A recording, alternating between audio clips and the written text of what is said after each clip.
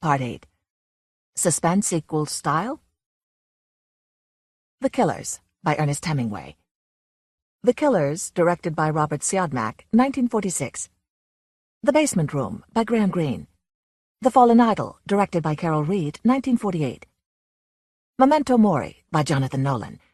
Memento, directed by Christopher Nolan, 2000. "The son of a bitch writes on water," screenwriter Ben Hecht said of master stylist Ernest Hemingway, after attempting to adapt his novel, A Farewell to Arms. Prose style, as Hecht found out the hard way, is one of those things that doesn't translate. It's barely even definable. Robert Frost once called style that which indicates how the writer takes himself and what he is saying. It is the mind skating circles around itself as it moves forward. Whatever that means. A highly stylized story doesn't necessarily make a bad adaptation, though, as another Hemingway adaptation, The Killers, proves, and it often makes an interesting one. And it's particularly interesting when story style meets movie style, as in the case of these three pairs. As the quintessential tough guy author, Ernest Hemingway inspired the hard-boiled school of writing, James M. Cain, Dashiell Hammett, that film noir mined in movie after movie. So it's fitting that one of the classic noirs, The Killers, was adapted from the toughest of the tough guys' work. The Killers, which first appeared in Scribner's in March 1927, was originally titled The Matadors, which can probably be explained by the fact that Hemingway was living in Madrid at the time. Always, he said, a good place for working. In an interview with George Plimpton, he described the day, May 16, 1926, when the San Isidro bullfights were snowed out, and he wrote The Killers and two other stories. "First I wrote The Killers, which I'd tried to write before and failed. Then after lunch I got into bed to keep warm and wrote Today is Friday. I had so much juice I thought maybe I was going crazy, and I had about 6 other stories to write. So I got dressed and walked to Forno's, the old bullfighters' cafe, and drank more coffee and then came back and wrote 10 Indians. This made me very sad, and I drank some brandy and went to sleep." Hemingway's spare, precise style and iceberg principle of writing. There is 7/8 underwater for every part that shows, is well suited to the short story, and The Killers is one of his best. John Updike included it in the best American short stories of the century. Often called cinematic, Hemingway's style has turned out to be a siren song for many would-be adapters. On the face of it, his reliance on dialogue and action should transfer well to the screen, but the effect Hemingway achieves in his fiction is through absence, not presence. As Gabriel Garcia Marquez states, his stories give the impression something is missing, and this is precisely what confers their mystery and their beauty. Or as film critic Peter Walsh has observed, the things that matter to Hemingway, love, sex, death, and courage, are seldom expressed but always understood. Hemingway liked The Killers, unlike many of the films adapted from his work. After Universal gave him a copy, he held frequent screenings for guests visiting his home in Cuba, although he sometimes fell asleep after the first reel. But if The Killers is arguably the best adaptation of Hemingway's work, it is ultimately not the most faithful. Screenwriters Anthony Vayler and John Huston, uncredited because he was under contract with Warner Brothers, let Hemingway's story unfold almost as written over the first 10 minutes of the film. Of course, the problem they must have had then was, now what? The backstory they devised is pretty standard melodrama involving an insurance investigation, robbery, double crosses, and a femme fatale. Somewhere along the way, Hemingway's matadors are lost in the shuffle. Courage is no longer the theme. That the film is now considered a classic is due far less to the screenwriter's adaptation than it is to director Robert Siodmak's visual style. Film noir is almost always better than it has a right to be. Or as Paul Schrader puts it, noir is a triumph of style over substance. Siodmak, who is fluent in the German expressionism that so infuses film noir, was a perfect fit for this type of film. He began his career in Germany with the state-funded film company Universum Film AG, supported by the Third Reich. But he fled to Paris in 1933 when he was attacked in the press by Nazi propaganda chief Joseph Goebbels.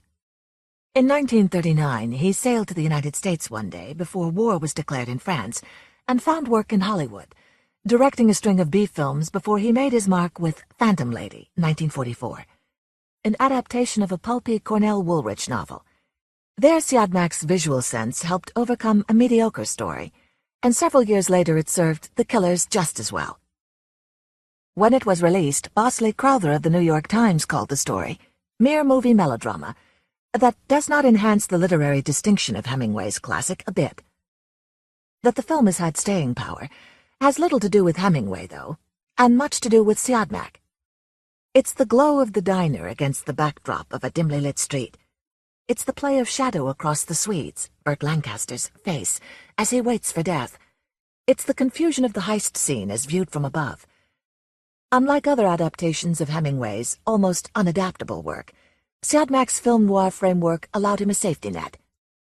Style substitutes. It doesn't help make the point. It becomes the point. These days, Siodmak's name is usually preceded by the words neglected, underrated, or misunderstood. Pauline Kael noted that his work is often mistakenly attributed to other directors or to highly publicized producers. Even during his successful studio days, he was apparently unable to count on everyone knowing his name. He often wore a blue blazer with the phonetic pronunciation of his name, Siodmak, on the back. As early as 1946, after the successes of The Spiral Staircase, 1946, and The Killers, Siodmak expressed concern about references to him as a second Alfred Hitchcock. Universal responded by announcing that he would do 2 films, Solves Mystery, Creeps or Chills, as the New York Times put it. But the projects he had been promised fell through for one reason or another, and he was asked to step in to relieve director Frank Tuttle on The Swell Guy, 1946, 26 days into production. Footnote. He went uncredited. End of footnote. After that came Time Out of Mind, 1947, which he called that preposterous film. In 1948 he returned to the dark side with Cry of the City and followed it with his best work, Crisscross, 1949. In 1953, after 10 years in Hollywood, as one of the most prominent directors of film noir, Siodmak returned to Europe. No, Hollywood did not give me up, he said. I gave it up. I saw what was coming. I did not want to be caught in the transition that is going on there now. What is going on is a sort of anarchy. Most of the big studios are little more than leasing organizations. The stars are in charge. These egomaniacs who want to direct and write and produce. One of the egomaniacs he was talking about was Burt Lancaster, who starred in and co-produced Siodmak's final Hollywood film, The Crimson Pirate, 1952. Of the Lancaster Harold Hecht production, Siodmak complained, I was not taken into their confidence, didn't know about changes until the last minute, and was kept out of any discussions regarding script, characters, or casting. And he had given Lancaster his big break in The Killers. The real problems were larger than Lancaster's ego, though. The studio system, in which Siodmak was very comfortable, was breaking up, and film noir was on its way out. Purists bookend the period with The Maltese Falcon, 1941, on one end, and Touch of Evil, 1958, on the other. Siodmak started over in Europe, living in Switzerland and making films with mixed success in West Germany, France, Great Britain, Spain, and Romania. Footnote. In 1957, his Nox, Wende Teufelscam, was nominated for, but didn't win, an Oscar in the Best Foreign Film category. It is the true story of Bruno Lutka, a serial killer who strangled 8 women in Nazi Germany during World War II. End of footnote. British director Carol Reed is another neglected filmmaker with a string of back-to-back classics. Odd Man Out, 1947, The Fallen Idol, 1948, The Third Man, 1949, who imploded in the latter half of his career. There were many factors. Like Siodmak, he was caught in the middle of the drastically changing film environment of the 1950s. Footnote. British cinema in the 50s struggled financially, politically, and technically. Competition with television and American films contributed to its decline. Audiences dropped from over 30 million a week to about 8 million a week by the 1960s. End of footnote.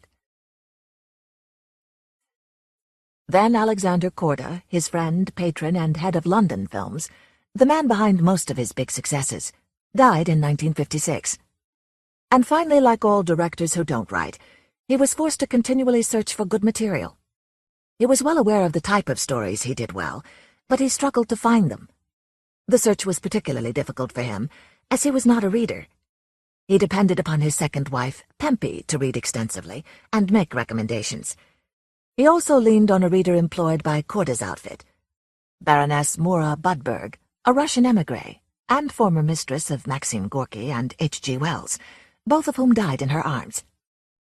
According to Robert F. Moss, author of The Films of Carol Reed, both Reed's son and his nephew, screenwriter Andrew Birkin, believed that Reed's biggest problem as a director was his own inability to find suitable stories. His most successful pairing was with author and screenwriter Graham Greene, who wrote 3 of his films, The Fallen Idol, The Third Man, and Our Man in Havana, 1959. The two became close friends. They enjoyed the same type of story, they had a similar sense of humor, and they both had a passionate need to be English gentlemen in the most theatrical sense of the word, as one observer described it. But after they made 3 films together, Reed's career was in a steep decline, and Greene had retreated from the film business. "I've made films in the 40s, 50s, and 60s, Greene later said. But the time comes when one's enthusiasm begins to slacken. One's left with only enough enthusiasm for one's own work, which is writing novels." But there was almost a 4th collaboration, which might have given Reed a personal and professional boost. The two men met on the French Riviera in the early 1970s. Greene had an idea for a story, a period piece set in Spain during the Napoleonic War. Reed was enthusiastic and talked to a number of studios about the project, but couldn't get a definite commitment. And ever the English gentleman, he felt it would be disrespectful to ask Greene to work on spec. So the project died, and Reed died shortly thereafter. Reed's directions for the burial of his body are indicative of his humility, or his sense of humor. He is buried in a noisy cemetery along the M4, a highway leading to Heathrow Airport, so that, as his nephew Birkin puts it, people could remember him vaguely on their way to the airport or on their way back. Reed is, in fact, remembered only vaguely. The Fallen Idol, the second of his triumvirate, won the British Academy Award for Best Picture and made numerous 10 best lists. Now, however, it is a difficult film to find, though well worth the search. Reed's choice of material was daring. Even Greene was unsure of his story's adaptability. I was surprised when Carol Reed suggested that I should collaborate with him on a film of The Basement Room, because it seemed to me that the subject was unfilmable. A murder committed by the most sympathetic character, and an unhappy ending which would certainly have imperiled the £250,000 that films nowadays cost. A Basement Room, about a boy who witnesses a fatal accident, is told primarily from a child's point of view. Greene's story isn't cloying, though, as child narratives often are, because Philip is not innocent, even at age 7. Greene's characters are rarely if ever innocent. George Orwell once said of him, "He appears to share the idea, which has been floating around ever since Baudelaire, that there is something rather distingué in being damned. Hell is a sort of high-class nightclub." There is a shifting, uncertain quality to Greene's prose in this story. Time moves back and forth, sometimes within a single sentence, while perspectives shift unexpectedly from character to character. Although Reed couldn't replicate these shifts, or Greene's long, fluid sentences, he managed to convey much the same idea by using many noirish visual elements, strange camera angles, haunting shadows, dark and glistening streets, a leitmotif of vertical prison bars. Although he does not have the access to Philip's thoughts that Greene has in the story, his camera captures the sense of a child being locked out of an adult world. Ultimately, though, despite all the noirish touches, in Reed's hands the story is more loving than dark. Greene approved of Reed's changes, in part because he was aware of the necessities of the film medium. In 1939 he wrote, "A film with a severely limited appeal must be, to that extent, a bad film." And it is almost certainly true that audiences would not have enjoyed or accepted a film as downbeat and hopeless as Greene's story. Reed was equally respectful of Greene's contribution, as he was of authors and stories in general. Whenever possible, he tried to adapt material with the original author, even if he was inexperienced, instead of hiring screenwriters. "It's talent that counts," he said, "not technique. In fact, Greene and Reed seem to have been members of a mutual admiration society.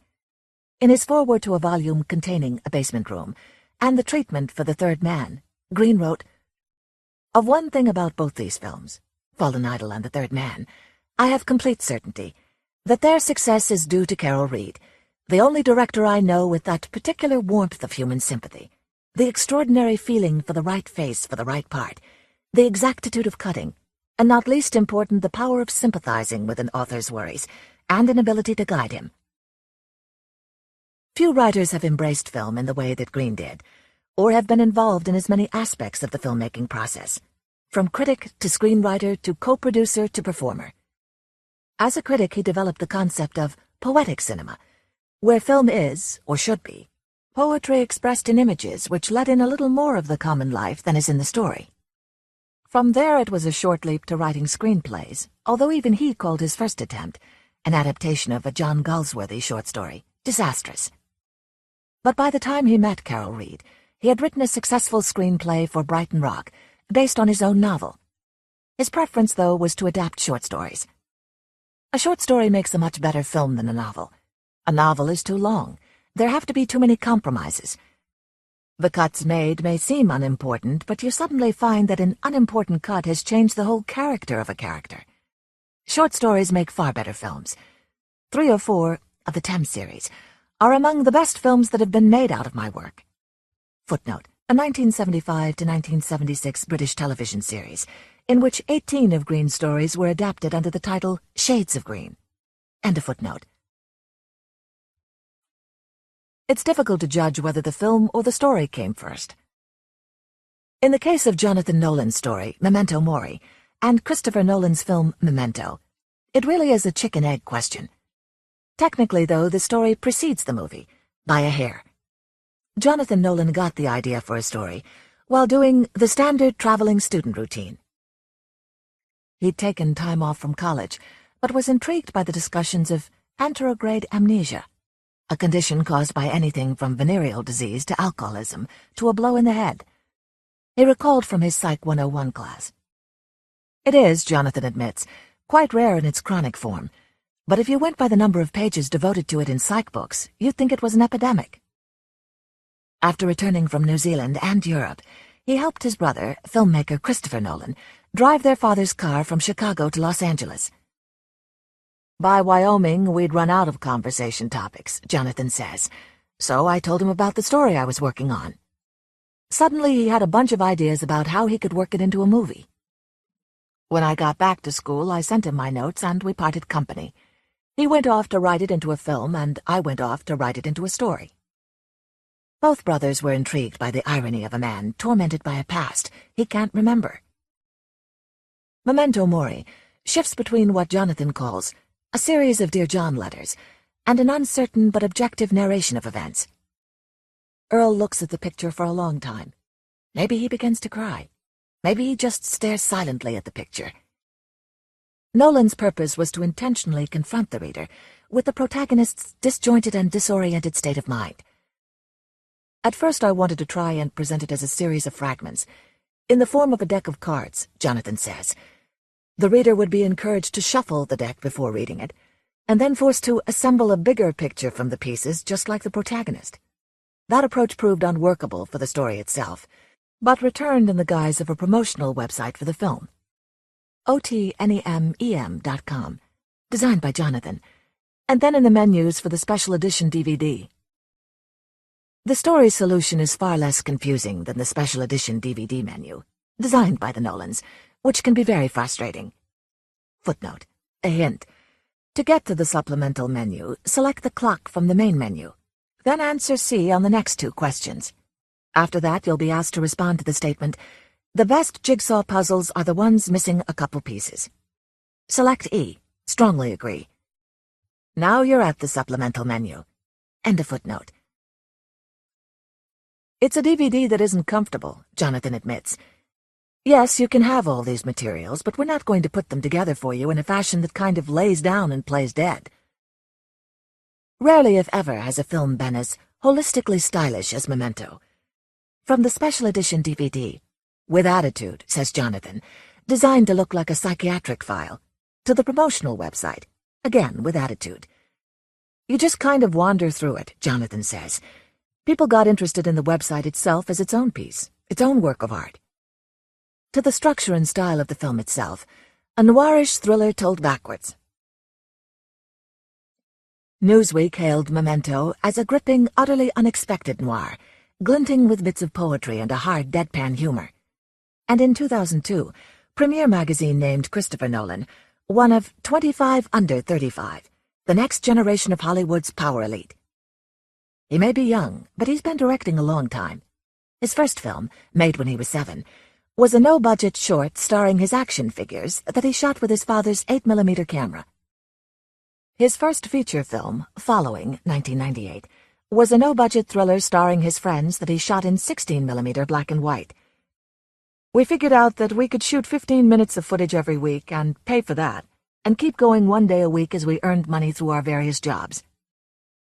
Following, which also features a nonlinear narrative, did well at film festivals, but it was Memento that got people talking. Christopher, who has a degree in literature, has often remarked on how reading has influenced his work, particularly in regard to his experimentations with chronology. I started thinking about the narrative freedoms that authors had enjoyed for centuries, and it seemed to me that filmmakers should enjoy those freedoms as well. Christopher cites Graham Swift's Waterland as a particular influence, but there have been a number of prominent novels with fractured narratives, and a few that have been told backward, like Martin Amis's Time's Arrow. Jonathon's story would not have been called innovative, as the film was, if it had been told backward. Christopher is interested in innovation, in escaping boundaries and dodging dimensions. With Memento, he says he wanted to create an experience that doesn't feed into your head, that bleeds around the edges. I was going for something that lived in its own shape. It makes you wonder. If, as André Maurois has said, style is the hallmark of a temperament stamped upon the material at hand, then what must the holidays be like when the Nolan clan gets together? Do they ever find their Easter eggs? The Killers. Ernest Hemingway. The door of Henry's lunchroom opened and 2 men came in. They sat down at the counter. "What's yours?" George asked them. "I don't know," one of the men said. "What do you want to eat, Al?" "I don't know," said Hal. "I don't know what I want to eat." Outside it was getting dark. The streetlight came on outside the window. The 2 men at the counter read the menu. From the other end of the counter, Nick Adams watched them. He had been talking to George when they came in. "I'll have a roast pork tenderloin with applesauce and mashed potato," the first man said. "It isn't ready yet." "What the hell do you put it on the card for?" "That's the dinner," George explained. "You can get that at 6 o'clock. George looked at the clock on the wall behind the counter. "It's 5 o'clock. "The clock says 20 minutes past 5, the second man said. "It's 20 minutes fast." "Oh, to hell with the clock," the first man said. "What have you got to eat?" "I can give you any kind of sandwiches," George said. "You can have ham and eggs, bacon and eggs, liver and bacon, or a steak." "Give me chicken croquettes with green peas and cream sauce and mashed potatoes." "That's the dinner." "Everything we want's the dinner, eh? That's the way you work it?" "I can give you ham and eggs, bacon and eggs, liver." "I'll take ham and eggs," the man called Al said. He wore a derby hat and a black overcoat buttoned across the chest. His face was small and white, and he had tight lips. He wore a silk muffler and gloves. "Give me bacon and eggs," said the other man. He was about the same size as Al. Their faces were different, but they were dressed like twins. Both wore overcoats too tight for them. They sat leaning forward, their elbows on the counter. "Got anything to drink?" Al asked. "Silver beer, bevo, ginger ale," George said. "I mean, you got anything to drink?" "Just those I said." "This is a hot town," said the other. "What do they call it?" "Summit." "Ever hear of it?" Al asked his friend. "No," said the friend. "What do you do here nights?" Al asked. "They eat the dinner," his friend said. "They all come here and eat the big dinner." "That's right," George said. "So you think that's right?" Al asked George. "Sure." "You're a pretty bright boy, aren't you?" Sure, said George. Well, you're not, said the other little man. Is he, Al? He's dumb, said Al. He turned to Nick. What's your name? Adams? Another bright boy, Al said. Ain't he a bright boy, Max? The town's full of bright boys, Max said. George put the 2 platters, one of ham and eggs, the other of bacon and eggs, on the counter. He set down 2 side dishes of fried potatoes and closed the wicket into the kitchen. Which is yours? He asked Al. Don't you remember? Ham and eggs. Just a bright boy, Max said. He leaned forward and took the ham and eggs. Both men ate with their gloves on. George watched them eat. What are you looking at? Max looked at George. Nothing. The hell you were. You were looking at me. Maybe the boy meant it for a joke, Max, Al said. George laughed. You don't have to laugh, Max said to him. You don't have to laugh at all, see? All right, said George.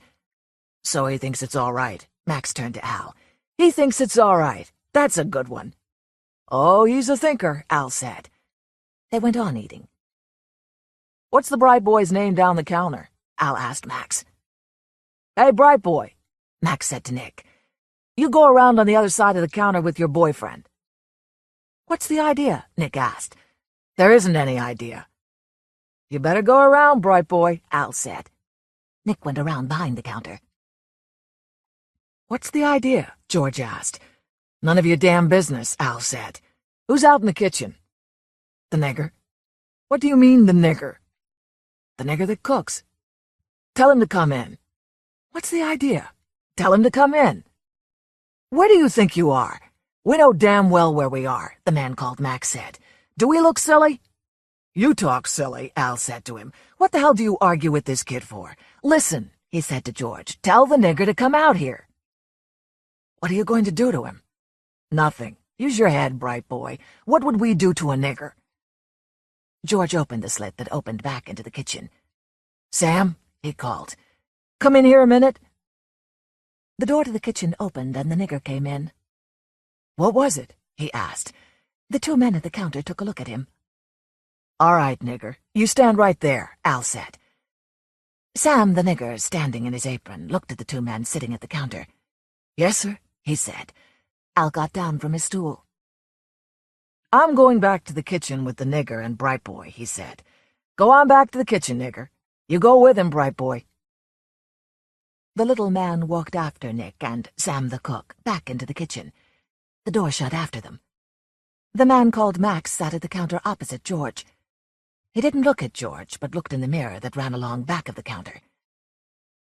Henry's had been made over from a saloon into a lunch counter. Well, bright boy, Max said, looking into the mirror. Why don't you say something? What's it all about? Hey, Al, Max called. Bright boy wants to know what it's all about. Why don't you tell him? Al's voice came from the kitchen. What do you think it's all about? I don't know. What do you think? Max looked into the mirror all the time he was talking. I wouldn't say. Hey, Al, bright boy says he wouldn't say what he thinks it's all about. I can hear you all right, Al said from the kitchen. He had propped open the slit that dishes passed through into the kitchen with a catsup bottle. Listen, bright boy, he said from the kitchen to George. Stand a little further along the bar. You move a little to the left, Max. It was like a photographer arranging for a group picture. Talk to me, bright boy, Max said. What do you think's going to happen? George did not say anything. I'll tell you, Max said. We're going to kill a Swede. Do you know a big Swede named Ola Andresen? Yes. He comes here to eat every night, don't he? Sometimes he comes here. He comes here at 6 o'clock, don't he? If he comes. We know all that, bright boy, Max said. Talk about something else. Ever go to the movies? Once in a while. You ought to go to the movies more. The movies are fine for a bright boy like you. What are you going to kill Ola Andresen for? What did he ever do to you? He never had a chance to do anything to us. He never even seen us. And he's only going to see us once, Al said from the kitchen. "What are you going to kill him for, then?" George asked. "We're killing him for a friend. Just to oblige a friend, bright boy." "Shut up," said Al from the kitchen. "You talk too goddamn much." "Well, I got to keep Bright Boy amused, don't I, Bright Boy?" "You talk too damn much," Al said. "The nigger and my Bright Boy are amused by themselves. I got them tied up like a couple of girlfriends in the convent." "I suppose you were in a convent." "You never know. You were in a kosher convent. That's where you were." George looked up at the clock. "If anybody comes in, you tell them the cook is off, and if they keep after it, you tell them you'll go back and cook yourself. Do you get that, Bright Boy?" "All right," George said. "What are you going to do with us afterward?" "That'll depend," Max said. "That's one of those things you never know at the time." George looked up at the clock. It was 6:15. The door from the street opened. A streetcar motorman came in. "Hello, George," he said. "Can I get supper?" "Sam's gone out," George said. "He'll be back in about half an hour." "I'd better go up the street," the motorman said. George looked at the clock. It was 20 minutes past 6. "That was nice, Bright Boy," Max said. "You're a regular little gentleman." "He knew I'd blow his hat off," Al said from the kitchen. "No," said Max, "it ain't that. Bright Boy is nice. He's a nice boy. I like him." At 6:55, George said, "He's not coming." 2 other people had been in the lunchroom. Once George had gone out to the kitchen and made a ham and egg sandwich, to go, that a man wanted to take with him. Inside the kitchen he saw Al, his derby hat tipped back, sitting on a stool beside the wicket with the muzzle of a sawed-off shotgun resting on the ledge. Nick and the cook were back-to-back in the corner, a towel tied in each of their mouths. George had cooked the sandwich, wrapped it up in oiled paper, put it in a bag, brought it in, and the man had paid for it and gone out. "Bright Boy can do everything," Max said. "He can cook and everything. You'd make some girl a nice wife, Bright Boy." "Yes," George said. "Your friend Ola Andresen isn't going to come." "We'll give him 10 minutes," Max said.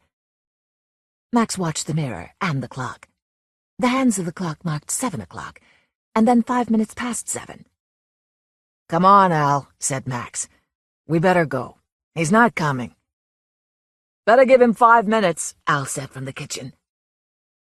In the 5 minutes a man came in, and George explained that the cook was sick. "Why the hell don't you get another cook?" the man asked. "Aren't you running a lunch counter?" He went out. "Come on, Al," Max said. "What about the 2 Bright Boys and the nigger?" "They're all right." "You think so?" "Sure, we're through with it." "I don't like it," said Al. "It's sloppy. You talk too much." "Oh, what the hell," said Max. "We got to keep amused, haven't we?" "You talk too much all the same," Al said. He came out from the kitchen. The cut-off barrels of the shotgun made a slight bulge under the waist of his too tight-fitting overcoat. He straightened his coat with his gloved hands. "So long, Bright Boy," he said to George. "You got a lot of luck." "That's the truth," Max said. "You ought to play the races, Bright Boy." The 2 of them went out the door. George watched them through the window pass under the arc light and across the street. In their tight overcoats and derby hats, they looked like a vaudeville team. George went back through the swinging door into the kitchen and untied Nick and the cook. "I don't want any more of that," said Sam, the cook. "I don't want any more of that." Nick stood up. He had never had a towel in his mouth before. "Say," he said, "what the hell?" He was trying to swagger it off.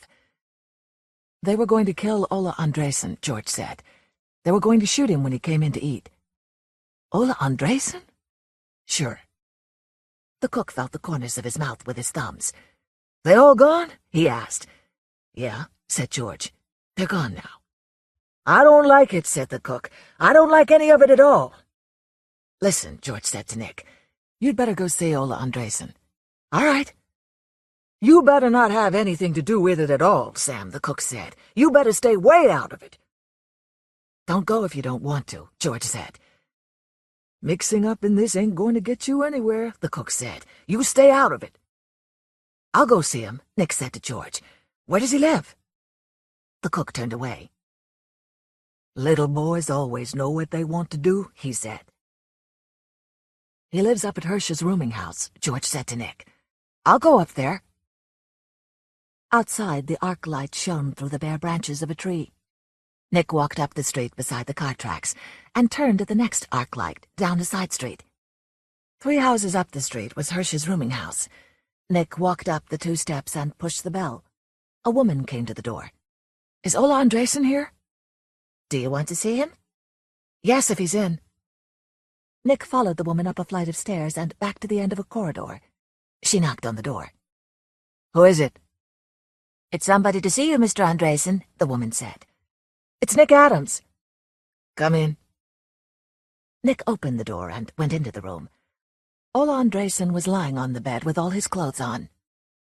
He had been a heavyweight prize fighter, and he was too long for the bed. He lay with his head on 2 pillows.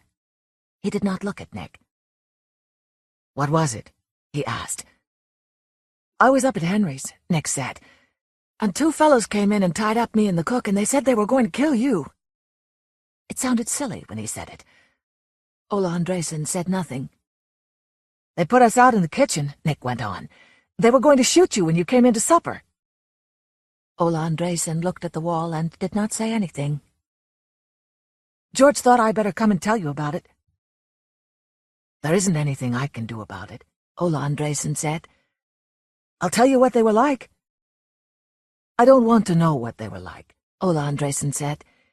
He looked at the wall. Thanks for coming to tell me about it. That's all right. Nick looked at the big man lying on the bed. Don't you want me to go and see the police? No, Ola Andresen said. That wouldn't do any good. Isn't there something I could do? No. There ain't anything to do. Maybe it was just a bluff. No, it ain't just a bluff. Ola Andresen rolled over toward the wall. The only thing is, he said, talking toward the wall, I just can't make up my mind to go out. I've been in here all day. Couldn't you get out of town? No, Ola Andresen said. I'm through with all that running around. He looked at the wall. There ain't anything to do now. Couldn't you fix it up some way? No. I got in wrong. He talked in the same flat voice. There ain't anything to do. After a while, I'll make up my mind to go out. I better go back and see George, Nick said. So long, said Ola Andresen. He did not look toward Nick. Thanks for coming around. Nick went out. As he shut the door, he saw Ola Andresen with all his clothes on, lying on the bed looking at the wall. He's been in his room all day, the landlady said downstairs. I guess he don't feel well. I said to him, Mr. Andresen, you ought to go out and take a walk on a nice fall day like this, but he didn't feel like it. He doesn't want to go out. I'm sorry he don't feel well, the woman said. He's an awfully nice man. He was in the ring, you know. I know it. You'd never know it except from the way his face is, the woman said. They stood talking just inside the street door. He's just as gentle. Well, good night, Mrs. Hirsch, Nick said. I'm not Mrs. Hirsch, the woman said. She owns the place. I just look after it for her. I'm Mrs. Bell. Well, good night, Mrs. Bell, Nick said. Good night, the woman said. Nick walked up the dark street to the corner under the arc light, and then along the car tracks to Henry's eating house. George was inside, back of the counter. Did you see Ola? Yes, said Nick. He's in his room and he won't go out. The cook opened the door from the kitchen when he heard Nick's voice. I don't even listen to it, he said, and shut the door. Did you tell him about it? George asked. Sure. I told him, but he knows what it's all about. What's he going to do? Nothing. They'll kill him. I guess they will. He must have got mixed up in something in Chicago. I guess so, said Nick. It's a hell of a thing. It's an awful thing, Nick said. They did not say anything. George reached down for a towel and wiped the counter. I wonder what he did, Nick said. Double-crossed somebody? That's what they killed him for. "I'm going to get out of this town," Nick said. "Yes," said George. "That's a good thing to do." "I can't stand to think about him waiting in the room and knowing he's going to get it. It's too damned awful." "Well," said George, "you better not think about it." The Basement Room, Graham Greene. 1. When the front door had shut them out and the butler Baines had turned back into the dark, heavy hall, Philip began to live. He stood in front of the nursery door, listening until he heard the engine of the taxi die out along the street. His parents were gone for a fortnight's holiday. He was between nurses, one dismissed and the other not arrived. He was alone in the great Belgravia house, with Baines and Mrs. Baines. He could go anywhere, even through the green baize door to the pantry or down the stairs to the basement living room. He felt a stranger in his home because he could go into any room and all the rooms were empty. You could only guess who had once occupied them.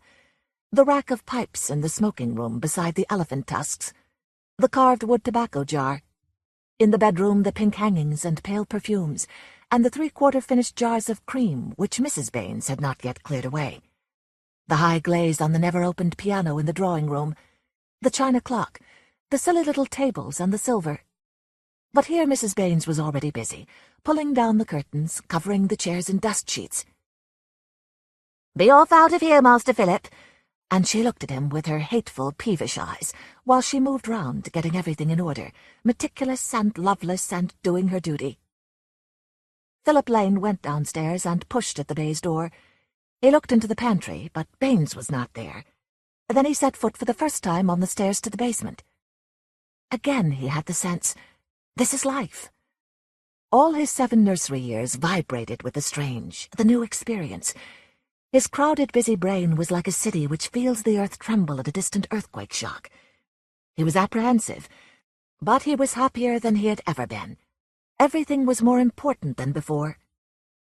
Baines was reading a newspaper in his shirt-sleeves. He said, "Come in, Phil, and make yourself at home. Wait a moment and I'll do the honours." And going to a white clean cupboard, he brought out a bottle of ginger beer and half a Dundee cake. "11:30 in the morning," Baines said. "It's opening time, my boy." And he cut the cake and poured out the ginger beer. He was more genial than Philip had ever known him, more at his ease, a man in his own home. "Shall I call Mrs. Baines?" Philip asked, and he was glad when Baines said no. She was busy. She liked to be busy, so why interfere with her pleasure? "A spot of drink at 11:30, Baines said, pouring himself out a glass of ginger beer. "Gives an appetite for chop and does no man any harm." "A chop?" Philip asked. "Old coasters," Baines said, "call all food chop." "But it's not a chop." "Well, it might be, you know, cooked with palm oil, and then some pawpaw to follow." Philip looked out of the basement window at the dry stone yard, the ash can, and the legs going up and down beyond the railings. "Was it hot there?" "Ah, you never felt such heat. Not a nice heat, mind, like you get in the park on a day like this. Wet," Baines said. "Corruption." He cut himself a slice of cake. "Smelling of rot," Baines said, rolling his eyes round the small basement room, from clean cupboard to clean cupboard, the sense of bareness, of nowhere to hide a man's secrets. With an air of regret for something lost, he took a long draught of ginger beer. "Why did Father live out there?" "It was his job," Baines said. "Same as this is mine now. And it was mine then, too. It was a man's job. You wouldn't believe it now, but I've had 40 niggers under me doing what I told them to." "Why did you leave?" "I married Mrs. Baines." Philip took the slice of Dundee cake in his hand and munched it round the room. He felt very old, independent and judicial. He was aware that Baines was talking to him as man to man. He never called him Master Philip, as Mrs. Baines did, who was servile when she was not authoritative. Baines had seen the world. He had seen beyond the railings, beyond the tired legs of typists, the Pimlico parade to and from Victoria. He sat there over his ginger pop with the resigned dignity of an exile. Baines didn't complain. He had chosen his fate, and if his fate was Mrs. Baines, he had only himself to blame. But today, because the house was almost empty, and Mrs. Baines was upstairs, and there was nothing to do, he allowed himself a little acidity. "I'd go back tomorrow if I had the chance." "Did you ever shoot a nigger?" "I never had any call to shoot," Baines said. "Of course I carried a gun. But you didn't need to treat them bad. That just made them stupid." "Why," Baines said, bowing his thin grey hair with embarrassment over the ginger pop, "I loved some of those damn niggers. I couldn't help loving them. There they'd be, laughing, holding hands. They liked to touch each other.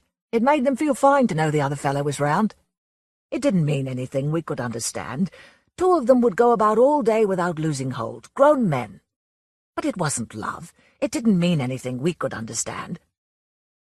"Eating between meals?" Mrs. Baines said. "What would your mother say, Master Philip?" She came down the steep stairs to the basement, her hands full of pots of cream and salve, tubes of grease and paste. "You oughtn't to encourage him, Baines," she said, sitting down in a wicker armchair and screwing up her small, ill-humoured eyes at the Coty lipstick, Pond's cream, the Leichner rouge and Cyclax powder, and Elizabeth Arden astringent. She threw them one by one into the wastepaper basket. She saved only the cold cream. "Telling the boys stories," she said. "Go along to the nursery, Master Philip, while I get lunch." Philip climbed the stairs to the base door. He heard Mrs. Baines's voice like the voice in a nightmare, when the small price light has guttered in the saucer and the curtains move. It was sharp and shrill and full of malice, louder than people ought to speak, exposed. "Sick to death of your ways, Baines, spoiling the boy. Time you did some work about the house." But he couldn't hear what Baines said in reply. He pushed open the baize door, came up like a small earth animal in his grey flannel shorts, into a wash of sunlight on a parquet floor, the gleam of mirrors dusted and polished and beautified by Mrs. Baines. Something broke downstairs, and Philip sadly mounted the stairs to the nursery. He pitied Baines. It occurred to him how happily they could live together in the empty house, if Mrs. Baines were called away. He didn't want to play with his Meccano sets. He wouldn't take out his train or his soldiers. He sat at the table with his chin on his hands. This is life. And suddenly he felt responsible for Baines, as if he were the master of the house, and Baines an aging servant who deserved to be cared for. There was not much one could do. He decided at least to be good. He was not surprised when Mrs. Baines was agreeable at lunch. He was used to her changes. Now it was, "Another helping of meat, Master Philip," or, "Master Philip, a little more of this nice pudding." It was a pudding he liked. Queen's pudding with a perfect meringue, but he wouldn't eat a second helping lest she might count that a victory. She was the kind of woman who thought that any injustice could be counterbalanced by something good to eat. She was sour, but she liked making sweet things. One never had to complain of a lack of jam or plums. She ate well herself and added soft sugar to the meringue and the strawberry jam. The half-light through the basement window set the motes moving about her pale hair, like dust as she sifted the sugar, and Baines crouched over his plate, saying nothing. Again Philip felt responsibility. Baines had looked forward to this, and Baines was disappointed. Everything was being spoilt. The sensation of disappointment was one which Philip could share. Knowing nothing of love or jealousy or passion, he could understand better than anyone this grief. Something hoped for not happening, something promised not fulfilled, something exciting turning dull. "Baines," he said, "will you take me for a walk this afternoon?" "No," Mrs. Baines said. "No, that he won't.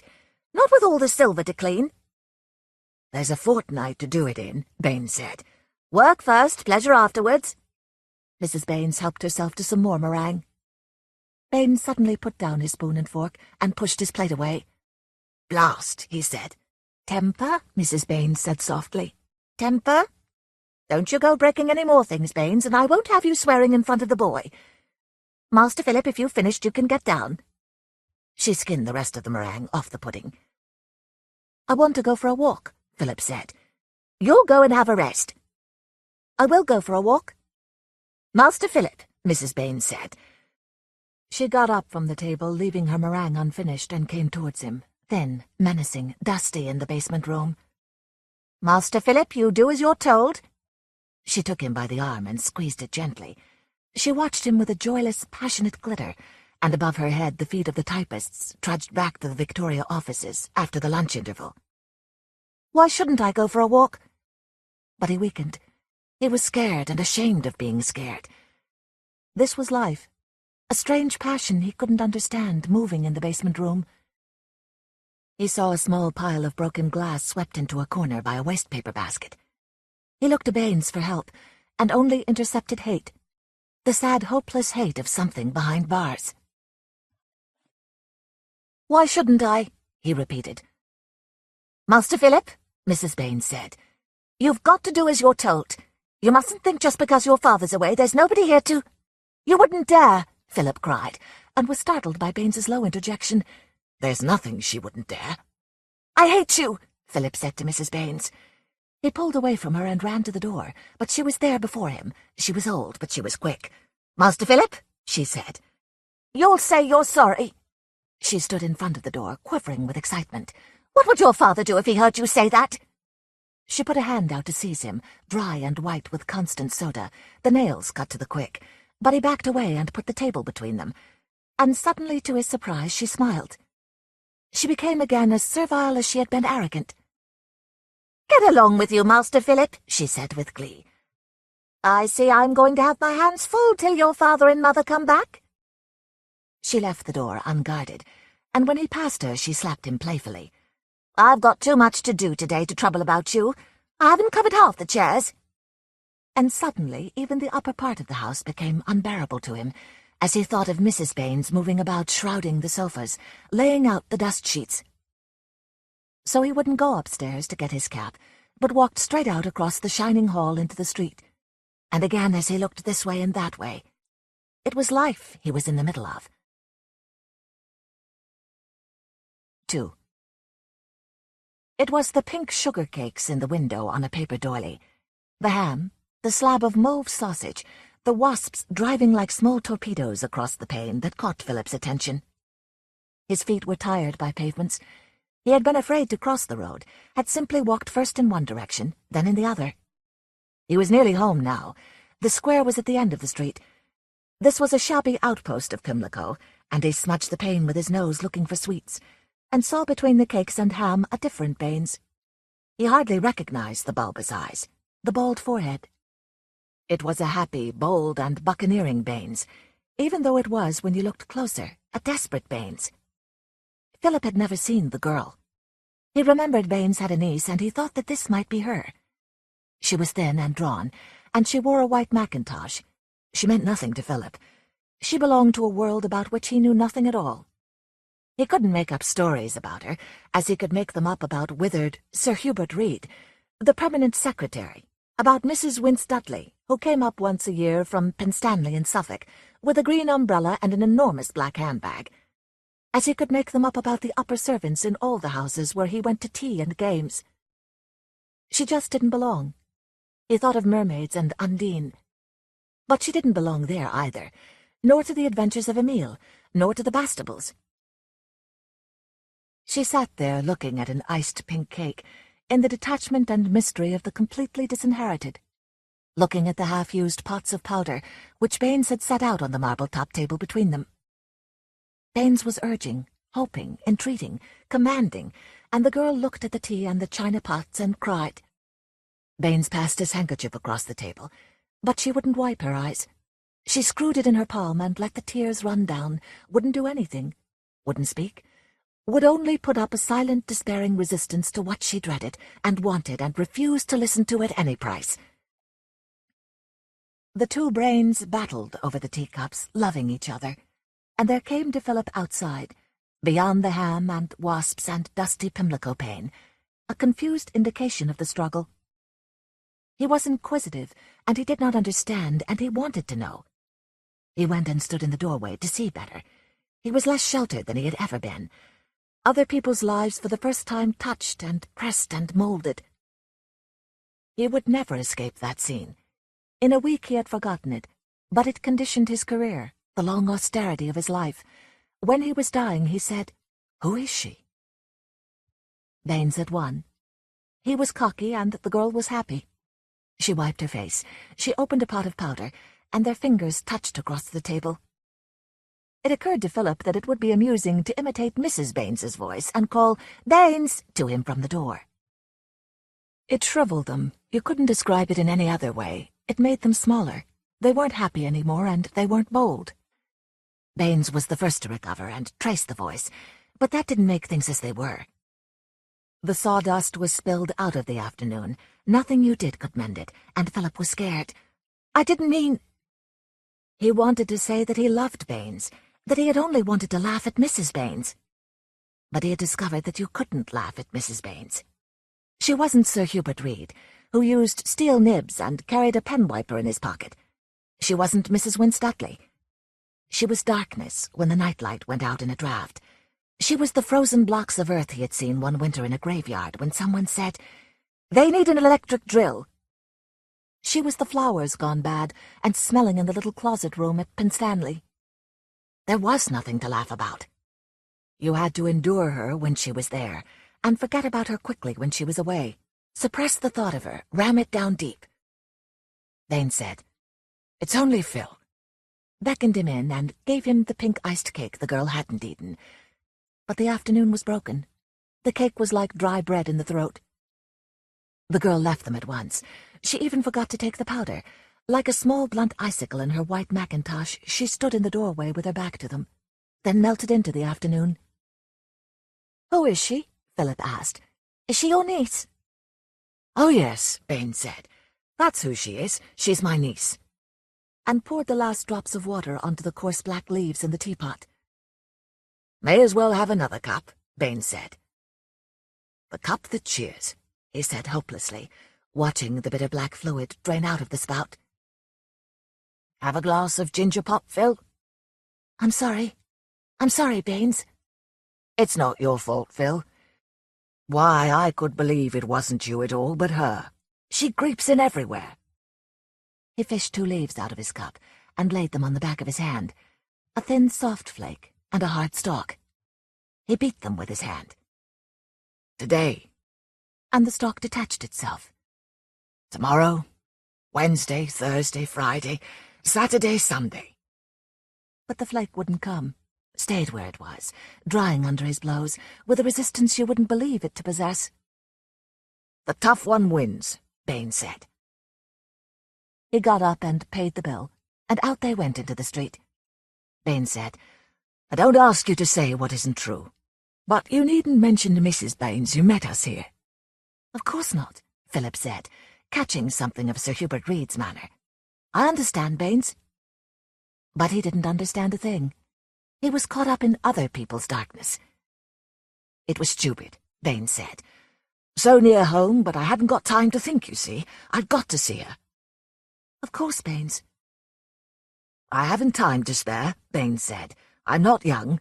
I've got to see that she's all right." "Of course you have, Baines." "Mrs. Baines will get it out of you if she can." "You can trust me, Baines," Philip said in a dry, important Reed voice, and then, "Look out! She's at the window, watching." And there indeed she was, looking up at them between the lace curtains from the basement room, speculating. "Need we go in, Baines?" Philip asked. Cold lying heavy on his stomach like too much pudding, he clutched Baines's arm. "Careful," Baines said softly. "Careful." "But need we go in, Baines? It's early. Take me for a walk in the park." "Better not." "But I'm frightened, Baines." "You haven't any cause," Baines said. "Nothing's going to hurt you. You just run along upstairs to the nursery. I'll go down by the area and talk to Mrs. Baines." But even he stood hesitating at the top of the stone steps, pretending not to see her, where she watched between the curtains. "In at the front door, Phil, and up the stairs." Philip didn't linger in the hall. He ran, slithering on the parquet Mrs. Baines had polished, to the stairs. Through the drawing-room doorway on the first floor he saw the draped chairs. Even the china clock on the mantel was covered like a canary's cage. As he passed it, it chimed the hour, muffled and secret under the duster. On the nursery table he found his supper laid out.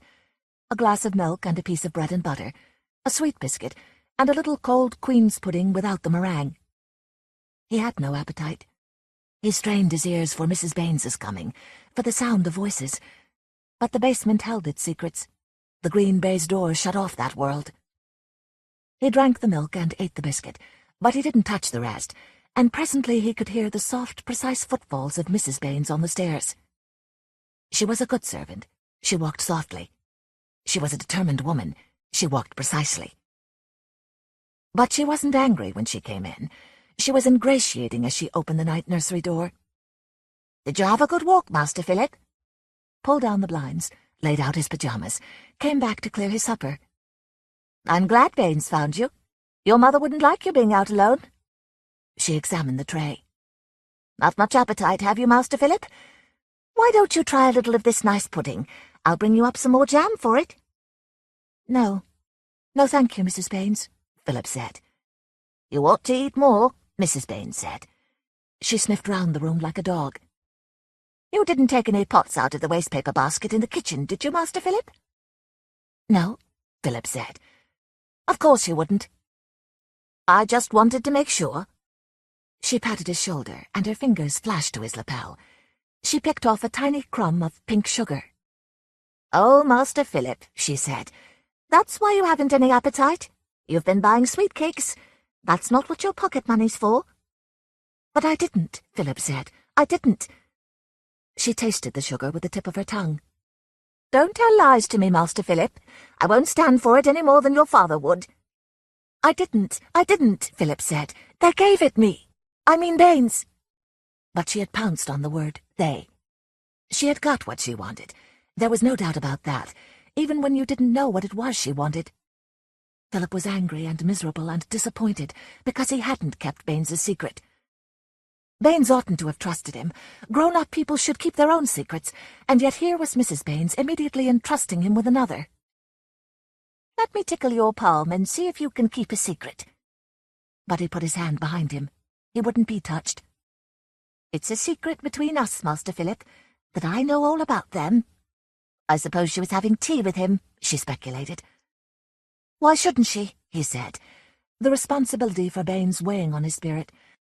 The idea that he had got to keep her secret when he hadn't kept Baines's, making him miserable with the unfairness of life. She was nice. "She was nice, was she?"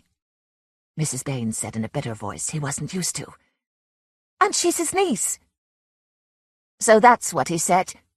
Mrs. Baines struck softly back at him like the clock under the duster. She tried to be jocular. "The old scoundrel! Don't tell him I know, Master Philip." She stood very still between the table and the door, thinking very hard, planning something. "Promise you won't tell. I'll give you that Meccano set, Master Philip." He turned his back on her. He wouldn't promise, but he wouldn't tell. He would have nothing to do with their secrets, the responsibilities they were determined to lay on him. He was only anxious to forget. He had received already a larger dose of life than he had bargained for, and he was scared. "A 2A Meccano set, Master Philip." He never opened his Meccano set again. Never built anything, never created anything. Died, the old dilettante, 60 years later with nothing to show, rather than preserve the memory of Mrs. Baines's malicious voice, saying good night, her soft, determined footfalls on the stairs to the basement, going down, going down. 3. The sun poured in between the curtains, and Baines was beating a tattoo on the water can. "Glory, glory," Baines said. He sat down on the end of the bed and said, "I beg to announce that Mrs. Baines has been called away. Her mother's dying. She won't be back till tomorrow." "Why did you wake me up so early?" Philip said. He watched Baines with uneasiness. He wasn't going to be drawn in. He'd learnt his lesson. It wasn't right for a man of Baines's age to be so merry. It made a grown person human in the same way that you were human.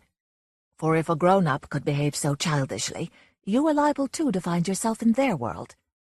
It was enough that it came at you in dreams, the witch at the corner, the man with a knife. So, "It's very early," he complained, even though he loved Baines, even though he couldn't help being glad that Baines was happy. He was divided by the fear and the attraction of life. "I want to make this a long day," Baines said. "This is the best time." He pulled the curtains back. "It's a bit misty. The cat's been out all night. There she is, sniffing round the area. They haven't taken in any milk at 59. Emma's shaking out the mats at 63, he said. This was what I used to think about on the coast. Somebody shaking mats and the cat coming home. I can see it today, Baines said, just as if I was still in Africa. Most days you don't notice what you've got. It's a good life if you don't weaken. He put a penny on the washstand. When you've dressed, Phil, run and get a mail from the barrow at the corner. I'll be cooking the sausages. Sausages? Sausages, Baines said. We're going to celebrate today. A fair bust. He celebrated at breakfast, restless, cracking jokes, unaccountably merry and nervous. It was going to be a long, long day. He kept on coming back to that. For years he had waited for a long day. He had sweated in the damp coast heat, changed shirts, gone down with fever, lain between the blankets and sweated, all in the hope of this long day. That cat sniffing round the area, a bit of mist, the mats beaten at 63. He propped the mail in front of the coffee pot and read pieces aloud. He said, Cora Down's been married for the 4th time. He was amused, but it wasn't his idea of a long day. His long day was the park, watching the riders in the Row, seeing Sir Arthur Stillwater pass beyond the rails. He dined with us once in Bow, up from Freetown. He was governor there. Lunch at the corner house for Philip's sake. He'd have preferred himself a glass of stout and some oysters at the York Bar. The zoo, the long bus ride home in the last summer light. The leaves in the Green Park were beginning to turn, and the motors nuzzled out of Berkeley Street, with the low sun gently glowing on their windscreens. Baines envied no one, not Cora Down or Sir Arthur Stillwater or Lord Sandale, who came out onto the steps of the Naval and Military, and then went back again because he hadn't got anything to do and might as well look at another paper. I said don't let me see you touch that black again. Baines had led a man's life. Everyone on top of the bus pricked their ears when he told Philip all about it. Would you have shot him? Philip asked, and Baines put his head back and tilted his dark, respectable manservant's hat to a better angle as the bus swerved round the artillery memorial. I wouldn't have thought twice about it. I'd have shot to kill, he boasted. And the bowed figure went by, steel helmet, the heavy cloak, the downturned rifle, and the folded hands. Have you got the revolver? Of course I've got it, Baines said. Don't I need it with all the burglaries there've been? This was the Baines whom Philip loved. Not Baines singing and carefree, but Baines responsible, Baines behind barriers, living this man's life. All the buses streamed out from Victoria like a convoy of aeroplanes to bring Baines home with honour. 40 blacks under me. And there waiting near the area steps was the proper conventional reward. Love at lighting up time.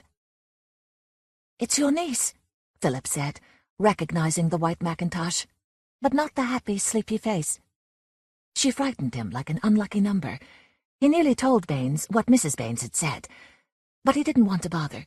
He wanted to leave things alone. Why, so it is, Baines said.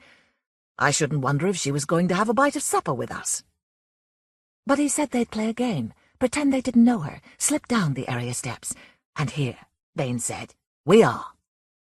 Lay the table, put out the cold sausages, a bottle of beer, a bottle of ginger pop, a flagon of Harvest Burgundy. Everyone his own drink, Baines said. Run upstairs, Phil, and see if there's been a post. Philip didn't like the empty house at dusk before the lights went on. He hurried. He wanted to be back with Baines. The hall lay there in quiet and shadow, prepared to show him something he didn't want to see. Some letters rustled down, and someone knocked.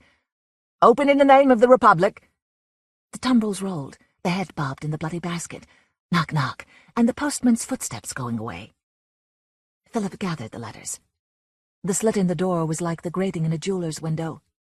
He remembered the policeman he had seen peer through. He had said to his nurse, "What's he doing?" And when she said, "He's seeing if everything's all right," his brain immediately filled with images of all that might be wrong. He ran to the baize door and the stairs. The girl was already there, and Baines was kissing her. She leant breathless against the dresser. "This is Emmy, Phil." "There's a letter for you, Baines." "Emmy," Baines said. "It's from her." But he wouldn't open it. You bet she's coming back. We'll have supper anyway, Emmy said. She can't harm that. You don't know her, Baines said. Nothing's safe. Damn it, he said. I was a man once.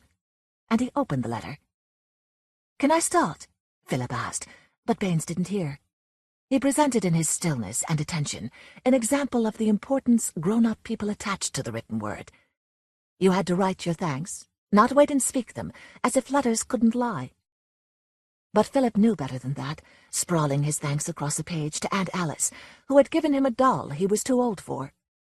Letters could lie, all right. But they made the lie permanent. They lay as evidence against you.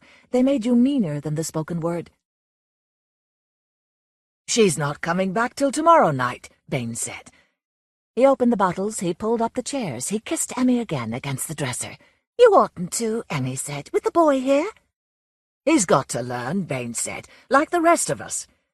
And he helped Philip to 3 sausages. He only took 1 for himself. He said he wasn't hungry. But when Emmy said she wasn't hungry either, he stood over her and made her eat. He was timid and rough with her. He made her drink the Harvest Burgundy, because he said she needed building up. He wouldn't take no for an answer. But when he touched her, his hands were light and clumsy too, as if he were afraid to damage something delicate, and didn't know how to handle anything so light. This is better than milk and biscuits, eh? Yes, Philip said. But he was scared. Scared for Baines as much as for himself. He couldn't help wondering at every bite, at every draught of the ginger pop, what Mrs. Baines would say if she ever learnt of this meal. He couldn't imagine it. There was a depth of bitterness and rage in Mrs. Baines you couldn't sound. He said, "She won't be coming back tonight." But you could tell by the way they immediately understood him that she wasn't really away at all.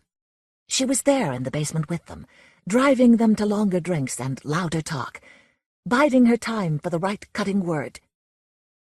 Baines wasn't really happy. He was only watching happiness from close to instead of from far away.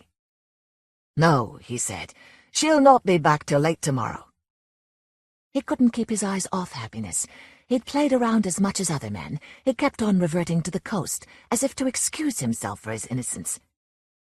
He wouldn't have been so innocent if he'd lived his life in London, so innocent when it came to tenderness.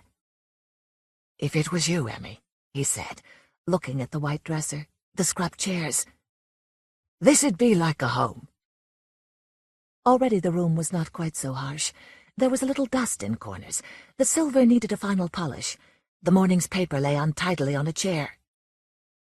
"You'd better go to bed, Phil. It's been a long day." They didn't leave him to find his own way up through the dark, shrouded house. They went with him, turning on lights, touching each other's fingers on the switches. Floor after floor, they drove the night back. They spoke softly among the covered chairs. They watched him undress. They didn't make him wash or clean his teeth. They saw him into bed and lit the nightlight and left his door ajar.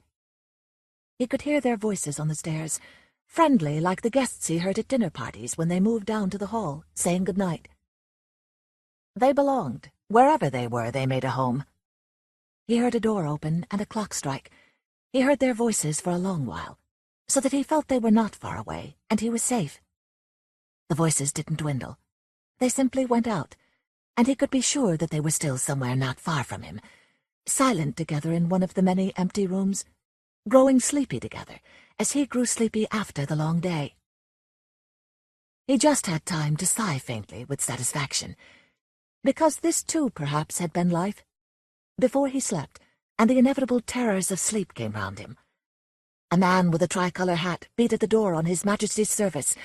A bleeding head lay on the kitchen table in a basket, and the Siberian wolves crept closer. He was bound hand and foot and couldn't move. They leapt around him, breathing heavily. He opened his eyes and saw Mrs. Baines was there, her grey untidy hair in threads over his face, her black hat askew. A loose hairpin fell on the pillow, and one musty thread brushed his mouth. "Where are they?" she whispered. "Where are they?" 4. Philip watched her in terror. Mrs. Baines was out of breath, as if she had been searching all the empty rooms, looking under loose covers. With her untidy grey hair and her black dress buttoned to her throat, her gloves of black cotton, She was so like the witches of his dreams that he didn't dare to speak. There was a stale smell in her breath. "She's here," Mrs. Baines said. "You can't deny she's here." Her face was simultaneously marked with cruelty and misery. She wanted to do things to people, but she suffered all the time. It would have done her good to scream, but she daren't do that. It would warn them. She came ingratiatingly back to the bed where Philip lay rigid on his back and whispered, "I haven't forgotten Meccano said. You shall have it tomorrow, Master Philip. We've got secrets together, haven't we? Just tell me where they are." He couldn't speak. Fear held him as firmly as any nightmare. She said, "Tell Mrs. Baines, Master Philip. You love your Mrs. Baines, don't you?" That was too much. He couldn't speak, but he could move his mouth in terrified denial, wince away from her dusty image. She whispered, coming closer to him, "Such deceit! I'll tell your father. I'll settle with you myself when I found them. You'll smart. I'll see you smart." Then immediately she was still, listening. A board had creaked on the floor below, and a moment later, while she stooped listening above his bed, there came the whispers of two people who were happy and sleepy together after a long day. The nightlight stood beside the mirror, and Mrs. Baines could see bitterly there her own reflection, misery and cruelty wavering in the glass, age and dust and nothing to hope for. She sobbed without tears, a dry, breathless sound. But her cruelty was a kind of pride which kept her going. It was her best quality. She would have been merely pitiable without it. She went out of the door on tiptoe, feeling her way across the landing, going so softly down the stairs that no one behind a shut door could hear her. Then there was complete silence again. Philip could move. He raised his knees. He sat up in bed. He wanted to die. It wasn't fair. The walls were down again between his world and theirs, but this time it was something worse than merriment that the grown people made him share. A passion moved in the house he recognized but could not understand. It wasn't fair, but he owed Baines everything. The zoo, the ginger pop, the bus ride home. Even the supper called on his loyalty. But he was frightened. He was touching something he touched in dreams. The bleeding head, the wolves, the knock, knock, knock. Life fell on him with savagery. You couldn't blame him if he never faced it again in 60 years. He got out of bed, carefully from habit put on his bedroom slippers, and tiptoed to the door. It wasn't quite dark on the landing below, because the curtains had been taken down for the cleaners, and the light from the street came in through the tall windows. Mrs. Baines had her hand on the glass doorknob. She was carefully turning it. He screamed, "Baines! Baines!" Mrs. Baines turned and saw him cowering in his pajamas by the banisters. He was helpless, more helpless even than Baines, and cruelty grew at the sight of him and drove her up the stairs. The nightmare was on him again, and he couldn't move. He hadn't any more courage left forever. He'd spent it all, had been allowed no time to let it grow, no years of gradual hardening. He couldn't even scream. But the first cry had brought Baines out of the best spare bedroom, and he moved quicker than Mrs. Baines. She hadn't reached the top of the stairs before he'd caught her round the waist. She drove her black cotton gloves at his face, and he bit her hand. He hadn't time to think. He fought her savagely like a stranger, but she fought back with knowledgeable hate. She was going to teach them all, and it didn't really matter whom she began with. They had all deceived her. But the old image in the glass was by her side, telling her she must be dignified. She wasn't young enough to yield her dignity. She could beat his face, but she mustn't bite. She could push, but she mustn't kick. Age and dust and nothing to hope for were her handicaps. She went over the banisters in a flurry of black clothes and fell into the hall. She lay before the front door like a sack of coals, which should have gone down the area into the basement. Philip saw. Emmy saw. She sat down suddenly in the doorway of the best spare bedroom, with her eyes open as if she were too tired to stand any longer. Baines went slowly down into the hall. It wasn't hard for Philip to escape. They'd forgotten him completely. He went down the back, the servants' stairs, because Mrs. Baines was in the hall. He didn't understand what she was doing lying there, like the startling pictures in a book no one had read to him. The things he didn't understand terrified him. The whole house had been turned over to the grown-up world. He wasn't safe in the night nursery. Their passions had flooded it. The only thing he could do was to get away by the back stairs and up through the area and never come back. You didn't think of the cold, of the need of food and sleep, For an hour it would seem quite possible to escape from people forever. He was wearing pajamas and bedroom slippers when he came up into the square, but there was no one to see him.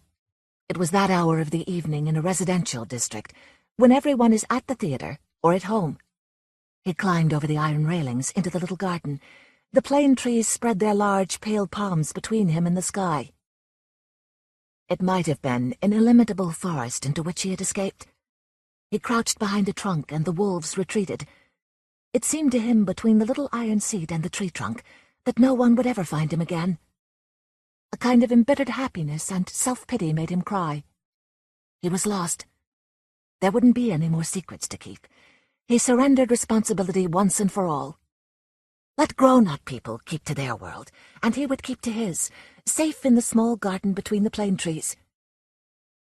In the lost childhood of Judas, Christ was betrayed.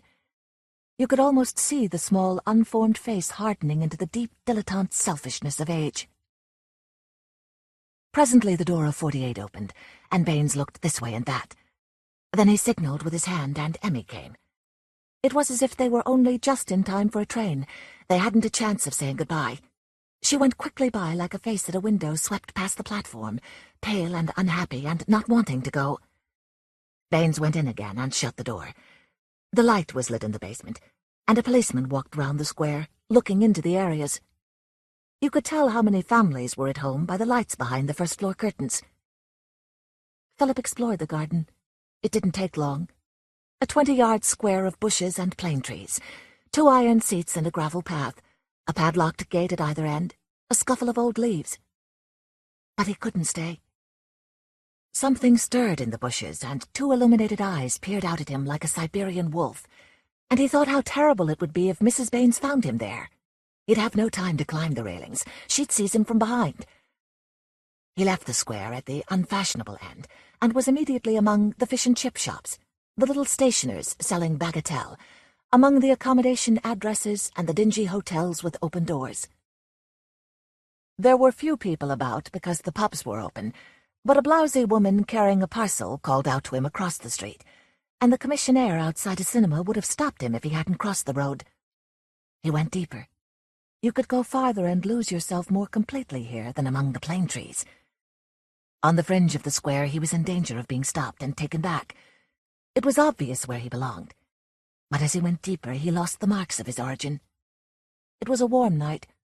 Any child in those free-living parts might be expected to play truant from bed. He found a kind of camaraderie even among grown-up people. He might have been a neighbour's child as he went quickly by, but they weren't going to tell on him. They'd been young once themselves. He picked up a protective coating of dust from the pavements, of smuts from the trains which passed along the backs in a spray of fire. Once he was caught in a knot of children, running away from something or somebody, laughing as they ran. He was whirled with them round a turning and abandoned, with a sticky fruit drop in his hand. He couldn't have been more lost. But he hadn't the stamina to keep on. At first he feared that someone would stop him. After an hour he hoped that someone would. He couldn't find his way back, and in any case he was afraid of arriving home alone. He was afraid of Mrs. Baines, more afraid than he had ever been. Baines was his friend, but something had happened which gave Mrs. Baines all the power.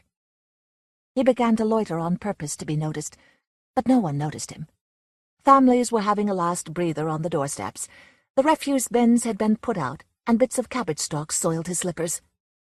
The air was full of voices, but he was cut off. These people were strangers, and would always now be strangers. They were marked by Mrs. Baines, and he shied away from them into a deep class consciousness. He had been afraid of policemen, but now he wanted one to take him home. Even Mrs. Baines could do nothing against a policeman. He sidled past a constable who was directing traffic, but he was too busy to pay him any attention. Philip sat down against a wall and cried. It hadn't occurred to him that was the easiest way, that all you had to do was to surrender, to show you were beaten and accept kindness. It was lavished on him at once by 2 women and a pawnbroker. Another policeman appeared, a young man with a sharp, incredulous face. He looked as if he noted everything he saw in pocketbooks and drew conclusions. A woman offered to see Philip home, but he didn't trust her. She wasn't a match for Mrs. Baines, immobile in the hall. He wouldn't give his address. He said he was afraid to go home. He had his way. He got his protection. "I'll take him to the station," the policeman said, and holding him awkwardly by the hand. He wasn't married. He had his career to make. He led him round the corner, up the stone stairs, into the little bare, overheated room where Justice waited. 5. Justice waited behind a wooden counter on a high stool. It wore a heavy mustache. It was kindly and had 6 children. 3 of them nippers like yourself. It wasn't really interested in Philip, but it pretended to be. It wrote the address down and sent a constable to fetch a glass of milk. But the young constable was interested. He had a nose for things. "Your home's on the telephone, I suppose," Justice said. "We'll ring them up and say you are safe. They'll fetch you very soon. What's your name, sonny?" "Philip." "Your other name?" "I haven't got another name." He didn't want to be fetched. He wanted to be taken home by someone who would impress even Mrs. Baines. The constable watched him. Watched the way he drank the milk. Watched him when he winced away from questions. "What made you run away? Playing truant, eh?" "I don't know." "You oughtn't to do it, young fellow. Think how anxious your father and mother will be." "They're away." "Well, your nurse?" "I haven't got one."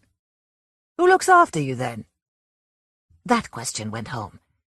Philip saw Mrs. Baines coming up the stairs at him, the heap of black cotton in the hall. He began to cry. Now, the sergeant said. He didn't know what to do. He wished his wife were with him. Even a policewoman might have been useful. "Don't you think it's funny," the constable said, "that there hasn't been an inquiry? They think he's tucked up in bed." "You are scared, aren't you?" the constable said. "What scared you?" "I don't know." "Somebody hurt you?" "No." "He's had bad dreams," the sergeant said. "Thought the house was on fire, I expect. I brought up 6 of them. Rose is due back. She'll take him home." "I want to go home with you," Philip said. He tried to smile at the constable, but the deceit was immature and unsuccessful. "I'd better go," the constable said. "There may be something wrong." "Nonsense," the sergeant said. "It's a woman's job. Tact is what you need. Here's Rose. Pull up your stockings, Rose. You're a disgrace to the force. I've got a job of work for you." Rose shambled in, black cotton stockings drooping over her boots, a gawky Girl Guide manner, a hoarse, hostile voice. "More tarts, I suppose?" "No, you've got to see this young man home." She looked at him owlishly. "I won't go with her," Philip said. He began to cry again. "I don't like her." "More of that womanly charm, Rose," the sergeant said. The telephone rang on his desk. He lifted the receiver. "What? What's that?" he said. "Number 48. You've got a doctor." He put his hand over the telephone mouth. "No wonder this nipper wasn't reported," he said. "They've been too busy. An accident. Woman slipped on the area stairs." "Serious?" the constable asked. The sergeant mouthed at him. "You didn't mention the word death before a child. Didn't he know he had 6 of them? You made noises in the throat. You grimaced. A complicated shorthand for a word of only 5 letters anyway." "You'd better go after all," he said, "and make a report. The doctor's there." Rose shambled from the stove. Pink aptly-dapply cheeks, loose stockings. She stuck her hands behind her. Her large, morgue-like mouth was full of blackened teeth. "You told me to take him, and now just because something interesting. I don't expect justice from a man." "Who's at the house?" the constable asked. "The butler." "You don't think," the constable said. He saw. "Trust me," the sergeant said. "I brought up 6. I know him through and through. You can't teach me anything about children." "He seems scared about something." "Dreams," the sergeant said. "What name?" "Baines." "This Mr. Baines," the constable said to Philip. "You like him, eh? He's good to you?" They were trying to get something out of him. He was suspicious of the whole roomful of them. He said yes, without conviction, because he was afraid at any moment of more responsibilities, more secrets. "And Mrs. Baines?" "Yes." They consulted together by the desk. Rose was hoarsely aggrieved. She was like a female impersonator. She bore her womanhood with an unnatural emphasis, even while she scorned it in her creased stockings and her weather-exposed face. The charcoal shifted in the stove. The room was overheated in the mild late summer evening. A notice on the wall described a body found in the Thames, or rather the body's clothes. Wool vest, wool pants, wool shirt with blue stripes, size 10 boots, blue serge suit worn at the elbows, 15.5 celluloid collar. They couldn't find anything to say about the body except its measurements. It was just an ordinary body. "Come along," the constable said. He was interested. He was glad to be going, but he couldn't help being embarrassed by his company, a small boy in pajamas. His nose smelled something. He didn't know what, but he smarted at the sight of the amusement they caused. The pubs had closed, and the streets were full again of men making as long a day of it as they could. He hurried through the less frequented streets, chose the darker pavements, wouldn't loiter, and Philip wanted more and more to loiter, pulling at his hand, dragging with his feet. He dreaded the sight of Mrs. Baines waiting in the hall. He knew now that she was dead. The sergeant's mouthings had conveyed that. But she wasn't buried. She wasn't out of sight. He was going to see a dead person in the hall when the door opened. The light was on in the basement, and to his relief the constable made for the area steps. Perhaps he wouldn't have to see Mrs. Baines at all. The constable knocked on the door, because it was too dark to see the bell, and Baines answered. He stood there in the doorway of the neat, bright basement room, and you could see the sad, complacent, plausible sentence he had prepared wither at the sight of Philip. He hadn't expected Philip to return like that in the policeman's company. He had to begin thinking all over again. He wasn't a deceptive man. If it hadn't been for Emmy, he would have been quite ready to let the truth lead him where it would. "Mr. Baines?" the constable asked. He nodded. He hadn't found the right words. He was daunted by the shrewd, knowing face, the sudden appearance of Philip there. "This little boy from here?" "Yes," Baines said. Philip could tell that there was a message he was trying to convey, but he shut his mind to it. He loved Baines, but Baines had involved him in secrets, in fears he didn't understand. The glowing morning thought, "This is life," had become under Baines's tuition the repugnant memory, "That was life." The musty hair across the mouth, the breathless, cruel, tortured inquiry, "Where are they?" The heap of black cotton tipped into the hall. That was what happened when you loved. You got involved. And Philip extricated himself from life, from love, from Baines with a merciless egotism. There had been things between them, but he laid them low, as a retreating army cuts the wires, destroys the bridges. In the abandoned country you may leave much that is dear. A morning in the park, an ice at a corner house, sausages for supper. But more is concerned in the retreat than temporary losses. There are old people who, as the tractors wheel away, implore to be taken, but you can't risk the rear guard for their sake. A whole prolonged retreat from life, from care, from human relationship is involved. "The doctor's here," Baines said. He nodded at the door, moistened his mouth, kept his eyes on Philip, begging for something like a dog you can't understand. "There's nothing to be done. She slipped on those stone basement stairs. I was in here. I heard her fall."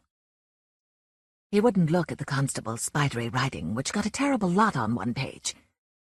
"Did the boy see anything?" "He can't have done. I thought he was in bed. Hadn't we better go up? It's a shocking thing." "Oh," Baines said, losing control. "It's a shocking thing for a child." "She's through here?" the constable asked. "I haven't moved her an inch," Baines said. "He'd better then—" "Go up the area and through the hall," Baines said, and again he begged dumbly like a dog. "One more secret. Keep this secret. Do this for old Baines. He won't ask another." "Come along," the constable said. "I'll see you up to bed. You're a gentleman. You must come in the proper way through the front door like the master should. Or will you go along with him, Mr. Baines, while I see the doctor?" "Yes," Baines said. "I'll go."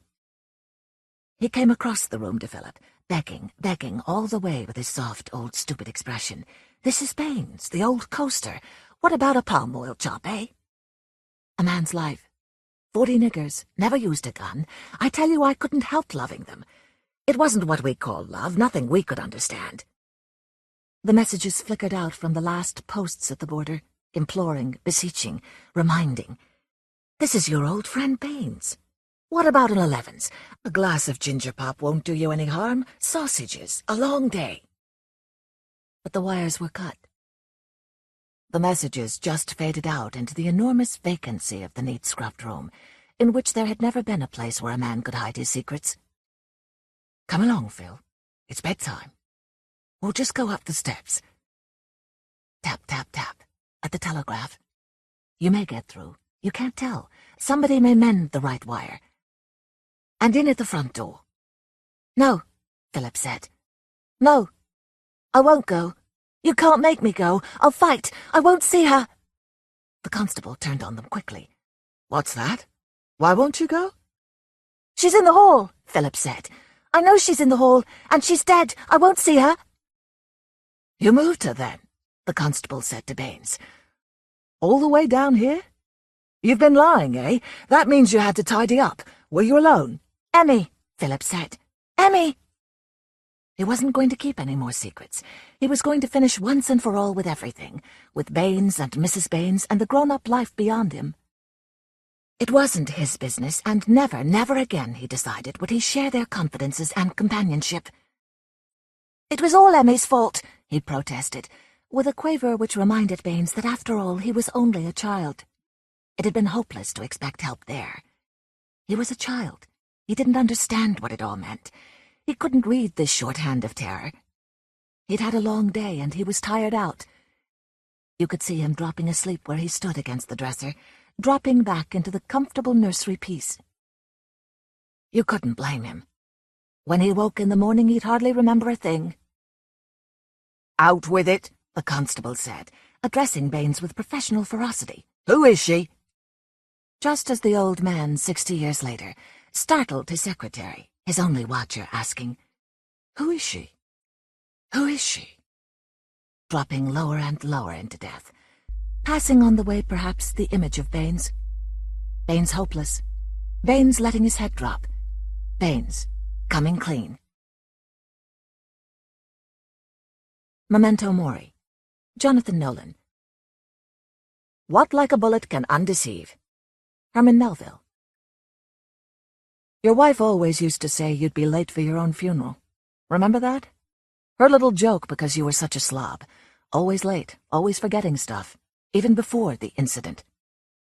Right about now, you're probably wondering if you were late for hers. You were there, you can be sure of that. That's what the picture's for. The one tacked to the wall by the door. It's not customary to take pictures at a funeral, but somebody, your doctors, I guess, knew you wouldn't remember. They had it blown up nice and big and stuck it right there next to the door, so you couldn't help but see it every time you got up to find out where she was. The guy in the picture, the one with the flowers? That's you.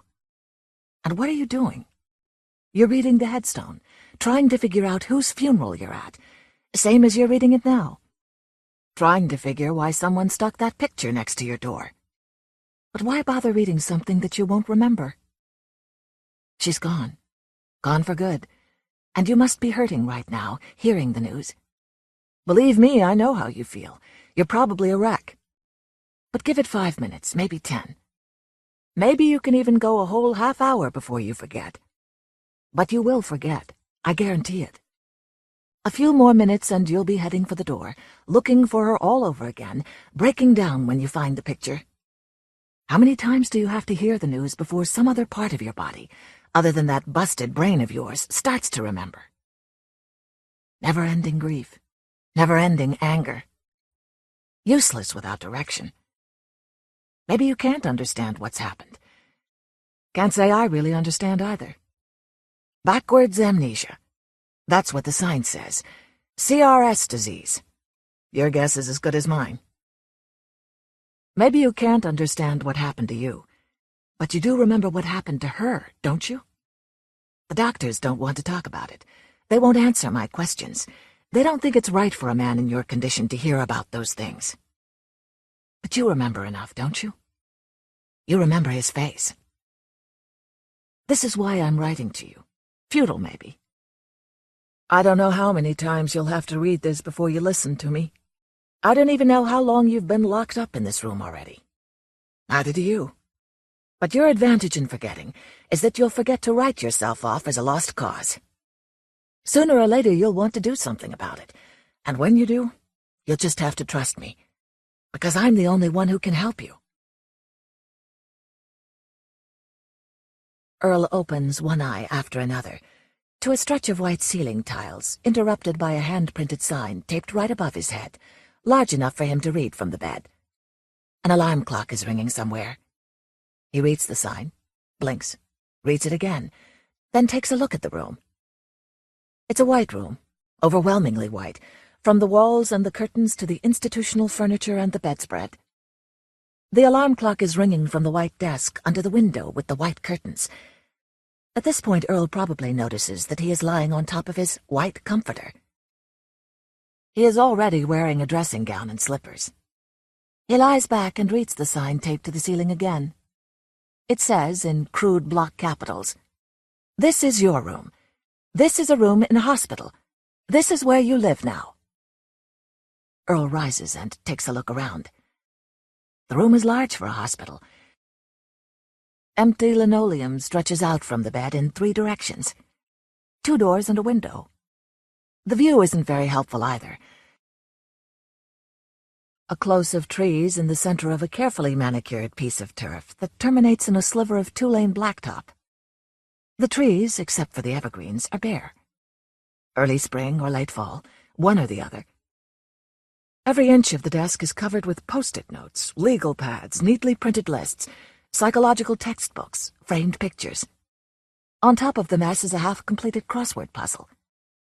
The alarm clock is riding a pile of folded newspapers. Earl slaps the snooze button and takes a cigarette from the pack taped to the sleeve of his dressing gown. He pats the empty pockets of his pajamas for a light. He rifles the papers on the desk, looks quickly through the drawers. Eventually, he finds a box of kitchen matches taped to the wall next to the window. Another sign is taped just above the box. It says in loud yellow letters, "Cigarette? Check for lit ones first, stupid." Earl laughs at the sign, lights his cigarette, and takes a long draw. Taped to the window in front of him is another piece of loose-leaf paper, headed, "Your schedule." It charts off the hours, every hour, in blocks. 10 p.m. to 8 a.m. is labeled, "Go back to sleep." Earl consults the alarm clock. 8:15. Given the light outside, it must be morning. He checks his watch. 10:30. He presses the watch to his ear and listens. He gives the watch a wind or two and sets it to match the alarm clock. According to the schedule, the entire block from 8 to 8:30 has been labeled, "Brush your teeth." Earl laughs again and walks over to the bathroom. The bathroom window is open. As he flaps his arms to keep warm, he notices the ashtray on the windowsill. A cigarette is perched on the ashtray, burning steadily through a long finger of ash. He frowns, extinguishes the old butt, and replaces it with the new one. The toothbrush has already been treated to a smudge of white paste. The tap is of the push-button variety, a dose of water with each nudge. Earl pushes the brush into his cheek and fiddles it back and forth while he opens the medicine cabinet. The shelves are stocked with single-serving packages of vitamins, aspirin, antidiuretics. The mouthwash is also single-serving, about a shot glass worth of blue liquid in a sealed plastic bottle. Only the toothpaste is regular-sized. Earl spits the paste out of his mouth and replaces it with the mouthwash.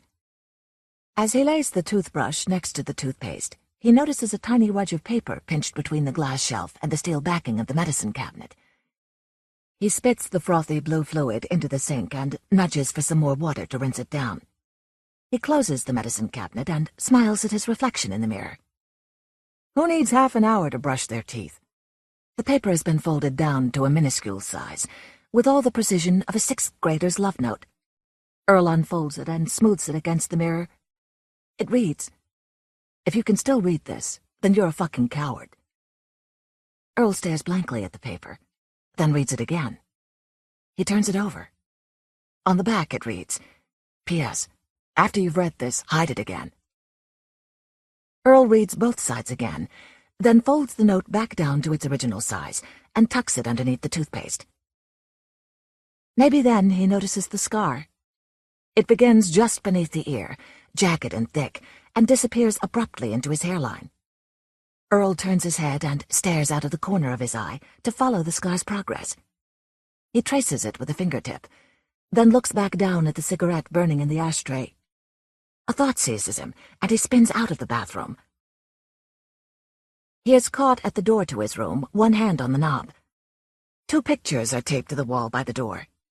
Earl's attention is caught first by the MRI, a shiny black frame for 4 windows into someone's skull. In marker, the picture is labeled, "Your Brain." Earl stares at it. Concentric circles in different colors. He can make out the big orbs of his eyes, and behind these, the twin lobes of his brain. Smooth wrinkles, circles, semicircles. But right there in the middle of his head, circled in marker, tunneled in from the back of his neck like a maggot into an apricot, is something different. Deformed, broken, but unmistakable. A dark smudge, the shape of a flower, right there in the middle of his brain. He bends to look at the other picture. It is a photograph of a man holding flowers, standing over a fresh grave. The man is bent over, reading the headstone. For a moment this looks like a hall of mirrors or the beginnings of a sketch of infinity. The one man bent over, looking at the smaller man, bent over, reading the headstone. Earl looks at the picture for a long time. Maybe he begins to cry. Maybe he just stares silently at the picture. Eventually he makes his way back to the bed, flops down, seals his eyes shut, tries to sleep. The cigarette burns steadily away in the bathroom. A circuit in the alarm clock counts down from 10, and it starts ringing again. Earl opens one eye after another to a stretch of white ceiling tiles, interrupted by a hand-printed sign taped right above his head, large enough for him to read from the bed. You can't have a normal life anymore. You must know that. How can you have a girlfriend if you can't remember her name? Can't have kids, not unless you want them to grow up with a dad who doesn't recognize them. Sure as hell can't hold down a job. Not too many professions out there that value forgetfulness. Prostitution, maybe. Politics, of course. No, your life is over. You're a dead man. The only thing the doctors are hoping to do is teach you to be less of a burden to the orderlies, and they'll probably never let you go home, wherever that would be. So the question is not to be or not to be, because you aren't. The question is whether you want to do something about it, whether revenge matters to you. It does to most people. For a few weeks they plot, they scheme, they take measures to get even. But the passage of time is all it takes to erode that initial impulse. Time is theft, isn't that what they say? And time eventually convinces most of us that forgiveness is a virtue. Conveniently, cowardice and forgiveness look identical at a certain distance. Time steals your nerve. If time and fear aren't enough to dissuade people from their revenge, then there's always authority, softly shaking its head and saying, "We understand, but you're the better man for letting it go, for rising above it, for not sinking to their level. And besides, says authority, if you try anything stupid, we'll lock you up in a little room." But they already put you in a little room, didn't they? Only they don't really lock it or even guard it too carefully because you're a cripple, a corpse. A vegetable who probably wouldn't remember to eat or take a shit if someone wasn't there to remind you. And as for the passage of time, well, that doesn't really apply to you anymore, does it? Just the same 10 minutes, over and over again. So how can you forgive if you can't remember to forget? You probably were the type to let it go, weren't you? Before. But you're not the man you used to be, not even half. You're a fraction. You're the 10-minute man. Of course weakness is strong. It's the primary impulse. You'd probably prefer to sit in your little room and cry. Live in your finite collection of memories, carefully polishing each one. Half a life set behind glass and pinned to cardboard, like a collection of exotic insects. You'd like to live behind that glass, wouldn't you? Preserved in aspic. You'd like to, but you can't, can you? You can't because of the last addition to your collection. The last thing you remember. His face. His face and your wife, looking to you for help. And maybe this is where you can retire to when it's over. Your little collection. They can lock you back up in another little room, and you can live the rest of your life in the past. but only if you've got a little piece of paper in your hand that says you got him. You know I'm right. You know there's a lot of work to do. It may seem impossible, but I'm sure if we all do our part, we'll figure something out. But you don't have much time. You've only got about 10 minutes, in fact. Then it starts all over again. So do something with the time you've got. Earl opens his eyes and blinks into the darkness. The alarm clock is ringing. It says 3:20, and the moonlight streaming through the window means it must be the early morning. Earl fumbles for the lamp, almost knocking it over in the process. Incandescent light fills the room, painting the metal furniture yellow, the walls yellow, the bedspread too. He lies back and looks up at the stretch of yellow ceiling tiles above him, interrupted by a handwritten sign taped to the ceiling. He reads the sign 2, maybe 3 times, then blinks at the room around him. It is a bare room. Institutional, maybe. There is a desk over by the window. The desk is bare except for the blaring alarm clock. Earl probably notices at this point that he is fully clothed. He even has his shoes on under the sheets. He extracts himself from the bed and crosses to the desk. Nothing in the room would suggest that anyone lived there, or ever had, except for the odd scrap of tape stuck here and there to the wall. No pictures, no books, nothing. Through the window he can see a full moon shining on carefully manicured grass. Earl slaps the snooze button on the alarm clock and stares a moment at the 2 keys taped to the back of his hand. He picks at the tape while he searches through the empty drawers. In the left pocket of his jacket, he finds a roll of $100 bills and a letter sealed in an envelope. He checks the rest of the main room and the bathroom. Bits of tape, cigarette butts, nothing else. Earl absent-mindedly plays with the lump of scar tissue on his neck and moves back toward the bed. He lies back down and stares up at the ceiling and the sign taped to it. The sign reads, "Get up, get out right now. These people are trying to kill you." Earl closes his eyes. They tried to teach you to make lists in grade school, remember? Back when your day planner was the back of your hand? And if your assignments came off in the shower, well, then they didn't get done. No direction, they said, no discipline. So they tried to get you to write it all down somewhere more permanent. Of course your grade school teachers would be laughing their pants wet if they could see you now. Because you've become the exact product of their organizational lessons. Because you can't even take a piss without consulting one of your lists. They were right. Lists are the only way out of this mess. Here's the truth.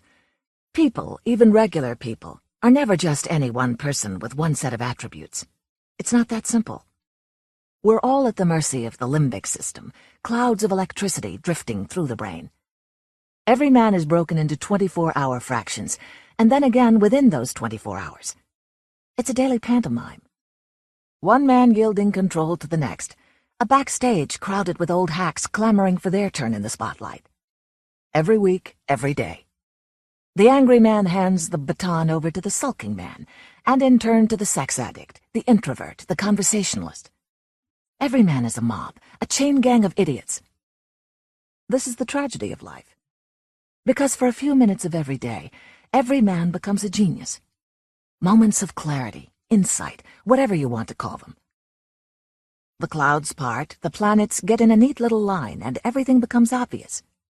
I should quit smoking, maybe, or here's how I could make a fast million, or such and such is the key to eternal happiness. That's the miserable truth. For a few moments, the secrets of the universe are open to us. Life is a cheap parlor trick. But then the genius, the savant, has to hand over the controls to the next guy down the pike, most likely the guy who just wants to eat potato chips, and insight and brilliance and salvation are all entrusted to a moron, or a hedonist, or a narcoleptic. The only way out of this mess, of course, is to take steps to ensure that you control the idiots that you become. To take your chain gang, hand in hand, and lead them. The best way to do this is with a list. It's like a letter you write to yourself. A master plan drafted by the guy who can see the light, made with steps simple enough for the rest of the idiots to understand. Follow steps 1 through 100. Repeat as necessary. Your problem is a little more acute, maybe, but fundamentally the same thing. It's like that computer thing, the Chinese room. You remember that. One guy sits in a little room laying down cards with letters written on them in a language he doesn't understand, laying them down one letter at a time in a sequence according to someone else's instructions. The cards are supposed to spell out a joke in Chinese. The guy doesn't speak Chinese, of course. He just follows his instructions. There are some obvious differences in your situation, of course. You broke out of the room they had you in, so the whole enterprise has to be portable. And the guy giving the instructions, that's you too, just an earlier version of you. And the joke you're telling, well, it's got a punchline. I just don't think anyone's going to find it very funny. So that's the idea. All you have to do is follow your instructions, like climbing a ladder or descending a staircase, one step at a time. Write down the list. Simple. And the secret, of course, to any list is to keep it in a place where you're bound to see it. He can hear the buzzing through his eyelids. Insistent. He reaches out for the alarm clock, but he can't move his arm. Earl opens his eyes to see a large man bent double over him. The man looks up at him, annoyed, then resumes his work. Earl looks around him. Too dark for a doctor's office. Then the pain floods his brain, blocking out the other questions. He squirms again, trying to yank his forearm away, the one that feels like it's burning. The arm doesn't move, but the man shoots him another scowl. Earl adjusts himself in the chair to see over the top of the man's head. The noise and the pain are both coming from a gun in the man's hand. A gun with a needle where the barrel should be. The needle is digging into the fleshy underside of Earl's forearm, leaving a trail of puffy letters behind it. Earl tries to rearrange himself to get a better view, to read the letters on his arm, but he can't. He lies back and stares at the ceiling. Eventually, the tattoo artist turns off the noise, wipes Earl's forearm with a piece of gauze, and wanders over to the back to dig up a pamphlet describing how to deal with a possible infection. Maybe later he'll tell his wife about this guy and his little note. Maybe his wife will convince him to call the police. Earl looks down at the arm. The letters are rising up from the skin, weeping a little. They run from just behind the strap of Earl's watch all the way to the inside of his elbow. Earl blinks at the message and reads it again. It says, in careful little capitals, I raped and killed your wife. It's your birthday today, so I got you a little present. I would have just bought you a beer, but who knows where that would have ended. So instead, I got you a bell. I think I may have had to pawn your watch to buy it, but what the hell do you need a watch for anyway? You're probably asking yourself, why a bell? In fact, I'm guessing you're going to be asking yourself that question every time you find it in your pocket. Too many of these letters now. Too many for you to dig back into every time you want to know the answer to some little question. It's a joke, actually. A practical joke. But think of it this way. I'm not really laughing at you so much as with you. I'd like to think that every time you take it out of your pocket and wonder, why do I have this bell? A little part of you, a little piece of your broken brain, will remember and laugh like I'm laughing now. Besides, you do know the answer. It was something you learned before. So if you think about it, you'll know. Back in the old days, people were obsessed with the fear of being buried alive. You remember now. Medical science not being quite what it is today, it wasn't uncommon for people to suddenly wake up in a casket. So rich folks had their coffins outfitted with breathing tubes. Little tubes running up to the mud above so that if someone woke up when they weren't supposed to, they wouldn't run out of oxygen. Now they must have tested this out and realized that you could shout yourself hoarse through the tube, but it was too narrow to carry much noise. Not enough to attract attention, at least. So a string was run up the tube to a little bell attached to the headstone. If a dead person came back to life, all he had to do was ring his little bell till someone came and dug him up again. I'm laughing now, picturing you on a bus or maybe in a fast food restaurant, reaching into your pocket and finding your little bell and wondering to yourself where it came from, why you have it. Maybe you'll even ring it. Happy birthday, buddy. I don't know who figured out the solution to our mutual problem, so I don't know whether to congratulate you or me. A bit of a lifestyle change, admittedly, but an elegant solution nonetheless. Look to yourself for the answer. That sounds like something out of a Hallmark card. I don't know when you thought it up, but my hat's off to you. Not that you know what the hell I'm talking about. But honestly, a real brainstorm. After all, everybody else needs mirrors to remind themselves who they are. You're no different. The little mechanical voice pauses, then repeats itself. It says, "The time is 8 a.m. This is a courtesy call." Earl opens his eyes and replaces the receiver. The phone is perched on a cheap veneer headboard that stretches behind the bed, curves to meet the corner, and ends at the minibar. The TV is still on, blobs of flesh color nattering away at each other. Earl lies back down and is surprised to see himself, older now, tanned, the hair pulling away from his head like solar flares. The mirror on the ceiling is cracked, the silver fading in creases. Earl continues to stare at himself, astonished by what he sees.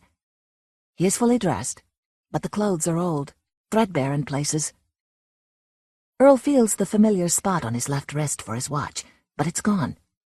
He looks down from the mirror to his arm. It is bare, and the skin has changed to an even tan, as if he never owned a watch in the first place. The skin is even in color, except for the solid black arrow on the inside of Earl's wrist, pointing up his shirt sleeve. He stares at the arrow for a moment. Perhaps he doesn't try to rub it off anymore. He rolls up his sleeve. The arrow points to a sentence tattooed along Earl's inner arm. Earl reads the sentence once, maybe twice. Another arrow picks up at the beginning of the sentence, points farther up Earl's arm, disappearing under the rolled-up shirt sleeve. He unbuttons his shirt. Looking down on his chest, he can make out the shapes but cannot bring them into focus, so he looks up at the mirror above him.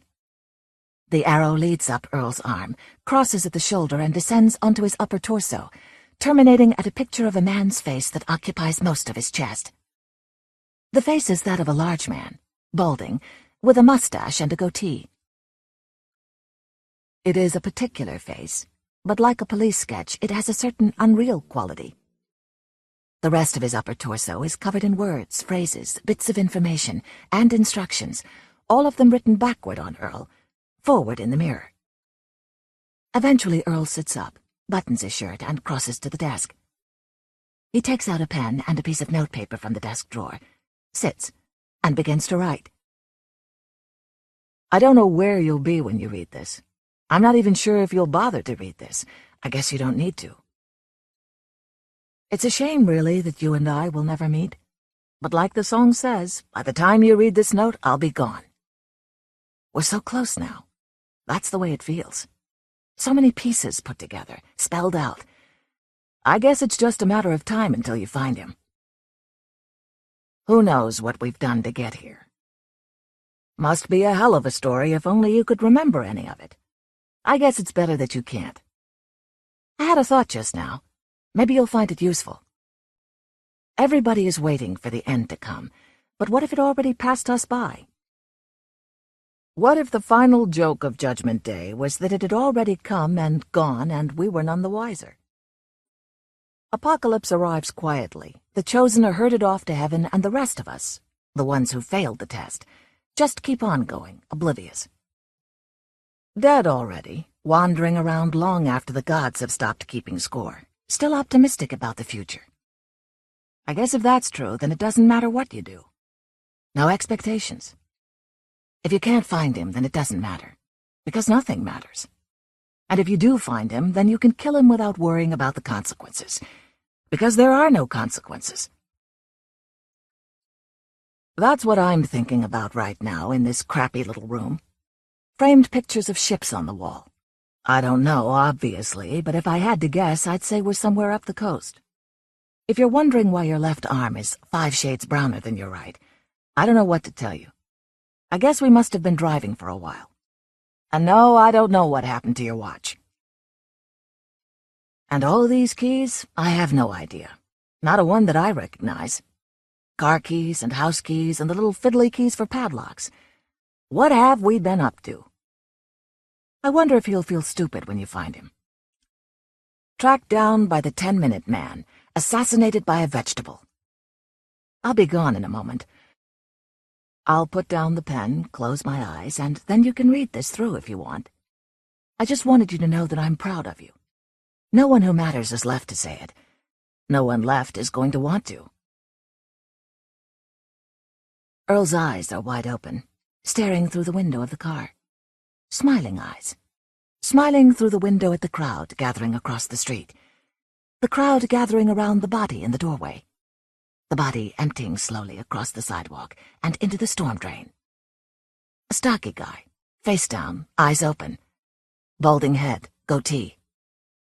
In death, as in police sketches, faces tend to look the same. This is definitely somebody in particular. But really it could be anybody. Earl is still smiling at the body as the car pulls away from the curb. The car? Who's to say? Maybe it's a police cruiser. Maybe it's just a taxi.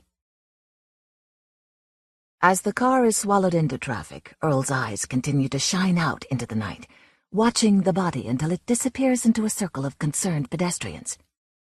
He chuckles to himself as the car continues to make distance between him and the growing crowd. Earl's smile fades a little. Something has occurred to him. He begins to pat down his pockets, leisurely at first, like a man looking for his keys, then a little more desperately. Maybe his progress is impeded by a set of handcuffs. He begins to empty the contents of his pockets out onto the seat next to him. Some money, a bunch of keys, scraps of paper. A round metal lump rolls out of his pocket and slides across the vinyl seat. Earl is frantic now. He hammers at the plastic divider between him and the driver, begging the man for a pen. Perhaps the cabbie doesn't speak much English. Perhaps the cop isn't in the habit of talking to suspects. Either way, the divider between the man in front and the man behind remains closed. A pen is not forthcoming. The car hits a pothole, and Earl blinks at his reflection in the rearview mirror. He is calm now. The driver makes another corner, and the metal lump slides back over to rest against Earl's leg with a little jingle. He picks it up and looks at it, curious now. It is a little bell. A little metal bell. Inscribed on it are his name and a set of dates. He recognizes the first one, the year in which he was born. But the second date means nothing to him. Nothing at all. As he turns the bell over in his hands, he notices the empty space on his wrist where his watch used to sit. There is a little arrow there, pointing up his arm. Earl looks at the arrow, then begins to roll up his sleeve. You'd be late for your own funeral, she'd say, remember? The more I think about it, the more trite that seems. What kind of idiot, after all, is in any kind of rush to get to the end of his own story? And how would I know if I were late anyway? I don't have a watch anymore. I don't know what we did with it. What the hell do you need a watch for anyway? It was an antique, dead weight tugging at your wrist, symbol of the old you. The you that believed in time. No, scratch that. It's not so much that you've lost your faith in time as that time has lost its faith in you. And who needs it anyway? Who wants to be one of those saps living in the safety of the future, in the safety of the moment after the moment in which they felt something powerful? Living in the next moment in which they feel nothing, crawling down the hands of the clock, away from the people who did unspeakable things to them, believing the lie that time will heal all wounds, which is just a nice way of saying that time deadens us. But you're different. You're more perfect. Time is 3 things for most people. But for you, for us, just one. A singularity. One moment. This moment. Like you're the center of the clock, the axis on which the hands turn. Time moves about you, but never moves you. It has lost its ability to affect you. What is it they say? That time is theft. But not for you. Close your eyes and you can start all over again. Conjure up that necessary emotion fresh as roses. Time is an absurdity, an abstraction. The only thing that matters is this moment. This moment 1,000,000 times over. You have to trust me. If this moment is repeated enough, if you keep trying, and you have to keep trying, eventually you will come across the next item on your list. Part 9. Family Film. Nostalgia for an Unlived Past. Red Ryder Nails the Hammond Kid, by Jean Shepherd. A Christmas Story, directed by Bob Clark, 1983. My Friend Flicka, by Mary O'Hara. My Friend Flicka, directed by Harold D. Schuster, 1943. Shoeless Joe Jackson Comes to Iowa by W.P. Kinsella. Field of Dreams, directed by Phil Alden Robinson, 1989. Family films are big business. So is nostalgia. But combining the two to make films that potentially appeal to both children and adults is the biggest business of all. One recent study of films made between 1988 and 1997 indicates that G-rated films are, on average, 8 to 9 times more profitable than R-rated films. And nostalgia really sells. Witness the return of Burma Shave, the redesigned Coke bottles, and the retro architecture of baseball parks like Cleveland's Jacobs Field and Oriole Park at Camden Yards. The following 3 stories, and their film adaptations, all wildly successful in their time, combine family and nostalgia in different ways, from Gene Shepard's Steel Town nostalgia to Mary O'Hara's wartime nostalgia to W.P. Kinsella's baseball nostalgia.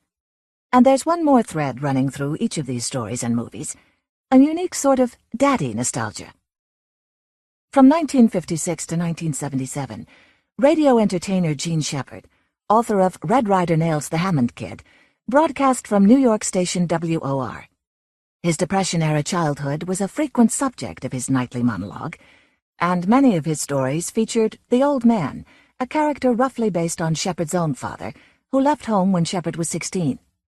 When Shepard wasn't talking about the festering years of his childhood in his fictional hometown of Holman, Indiana, he really grew up in Hammond, Indiana. He was remarking on the absurdities of modern life, like the names of magazines. What we need is insight, and we get look. Or the names of cars. Name them the truth. Can't you imagine the Cadillac Narcissus? Or the Dodge Oedipus? How about the Plymouth son-of-a-bitch? And when he wasn't doing that, he was berating his listeners, calling them fatheads out there in the darkness, losers in the Sargasso Sea of existence. Or encouraging them to put their radios in their open windows with the volume all the way up while he screamed epithets over the airwaves. No homespun, fire-in-the-heart storyteller was he. Media guru Marshall McLuhan claimed that Shepard reinvented both radio and literature through a new kind of novel that he writes nightly. I think, Shepard once said, that there is a whole area of the wild swinging anthill that we're all a part of that goes almost completely unreported and unnoticed by the vast body of the press and literature. It's a kind of recording of the daily frustration and the momentary exultation of the fact of living itself. Shepard's audience, he called them his night people, and was credited by the American Dictionary of Slang and Usage for this neologism, did more than listen. They followed. And together they and Shepard perpetrated the I-Libertine hoax, Shepard's first foray into the publishing world. It began when Shepard asked a bookstore clerk for a volume containing reprinted scripts of an old radio serial, Vic and Sade. When the clerk told him it was unavailable, and in fact didn't exist because it wasn't on any publisher's list, Shepard mobilized his night people. What better way to restore the status quo, he asked them, than to shake the day people's faith in their organization? And what better place to start than with bookshop clerks whose lists make them the most organized of all? He solicited suggestions for a fictitious book and author with which to confound the system. Thousands responded. He picked I-Libertine by Frederick Ewing. The fabricated Ewing had an impressive resume. He was an Oxford graduate and retired Royal Navy commander, as well as a scholar well remembered for his BBC talks on erotica of the 18th century. Shepard's listeners bombarded libraries and bookstores with requests for Ewing's classic work. Within weeks, publisher Ian Ballantyne was trying desperately to obtain the paperback rights to the mysteriously unavailable novel. Eventually, he learned of the hoax, but made an unusual suggestion, that they really publish such a book. Shepard and science fiction writer Ted Sturgeon quickly knocked out a bawdy tale based on the life and times of Elizabeth Chutley, Duchess of Kingston. Footnote: Sturgeon was no hack. An extremely influential SF author, his short story Microcosmic God is considered one of the 5 best SF stories of all time. He also wrote several episodes of Star Trek and developed the concept of the Prime Directive, that no Starfleet personnel may interfere with the healthy development of alien life or culture. End of footnote. A description of the Duchess's unacknowledged heir stated, His teeth were excellent, especially the upper right incisor. Across a cover illustration by Mad Magazine artist Kelly Freeze sprawled the words, "Turbulent, turgid, tempestuous." It became a bestseller. All proceeds, incidentally, went to charity. Few touched on the real point of the story, Shepard said later. Most papers got it wrong and said things like, "Disc jockey sells non-existent book to listeners." It was the listeners who sold a non-existent book to the world. Only the Wall Street Journal and the overseas press got it right. Footnote: the Wall Street Journal may have gotten the facts right, but they did spell Shepard's name wrong. End of footnote. 11 years later, Shepard published, for real this time, In God We Trust, All Others Pay Cash, the book of stories containing Red Ryder Nails the Hammond Kid. Oral storytelling, like Shepard's, is to the modern short story as wisteria is to an orchid. No delicately balanced perfection here. Shepard's stories wind, they meander. In written form, they break most of the principles of short story writing, most notably concision. Red Ryder follows the method Shepard developed while on the radio, a circling around and into a subject, sometimes beginning with an observation about American life, sometimes tuning up with an extemporaneous web of words. But here it is on a quiet February night, one broadcast began. Time to listen, and time to sit. Time to wait for the next channel cat to make the bend. Time to wait for the next starfish to reproduce its kind. Almost impossible to kill a starfish, you know. Almost impossible even to understand a starfish. I once knew a starfish in Hamilton, Ontario. While jazz played in the background, Shepard told tales with detours, chuckles, repetitions, pauses, riffs, and stories embedded within stories. Pieces like Red Ryder, developed and honed nightly, found their way into his stand-up routine and later into his books. In all, Shepard penned 5 volumes, thereby preserving many of his best stories, but it was his narration. The voice, the chuckle, the bemused pauses, that charmed and mobilized 2 generations of nocturnal listeners. Which is why tapes of Shepard's broadcasts are still sold over the internet by a fervently devoted cult following, and why Bob Clark, director of A Christmas Story, insisted on using Shepard's voiceover. Clark became one of Shepard's fans in the late 60s, while driving to his girlfriend's house one night. He tuned in to Shepard's show, was immediately hooked, and ended up driving around his girlfriend's block until Shepard finished his 45-minute yarn. It took Clark 14 years to convince a studio to finance a film based on Shepard's stories. Meanwhile, Clark directed low-budget horror films like Death Dream, 1974, and Black Christmas, 1974, and wrote for the Dukes of Hazzard television show. It was the financial success of the raunchy sex comedy Porky's, 1982, which he wrote and directed, that paved the way for A Christmas Story. Clark co-wrote A Christmas Story with Shepard and his wife, Lee Brown, a task that couldn't have been easy as Shepard was well into his curmudgeonly years. Footnote: Shepard became bitter and reclusive after he was dropped from WOR. He was belligerent in public appearances and ultimately even disowned his children. When he died in 1999, his will stated that he had no issue. End of footnote. Reportedly, Shepard disliked the softness Clark brought to the project. His own vision was more like Dickens's Christmas Carol as retold by Scrooge. It was, however, a serendipitous pairing. Shepard brought sophistication to Clark's work, and Clark brought accessibility to Shepard's. Whatever the behind-the-scenes tussles may have been, they were worthwhile. A Christmas Story now ranks with It's a Wonderful Life in the pantheon of holiday classics. Mary O'Hara's was a different kind of nostalgia. Her story, My Friend Flicka, published a few months before Pearl Harbor, tapped into a wartime longing for a simpler, disappearing life. O'Hara came late to the writing of prose. She began her first career in Hollywood as a reader who summarized and recommended stories for possible adaptation, then quickly graduated to screenwriting. Footnote: Hollywood was an easier place for women to work during the teens, 1920s, and early 1930s. According to Carrie Beecham, biographer of early screenwriter Frances Marion, almost 1/4 of the screenwriters in Hollywood during the 1920s were women, and half of all the films copyrighted between 1911 and 1925 were written by women. End of footnote. In the 1920s, she worked as a writer on dozens of silent films, including The Prisoner of Zenda, 1922, and Braveheart, 1925, produced by Cecil DeMille. When DeMille asked her how she learned her trade so quickly, she attributed it to an ability to synopsize that she'd learned as a preacher's daughter.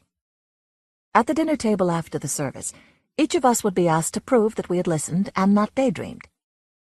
DeMille liked her answer, and had his publicity manager release this sentence to the newspapers. Mary O'Hara learned to write for the screen by listening to her father's sermons.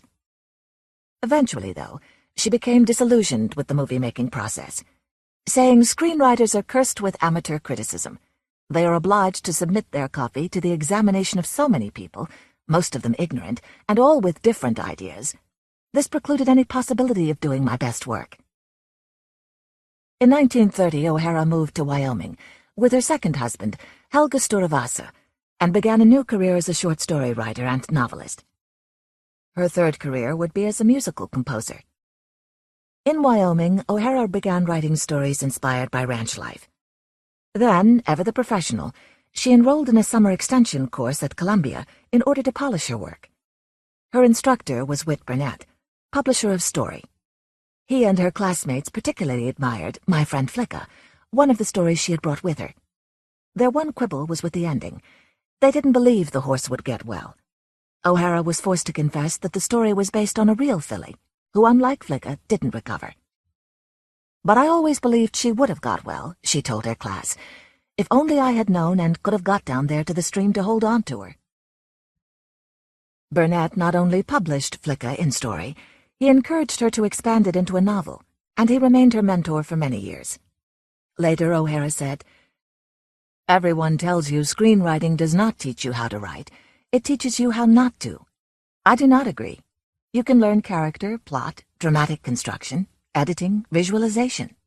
O'Hara always had very strong ideas about what a story should and shouldn't be.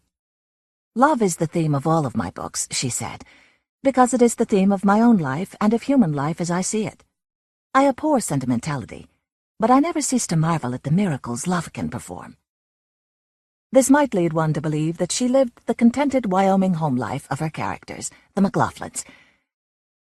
In fact, her second husband turned out to be a scoundrel and a bigamist, who even hinted at one point that he had written Flicka, and O'Hara had stolen it from him. Footnote: O'Hara's biographer, Sharon Whitehill, says Sturvasa falsified virtually everything about himself: his name, his ancestry, his date and place of birth, his upbringing, his schooling, his military service and rank, not to mention the existence of a first wife and son and 4 grandchildren. End of footnote. My Friend Flicka was an immediate success. The story was included in both Best Of collections, Best American Short Stories and O. Henry Prize Stories, and the novel that quickly followed was named one of the 10 best of 1941 by the New York Times. Although O'Hara didn't write Flicka for only young adult readers, over the years it has been pigeonholed as a children's book. Ironically, though, it is still occasionally banned from schools, along with Catcher in the Rye, presumably because the word abortion is used.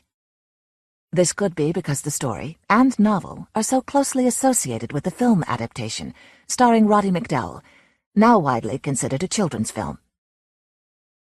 In 1943, when My Friend Flicka was released, audiences were attending movies, pretty much any movie, in record numbers, something they would continue to do throughout the war years.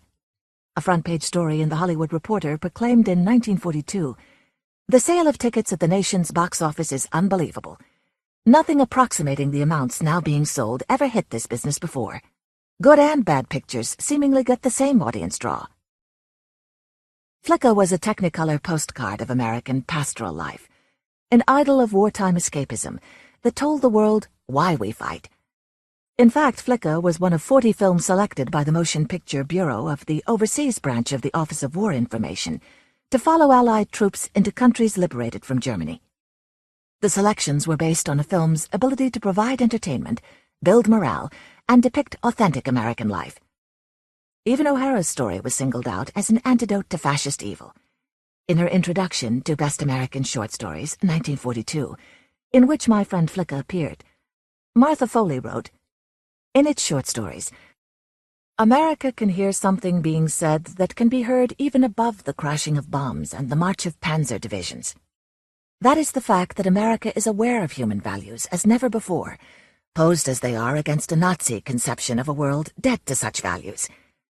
The majority of the stories in this volume are not war stories, but in all of them, I believe, is implicit a new recognition of certain fundamental principles, without which no nation can survive as a civilized state. Flicka was assembled by studio veterans who clearly understood their wartime mission. Director Harold D. Schuster had moved up the Fox ladder from small-part actor to assistant cameraman to film editor to director, accomplishing the first 3 rungs in 1 year. Screenwriters Lily Hayward and Frances E. Farrago had both been around too. Hayward had over 40 screen credits before Flicka, and Farrago had scripted both Little Caesar, 1931, and Frankenstein, 1931. The changes they made to O'Hara's book were small and telling, exemplified by Flicka's lesson, a sentimental ending O'Hara would probably have had trouble writing herself. She's, Flicka's, taught us a few things. Ken's father, who might be headed for the war, tells him. Important things. You. Responsibility. Me. That there is such a thing as hope beyond hope. Sometimes, when things are at their lowest ebb, all we need to do is have a little more love, a little more patience, and a little more faith. Footnote. Although Flicka was written before the Hollywood Writers' Mobilization Congress of 1943, of which Farrago was chair, the minutes of the Congress indicate the state of mind among screenwriters during that period.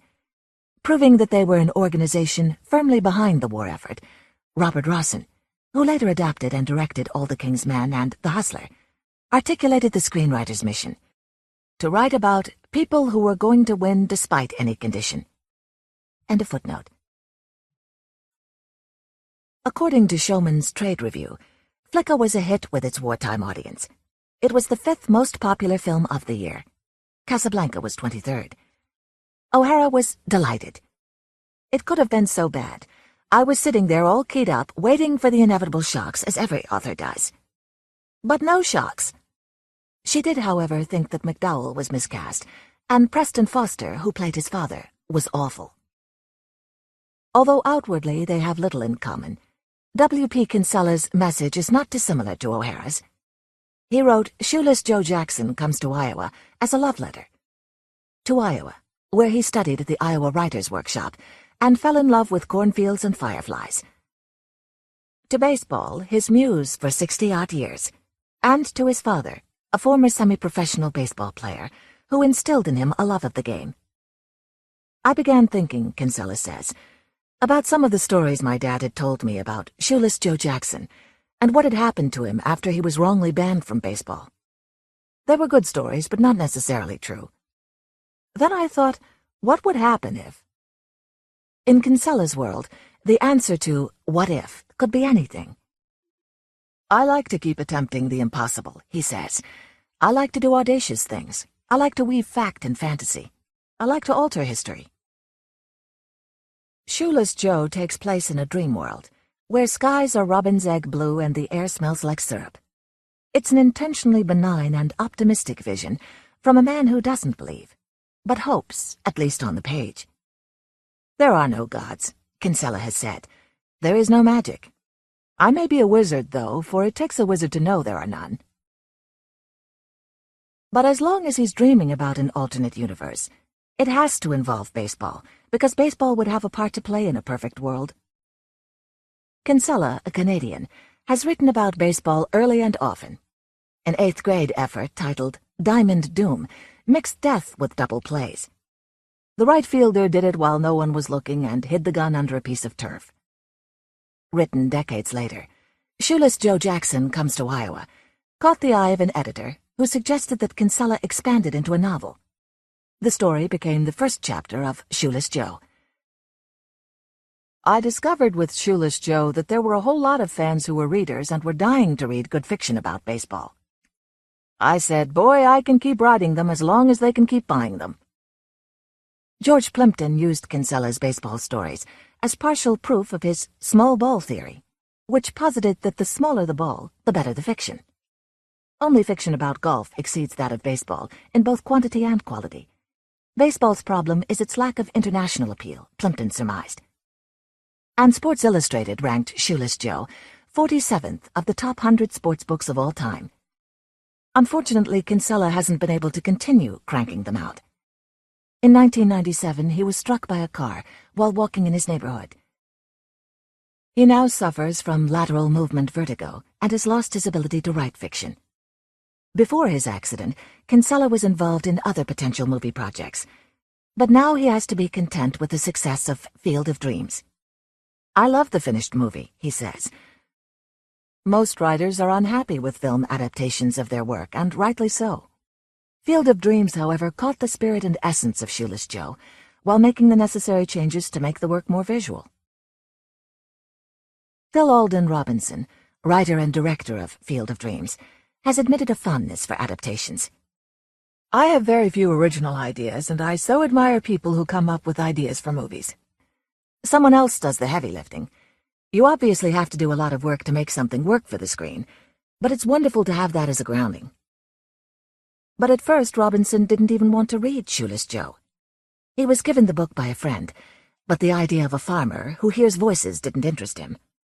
"I took it home, grumbling, and I started it and literally couldn't put it down until I finished it." In the case of Field, the heavy lifting may not have been the story. Robinson stuck fairly close to the book, but the process of realizing it in other forms. It took 5 years to get the film off the ground, and then filming was murderous. The corn wouldn't grow, temperatures were in the hundreds, the shooting schedule was tight.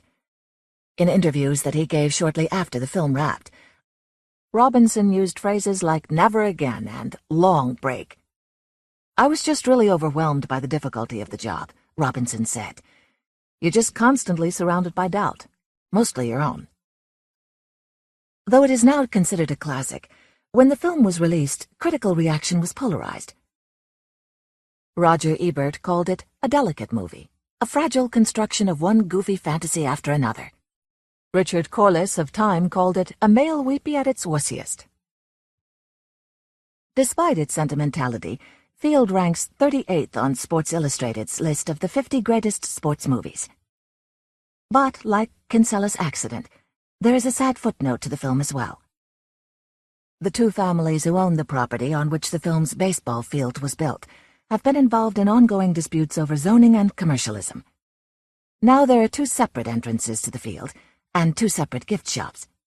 The admission, to put the battle in perspective, is free on both sides. "It's too bad they can't get along," Kinsella says. "If I owned the property, I'd be charging $20. After all, this is America." We may be jaded, but we're not stupid. We know nostalgia is inherently disingenuous. We know that Ray Kinsella's baseball field is a fantasy. We know that in the real world, Flicka would probably die, and Ralphie's parents divorce. But so what? "We tell ourselves stories in order to live," Joan Didion wrote. We interpret what we see, select the most workable of multiple choices. It's what we want for ourselves, but even more it's what we want for our children. A world in which fathers are gruff but still loving, absent but all-knowing, where our relationships with them can be repaired, even from beyond the grave. And what's wrong with a little hope, a few dreams? Even Shepard, that pessimistic purveyor of recooked history, had a phrase for it. He called it nostalgia for an unlived past. Red Ryder nails the Hammond kid. Jean Shepherd. Disarm the toy industry. Printed in angry, block red letters, the slogan gleamed out from the large white button like a neon sign. I carefully reread it to make sure that I had not made a mistake. Disarm the toy industry. That's what it said. There was no question about it. The button was worn by a tiny, indignant-type little old lady, wearing what looked like an upturned flower pot on her head, and I suspect, viewing it from this later date, a pair of Ked's tennis shoes on her feet, which were primly hidden by the automat table at which we both sat. I, toying moodily with my chicken pot pie, which of course is a specialty of the house, surreptitiously examined my fellow citizen and patron of the automat.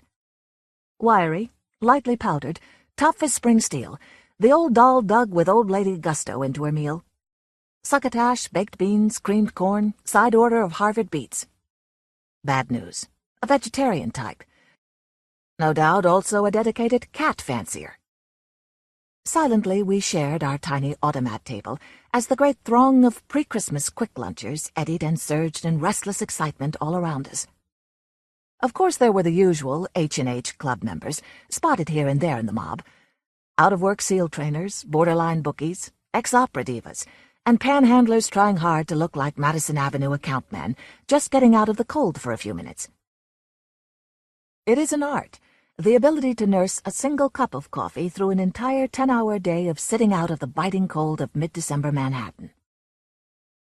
And so we sat, wordlessly as is the New York custom, for long moments until I could not contain myself any longer. Disarm the toy industry? I tried for openers. She sat unmoved, her bright pink and ivory dental plates working over a mouthful of Harvard beets, attacking them with a venom usually associated with the larger carnivores. The red juice ran down over her powdered chin and stained her white lace bodice. I tried again. "Pardon me, madam, you're dripping." "Eh?"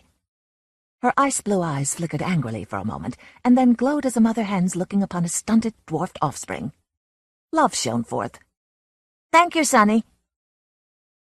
She dabbed at her chin with a paper napkin, and I knew that contact had been made. Her uppers clattered momentarily, and in an unmistakably friendly manner. "Disarm the toy industry?" I asked. "It's an outrage," she barked, causing two elderly gentlemen at the next table to spill soup on their vests. Loud voices are not often heard in the cloistered confines of the H&H. "It's an outrage the way the toy makers are forcing the implements of blasphemous war on the innocent children, the pure in spirit, the tiny babes who are helpless and know no better."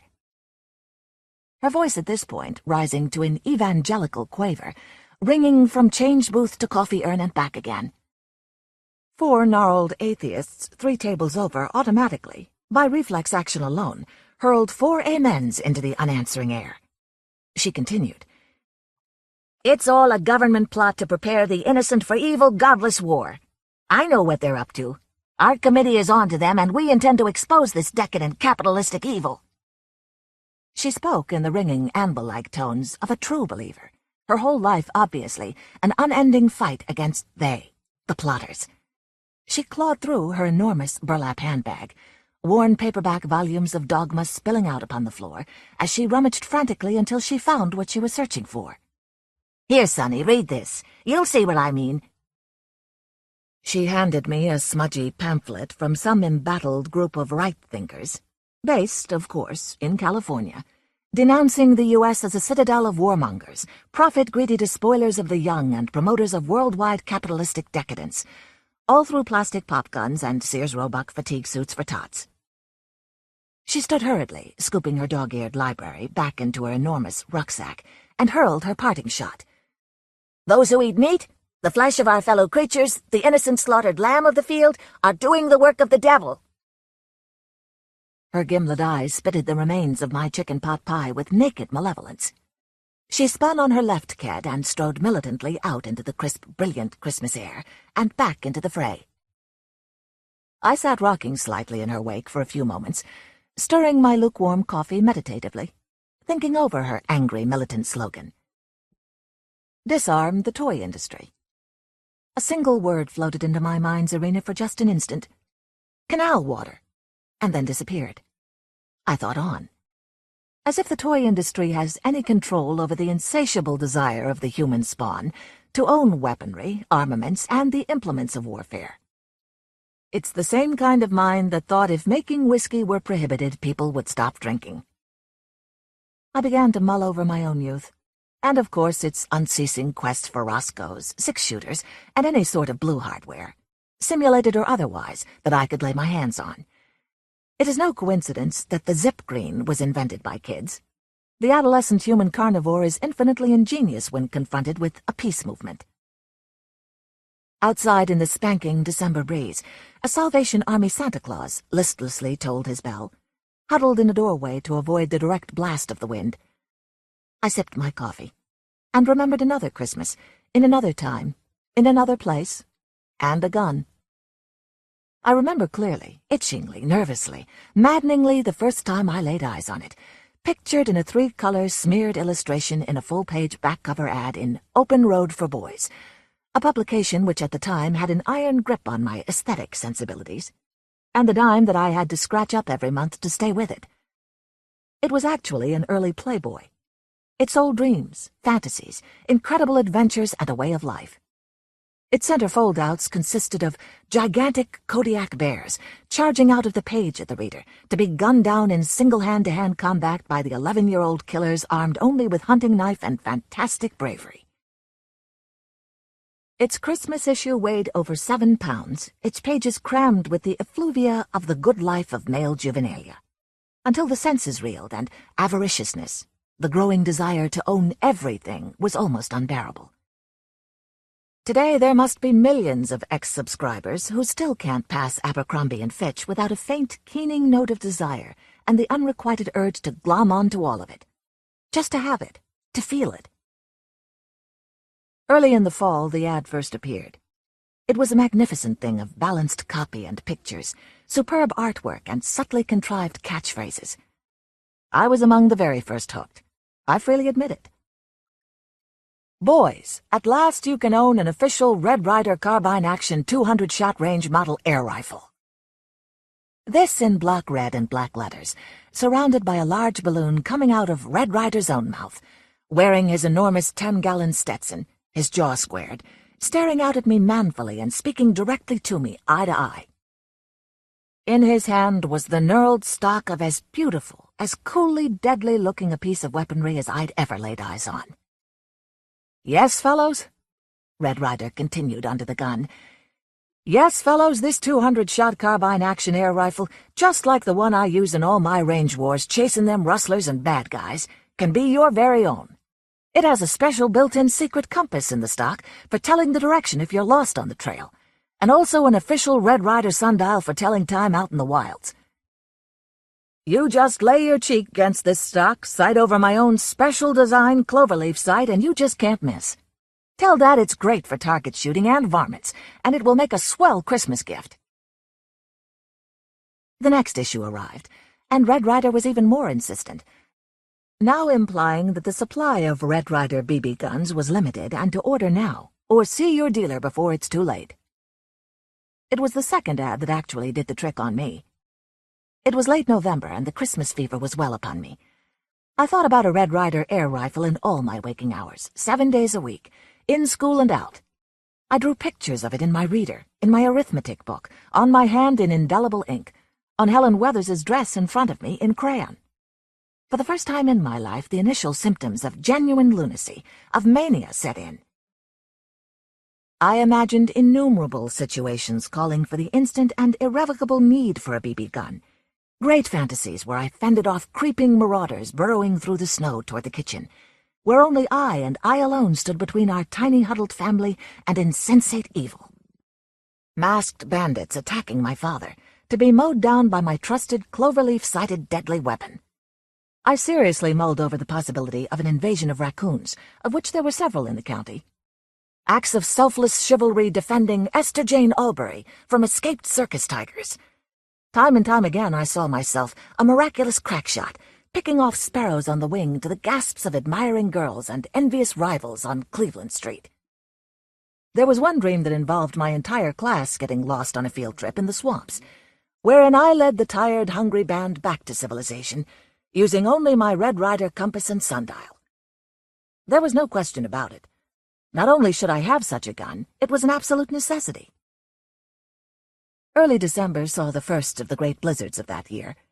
The wind howling down out of the Canadian wilds a few hundred miles to the north had screamed over frozen Lake Michigan and hit Homan, laying on the town great drifts of snow and long story-high icicles and sub-zero temperatures where the air cracked and sang. Streetcar wires creaked under caked ice, and kids plodded to school through 45-mile-an-hour gales. Tilting forward like tiny furred radiator ornaments, moving stiffly over the barren, clattering ground. Preparing to go to school was about like getting ready for extended deep-sea diving.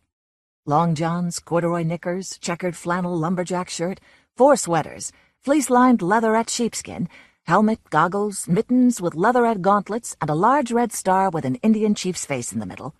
3 pair of socks, high tops, overshoes, and a 16-foot scarf wound spirally from left to right, until only the faint glint of 2 eyes peering out of a mound of moving clothing told you that a kid was in the neighborhood.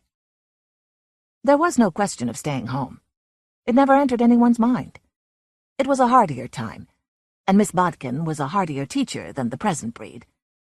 Cold was something that was accepted, like air, clouds, and parrots, a fact of nature, and as such could not be used in any fraudulent scheme to stay out of school.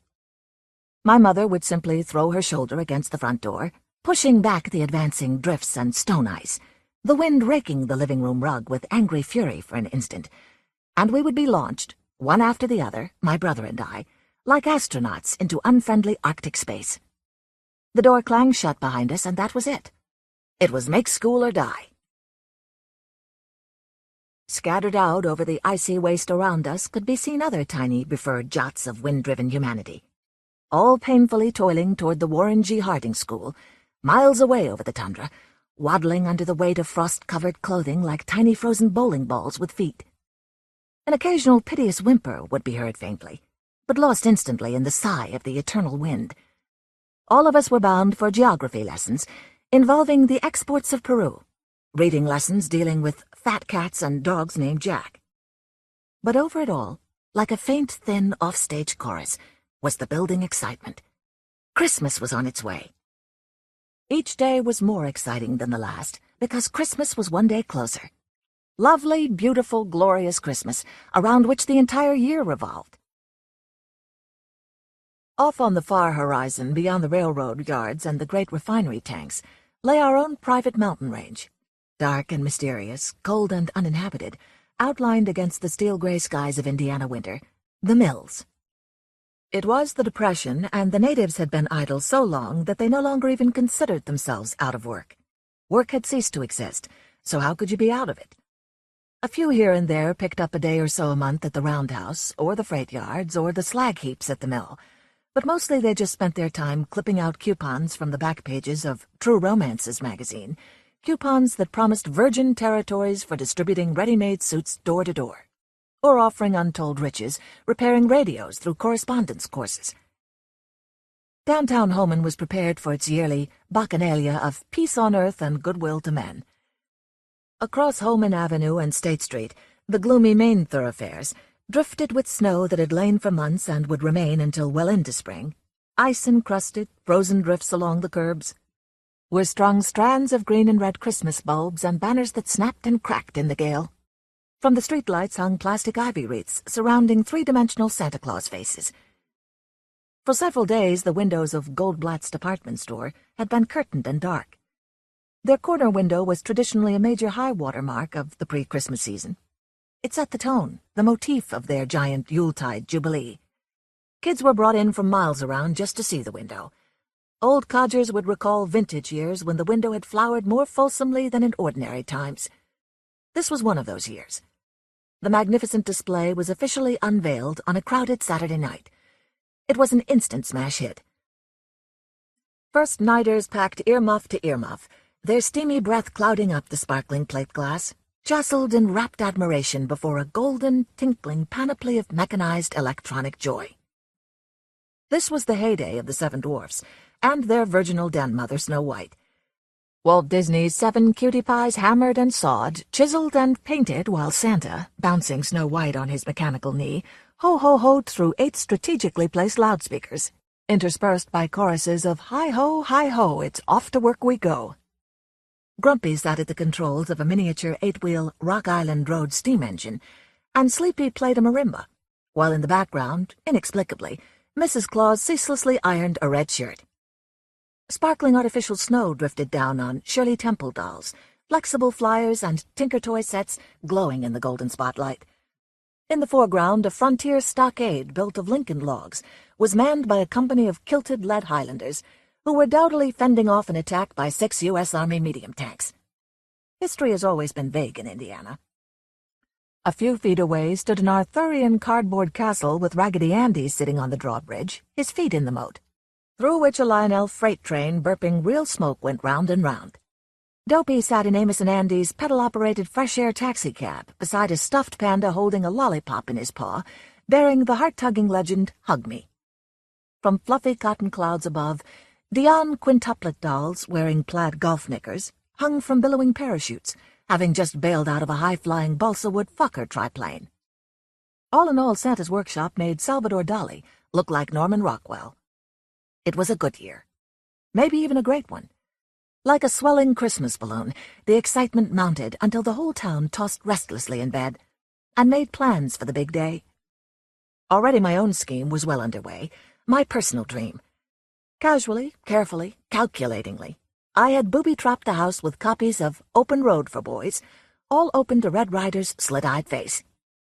My father, a great John reader, found himself for the first time in his life in alien literary waters. My mother, grabbing for her copy of Screen Romances, found herself cleverly euchred into reading a Red Ryder sales pitch. I had stuck a copy of ORFB inside the cover showing Clark Gable clasping Loretta Young to his heaving breast. At breakfast I hinted that there was a rumor of loose bears in the neighborhood, and that I was ready to deal with them if I had the proper equipment. At first my mother and the old man did not rise to the bait, and I began to push, grow anxious, and of course inevitably overplayed my hand. Christmas was only weeks away, and I could not waste time with subtlety or droll innuendo. My brother, occasionally emerging from under the daybed during this critical period, was already well involved in some private little brother persiflage of his own involving an erector set with motor, capable of constructing drawbridges, Eiffel Towers, Ferris wheels, and operating guillotines. I knew that if he got wind of my scheme, all was lost. He would then begin wheedling and whining for what I wanted, which would result in nobody scoring, since he was obviously too young for deadly weapons. So I cleverly pretended that I wanted nothing more than a simple, utilitarian, unpretentious Sandy Andy, a highly symbolic educational toy popular at the time, consisting of a kind of funnel under which was mounted a tiny conveyor belt of scoop-like gondolas. It came equipped with a bag of white sand that was poured into the funnel. The sand trickling out of the bottom into the gondolas set the belt in motion. As each gondola was filled, it moved down the track to be replaced by another, which, when filled, moved down another notch. And endlessly they went, dumping sand out at the bottom of the track, and starting up the back loop to be refilled again. On and on until all the sand was deposited in the red cup at the bottom of the track. The kid then emptied the cup into the funnel, and it started all over again, ceaselessly, senselessly, round and round. How like life itself. It was the perfect toy for the Depression. Other kids in the neighborhood were embarked on grandiose, pie-in-the-sky dreams of Lionel electric trains, gigantic Gilbert chemistry sets, and other totally unimaginable impossibilities. Through my brain nightly danced visions of six-guns snapped from the hip and shattering bottles, and a gnawing, nameless frenzy of impending ecstasy. Then came my first disastrous mistake. In a moment of unguarded rashness, I brought the whole plot out into the open. I was caught by surprise while pulling on my high tops in the kitchen, huddled next to the stove, the only source of heat in the house at that hour of the morning. My mother, leaning over a pot of simmering oatmeal, suddenly asked out of the blue, "What would you like for Christmas?" Horrified, I heard myself blurt, "A Red Ryder BB gun!" Without pausing or even missing a stroke with her tablespoon, she shot back, "Oh no, you'll shoot out one of your eyes." It was the classic Mother BB gun block. I was sunk. That deadly phrase, used many times before by hundreds of mothers, was not surmountable by any means known to kiddom. I had really booted it, but such was my mania, my desire for a Red Ryder carbine, that I immediately began to rebuild the dike. I was just kidding, even though Flick is getting one. A lie. I guess I sure would like a Sandy Andy, I guess. I watched the back of her Chinese red chenille bathrobe anxiously, looking for any sign that my shaft had struck home. "They're dangerous. I don't want anybody shooting their eyes out." The boom had been lowered, and I was under it. With leaden heart and frozen feet, I waddled to school, bereft but undaunted. At recess time, little knots of kids huddled together for warmth amid the gray, craggy snowbanks and the howling gale. The telephone wires overhead whistled like banshees, while the trapeze rings on the swings clanked hollowly as Schwartz and Flick and Bruner and I discussed the most important thing next to what I'm going to get for Christmas, which was what I'm getting my mother and father for Christmas." We talked in hushed, hoarse whispers to guard against security leaks. The selection of a present was always done with greater secrecy than that which usually surrounds a State Department white paper on underground subversive operations in a foreign country. Schwartz, his eyes darting over his shoulder as he spoke, leaned into the wind and hissed, "I'm getting my father." He paused dramatically, hunching forward to exclude unfriendly ears, his voice dropping even lower. We listened intently for his punchline. "A new flit gun!" The sheer creative brilliance of it staggered us for a moment. Schwartz smiled smugly, his earmuffs bobbing jauntily as he leaned back into the wind, knowing he had scored. Flick, looking suspiciously at a passing female first-grader who could be a spy for his mother, waited until the coast was clear and then launched his entry into the icy air. "For my father, I'm getting—" Again we waited, Schwartz with a superior smirk playing faintly on his chapped lips. "A rose that squirts." We had all seen these magnificent appliances at George's candy store, and instantly we saw that this was a gift anyone would want. They were bright red celluloid with a white rubber bulb for pocket use. At this point, luckily, the bell rang, calling us back to our labors before I had to divulge my own gifts, which I knew did not come up to these magnificent strokes of genius. I had not made an irrevocable choice for my mother, but I had narrowed the field down to 2 spectacular items I had been stealthily eyeing at Woolworth's for several weeks. The first was a tasteful string of beads about the size of small walnuts, brilliant ruby in color with tiny yellow flowers embedded in the glass. The other, and more expensive gift, $1.98, was a pearl-colored perfume atomizer, urn-shaped with golden lion's feet and matching gold top and squeeze bulb. It was not an easy choice. It was the age-old conflict between the classic and the sybaritic, and that is never easily resolved. For my father, I had already made the down payment on a family-size can of Simonize. One of my father's favorite proverbs, one he never tired of quoting, was, "Motorists wise, Simonize." He was as dedicated a hood shiner as ever bought a fourth-hand gram page, with soaring hopes and bad valves. I could hardly wait to see him unwrap the Simonize on Christmas Eve, with the light of the red, yellow, green, and blue bulbs on the tree, making that magnificent can glow like the deep flush of myrrh and frankincense. It was all I could do, a constant tortured battle, to keep myself from spilling the beans and thus destroying the magnificent moment of stunned surprise. The disbelieving delight which I knew would fell him like a thunderclap when he saw that I had gone all out. In fact, several times over the supper table I had meaningfully asked, "I'll bet you can't guess what I got you for Christmas, Dad." Once, instead of saying, he answered by saying, "Let's see. Is it a new furnace?" My kid brother fell over sideways in nutty little kid laughter and knocked over his milk, because my father was one of the most feared furnace fighters in northern Indiana. "That clanky old son of a bitch," he called it, and many's the night with the snow drifting in through the Venetian blinds and the windows rattling like frozen tom-toms, he would roar down the basement steps, knocking over ball jars and kicking roller skates out of the way, bellowing, "That son of a bitch has gone out again! That goddamn clanky son of a bitch!" The hot air registers breathed into the clammy air, the whistling breath of the Antarctic. A moment of silence. The stillness of the tundra gripped the living room. The hoarfrost sparkled like jewels in the moonlight on my mother's Brillo pad in the kitchen sink. Clank, kaboom, clank, kaboom, clank. "Son of a bitch!" Clank, kaboom, kaboom, clank, clank.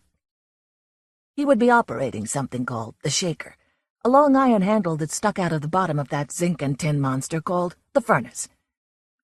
"For Christ's sake, open up the goddamn damper, will you? How the hell did it get turned all the way down again? God damn it!" My mother would leap out of bed and rush into the kitchen in the dark to pull a chain behind the broom closet, marked draft. "For Christ's sake, stupid, I said the goddamn damper!" My kid brother and I would huddle under our baseball quilt, in our Dr. Denton sleepers, waiting for the uproar to strike us. That's why my brother knocked over the milk when my old man said the thing about a new furnace. Indiana wit is always pungent and to the point. My father was also an expert clinker fisher. The furnace was always producing something called clinkers, which got stuck in the grates, causing faint puffs of blue smoke to come out from under the daybed. "Son of a bitch, clinker!" The old man would jump up at the first whiff and rush down into the basement for a happy night at the old iron fishing hole with his trusty poker. People in northern Indiana fought winter tooth and claw, bodily, and there was never a let-up. I had not yet decided on what to get my kid brother for Christmas. It was going to be either a rubber dagger or a Dick Tracy Jr. crime fighter disguise kit, containing 3 false noses and a book of instructions on how to trap crooks. Picking something for your kid brother is never easy, particularly if what you get him is something you yourself have always wanted. This can lead to nothing but bad blood, smoldering rivalries, and scuffling in the bathroom. I myself was lukewarm on rubber daggers at this point in the game, so I was inclined to figure that a good big one with a painted silver blade might do the trick. I was a little doubtful about the Dick Tracy kit, since I sensed vaguely that there might be trouble over one of the noses. A large orange job with plastic horn-rimmed glasses attached. A dark horse possibility was a tin Zeppelin with red propellers and blue fins. I figured this was something you could really get your teeth into, and it was what I eventually decided on, not realizing that one of the hardest things to wrap in green tissue paper with Santa Claus stickers and red string is a silver Zeppelin. Zeppelins are not easy to disguise. It was now the 2nd week of December, and all the stores in town stayed open nights, which meant that things were really getting serious. Every evening immediately after supper, we would pile into the car and drive downtown for that great annual folk rite, that most ecstatic, golden, tinseled, quivering time of all kidhood, Christmas shopping. Milling crowds of blue-jowled, agate-eyed foundry workers, gray-faced refinery men, and motley hordes of open-hearth, slag-heap, Bessemer converter, tin mill, coke plant, and welding shop fugitives trudged through the wildly pulsing department stores, through floor after floor of shiny, beautiful, unattainable treasures, trailed by millions of leatherette-jacketed, high-topped, mufflered kids, each with a gnawing hunger to get it all. Worried-looking, flush-faced mothers wearing frayed cloth coats with ratty fox-fur collars, their hands chapped and raw from years of dishwasher therapy. Rode herd on the surging mob, ranging far and wide into the aisles and under the counters, cuffing, slapping, dragging, whiners of all sizes from department to department. At the far end of Toyland in Goldblatt's, on a snowy throne framed with red and white candy canes, under a suspended squadron of plastic angels, blowing silver trumpets in a glowing golden grotto, sat the man, the connection, Santa Claus himself. In northern Indiana, Santa Claus is a big man, both spiritually and physically, and the Santa Claus at Goldblatt's was officially recognized among the kids as being unquestionably the Santa Claus, in person. 8 feet tall, shiny high black patent leather boots, a nimbus cloud of snowy white beard, and a real thrumming, belt-creaking stomach. No pillows or stuffing. I mean a real stomach. A long line of nervous, fidgeting, greedy urchins wound in and out of the aisles, shoving, sniffling, and above all waiting to tell him what they wanted. In those days it was not easy to disbelieve fully in Santa Claus, because there wasn't much else to believe in, and there were many theological arguments over the nature of, the existence of, the affirmation and denial of his existence. However, 10 days before 0 hour, the air pulsing to the strains of We Three Kings of Orient Are, the store windows garlanded with green and red wreaths, and the toy department bristling with shiny, flexible flyers, there were few who dared to disbelieve. As each day crept on to the next like some arthritic glacier, the atheists among us grew moodier and less sure of ourselves, until finally in each scoffing heart was the floating, drifting, nagging suspicion, well, you never can tell. It did not pay to take chances, and so we waited in line for our turn. Behind me, a skinny 7-year-old girl wearing a brown stocking cap and gold-rimmed glasses hit her little brother steadily to keep him in line. She had green teeth. He was wearing an aviator's helmet with the goggles pulled down over his eyes. His galoshes were open and his maroon corduroy knickers were damp. Behind them, a fat boy in a huge sheepskin coat stood numbly, his eyes watering in vague fear, his nose red and running. Ahead of my brother and me, a long, uneven procession of stocking caps, mufflers, mittens, and earmuffs inched painfully forward, while in the hazy distance, in his magic glowing cave, Mr. Claus sat each in turn on his broad red knee and listened to exultant dream after exultant dream was whispered, squeaked, shouted, or sobbed into his shell-like, whisker-encased ear. Closer and closer we crept. My mother and father had stashed us in line and disappeared. We were alone. Nothing stood between us and our confessor, our benefactor, our patron saint, our dispenser of BB guns, but 297 other besiegers at the throne. I have always felt that later generations of tots, products of less romantic upbringing, cynical non-believers in Santa Claus from birth, can never know the nature of the true dream. I was well into my 20s before I finally gave up on the Easter Bunny, and I am not convinced that I am the richer for it. Even now there are times when I'm not so sure about the stork. Over the serpentine line roared a great sea of sound. Tinkling bells, recorded carols, the hum and clatter of electric trains, whistles tooting, mechanical cows mooing, cash registers dinging, and from far off in the faint distance, the ho-ho-hoing of jolly old St. Nick. One moment my brother and I were safely back in the tricycle and Irish mail department, and the next instant we stood at the foot of Mount Olympus itself. Santa's enormous gleaming white snowdrift of a throne soared 10 or 15 feet above our heads on a mountain of red and green tinsel carpeted with flashing Christmas tree bulbs and gleaming ornaments. Each kid in turn was prodded up a tiny staircase at the side of the mountain on Santa's left, as he passed his customer on to his right and down a red chute, back into oblivion for another year. Pretty ladies dressed in snow-white costumes, gauzy gowns glittering with sequins, and tiaras clipped to their golden artificial hair, presided at the head of the line, directing traffic and keeping order. As we drew nearer, Santa seemed to loom larger and larger. The tension mounted. My brother was now whimpering steadily. I herded him ahead of me, while behind, the girl in the glasses did the same with her kid brother. Suddenly there was no one left ahead of us in line. Snow White grabbed my brother's shoulder with an iron grip, and he was on his way up the slope. "Quit dragging your feet. Get moving," she barked at the toiling little figure climbing the stairs. The music from above was deafening. Jingle bells, jingle all the way, sung by 10,000 echo-chambered, reverberating chipmunks. High above me in the sparkling gloom I could see my brother's yellow and brown stocking cap as he squatted briefly on Santa's gigantic knee. I heard a booming ho-ho-ho, then a high, thin, familiar, trailing wail, one that I had heard billions of times before, as my brother broke into his primal cry. A claw dug into my elbow, and I was launched upward toward the mountain top. I had long before decided to level with Santa, to really lay it on the line. No sandy-andy, no kid stuff. If I was going to ride the range with Red Ryder, Santa Claus was going to have to get the straight poop. "And what's your name, little boy?"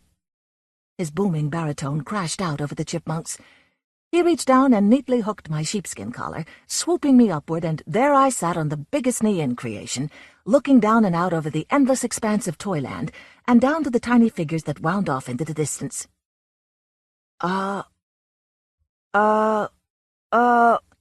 That's a fine name, little boy. Ho-ho-ho!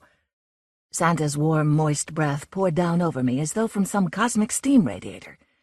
Santa smoked Camels, like my Uncle Charles. My mind had gone blank. Frantically, I tried to remember what it was I wanted. I was blowing it. There was no one else in the world except me and Santa now. And the chipmunks. Wouldn't you like a nice football?" My mind groped. Football. Without conscious will, my voice squeaked out, "Yeah." My God, a football! My mind slammed into gear. Already Santa was sliding me off his knee toward the red chute, and I could see behind me another white-faced kid bobbing upward. "I want a Red Ryder BB gun with a special Red Ryder sight and a compass in the stock with a sundial," I shouted.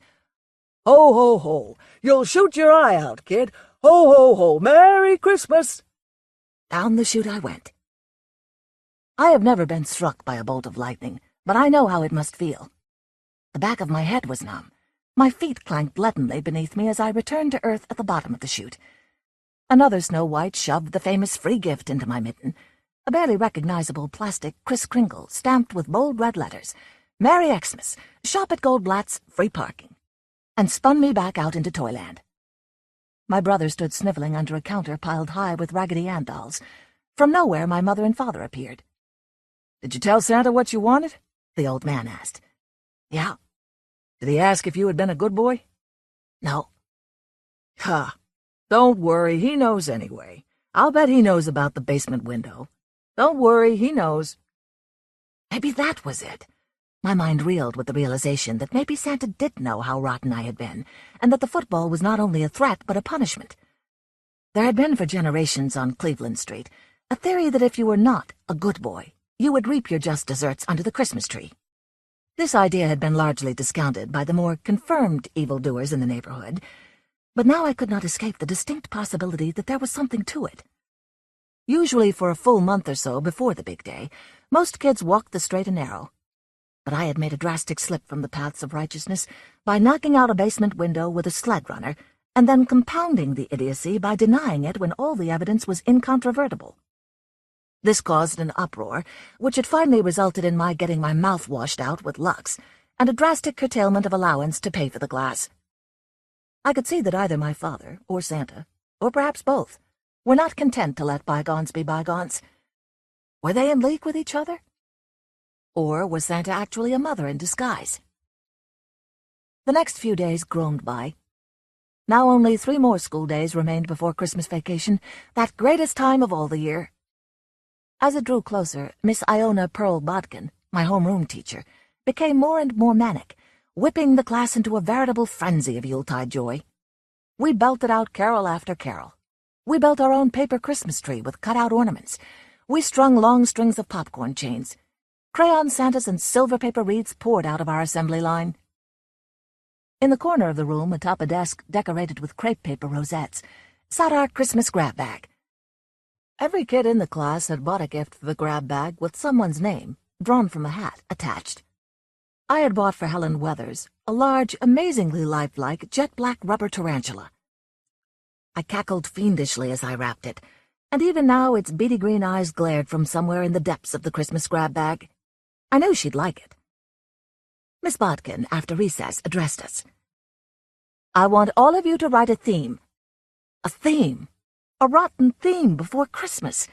There must be kids somewhere who love writing themes, but to a normal, air-breathing human kid, writing themes is like torture that ranks only with the dreaded medieval chin-breaker of inquisitional fame. A theme! Entitled, "What I Want for Christmas," she concluded. The clouds lifted. I saw a faint gleam of light at the other end of the black cave of gloom which had enveloped me since my visit to Santa. Rarely had the words poured from my penny pencil with such feverish fluidity. Here was a theme on a subject that needed talking about if ever one did. I remember to this day its glorious winged phrases and concise imagery. What I want for Christmas is a Red Ryder BB gun with a compass in the stock and this thing that tells time.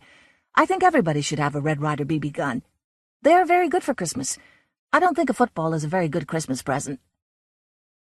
I wrote it on blue-lined paper from my Indian chief tablet, being very careful about the margins.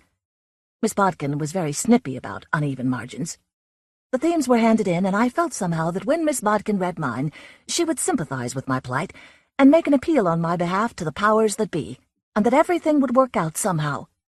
She was my last hope. The final day before vacation dawned dank and misty, with swirling eddies of icy wind that rattled the porch swing. Warren G. Harding's school glowed like a jeweled oasis amid the sooty snowbanks of the playground. Lights blazed from all the windows, and in every room the Christmas party spirit had kids writhing in their seats. The morning winged by, and after lunch Miss Bodkin announced that the rest of the afternoon would be party time. She handed out our graded themes, folded, with our names scrawled on the outside. A big red B in Miss Bodkin's direct hand glowed on my literary effort. I opened it, expecting Miss Bodkin's usual penciled corrections, which ran along the lines of, "Watch margins," or "Check spelling." But this time a personal note leaped up, flew around the room, and fastened itself leech-like on the back of my neck.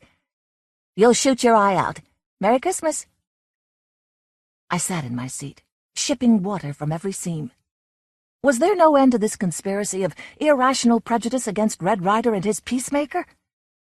Nervously I pulled out of my desk the dog-eared back page of Open Road for Boys, which I had carried with me everywhere, waking and sleeping for the past few weeks. Red Ryder's handsome orange face with the big balloon coming out of his mouth did not look discouraged or defeated. Red must have been a kid once himself, and they must have told him the same thing when he asked for his first Colt 44 for Christmas. I stuffed my tattered dreams back into my geography book and gloomily watched the other, happier, carefree, singing kids who were going to get what they wanted for Christmas, as Miss Bodkin distributed little green baskets filled with hard candy. Somewhere off down the hall, the 6th grade glee club was singing, "O Little Town of Bethlehem, How Still We See Thee Lie." Mechanically, my jaws crunched on the concrete hard rock candy, and I stared hopelessly out of the window, past cut-out Santas and garlands of red and green chains. It was already getting dark. Night falls fast in northern Indiana at that time of year. Snow was beginning to fall, drifting softly through the feeble yellow glow of the distant street lamps, while around me unbridled merriment raged higher and higher. By supper-time that night I had begun to resign myself to my fate. After all, I told myself, you can always use another football. And anyway, there will be other Christmases. The day before, I had gone with my father and mother to the frozen parking lot next to the Esso station, where after long and soul-searching discussion we had picked out our tree. There's a bare spot on the back. It'll fluff out, lady, when it gets hot. Is this the kind the needles fall out? Nah, that's them balsams. Oh.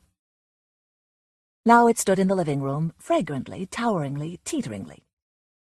Already my mother had begun the trimming operations. The lights were lit, and the living room was transformed into a small, warm paradise. From the kitchen, intoxicating smells were beginning to fill the house. Every year my mother baked 2 pumpkin pies, spicy and immobilizingly rich.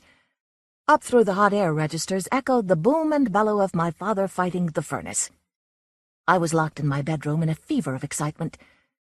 Before me on the bed were sheets of green and yellow paper, balls of colored string, and cellophane envelopes of stickers showing sleighing scenes, wreaths, and angels blowing trumpets. The Zeppelin was already lumpily done. It had taken me 45 minutes, and now I struggled with the big one, the magnificent gleaming gold and pearl perfume atomizer, knowing full well that I was wrapping what would undoubtedly become a treasured family heirloom. I checked the lock on the door, and for double safety hollered, "Don't anyone open this door!" I turned back to my labors until finally there they were. My masterworks of creative giving piled in a neat pyramid on the quilt. My brother was locked in the bathroom, wrapping the fly swatter he had bought for the old man. Our family always had its Christmas on Christmas Eve. Other less fortunate people, I had heard, opened their presents in the chill, clammy light of dawn. Far more civilized, our Santa Claus recognized that barbaric practice for what it was. Around midnight, great heaps of tissuey, crinkly, sparkly, enigmatic packages appeared among the lower branches of the tree, and half hidden among the folds of the white bedsheet that looked in the soft light like some magic snowbank. Earlier, just after the tree had been finished, my father had taken me and my brother out in the Grand Page to pick up a bottle of wine. When we returned, Santa had been there and gone. On the end table and the bookcase were bowls of English walnuts, cashews and almonds, and petrified hard candy. My brother circled around the tree, moaning softly, while I, cooler and more controlled, quickly eyed the mountain of revealingly wrapped largesse, and knew the worst. Out of the kitchen came my mother, flushed and sparkly-eyed, bearing 2 wine glasses filled with special Walgreen drugstore vintage that my old man especially favored. Christmas had officially begun. As they sipped their wine, we plunged into the cornucopia, quivering with desire and the ecstasy of unbridled avarice. In the background on the radio, Lionel Barrymore's wheezy, friendly old voice spoke kindly of Bob Cratchit and Tiny Tim and the ghost of old Marley. The first package I grabbed was tagged, "To Randy from Santa." I feverishly passed it over to my brother, who always was a slow reader, and returned to work. Aha! "To Ralphie from Aunt Clara," on a largish, lumpy, red-wrapped gift that I suspected to be the crummy football. Frantically, I tore off the wrappings. Oh, no. Oh, no. A pair of fuzzy, pink, idiotic, cross-eyed, lop-eared bunny slippers. Aunt Clara had for years labored under the delusion that I was not only perpetually 4 years old, but also a girl. My mother instantly added oil to the flames by saying, "Oh, aren't they sweet? Aunt Clara always gives you the nicest presents. Put 'em on, see if they fit." They did. Immediately my feet began to sweat as those 2 fluffy little bunnies with blue button eyes stared sappily up at me, and I knew that for at least 2 years I would have to wear them every time Aunt Clara visited us.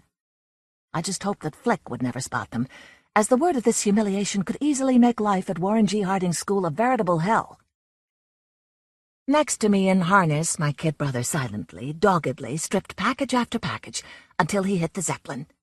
It was the jackpot. "Wow! A Zeppelin! Whoopee! Wow!" Falling over sideways with an ear-splitting yell, he launched it upward into the middle branches of the tree. 2 glass angels and a golden bugle crashed to the floor, and a string of lights winked out. "It's not supposed to fly, you nut," I said. "Ah, what good is a Zeppelin that don't fly?" "It rolls and beeps." Instantly he was on his knees pushing the Graf Zeppelin, beeping fiendishly, propellers clacking, across the living room rug. It was a sound that was to become sickeningly familiar in the months ahead. I suspect even at that moment my mother knew that one day the Zeppelin would mysteriously disappear, never to beep again. My father was on his feet with the first blink of the dying tree lights. He loved nothing better than to track down the continual short circuits and burned-out bulbs of Christmas tree light strings. Oblivious, I continued to ravage my gifts, feigning unalloyed joy at each lousy Sandy Andy, dump truck, and Monopoly game. My brother's gift to me was the only bright spot in an otherwise remarkably mediocre haul. A rubber Frankenstein face, which I knew would come in handy. I immediately put it on, and, peering through the slit eyes, continued to open my booty. "Oh, how terrible," my mother said. "Take it off and put it away."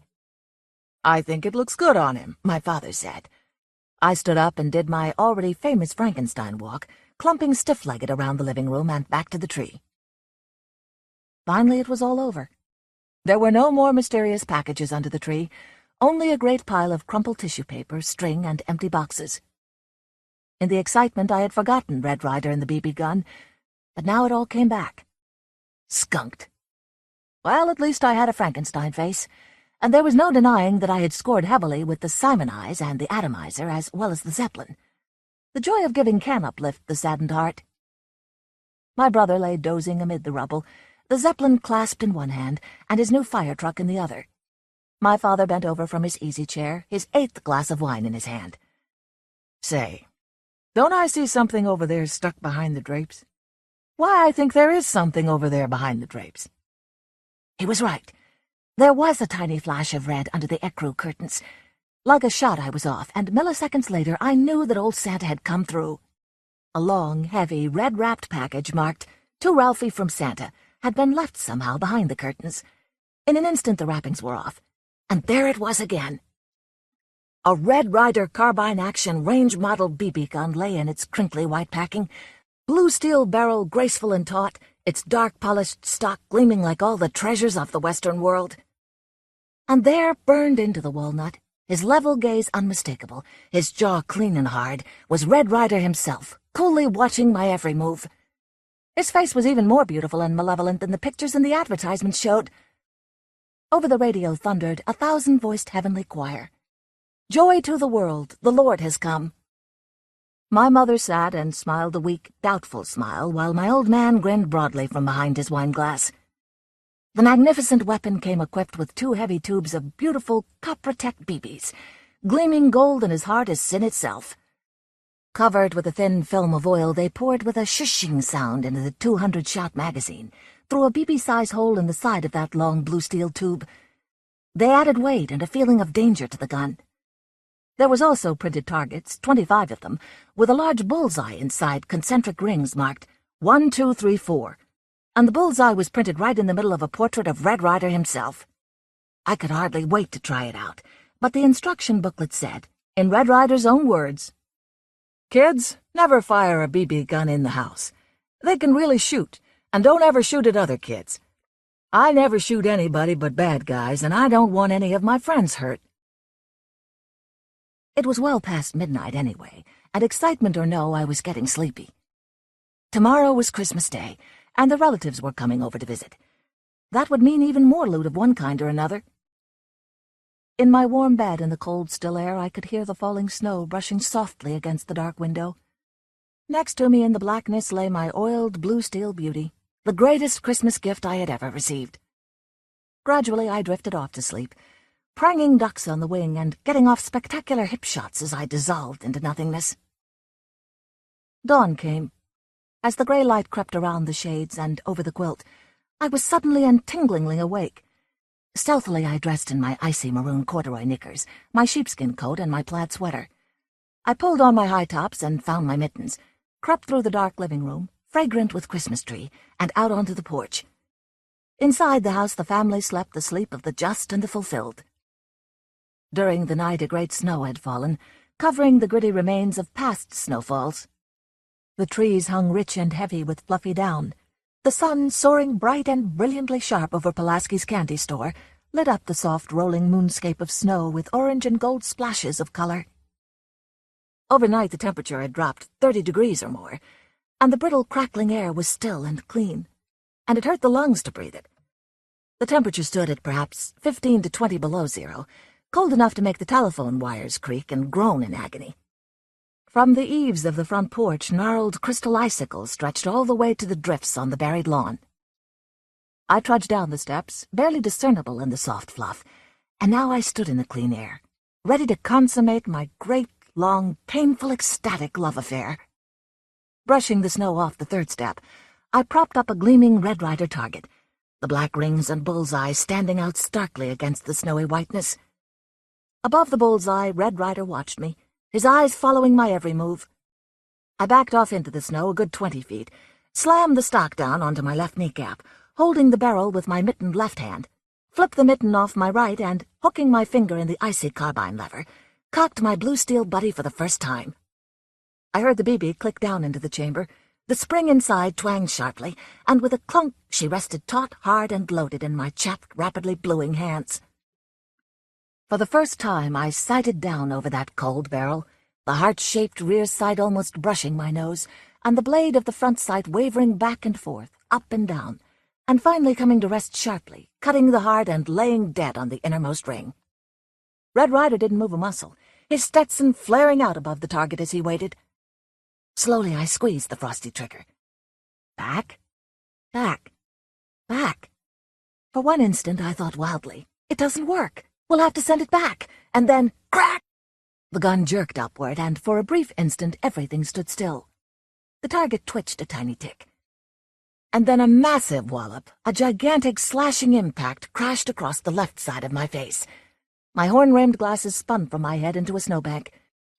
For several seconds I stood, not knowing what had happened, warm blood trailing down over my cheek and onto the walnut stock of my Red Ryder 200-shot range-model BB gun. I lowered the barrel convulsively. The target still stood. Red Ryder was unscratched.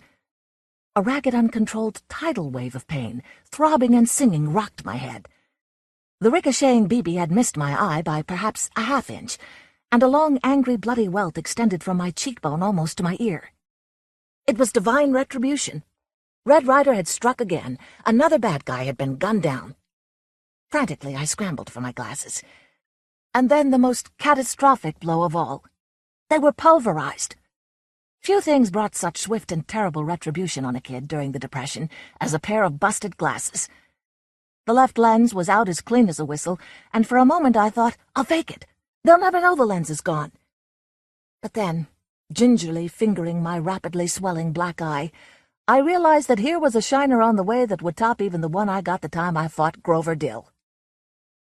As I put the cold horn rim back on my nose, the front door creaked open just a crack, and I could make out the blur of my mother's Chinese red chenille bathrobe. "Be careful! Don't shoot out your eye! Just be careful now!"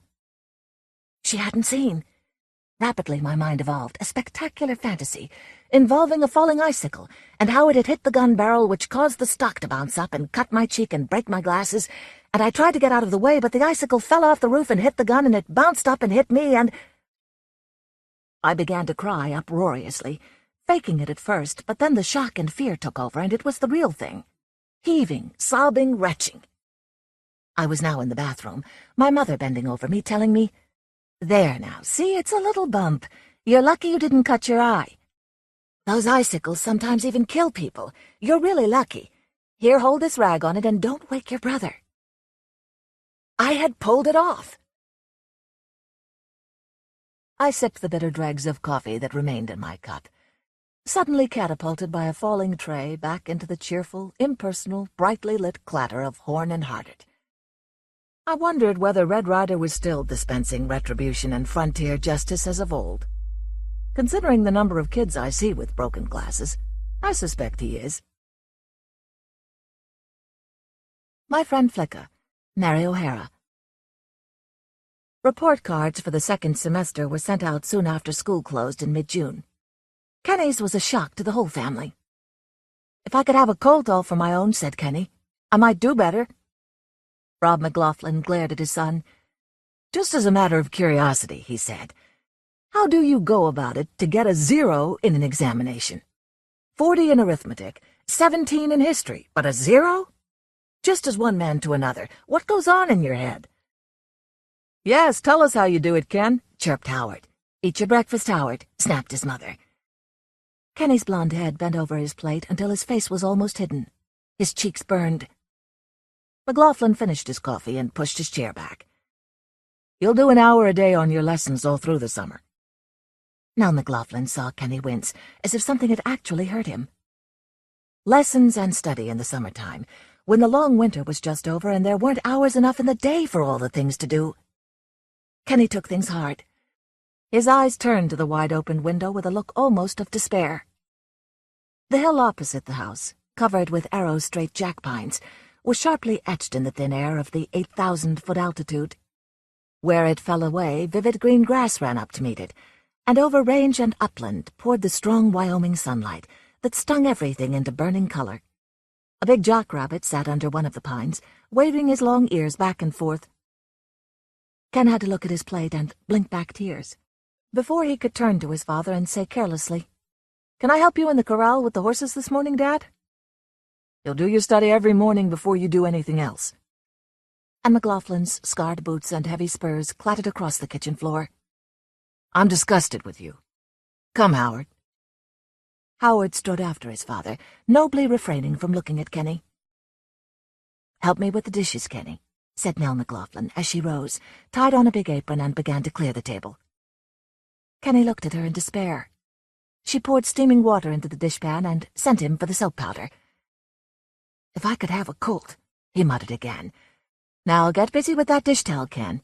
It's 8 o'clock. You can study till 9 and then go up to the corral. They'll still be there." At supper that night, Kenny said, "But Dad Howard had a colt all of his own when he was only 8. And he trained it and schooled it all himself, and now he's 11 and Highboy is 3 and he's riding him.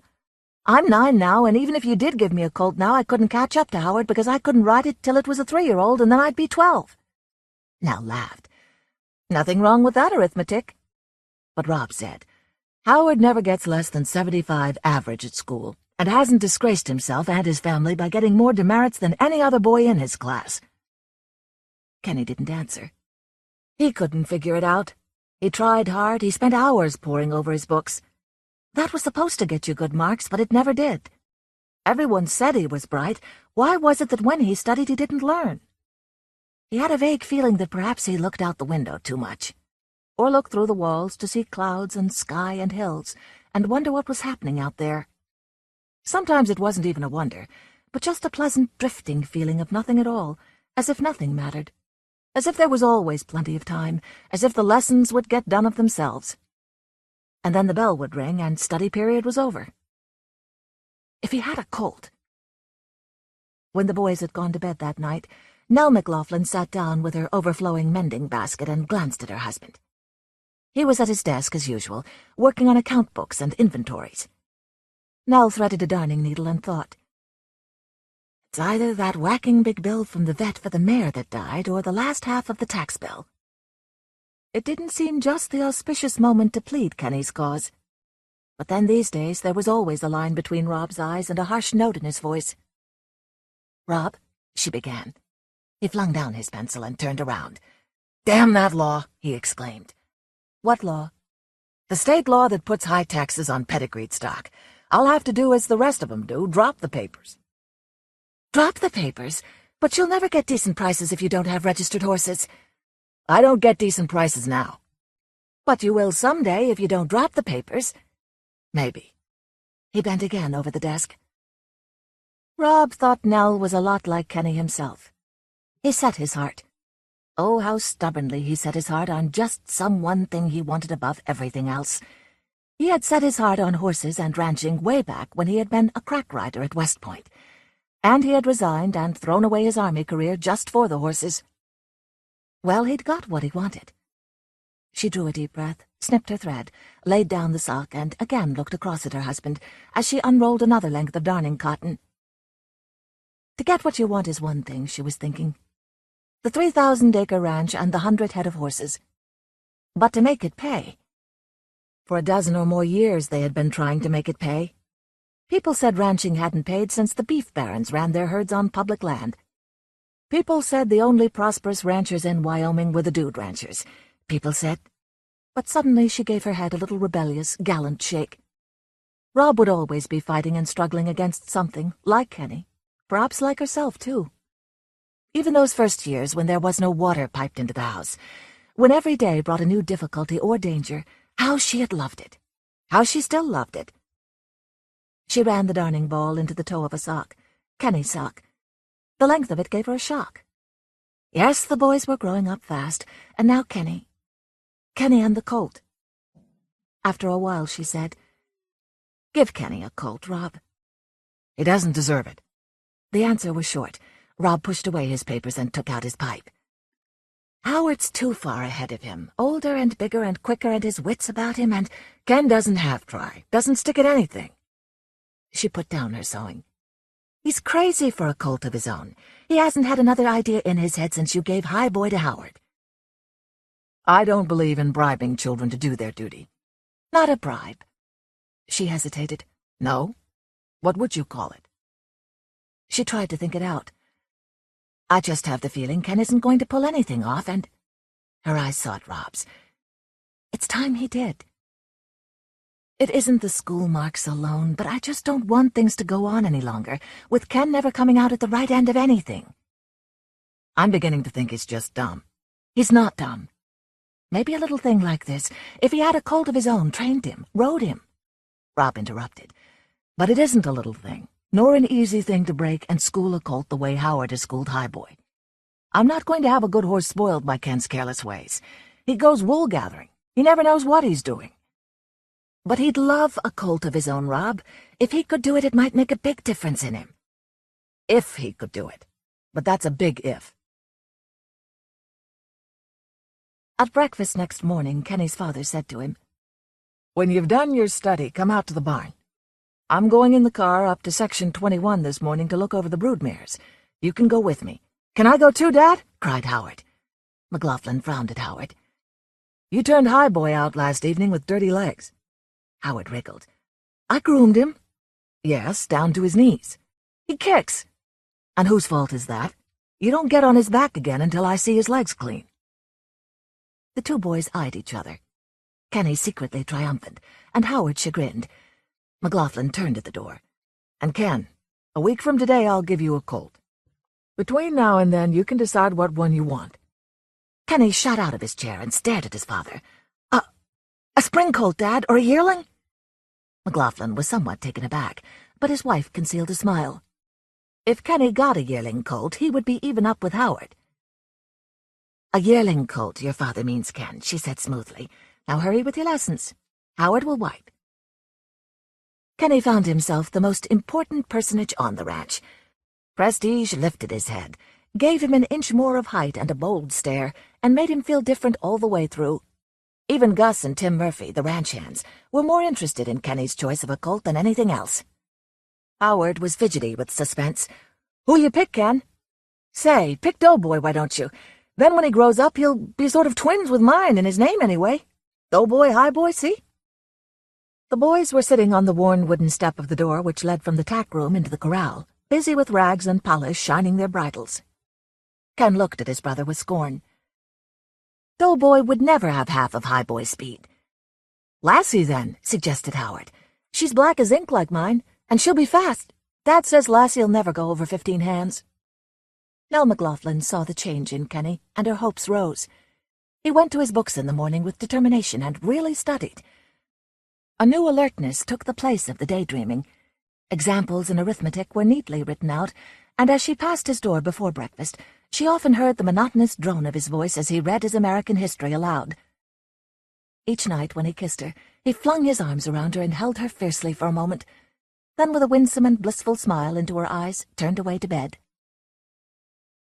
He spent days inspecting the different bands of horses and colts. He sat for hours on the corral fence, very important, chewing straws. He rode off on one of the ponies for half the day, wandering through the mile-square pastures that ran down toward the Colorado border. And when the week was up, he announced his decision. I'll take that yearling filly of Rocket's, the sorrel with the cream tail and mane."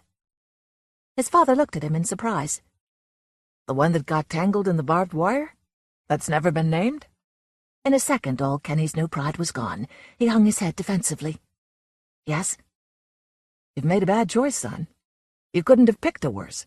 She's fast, Dad, and Rocket's fast. It's the worst line of horses I've got. There's never one amongst them with real sense. The mares are hellions and the stallions outlaws. They're untamable. I'll tame her." Rob guffawed. "Not I nor anyone has ever been able to really tame any one of them." Kenny's chest heaved. "Better change your mind, Ken. You want a horse that'll be a real friend to you, don't you?" "Yes?" Kenny's voice was unsteady. "Well, you'll never make a friend of that filly. She's all cut and scarred up already, with tearing through barbed wire after that bitch of a mother of hers. No fence'll hold him." "I know," said Kenny, still more faintly. "Change your mind?" asked Howard briskly. "No." Rob was grim and put out. He couldn't go back on his word. The boy had to have a reasonable amount of help in breaking and taming the filly, and he could envision precious hours, whole days wasted in the struggle. Now McLaughlin despaired. Once again, Ken seemed to have taken the wrong turn and was back where he had begun, stoical, silent, defensive. But there was a difference that only Ken could know. The way he felt about his colt, the way his heart sang, the pride and joy that filled him so full that sometimes he hung his head so they wouldn't see it shining out of his eyes. He had known from the very first that he would choose that particular yearling because he was in love with her. The year before, he had been out working with Gus, the big Swedish ranch hand, on the irrigation ditch, when they had noticed Rocket standing in a gully on the hillside, quiet for once, and eyeing them cautiously. "I bet she got a colt," said Gus, and they walked carefully up the draw. Rocket gave a wild snort, thrust her feet out, shook her head wickedly, then fled away. And as they reached the spot, they saw standing there the wavering pinkish colt, barely able to keep its feet. It gave a little squeak and started after its mother on crooked, wobbling legs. "Gee whiz, look at the little Flicka," said Gus. "What does Flicka mean, Gus?" "Swedish for little girl, Ken," Ken announced at supper. "You said she'd never been named." "I've named her. Her name is Flicka." The first thing to do was to get her in. She was running with a band of yearlings on the saddleback, cut with ravines and gullies on Section 20. They all went out after her, Ken, as owner, on old Rob Roy, the wisest horse on the ranch. Ken was entranced to watch Flicka when the wild band of youngsters discovered that they were being pursued and took off across the mountain. Footing made no difference to her. She floated across ravines, always 2 lengths ahead of the others. Her pink mane and tail whipped in the wind. Her long, delicate legs had only to aim, it seemed, at a particular spot for her to reach it and sail on. She seemed to Ken a fairy horse. He sat motionless, just watching and holding Rob Roy in, when his father thundered past on Sultan and shouted, "Well, what's the matter? Why didn't you turn 'em?" Kenny woke up and galloped after. Rob Roy brought in the whole band. The corral gates were closed, and an hour was spent shunting the ponies in and out and through the chutes, until Flicka was left alone in the small round corral, in which the baby colts were branded. Gus drove the others away, out the gate and up the saddleback. But Flicka did not intend to be left. She hurled herself against the poles which walled the corral. She tried to jump them. They were 7 feet high. She caught her front feet over the top rung, clung, scrambled, while Kenny held his breath for fear the slender legs would be caught between the bars and snapped. Her hold broke. She fell over backward, rolled, screamed, tore around the corral. Kenny had a sick feeling in the pit of his stomach, and his father looked disgusted. One of the bars broke. She hurled herself again. Another went. She saw the opening, and as neatly as a dog crawls through a fence, inserted her head and forefeet, scrambled through and fled away, bleeding in a dozen places. As Gus was coming back, just about to close the gate to the upper range, the sorrel whipped through it, sailed across the road and ditch with her inimitable floating leap, and went up the side of the saddleback like a jackrabbit. From way up the mountain, Gus heard excited whinnies as she joined the band he had just driven up, and the last he saw of them they were strung out along the crest, running like deer. "Gee whiz," said Gus, and stood motionless and staring until the ponies had disappeared over the ridge. Then he closed the gate, remounted Rob Roy, and rode back to the corral. Rob McLaughlin gave Kenny one more chance to change his mind. "Last chance, son. Better pick a horse that you have some hope of riding one day. I'd have got rid of this whole line of stock if they weren't so damned fast that I've had the fool idea that someday there might turn out one gentle one in the lot. And I'd have a racehorse. But there's never been one so far, and it's not going to be Flicka." "It's not going to be Flicka," chanted Howard. "Perhaps she might be gentled," said Kenny. And Nell, watching, saw that although his lips quivered, there was fanatical determination in his eye. "Ken," said Rob, "it's up to you. If you say you want her, we'll get her. But she wouldn't be the first of that line to die rather than give in. They're beautiful and they're fast, but let me tell you this, young man. They're loco." Kenny flinched under his father's direct glance. "If I go after her again, I'll not give up whatever comes. Understand what I mean by that?" "Yes." "What do you say?" "I want her." They brought her in again. They had better luck this time. She jumped over the Dutch half-door of the stable and crashed inside. The men slammed the upper half of the door shut, and she was caught. The rest of the band were driven away, and Kenny stood outside of the stable, listening to the wild hoofs beating, the screams, the crashes. His Flicka inside there. He was drenched with perspiration. "We'll leave her to think it over," said Rob, when dinner time came. "Afterward, we'll go up and feed and water her." But when they went up afterward, there was no Flicka in the barn. One of the windows, higher than the mangers, was broken. The window opened into a pasture an eighth of a mile square, fenced-in barbed wire 6 feet high. Near the stable stood a wagon load of hay. When they went around the back of the stable to see where Flicka had hidden herself, they found her between the stable and the hay wagon, eating. At their approach, she leaped away, then headed east across the pasture. "If she's like her mother," said Rob, "she'll go right through the wire." "I bet she'll go over," said Gus. "She umps like a deer." "No horse can jump that," said McLaughlin. Kenny said nothing because he could not speak. It was perhaps the most terrible moment of his life. He watched Flicka racing toward the eastern wire. A few yards from it, she swerved, turned, and raced diagonally south. "It turned her! It turned her!" cried Kenny, almost sobbing. It was the first sign of hope for Flicka. "Oh, Dad, she has got sense! She has! She has!" Flicka turned again as she met the southern boundary of the pasture. Again at the northern, she avoided the barn. Without abating anything of her whirlwind speed, following a precise, accurate calculation and turning each time on a dime, she investigated every possibility. Then, seeing that there was no hope, she raced south toward the range where she had spent her life, gathered herself, and shot into the air. Each of the 3 men watching had the impulse to cover his eyes, and Kenny gave a sort of howl of despair. 20 yards of fence came down with her as she hurled herself through. Caught on the upper strands, she turned a complete somersault, landing on her back, her 4 legs dragging the wires down on top of her, and tangling herself in them beyond hope of escape. "Damn the wire," cursed McLaughlin. "If I could afford decent fences—" Kenny followed the men miserably as they walked to the filly.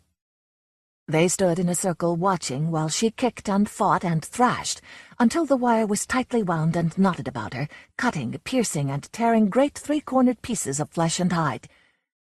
At last she was unconscious, streams of blood running on her golden coat, and pools of crimson widening and spreading on the grass beneath her. With the wire cutter which Gus always carried in the hip pocket of his overalls, he cut all the wire away, and they drew her into the pasture, repaired the fence, placed hay, a box of oats, and a tub of water near her, and called it a day. "I don't think she'll pull out of it," said McLaughlin. Next morning Kenny was up at 5, doing his lessons. At 6 he went out to Flicka. She had not moved. Food and water were untouched. She was no longer bleeding, but the wounds were swollen and caked over. Kenny got a bucket of fresh water and poured it over her mouth. Then he leaped away, for Flicka came to life, scrambled up, got her balance, and stood swaying. Kenny went a few feet away and sat down to watch her. When he went in to breakfast, she had drunk deeply of the water and was mouthing the oats. There began, then, a sort of recovery. She ate, drank, limped about the pasture, stood for hours with hanging head and weakly splayed-out legs under the clump of cottonwood trees. The swollen wounds scabbed and began to heal. Kenny lived in the pasture, too. He followed her around. He talked to her. He too lay snoozing or sat under the cottonwoods, and often coaxing her with hand outstretched. He walked very quietly toward her, but she would not let him come near her. Often she stood with her head at the south fence, looking off to the mountain. It made the tears come to Kenny's eyes to see the way she longed to get away. Still, Rob said she wouldn't pull out of it. There was no use putting a halter on her. She had no strength. One morning as Ken came out of the house, Gus met him and said, "The filly's down." Kenny ran to the pasture, Howard close behind him. The right hind leg, which had been badly swollen at the knee joint, had opened in a festering wound, and Flicka lay flat and motionless with staring eyes. "Don't you wish now you'd chosen Doughboy?" asked Howard. "Go away!" shouted Ken. Howard stood watching while Kenny sat down on the ground and took Flicka's head on his lap. Though she was conscious and moved a little, she did not struggle nor seem frightened. Tears rolled down Kenny's cheeks as he talked to her and petted her. After a few moments, Howard walked away. "Mother, what do you do for an infection when it's a horse?" asked Kenny. "Just what you do if it was a person. Wet dressings. I'll help you, Ken. We mustn't let those wounds close or scab over until they're clean. I'll make a poultice for that hind leg and help you put it on. Now that she'll let us get close to her, we can help her a lot." "The thing to do is see that she eats," said Rob. "Keep up her strength." But he himself would not go near her. "She won't pull out of it," he said. "I don't want to see her or think about her." Kenny and his mother nursed the filly. The big poultice was bandaged on the hind leg. It drew out much poisoned matter, and Flicka felt better and was able to stand again. She watched for Kenny now, and followed him like a dog, hopping on 3 legs, holding up the right hind leg with its huge knob of a bandage in comical fashion. "Dad, Flicka's my friend now. She likes me," said Ken. His father looked at him. "I'm glad of that, son. It's a fine thing to have a horse for a friend." Kenny found a nicer place for her. In the lower pasture, the brook ran over cool stones. There was a grassy bank, the size of a corral, almost on a level with the water. Here she could lie softly, eat grass, drink fresh running water. From the grass, a 20-foot hill sloped up, crested with overhanging trees. She was enclosed, as it were, in a green open-air nursery. Kenny carried her oats morning and evening. She would watch for him to come, eyes and ears pointed to the hill. And one evening Ken, still some distance off, came to a stop, and a wide grin spread over his face. He had heard her nicker. She had caught sight of him coming and was calling to him. He placed the box of oats under her nose, and she ate while he stood beside her, his hand smoothing the satin-soft skin under her mane. It had a nap as deep as plush. He played with her long cream-colored tresses, arranged her forelock neatly between her eyes. She was a bit dish-faced, like an Arab, with eyes set far apart. He lightly groomed and brushed her while she stood turning her head to him, whichever way he went. He spoiled her.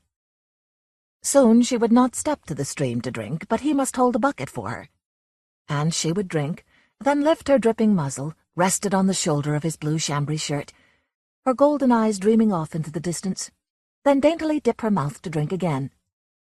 When she turned her head to the south and pricked her ears and stood tense and listening, Ken knew she heard the other colts galloping on the upland. "You'll go back there someday, Flicka," he whispered. "You'll be 3 and I'll be 11.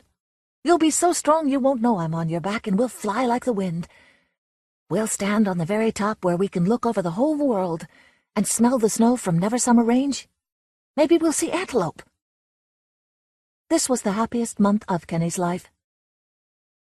With the morning, Flicka always had new strength, and would hop 3-legged up the hill to stand broadside to the early sun, as horses love to do. The moment Ken woke, he'd go to the window and see her there, and when he was dressed and at his table studying, he sat so that he could raise his head and see Flicka.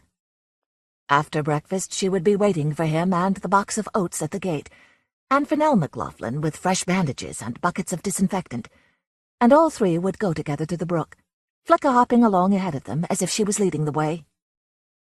But Rob McLaughlin would not look at her. One day all the wounds were swollen again. Presently they opened one by one, and Kenny and his mother made more poultices. Still the little filly climbed the hill in the early morning and ran about on 3 legs. Then she began to go down in flesh and almost overnight wasted away to nothing. Every rib showed. The glossy hide was dull and brittle and was pulled over the skeleton as if she were a dead horse. Gus said, "It's the fever. It burns up her flesh.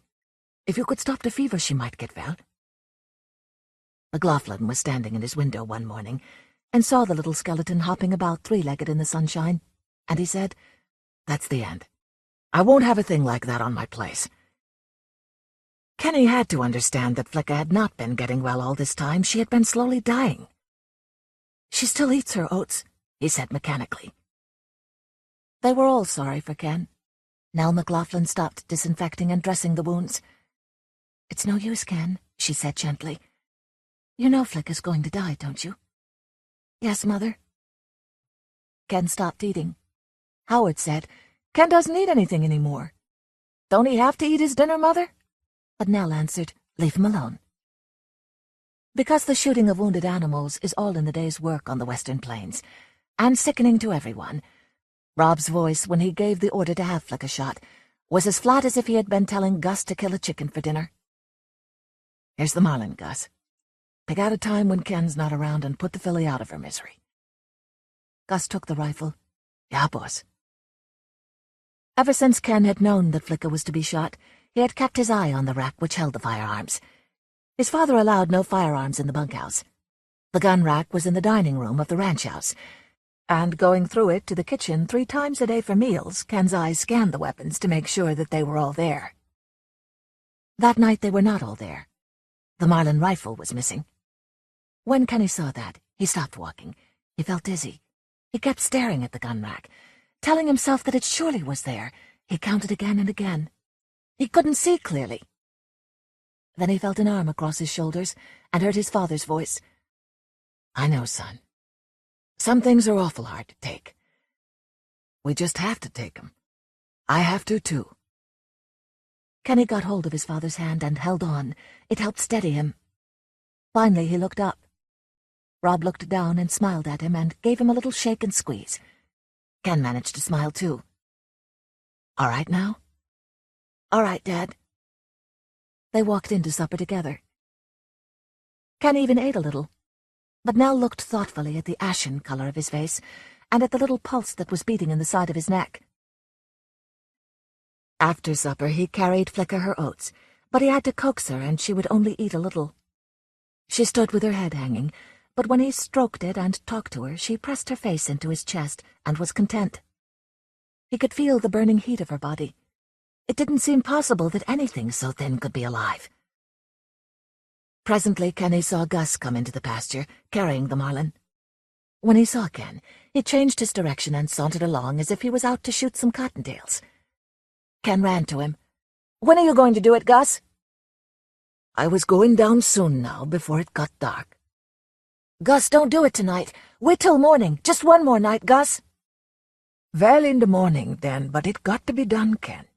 Your father gives the order." "I know. I won't say anything more." An hour after the family had gone to bed, Ken got up and put on his clothes. It was a warm moonlit night. He ran down to the brook, calling softly, "Flicka! Flicka!" But Flicka did not answer with a little nicker, and she was not in the nursery nor hopping about the pasture. Ken hunted for an hour. At last he found her down the creek, lying in the water. Her head had been on the bank, but as she lay there the current of the stream had sucked and pulled at her, and she had had no strength to resist. And little by little her head had slipped down, until when Ken got there only the muzzle was resting on the bank, and the body and legs were swinging in the stream. Kenny slid into the water, sitting on the bank, and he hauled at her head. But she was heavy, and the current dragged like a weight, and he began to sob because he had no strength to draw her out. Then he found a leverage for his heels against some rocks in the bed of the stream, and he braced himself against these, and pulled with all his might, and her head came up onto his knees, and he held it cradled in his arms. He was glad that she had died of her own accord, in the cool water, under the moon, instead of being shot by Gus. Then, putting his face close to hers, and looking searchingly into her eyes, he saw that she was alive and looking back at him. And then he burst out crying, and hugged her and said, Oh, my little Flicka! My little Flicka! The long night passed. The moon slid slowly across the heavens. The water rippled over Kenny's legs and over Flicka's body. And gradually the heat and fever went out of her, and the cool running water washed and washed her wounds. When Gus went down in the morning with the rifle, they hadn't moved. There they were, Kenny sitting in water over his thighs and hips, with Flicka's head in his arms. Gus seized Flicka by the head and hauled her out on the grassy bank, and then seeing that Kenny couldn't move, cold and stiff and half paralyzed as he was, lifted him in his arms and carried him to the house. "Gus," said Ken through chattering teeth, "don't shoot her, Gus." "It ain't for me to say, Ken.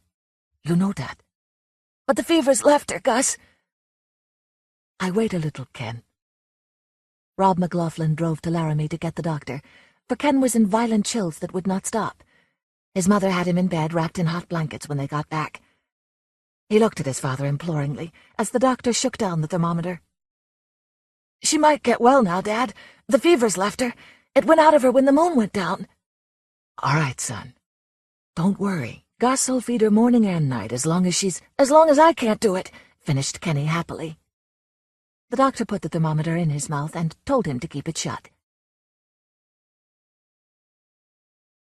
All day Gus went about his work, thinking of Flicka. He had not been back to look at her. He had been given no more orders. If she was alive, the order to shoot her was still in effect. But Kenny was ill, McLaughlin making his second trip to town taking the doctor home, and would not be back till long after dark. After their supper in the bunkhouse, Gus and Tim walked down to the brook. They did not speak as they approached the filly, lying stretched out flat on the grassy bank, but their eyes were straining at her to see if she was dead or alive. She raised her head as they reached her. "By the powers!" exclaimed Tim. "There she is!" She dropped her head, raised it again, and moved her legs and became tense as if struggling to rise. But to do so she must use her right hind leg to brace herself against the earth. That was the damaged leg, and at the first bit of pressure with it she gave up and fell back. "We'll swing her on to the other side," said Tim. "Then she can help herself." "Yeah." Standing behind her, they leaned over, grabbed hold of her left legs, front and back, and gently hauled her over. Flicka was as lax and willing as a puppy. But the moment she found herself lying on her right side, she began to scramble, braced herself with her good left leg, and tried to rise. "You whiz," said Gus. "She got plenty strength yet." "Hi," cheered Tim. "She's up." But Flicka wavered, slid down again, and lay flat. This time she gave notice that she would not try again by heaving a deep sigh and closing her eyes. Gus took his pipe out of his mouth and thought it over. Orders or no orders, he would try to save the filly. Ken had gone too far to be let down. "I'm going to rig a blanket sling for her, Tim, and get her on her feet and keep her up." There was a bright moonlight to work by. They brought down the post-hole digger and set 2 aspen poles deep into the ground either side of the filly. Then, with ropes attached to the blanket, hoisted her by a pulley. Not at all disconcerted, she rested comfortably in the blanket under her belly, touched her feet on the ground, and reached for the bucket of water Gus held for her. Kenny was sick a long time. He nearly died. But Flicka picked up. Every day Gus passed the word to Nell, who carried it to Ken. "She's cleaning up her oats. She's out of the sling. She bears a little weight on the bad leg." Tim declared it was a real miracle. They argued about it, eating their supper. "Nah," said Gus. "It was the cold water washing the fever out of her. And more than that, it was Ken. You think it don't count? All night that boy sits there and says, 'Hold on, Flicka, I'm here with you. I'm standing by, 2 of us together.'" Tim stared at Gus without answering, while he thought it over. In the silence a coyote yapped far off on the plains, and the wind made a rustling sound high up in the jack-pines on the hill. Gus filled his pipe. "Sure," said Tim finally. "Sure, that's it." Then came the day when Rob McLaughlin stood smiling at the foot of Kenny's bed and said, "Listen, hear you, friend?" Ken listened and heard Flicka's high, eager whinny. "She don't spend much time by the brook anymore. She's up at the gate of the corral half the time, nickering for you." "For me?" Rob wrapped a blanket around the boy and carried him out to the corral gate. Kenny gazed at Flicka. There was a look of marveling in his eyes. He felt as if he had been living in a world where everything was dreadful and hurting but awfully real. And this couldn't be real. This was all soft and happy, nothing to struggle over or worry about or fight for anymore. Even his father was proud of him. He could feel it in the way Rob's big arms held him. It was all like a dream and far away. He couldn't yet get close to anything. But Flicka alive, well pressing up to him, recognizing him, nickering. Kenny put out a hand, weak and white, and laid it on her face. His thin little fingers straightened her forelock the way he used to do, while Rob looked at the two with a strange expression about his mouth, and a glow in his eyes that was not often there. "She's still poor, Dad, but she's on 4 legs now." "She's picking up." Ken turned his face up, suddenly remembering. "Dad, she did get gentle, didn't she?" "Gentle as a kitten." They put a cot down by the brook for Ken, and boy and filly got well together. Shoeless Joe Jackson comes to Iowa. W.P. Kinsella.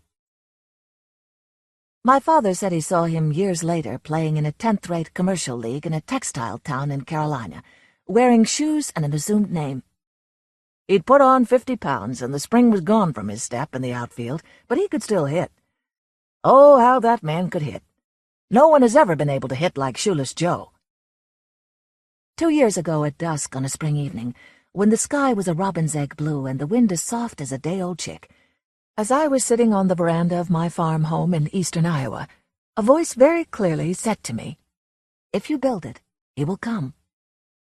The voice was that of a ballpark announcer. As he spoke, I instantly envisioned the finished product I knew I was being asked to conceive. I could see the dark square speakers, like ancient sailors' hats, attached to aluminum-painted light standards that glowed down into a baseball field, my present position being directly behind home plate. In reality, all anyone else could see out there in front of me was a tattered lawn of mostly dandelions and quackgrass that petered out at the edge of a cornfield perhaps 50 yards from the house. Anyone else was my wife Annie, my daughter Karen, a corn-colored collie named Carmelisha Pope, and a cinnamon and white guinea pig named Junior, who ate spaghetti and sang each time the fridge door opened. Karen and the dog were not quite 2 years old. "If you build it, he will come," the announcer repeated in scratchy Middle American, as if his voice had been recorded on an old 78 RPM record. A 3-hour lecture or a 500-page guidebook could not have given me clearer directions. Dimensions of ballparks jumped over and around me like fleas. Cost figures for light standards and floodlights whirled around my head like the moths that dusted against the porch light above me. That was all the instruction I ever received. 2 announcements and a vision of a baseball field. I sat on the veranda until the satiny dark was complete. A few curdly clouds striped the moon, and it became so silent I could hear my eyes blink. Our house is one of those massive old farm homes, square as a biscuit box with a sagging veranda on 3 sides. The floor of the veranda slopes so that marbles, baseballs, tennis balls, and ball bearings all accumulate in a corner like a herd of cattle clustered with their backs to a storm. On the north veranda is a wooden porch swing where Annie and I sit on humid August nights, sip lemonade from teary glasses, and dream. When I finally went to bed, and after Annie inched into my arms in that way she has, like a cat that you suddenly find sound asleep on your lap, I told her about the voice, and I told her that I knew what it wanted me to do. "Oh, love," she said, "if it makes you happy, you should do it." And she found my lips with hers, and I shivered involuntarily as her tongue touched mine. Annie. She has never once called me crazy. Just before I started the first landscape work, as I stood looking out at the lawn and the cornfield, wondering how it could look so different in daylight, considering the notion of accepting it all as a dream and abandoning it, Annie appeared at my side and her arm circled my waist. She leaned against me and looked up, cocking her head like one of the red squirrels that scamper along the power lines from the highway to the house. "Do it, love," she said, as I looked down at her, that slip of a girl with hair the color of cayenne pepper, and at least 1,000,000 freckles on her face and arms. That girl who lives in blue jeans and T-shirts and at 24 could pass for 16. I thought back to when I first knew her. I came to Iowa to study. She was the child of my landlady. I heard her one afternoon outside my window as she told her girlfriends, "When I grow up, I'm going to marry—" And she named me. The others were going to be nurses, teachers, pilots, or movie stars. But Annie chose me as her occupation. She was 10. 8 years later, we were married. I chose willingly, lovingly to stay in Iowa, eventually rented this farm, bought this farm, operating it 1 inch from bankruptcy. I don't seem meant to farm, but I want to be close to this precious land, for Annie and me to be able to say, "This is ours." Now I stand ready to cut into the cornfield, to chisel away a piece of our livelihood to use as dream currency. And Annie says, "Oh, love, if it makes you happy, you should do it." I carry her words in the back of my mind, stored the way a maiden aunt might wrap a brooch, a remembrance of a long-lost love. I understand how hard that was for her to say, and how it got harder as the project advanced. How she must have told her family not to ask me about the baseball field I was building, because they stared at me dumb-eyed, a row of silent, thick-set peasants with red faces. Not an imagination among them except to forecast the wrath of God that will fall on the heads of pagans such as I. He, of course, was Shoeless Joe Jackson. Joseph Jefferson, Shoeless Joe Jackson, born Brandon Mills, South Carolina, July 16, 1887. Died Greenville, South Carolina, December 5, 1951. In April 1945, Ty Cobb picked Shoeless Joe as the best left fielder of all time. He never learned to read or write. He created legends with a bat and a glove. He wrote records with base hits, his pen a bat, his book history. Was it really a voice I heard? Or was it perhaps something inside me making a statement that I did not hear with my ears but with my heart? Why should I want to follow this command? But as I ask, I already know the answer. I count the loves in my life. Annie, Karen, Iowa, baseball. The great god baseball.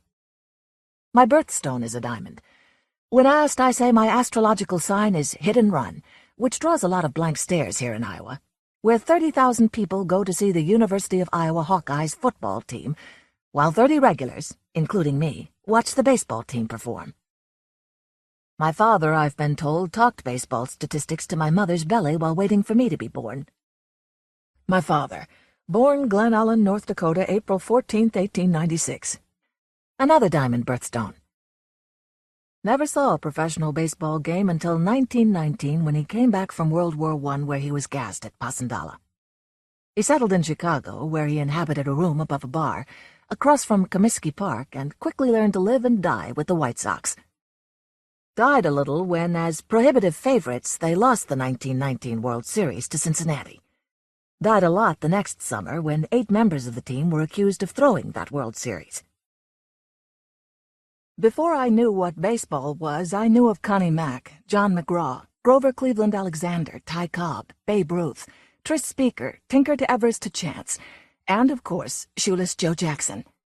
My father loved underdogs, cheered for the Brooklyn Dodgers and the hapless St. Louis Browns, loathed the Yankees, which I believe was an inherited trait, and insisted that Shoeless Joe was innocent, a victim of big business and crooked gamblers. That first night, immediately after the voice and the vision, I did nothing except sip my lemonade a little faster and rattle the ice cubes in my glass. The vision of the baseball park lingered, swimming, swaying, seeming to be made of red steam, though perhaps it was only the sunset. There was a vision within the vision, one of Shoeless Joe Jackson playing left field. Shoeless Joe Jackson, who last played Major League Baseball in 1920 and was suspended for life, along with 7 of his compatriots by Commissioner Kennesaw Mountain Landis, for his part in throwing the 1919 World Series. He hit .375 against the Reds in the 1919 World Series and played airless ball, my father would say, scratching his head in wonder. Instead of nursery rhymes, I was raised on the story of the Black Sox scandal, and instead of Tom Thumb or Rumpelstiltskin, I grew up hearing of the 8 disgraced ballplayers: Weaver, Seacott, Risberg, Felch, Gandil, Williams, McMullen, and always Shoeless Joe Jackson. 12 hits in an 8-game series, and they suspended him, Father would cry, and Shoeless Joe became the symbol of the tyranny of the powerful over the powerless. The name Kennesaw Mountain Landis became synonymous with the devil. It is more work than you might imagine to build the baseball field. I laid out a whole field, but it was there in spirit only. It was really only left field that concerned me. Home plate was made from pieces of cracked 2x4 embedded in the earth. The pitcher's mound rocked like a cradle when I stood on it. The bases were stray blocks of wood, unanchored. There was no backstop or grandstand, only one shaky bleacher beyond the left field wall. There was a left field wall, but only about 50 feet of it, 12 feet high, stained dark green and braced from the rear. And the left field grass. My intuition told me that it was the grass that was important. It took me 3 seasons to hone that grass to its proper texture, to its proper color. I made trips to Minneapolis and 1 or 2 other cities, where the stadiums still have natural grass infields and outfields. I would arrive hours before a game and watch the groundskeepers groom the field like a prize animal, then stay after the game when in the cool of the night the same groundsman appeared with hoses, rakes, and patched the grass like medics attending wounded soldiers. I pretended to be building a little league ball field, and asked their secrets and sometimes was told. I took interest in their total operation. They wouldn't understand if I told them I was building only a left field. 3 seasons I've spent seeding, watering, fussing, praying, coddling that field like a sick child until it glows parrot green, cool as mint, soft as moss, lying there like a cashmere blanket. I began watching it in the evenings, sitting on the rickety bleacher just beyond the fence, a bleacher I had constructed for an audience of 1. My father played some baseball, Class B teams in Florida and California. I found his statistics in a dusty minor league record book. In Florida, he played for a team called the Angels, and by his records was a better-than-average catcher. He claimed to have visited all 48 states and every major league ballpark before, at 40, he married and settled down a 2-day drive from the nearest major league team. I tried to play, but ground balls bounced off my chest and fly balls dropped between my hands. I might have been a fair designated hitter, but the rule was too late in coming. There is a story of the urchin who, tugging at Shoeless Joe Jackson's sleeve as he emerged from a Chicago courthouse, said, "Say it ain't so, Joe." Jackson's reply reportedly was, "I'm afraid it is, kid." When he comes, I won't put him on the spot by asking. The less said, the better. It is likely that he did accept some money from gamblers. But throw the series? Never. Shoeless Joe led both teams in hitting in that 1919 series. It was the circumstances. The circumstances. The players were paid peasant salaries while the owners became rich. The infamous 10-day clause, which voided contracts, could end any player's career without compensation, pension, or even a ticket home. The second sprint. On a toothache May evening, a covering of black clouds lumbered off westward like ghosts of buffalo, and the sky became the cold color of a silver coin. The forecast was for frost. The left field grass was like green angora, soft as a baby's cheek. In my mind I could see it dull and crisp, bleached by frost, and my chest tightened. Then I used a trick a groundskeeper in Minneapolis taught me, saying it was taught to him by grape farmers in California. I carried out a hose, and making the spray so fine it was scarcely more than a fog, I sprayed the soft, shaggy spring grass all that chilled night. My hands ached, and my own face became wet and cold. But as I watched, the spray froze on the grass, enclosing each blade in a gossamer crystal coating of ice. A covering that served like a coat of armor to dispel the real frost that was set like a weasel upon killing in the night. I seemed to stand taller than ever before as the sun rose, turning the ice to eye-dazzling droplets, each a prism, making the field an orgy of rainbows. Annie and Karen were at breakfast when I came in, the bacon and coffee smells and their laughter pulling me like a magnet. "Did it work, love?" Annie asked, and I knew she knew by the look on my face that it did. And Karen, clapping her hands and complaining of how cold my face was when she kissed me, loved every second of it. "And how did he get a name like Shoeless Joe?" I would ask my father, knowing full well the story but wanting to hear it again. And no matter how many times I heard it, I would still picture a lithe ballplayer, his great bare feet, white as baseballs, sinking into the outfield grass as he sprinted for a line drive. Then, after the catch, his toes gripping the grass like claws, he would brace and throw to the infield. It wasn't the least bit romantic, my dad would say. When he was still in the minor leagues, he bought a new pair of spikes and they hurt his feet. About the 6th inning, he took them off and played the outfield in just his socks. The other players kidded him, called him Shoeless Joe, and the name stuck for all time. It was hard for me to imagine that a sore-footed young outfielder, taking off his shoes one afternoon, not long after the turn of the century, could generate a legend. I came to Iowa to study, one of the thousands of faceless students who pass through large universities. But I fell in love with Iowa. Fell in love with the land, the people, with the sky, the cornfields, and Annie. Couldn't find work in my field, took what I could get. For years, each morning I bathed and frosted my cheeks with aqua velva, donned a 3-piece suit and snap-brim hat, and feeling like Superman emerging from a telephone booth, set forth to save the world from a lack of life insurance. I loathed the job so much that I did it quickly, urgently, almost violently. It was Annie who got me to rent the farm. It was Annie who got me to buy it. I operated the way a child fits together his first puzzle, awkwardly, slowly, but when a piece slips into the proper slot with pride and relief and joy. I built the field and waited. And waited. And waited. "It will happen, honey," Annie would say, when I stood shaking my head at my folly. People look at me. I must have a nickname in town. But I could feel the magic building like a storm gathering. It felt as if small animals were scurrying through my veins. I knew it was going to happen soon. "There's someone on your lawn," Annie says to me, staring into the orange-tinted dusk. "I can't see him clearly, but I can tell someone is there." She was quite right, at least about it being my lawn. Although it is not in the strictest sense of the word a lawn, it is a left field. I watch Annie looking out. She is soft as a butterfly, Annie is, with an evil grin and a tongue that travels at the speed of light. Her jeans are painted to her body, and her pointy little nipples poke at the front of a black T-shirt, with the single word "Ra" emblazoned in waspish yellow capitals. Her red hair is short and curly. She has the green eyes of a cat.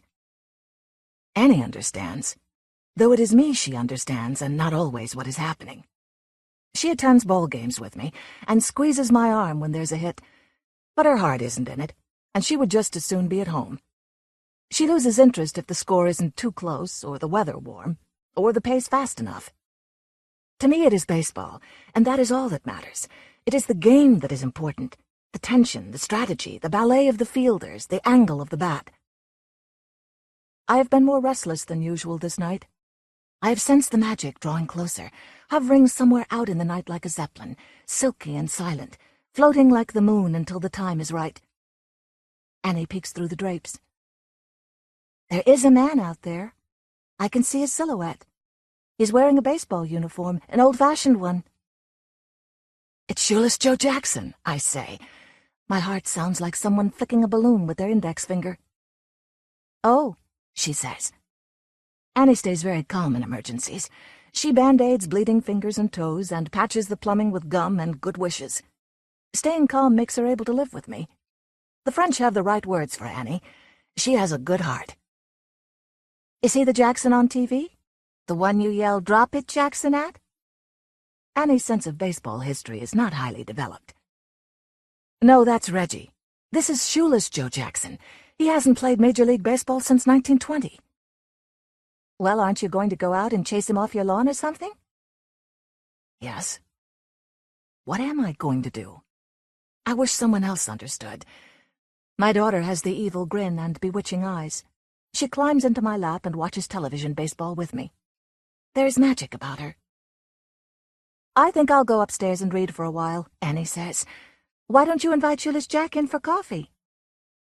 I feel the greatest tenderness toward her then, something akin to the rush of love I felt the first time I held my daughter in my arms. Annie senses that magic is about to happen. She knows that she is not part of it. My impulse is to pull her to me as she walks by, the denim of her thighs making a tiny music. But I don't. She will be waiting for me, and she will twine her body about me and find my mouth with hers.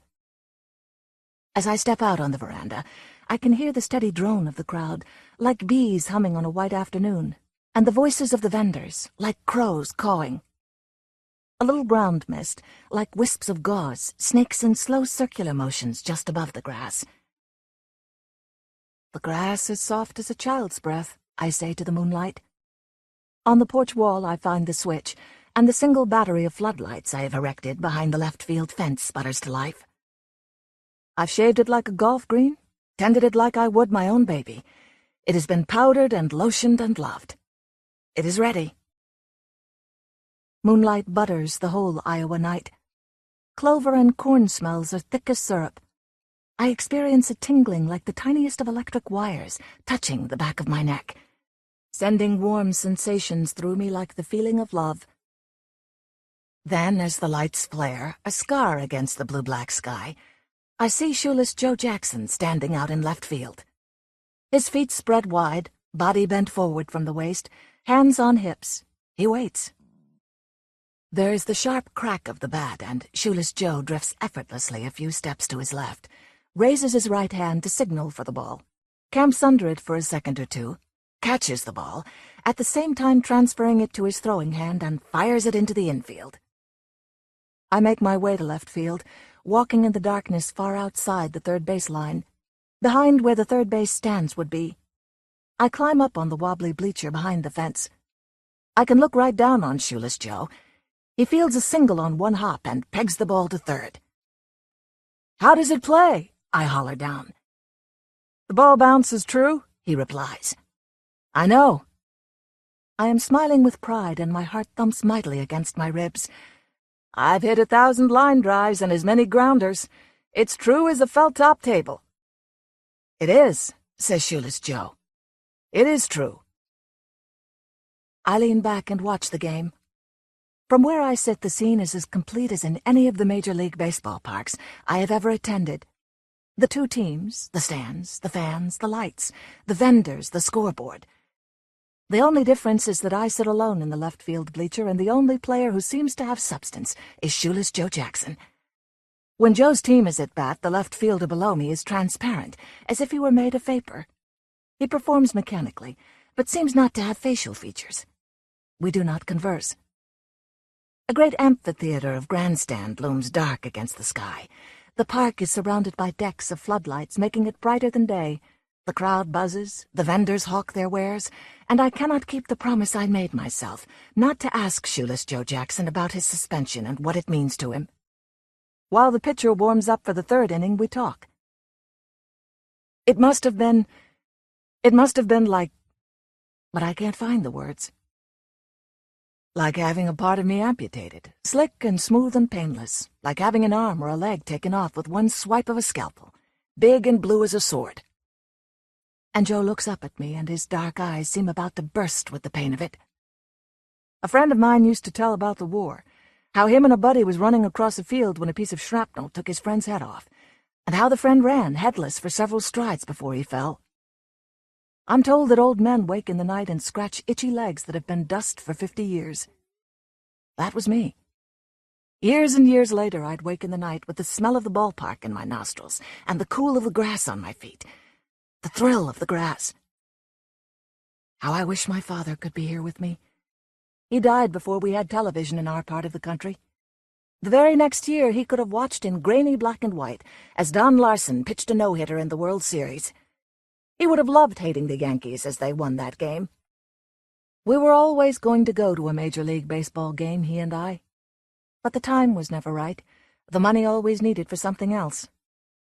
One of the last days of his life, late in the night while I sat with him, because the pain wouldn't let him sleep, the radio dragged in a staticky station broadcasting a White Sox game.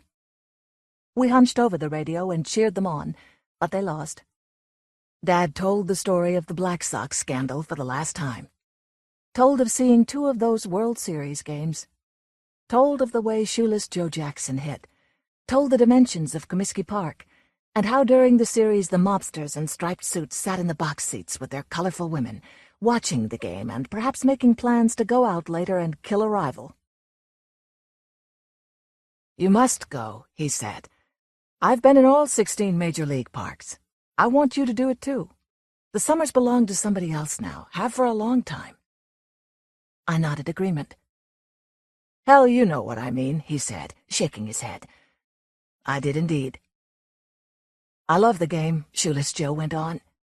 I'd have played for food money. I'd have played for free and worked for food. It was the game, the parks, the smells, the sounds.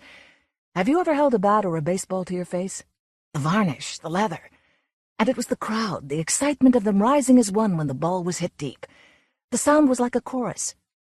Then there was the chug-a-lug of the tin lazies in the parking lots and the hotels with their brass spittoons in the lobbies and brass beds in the rooms.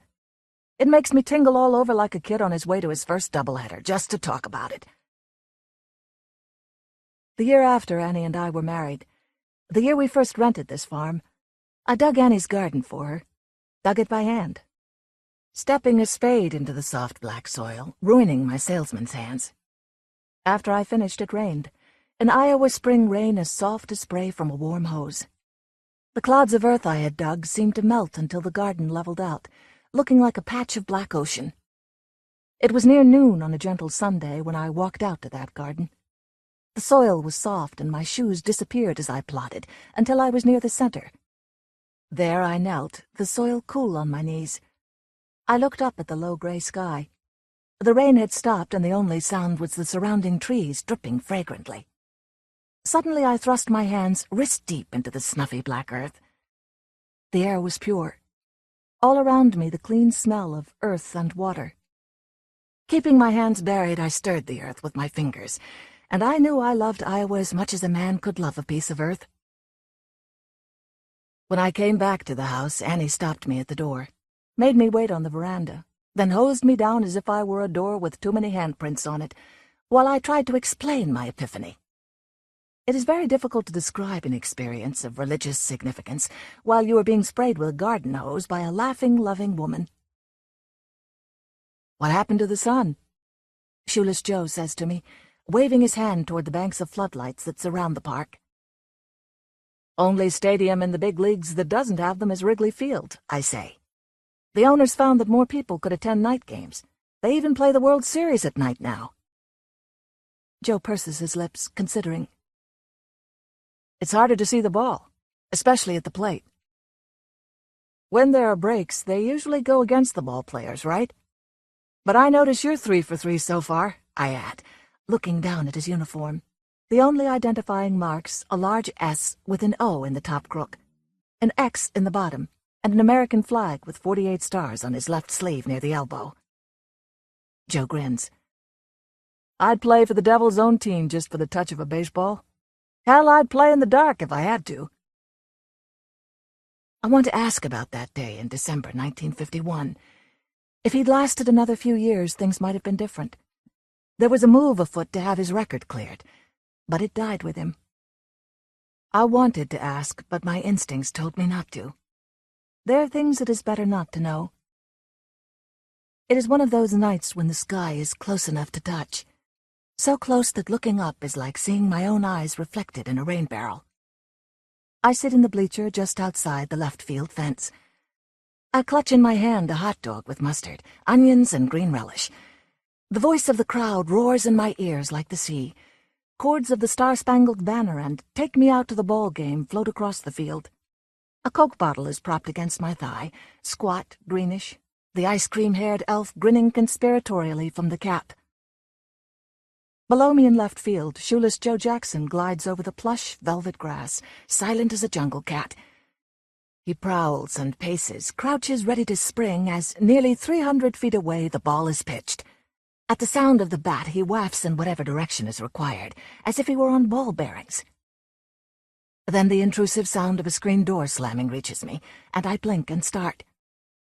I recognize it as the sound of the door to my house, and, looking into the distance, I can see a shape that I know is my daughter toddling down the back steps. Perhaps the lights or the crowd has awakened her, and she has somehow eluded Annie. I judge the distance to the steps. I am just the inside of the foul pole, which is exactly 330 feet from home plate. I tense. Karen will surely be drawn to the lights and the emerald dazzle of the infield. If she touches anything, I fear it will all disappear, perhaps forever. Then, as if she senses my discomfort, she stumbles away from the lights, walking in the ragged fringe of darkness well outside the third base line. She trails a blanket behind her, one tiny fist rubbing a sleepy eye. She is barefoot and wears a white flannelette nightgown, covered in an explosion of daisies. She climbs up the bleacher, alternating a knee and a foot on each step, and crawls into my lap, silently, like a kitten. I hold her close and wrap the blanket around her feet. The play goes on. Her innocence has not disturbed the balance. "What is it?" she says shyly, her eyes indicating that she means all that she sees. "Just watch the left fielder," I say. "He'll tell you all you ever need to know about a baseball game. Watch his feet as the pitcher accepts the sign and gets ready to pitch. A good left fielder knows what pitch is coming, and he can tell from the angle of the bat where the ball is going to be hit, and if he's good, how hard." I look down at Karen. She cocks one sky-blue eye at me, wrinkling her nose, then snuggles into my chest, the index finger of her right hand tracing tiny circles around her nose. The crack of the bat is sharp as the yelp of a kicked cur. Shoeless Joe whirls, takes 5 loping strides directly toward us, turns again, reaches up, and the ball smacks into his glove. The final batter dawdles in the on-deck circle. "Can I come back again?" Joe asks. "I built this left field for you. It's yours any time you want to use it. They play 162 games a season now." "There are others," he says. "If you were to finish the infield, why, old Chick Gandil could play first base, and we'd have the Swede at shortstop and Buck Weaver at third." I can feel his excitement rising. "We could stick McMullen in at second, and Seacott and Lefty Williams would like to pitch again. Do you think you could finish the center field? It would mean a lot to Happy Felch." "Consider it done," I say, hardly thinking of the time, the money, the back-breaking labor it entails. "Consider it done," I say again. Then stop suddenly as an idea creeps into my brain like a runner inching off first base. "I know a catcher," I say. "He never made the majors, but in his prime he was good. Really good. Played Class B ball in Florida and California." "We could give him a try," says Shoeless Joe. "You give us a place to play, and we'll look at your catcher." I swear the stars have moved in close enough to eavesdrop as I sit in this single rickety bleacher that I built with my unskilled hands, looking down at Shoeless Joe Jackson. A breath of clover travels on the summer wind. Behind me, just yards away, brookwater plashes softly in the darkness. A frog shrills. Fireflies dazzle the night like red pepper. A petal falls. "God, what an outfield," he says. "What a left field." He looks up at me, and I look down at him.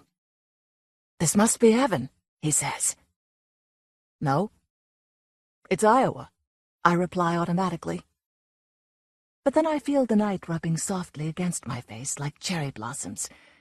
Look at the sleeping girl child in my arms, her small hand curled around one of my fingers.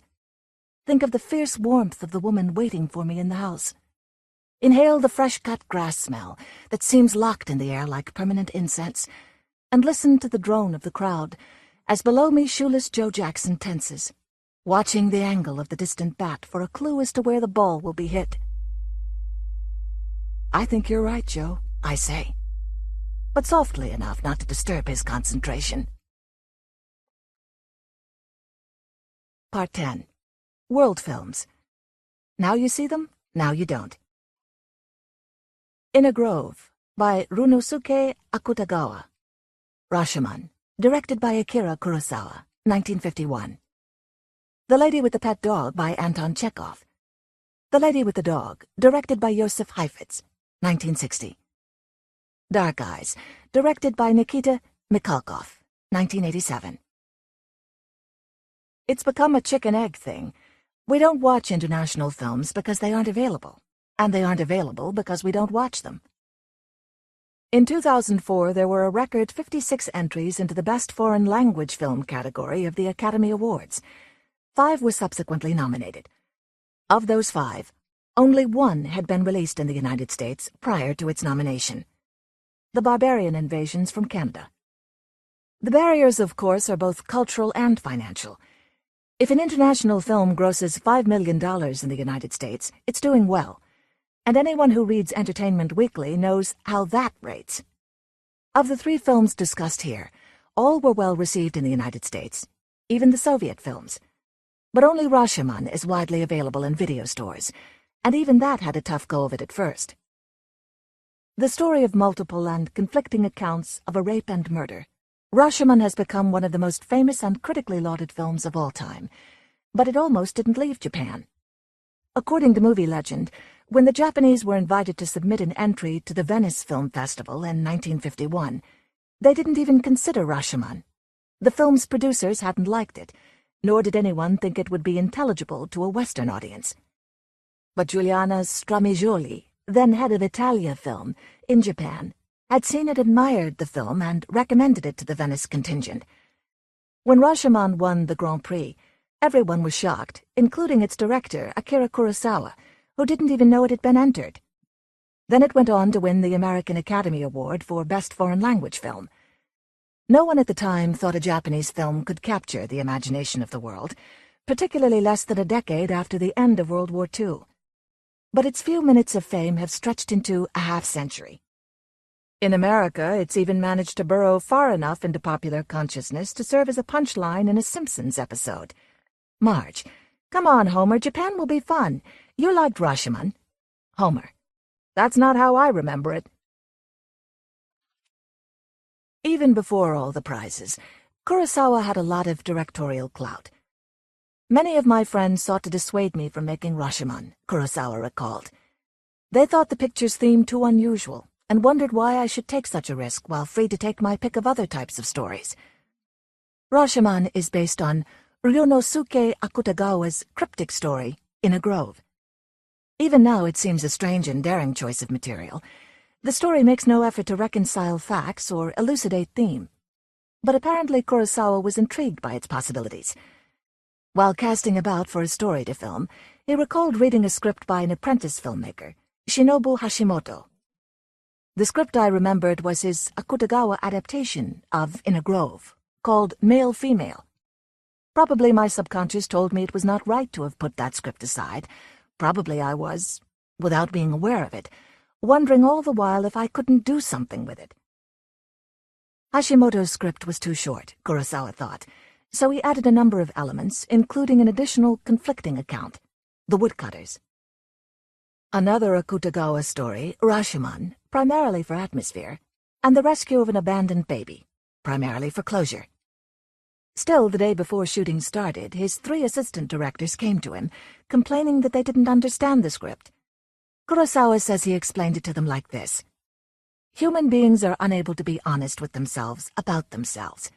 They cannot talk about themselves without embellishing. This script portrays such human beings, the kind who cannot survive without lies to make them feel they are better people than they really are. Who could have predicted the success of a film shot in just a few weeks by a crew who only vaguely understood the story? When Rashomon premiered, audiences were stunned by its visual style. Bosley Crowther of the New York Times wrote, "The photography is excellent and the flow of images is expressive beyond words." What Kurosawa had done was both new and retro. He went back to silent movies to rediscover the power of images. "I sensed a need," he said, "to go back to the origins of the motion picture to find this particular beauty again." It was a visual experiment by a man who loved the medium. "Take myself," he once said, "subtract movies, and the result is 0. Akutagawa's story is far more inscrutable than Kurosawa's movie. It offers neither explanation nor redemption, and the question of truth, or lies, is not directly posed. This bleak and intellectual outlook characterizes Akutagawa, who committed suicide at the age of 35. His career, though short, was intense. He produced around 150 stories, as well as poems, diaries, travelogues, and literary criticism. His work, eclectic, stylistically experimental, and carefully sculpted, has always been difficult to categorize. He was the product of a very particular time, the intense westernization that began with Japan's Meiji period, 1868 to 1912. In school, he was taught English and Chinese, as well as the classics of Eastern and Western literature.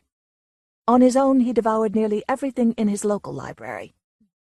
After his death, Japanese author Kikuchi Kan wrote, No one in the future can emulate his lofty culture, exquisite taste, and Oriental and Western learning. As an embodiment of the ancient tradition and taste of the Orient, and the knowledge and taste of the Occident, he will remain a representative writer of Japan. In a Grove illustrates this cultural blend of East and West. The episode is borrowed from the Konjaku Monogatari, medieval Japanese tales, circa 1120, but the narrative form is similar to Robert Browning's The Ring and the Book. Footnote: Akutagawa's uncertain reputation in Japan is often attributed to his tendency to borrow. Robert Browning's poem, which also contains multiple conflicting testimonies, is based on a Roman murder, circa 1698, that Browning read about in what is referred to as the Old Yellow Book, a volume he bought from a market stall for 1 lira. End of footnote. The story's theme of relative truth is often described as un-Japanese, but it was apparently a philosophy Akutagawa adhered to. Unfortunately, he once wrote, "I know that some truths cannot be told save through lies." This, of course, is the foundation of Western fictional literature, but in Akutagawa's day, shishosetsu, personal confession based on the author's life, was the most popular form of Japanese literature. Near the end of his life, Akutagawa's work leaned more in this direction, but still he questioned its validity. "No one," he wrote, "can confess completely. At the same time, no one can express anything without confessing." Cogwheels, a story written shortly before his death, clearly contains autobiographical material, as it describes the narrator's descent into a state bordering on schizophrenia. Shortly after it was completed, Akutagawa took an overdose of drugs. Ever inscrutable and wary of easy answers, he began his open suicide letter entitled "A Note to a Certain Old Friend," with a refusal to explain his death. Probably no one who attempts suicide is fully aware of all of his motives, which are usually too complex. At least in my case, it is prompted by a vague sense of anxiety about my own future. He did not elucidate any further. His writings indicate that he was unhappy and beset by personal and financial problems. And as Cogwheels makes clear, he was gradually descending into a state of unreality. The story ends with the horrible question, "Isn't there anyone to come and strangle me quietly in my sleep?" He also mentioned in that work his worry that madness was an inherited trait. His mother became mentally unstable when he was just a year old. Some attribute his suicide to outside factors, including his concerns about the changing political climate. The Taisho period, Japan's experiment in democracy, ended in 1926, a year before his death, and within a few years the military would have almost complete control of the government. Of course, any and all of these speculations may be true. How Rashomon-esque. Those who knew him best, though, claimed Akutagawa's suicide always seemed inevitable. If Akutagawa's stories are filled with horror and extravagance, as Jorge Luis Borges once put it, Russian author Anton Chekhov's are filled with anything but. Still, circumstantially, there are a number of similarities between the two men. They both had short, productive careers plagued by ill health. Chekhov died from tuberculosis at the age of 44. Both lived and wrote during a time of political twilight. The Lady with the Pet Dog was written less than 20 years before the October Revolution and Lenin's rise to power, and both worked outside of the accepted literary traditions of their place and time. Chekhov was often criticized for not tackling big themes. In fact, Chekhov's stories are often about small things and silly people. Rejecting the prevalent Russian notion that literature must bear a clear social or moral message, he instead tried to describe ordinary people as truthfully as possible. Perhaps having trained as a medical doctor, Chekhov had a natural inclination toward objectivity. Or maybe it began with indecision, as he wrote in a letter to Dmitry Grigorovich, the writer who first recognized Chekhov's talent. "I still lack a political, religious, and philosophical worldview. I change it every month, and so I'll have to limit myself to descriptions of how my heroes love, marry, give birth, die, and how they speak." In any case, absence of lengthy verbiage of a political, social, economic nature became his first of 6 principles for a good story. Footnote: the second principle was objectivity, the third truthfulness, the fourth brevity, the fifth originality, the sixth compassion. End of footnote. With these principles, he created something new, a story without judgments, or answers. Often his stories end by simply stopping. In a letter to Alexei Savarian, his friend and highly political editor, he clarified his position. You are confusing two concepts, answering the questions and formulating them correctly. Only the latter is required of an author. Considered by many to be one of the greatest stories ever written, The Lady with the Pet Dog was completed in 1899, less than 5 years before Chekhov's death. Because of his poor health, he had begun spending winters in Yalta, the resort town on the Black Sea that serves as the setting for his story. At the time of its writing, he had met, but not yet married, Olga Knipper, an actress with the Moscow Art Theatre. Many see her as the prototype for Anna, as apparently she did herself. The Lady is one of Chekhov's final 3 stories. After this, he would concentrate exclusively on plays, and in it his style and themes are refined to an almost pure state. There is the seemingly unbridgeable emotional distance between men and women. Ironically, though one of Chekhov's favorite fictional subjects was marriage, he wrote all of his stories while still a bachelor. There is the Chekhovian question, will they or won't they? Posed but not answered. And there is the pre-revolutionary Russian intellectual, depicted but not condemned. When Joseph Heifetz adapted Chekhov's story for film 60 years later, it received a great deal of critical praise, including a special jury prize at the Cannes Film Festival. But the extent of The Lady with the Dog's success is not immediately apparent. It is, in fact, a hat trick. At once literal in its translation of Chekhov's story, mesmerizing as a film experience in its own right, and deftly PC in its role as a state-sanctioned tribute to Chekhov, in honor of the Chekhov centenary. The Lady is also a testament to the ingenuity of Soviet filmmakers. Even in the thaw following Joseph Stalin's death in 1953, the stated aim of Soviet film was still to educate and disseminate Soviet philosophy. Russian film expert Louis Menashe warns, "It has always been difficult to judge Soviet cinema by ordinary and universal standards. Their films reveal and, being Soviet, made under the censor's eye, they also conceal. Thus we have to watch them cautiously, alert to omission or hidden meaning." In other words, when watching Soviet films, even adaptations of pre-revolutionary works like Heifetz's The Lady with the Dog, it doesn't hurt to have a decoder ring nearby. Heifetz's directorial career was a long and varied one. He began his lifelong affiliation with Len Film Studios in 1928, and he and his longtime collaborator, screenwriter-director, Alexander Zarki, were a prominent team working there during the Stalin years.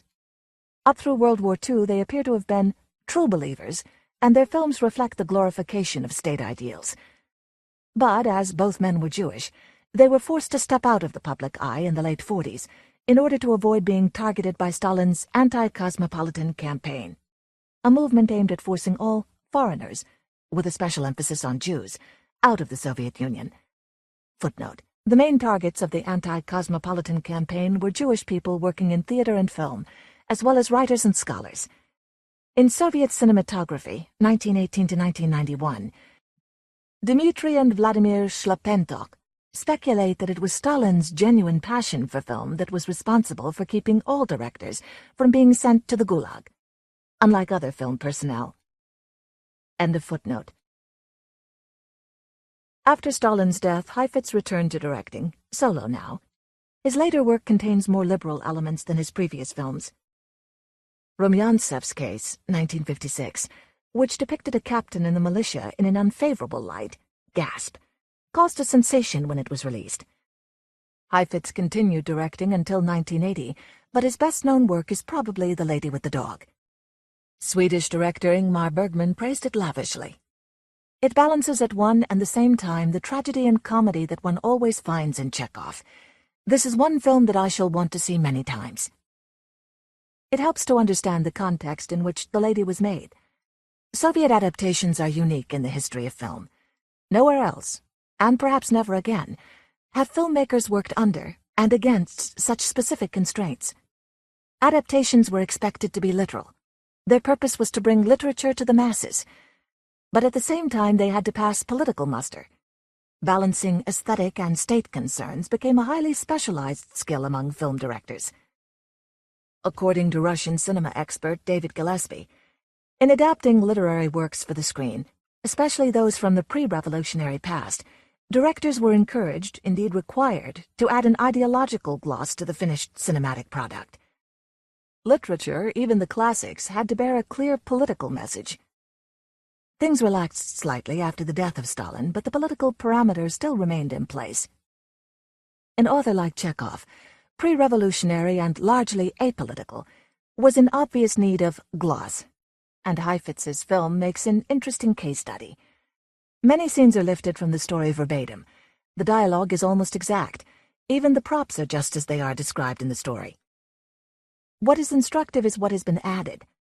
For example, the scene in which a man tries to sell Gurov a dog that looks just like Anna's. Poverty, despair of the working class. Or the scene where Gurov's acquaintance at the club pays people to perform humiliating acts. The moral corruption of the upper class. Heifetz's real triumph, albeit a transparent one, is that these scenes are so in keeping with the rest of the film that they're barely noticeable as ideological additions. Nearly 30 years later, Nikita Mikhalkov gave Chekhov's story a completely different spin in his 1987 adaptation, Dark Eyes. Charismatic, compelling, and controversial, Mikhalkov is one of the most famous and influential Russian directors working today. Certainly, he is one of the most well-known outside of Russia. His Burnt by the Sun, which he wrote, directed, and starred in, won the Academy Award for Best Foreign Film in 1995. His pedigrees are both Soviet and Russian. His father wrote the lyrics to the Soviet national anthem, and was recently asked to do the same for the new Russian anthem set to the same music. His great-grandfather and grandfather were successful Russian painters, and his older brother is film director Andrei Konchalovsky. Mikhalkov established an international reputation with A Slave of Love, 1976, and An Unfinished Piece for Player Piano, 1977. Italian actor Marcello Mastroianni saw those films and was so impressed he sought out Mikhalkov and proposed they work together, even though Mastroianni does not speak Russian and Mikhalkov does not speak Italian. Dark Eyes, a joint Soviet-Italian enterprise, became one of the earliest, most prominent, and most successful examples of co-production. Footnote: Gorbachev's Glasnost opened the country to the outside, and as a result, filmmaking in the Soviet Union changed drastically. State funding continued, but the movement was toward self-financing, using independent production companies and foreign investments. Co-productions, which gave the Soviets access to newer film technologies and a bigger audience base, flourished during this time. End of footnote. Mikhalkov wrote the screenplay with his longtime partner Alexander Adabashian and Italian writer Suso Cecchi D'Amico. No longer compelled to be literally faithful, Mikhalkov took a number of liberties, beginning with casting the Italian Mastroianni in the Gorovish role, now called Romano. The lady with the little dog was sort of a pretext for the film, Mikhalkov said, not the subject. It's a movie that takes its motifs from Chekhov. There is a particular atmosphere, like a musical tune, which is special to Chekhov. We decided to make a movie about the tuning of Chekhov. Several other Chekhov stories were woven into the piece, including The Name Day Party and Anna Around the Neck. But it was the liberties taken with The Lady with the Pet Dog that annoyed many reviewers.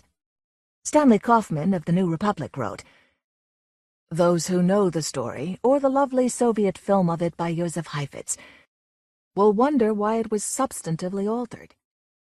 Some of the alterations don't much hurt the Chekhov story, but the ending reduces tragedy to pathos, or would do so if it succeeded. The film's last moments consist of two twists that I mustn't reveal. The mere fact that there are twists is proof of debasement." Julie Salmon of the Wall Street Journal disagreed. The rueful, ironic roots of this gorgeous movie are as Russian as the Chekhov stories on which it is based. Pauline Kael of The New Yorker was scathing, calling the film a massive hunk of Italo-Russian kitsch. Mikhalkov is a love-him-or-hate-him kind of guy, and to a great extent it's because he is unabashedly, unapologetically Russian. He is also powerful, perhaps the only director able to make the Russian equivalent of a blockbuster. His Barber of Siberia, 1998, cost $45 million, about $44 million more than the average Russian film. In 1998, he was elected head of the Russian Filmmakers Union, a not inconsiderable role in a country where cinema and politics have always been blatant bedfellows. Since the end of the Soviet Union, the Russian film industry has suffered greatly, and many believe Mikhalkov is the strong leader required to pull it, and maybe even the country, out of trouble. Footnote: proving how tightly wed Russian cinema and politics still are, there was even talk in June 2000 of Mikhalkov running in the country's presidential election, a rumor he did not immediately squelch. End of footnote. Its problems have been extensive. When the major film studios collapsed financially, production slowed to a trickle. Dismantling the distribution system led to the unavailability of domestic films in many cities. Equipment in theaters fell into disrepair, and perhaps most important, the Russian audience, which in the 1980s was more avid than audiences anywhere else in the world, lost interest. In response, Mikhalkov has become the leading proponent of patriotic, otechestveni cinema, and surprisingly, the example he points to is Depression-era America. America walked out of its crisis thanks to its cinema, he says. And recently, things have been looking better. In the last year, more than 400 theaters have been upgraded, production and distribution are improving, and best of all, Russian audiences appear to be returning. There's no consensus on the state of world cinema today. The half-full people will point to the international success of recent films like Crouching Tiger, Hidden Dragon, and Amélie. The half-empty people will argue that those are the exceptions that prove the rule, and that there is still great resistance to subtitles and dubbing, for example. There is one sad fact, though, that may make the argument moot. Film everywhere is decomposing at an astonishing rate, and world film is particularly vulnerable. Kurosawa's stature ensures that his films will continue to be well taken care of, but the Russian archives are much more vulnerable. But there is hope. In the last several years, the Russian Cinema Council, Russiko, has undertaken to restore and reissue 120 Russian films, including Dark Eyes and Lady with the Dog. Neither is fully available yet, but they should be soon. So chalk one up for the half-full people. In a Grove. Ryunosuke Akutagawa. Translated by Takashi Kojima.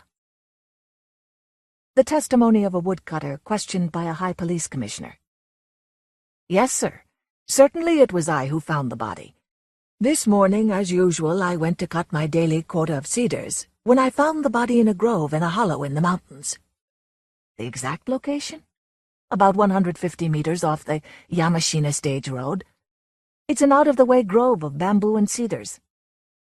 The body was lying flat on its back, dressed in a bluish silk kimono and a wrinkled headdress of the Kyoto style.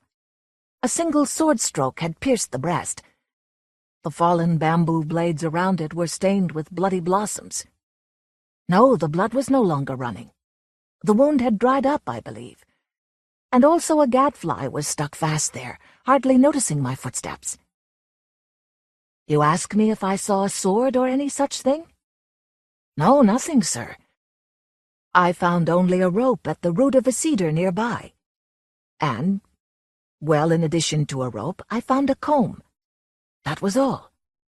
Apparently he must have made a battle of it before he was murdered, because the grass and fallen bamboo blades had been trampled down all around. A horse was nearby? No, sir. It's hard enough for a man to enter, let alone a horse. The testimony of a traveling Buddhist priest questioned by a high police commissioner. The time? Certainly it was about noon yesterday, sir. The unfortunate man was on the road from Sekiyama to Yamashina. He was walking toward Sekiyama with a woman accompanying him on horseback, who I have since learned was his wife. A scarf hanging from her head hid her face from view. All I saw was the color of her clothes, a lilac-colored suit. Her horse was a sorrel with a fine mane. The lady's height? Oh, about 4 feet 5 inches. Since I am a Buddhist priest, I took little notice about her details. Well, the man was armed with a sword as well as a bow and arrows, and I remember that he carried some 20-odd arrows in his quiver. Little did I expect that he would meet such a fate. Truly human life is as evanescent as the morning dew or a flash of lightning. My words are inadequate to express my sympathy for him. The testimony of a policeman questioned by a high police commissioner. The man that I arrested? He is a notorious brigand called Tajomaru. When I arrested him, he had fallen off his horse. He was groaning on the bridge at Awataguchi. The time? It was in the early hours of last night. For the record, I might say that the other day I tried to arrest him, but unfortunately he escaped. He was wearing a dark blue silk kimono and a large plain sword. And, as you see, he got a bow and arrows somewhere. You say that this bow and these arrows look like the ones owned by the dead man? Then Tajomaru must be the murderer. The bow wound with leather strips, the black lacquered quiver, the 17 arrows with hawk feathers. These were all in his possession, I believe. Yes, sir, the horse is, as you say, a sorrel with a fine mane. A little beyond the stone bridge I found the horse grazing by the roadside, with his long rein dangling. Surely there is some providence in his having been thrown by the horse. Of all the robbers prowling around Kyoto, this Tajomaru has given the most grief to the women in the town. Last autumn a wife who came to the mountain back of the Pindora of the Toribei temple, presumably to pay a visit, was murdered, along with a girl. It has been suspected that it was his doing. If this criminal murdered the man, you cannot tell what he may have done with the man's wife. May it please your honor to look into this problem as well. The testimony of an old woman questioned by a high police commissioner. Yes, sir, that corpse is the man who married my daughter. He does not come from Kyoto. He was a samurai in the town of Kokufu in the province of Wakasa. His name was Kanazawa no Takehiko, and his age was 26. He was of a gentle disposition, so I am sure he did nothing to provoke the anger of others. My daughter? Her name is Masago, and her age is 19. She is a spirited, fun-loving girl, but I am sure she has never known any man except Takehiko. She has a small, oval, dark-complected face, with a mole at the corner of her left eye. Yesterday Takehiko left for Wakasa with my daughter. What bad luck it is that things should have come to such a sad end. What has become of my daughter? I am resigned to giving up my son-in-law as lost, but the fate of my daughter worries me sick. For heaven's sake, leave no stone unturned to find her. I hate that robber Tajomaru, or whatever his name is. Not only my son-in-law, but my daughter. Her later words were drowned in tears. Tajomaru's confession. I killed him, but not her. Where's she gone? I can't tell. Oh, wait a minute. No torture can make me confess what I don't know. Now things have come to such a head I won't keep anything from you. Yesterday, a little past noon, I met that couple.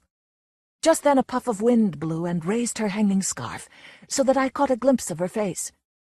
Instantly it was again covered from my view. That may have been one reason. She looked like a bodhisattva. At that moment I made up my mind to capture her even if I had to kill her man. Why? To me, killing isn't a matter of such great consequence as you might think. When a woman is captured, her man has to be killed anyway. In killing, I use the sword I wear at my side. Am I the only one who kills people? You don't use your swords. You kill people with your power, with your money. Sometimes you kill them on the pretext of working for their good. It's true they don't bleed. They are in the best of health, but all the same you've killed them. It's hard to say who is a greater sinner, you or me. An ironical smile. But it would be good if I could capture a woman without killing her man. So I made up my mind to capture her and do my best not to kill him. But it's out of the question on the Yamashina stage road. So I managed to lure the couple into the mountains. It was quite easy. I became their traveling companion, and I told them there was an old mound in the mountain over there, and that I had dug it open and found many mirrors and swords. I went on to tell them I'd buried the things in a grove behind the mountain, and that I'd like to sell them at a low price to anyone who would care to have them. Then, you see, isn't greed terrible? He was beginning to be moved by my talk before he knew it. In less than half an hour they were driving their horse toward the mountain with me. When he came in front of the grove, I told them that the treasures were buried in it, and I asked them to come and see. The man had no objection. He was blinded by greed. The woman said she would wait on horseback. It was natural for her to say so at the sight of a thick grove. To tell you the truth, my plan worked just as I wished. So I went into the grove with him, leaving her behind alone. The grove is only bamboo for some distance. About 50 yards ahead there's a rather open clump of cedars. It was a convenient spot for my purpose. Pushing my way through the grove, I told him a plausible lie that the treasures were buried under the cedars. When I told him this, he pushed his laborious way toward the slender cedar visible through the grove. After a while the bamboo thinned out, and we came to where a number of cedars grew in a row. As soon as we got there, I seized him from behind. Because he was a trained sword-bearing warrior, he was quite strong, but he was taken by surprise, so there was no help for him. I soon tied him up to the root of a cedar. Where did I get a rope? Thank heaven, being a robber, I had a rope with me, since I might have to scale a wall at any moment. Of course it was easy to stop him from calling out by gagging his mouth with fallen bamboo leaves. When I disposed of him, I went to his woman and asked her to come and see him, because he seemed to have been suddenly taken sick. It's needless to say that this plan also worked well. The woman, her sedge hat off, came into the depths of the grove, where I led her by the hand. The instant she caught sight of her husband, she drew a small sword. I've never seen a woman of such violent temper. If I'd been off guard, I'd have got a thrust in my side. I dodged, but she kept on slashing at me. She might have wounded me deeply or killed me. But I'm Tajamaru. I managed to strike down her small sword without drawing my own. The most spirited woman is defenseless without a weapon. At last I could satisfy my desire for her without taking her husband's life. Yes, without taking his life. I had no wish to kill him. I was about to run away from the grove, leaving the woman behind in tears when she frantically clung to my arm. In broken fragments of words, she asked that either her husband or I die. She said it was more trying than death to have her shame known to two men. She gasped out that she wanted to be the wife of whichever survived. Then a furious desire to kill him seized me. Gloomy excitement. Telling you in this way, no doubt, I seem a crueler man than you. But that's because you didn't see her face, especially her burning eyes at that moment. As I saw her eye to eye, I wanted to make her my wife, even if I were to be struck by lightning. I wanted to make her my wife. This single desire filled my mind. This was not only lust, as you might think. At that time, if I'd had no other desire than lust, I'd surely not have minded knocking her down and running away. Then I wouldn't have stained my sword with his blood. But the moment I gazed at her face in the dark grove, I decided not to leave there without killing him. But I didn't like to resort to unfair means to kill him. I untied him and told him to cross swords with me.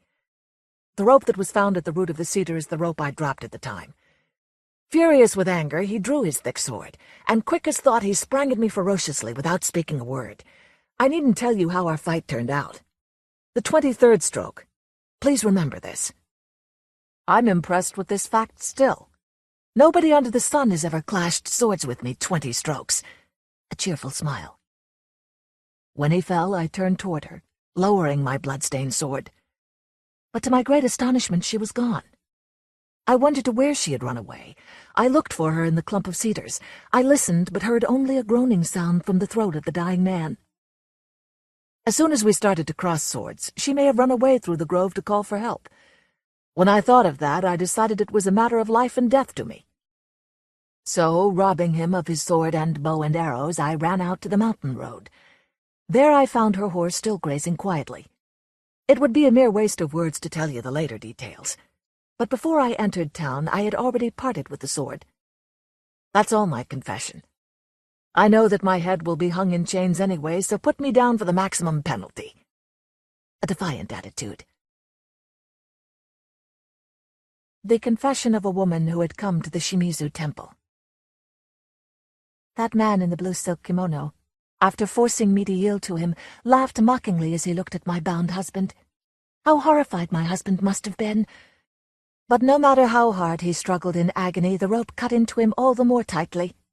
In spite of myself, I ran stumblingly toward his side. Or rather, I tried to run toward him, but the man instantly knocked me down. Just at that moment, I saw an indescribable light in my husband's eyes. Something beyond expression. His eyes make me shudder even now. That instantaneous look of my husband, who couldn't speak a word, told me all his heart. The flash in his eyes was neither anger nor sorrow. Only a cold light, a look of loathing. More struck by the look in his eyes than by the blow of the thief, I called out in spite of myself and fell unconscious. In the course of time I came to, and found that the man in blue silk was gone. I saw only my husband still bound to the root of the cedar. I raised myself from the bamboo blades with difficulty, and looked into his face. But the expression in his eyes was just the same as before. Beneath the cold contempt in his eyes, there was hatred. Shame, grief, and anger. I don't know how to express my heart at that time. Reeling to my feet, I went up to my husband. "Takejiro," I said to him, "since things have come to this pass, I cannot live with you. I'm determined to die, but you must die too. You saw my shame. I can't leave you alive as you are." This was all I could say. Still he went on gazing at me with loathing and contempt. My heart breaking, I looked for his sword. It must have been taken by the robber. Neither his sword nor his bow and arrows were to be seen in the grove. But fortunately my small sword was lying at my feet. Raising it overhead, once more I said, "Now give me your life. I'll follow you right away." When he heard those words, he moved his lips with difficulty. Since his mouth was stuffed with leaves, of course his voice could not be heard at all. But at a glance I understood his words. Despising me, his look said only, "Kill me." Neither conscious nor unconscious, I stabbed the small sword through the lilac-colored kimono into his breast. Again at this time I must have fainted. By the time I managed to look up, he had already breathed his last, still in bonds. A streak of sinking sunlight streamed through the clump of cedars and bamboos and shone on his pale face. Gulping down my sobs, I untied the rope from his dead body. And what has become of me since, I have no more strength to tell you. Anyway, I hadn't the strength to die. I stabbed my own throat with the small sword. I threw myself into a pond at the foot of the mountain, and I tried to kill myself in many ways. Unable to end my life, I am still living in dishonor. A lonely smile. Worthless as I am, I must have been forsaken even by the most merciful Kwanon. I killed my own husband. I was violated by the robber. Whatever can I do? Whatever can I... Gradually violent sobbing. The story of the murdered man, as told through a medium. After violating my wife, the robber sitting there began to speak comforting words to her. Of course I couldn't speak. My whole body was tied fast to the root of a cedar. But meanwhile I winked at her many times, as much as to say, "Don't believe the robber." I wanted to convey some such meaning to her. But my wife, sitting dejectedly on the bamboo leaves, was looking hard at her lap. To all appearance, she was listening to his words. I was agonized by jealousy. In the meantime, the robber went on with his clever talk, from one subject to another. The robber finally made his bold, brazen proposal. "Once your virtue is stained, you won't get along well with your husband, so won't you be my wife instead? It's my love for you that made me be violent toward you." While the criminal talked, my wife raised her face as if in a trance. She had never looked so beautiful as at that moment. What did my beautiful wife say in answer to him while I was sitting bound there? I am lost in space, but I have never thought of her answer without burning with anger and jealousy. Truly, she said, "Then take me away with you wherever you go." This is not the whole of her sin. If that were all, I would not be tormented so much in the dark. When she was going out of the grove, as if in a dream, her hand in the robber's, she suddenly turned pale and pointed at me tied to the root of the cedar and said, Kill him! I cannot marry you as long as he lives." "Kill him!" she cried many times, as if she had gone crazy. Even now these words threatened to blow me headlong into the bottomless abyss of darkness. Has such a hateful thing come out of a human mouth ever before? Have such cursed words ever struck a human ear, even once? Even once such a sudden cry of scorn. At these words the robber himself turned pale. "Kill him!" she cried, clinging to his arms. Looking hard at her, he answered neither yes nor no. But hardly had I thought about his answer before she had been knocked down into the bamboo leaves. Again a cry of scorn. Quietly folding his arms, he looked at me and said, "What will you do with her? Kill her or save her? You have only to nod. Kill her?" For these words alone I would like to pardon his crime. While I hesitated, she shrieked and ran into the depths of the grove. The robber instantly snatched at her, but he failed even to grasp her sleeve. After she ran away, he took up my sword and my bow and arrows. With a single stroke he cut one of my bonds. I remember his mumbling, "My fate is next." Then he disappeared from the grove. All was silent after that. Now I heard someone crying. Untying the rest of my bonds, I listened carefully, and I noticed that it was my own crying. Long silence. I raised my exhausted body from the root of the cedar. In front of me there was shining the small sword which my wife had dropped. I took it up and stabbed it into my breast. A bloody lump rose to my mouth, but I didn't feel any pain. When my breast grew cold, everything was as silent as the dead in their graves. What profound silence! Not a single bird note was heard in the sky over this grave in the hollow of the mountains. Only a lonely light lingered on the cedars and mountain. By and by the light gradually grew fainter, till the cedars and bamboo were lost to view. Lying there, I was enveloped in deep silence. Then someone crept up to me. I tried to see who it was, but darkness had already been gathering round me. That someone drew the small sword softly out of my breast in its invisible hand. At the same time, once more blood flowed into my mouth. And once and for all, I sank down into the darkness of space. The Lady with the Pet Dog, Anton Chekhov, translated by Avram Yarmolinsky. 1. A new person, it was said, had appeared on the esplanade, a lady with a pet dog, Dmitri Dmitrich Gurov, who had spent a fortnight at Yalta and had got used to the place, had also begun to take an interest in new arrivals. As he sat in Vernet's confectionery shop, he saw, walking on the esplanade, a fair-haired young woman of medium height, wearing a beret. A white Pomeranian was trotting behind her. And afterwards he met her in the public garden and in the square several times a day. She walked alone, always wearing the same beret, and always with the white dog. No one knew who she was, and everyone called her simply the Lady with the Pet Dog. If she is here alone without husband or friends, Gurov reflected, it wouldn't be a bad thing to make her acquaintance. He was under 40, but he already had a daughter 12 years old, and 2 sons at school. They had found a wife for him when he was very young, a student in his 2nd year, and by now she seemed half as old again as he. She was a tall, erect woman with dark eyebrows, stately and dignified, and as she said of herself, intellectual. She read a great deal, used simplified spelling in her letters, called her husband not Dmitri, but Dmitri, while he privately considered her of limited intelligence, narrow-minded, dowdy, was afraid of her, and did not like to be at home. He had begun being unfaithful to her long ago, had been unfaithful to her often, and, probably for that reason, almost always spoke ill of women, and when they were talked of in his presence used to call them the inferior race.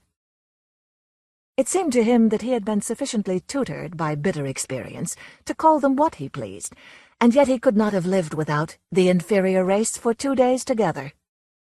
In the company of men he was bored and ill at ease. He was chilly and uncommunicative with them. But when he was among women he felt free and knew what to speak to them about and how to comport himself, and even to be silent with them was no strain on him. In his appearance, in his character, in his whole makeup, there was something attractive and elusive that disposed women in his favor and allured them.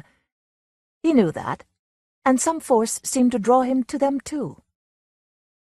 Oft-repeated and really bitter experience had taught him long ago that with decent people, particularly Moscow people, who are irresolute and slow to move, every affair which at first seems a light and charming adventure inevitably grows into a whole problem of extreme complexity, and in the end a painful situation is created.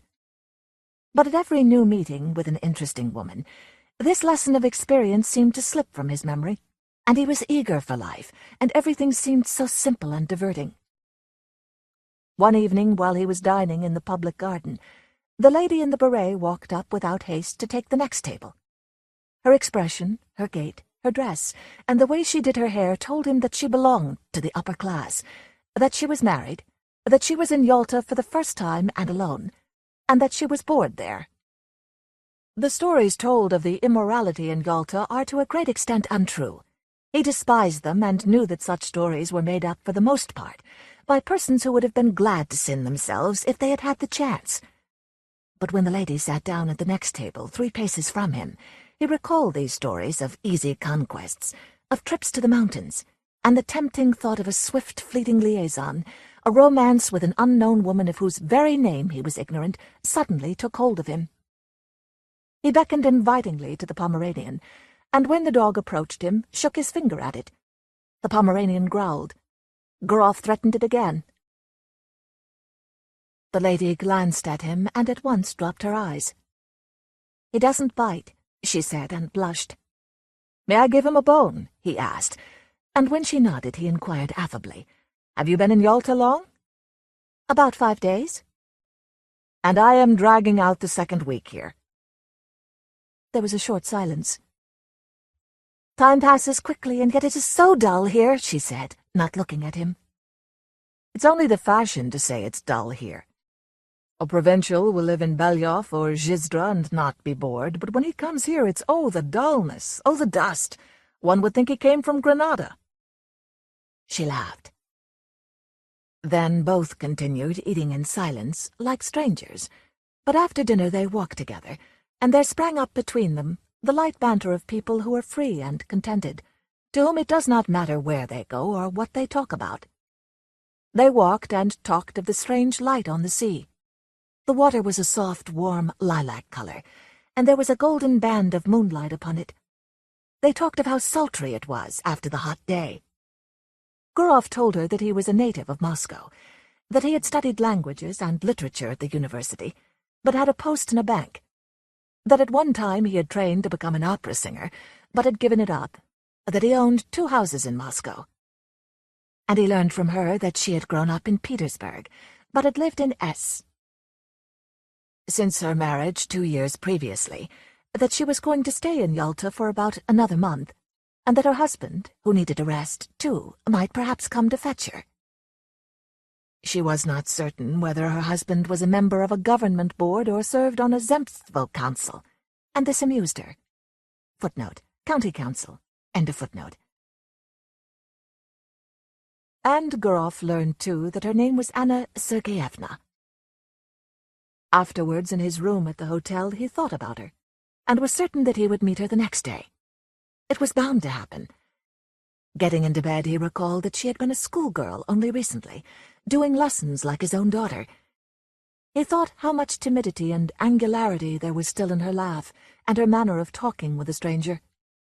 It must have been the first time in her life that she was alone in a setting in which she was followed, looked at, and spoken to for one secret purpose alone, which he could hardly fail to guess at. He thought of her slim, delicate throat, her lovely grey eyes. There's something pathetic about her, though, he thought, and dropped off. 2. A week passed since they had struck up an acquaintance. It was a holiday. It was close indoors, while in the street the wind whirled the dust about and blew people's hats off. One was thirsty all day, and Gurov often went into the restaurant and offered Anna Sergeyevna a soft drink or ice cream. One did not know what to do with oneself. In the evening, when the wind had abated, they went out on the pier to watch the steamer come in. There were a great many people walking about the dock. They had come to welcome someone, and they were carrying bunches of flowers. And two peculiarities of a festive Yalta crowd stood out. The elderly ladies were dressed like young ones, and there were many generals. Owing to the choppy sea, the steamer arrived late, after sunset, and it was a long time tacking about before it put in at the pier. Anna Sergeyevna peered at the steamer and the passengers through her lorgnette, as though looking for acquaintances, and whenever she turned to Gurov, her eyes were shining. She talked a great deal and asked questions jerkily, forgetting the next moment what she had asked. Then she lost her lorgnette in the crush. The festive crowd began to disperse. It was now too dark to see people's faces. There was no wind any more. But Gurov and Anna Sergeyevna still stood as though waiting to see someone else come off the steamer. Anna Sergeyevna was silent now, and sniffed her flowers without looking at Gurov. "The weather has improved this evening," he said. "Where shall we go now? Shall we drive somewhere?" She did not reply. Then he looked at her intently, and suddenly embraced her and kissed her on the lips, and the moist fragrance of her flowers enveloped him. And at once he looked round him anxiously, wondering if anyone had seen them. "Let us go to your place," he said softly, and they walked off together rapidly. The air in her room was close, and there was the smell of the perfume she had bought at the Japanese shop. Looking at her, Gurov thought, what encounters life offers! From the past he preserved the memory of carefree, good-natured women, whom love had made gay and who were grateful to him for the happiness he gave them, however brief it might be. And of women like his wife, who lived without sincerity, with too many words, affectedly, hysterically, with an expression that it was not love or passion that engaged them, but something more significant.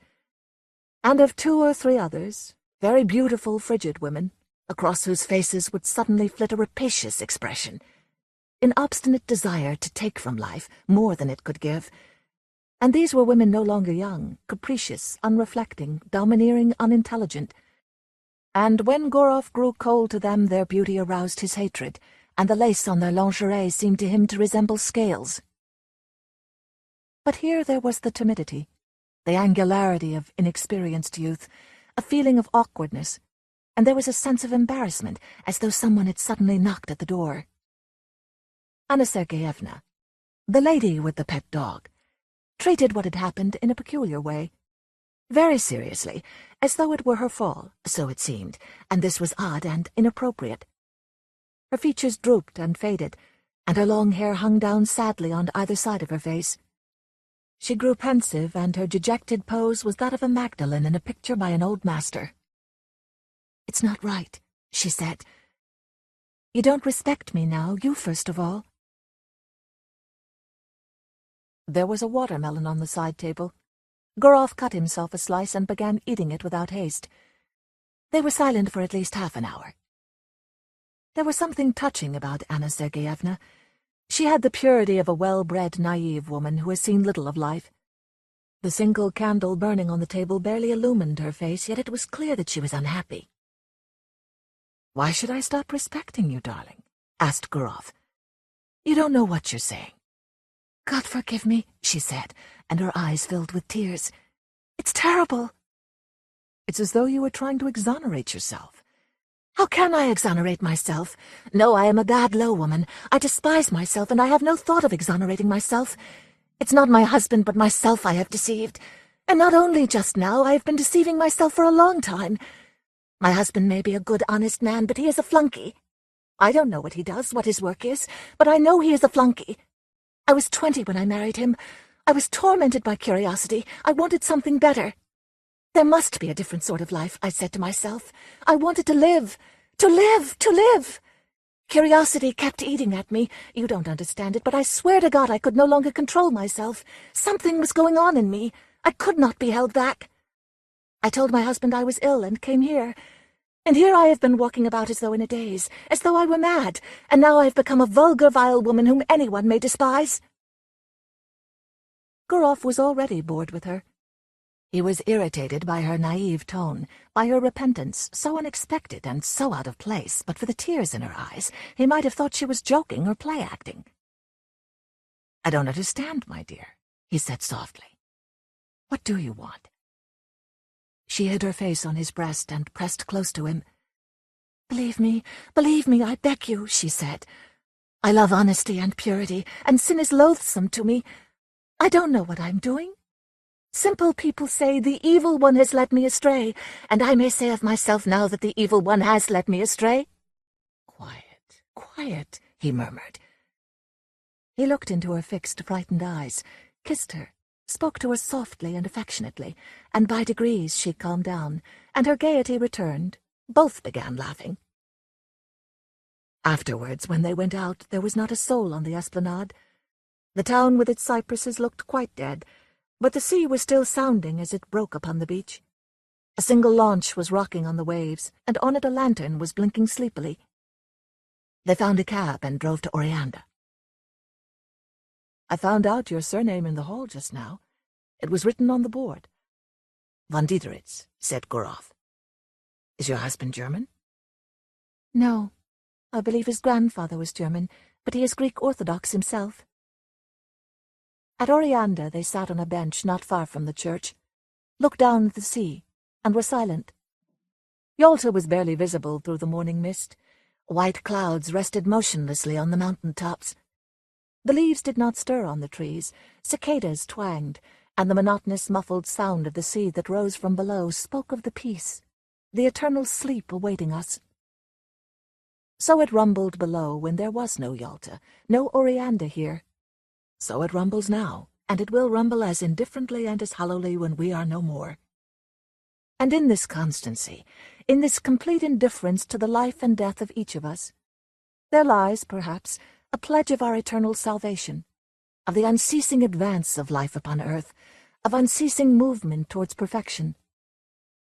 Sitting beside a young woman who in the dawn seemed so lovely, Goroff, soothed and spellbound by these magical surroundings, the sea, the mountains, the clouds, the wide sky, thought how everything is really beautiful in this world when one reflects.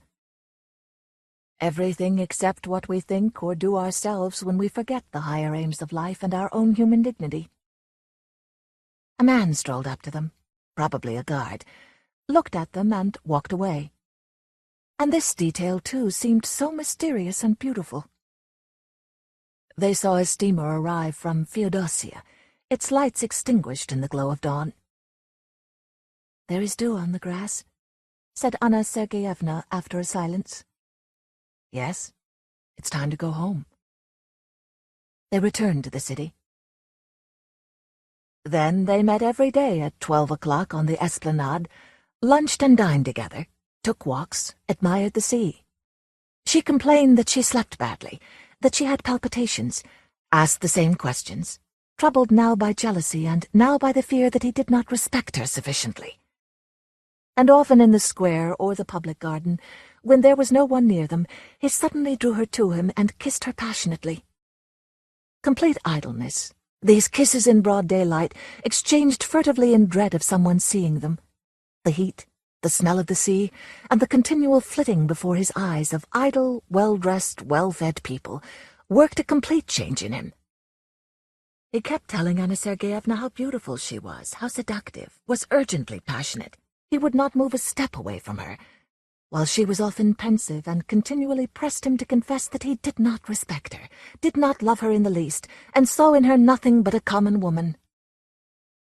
Almost every evening, rather late, they drove somewhere out of town, to Oreanda or to the waterfall, and the excursion was always a success.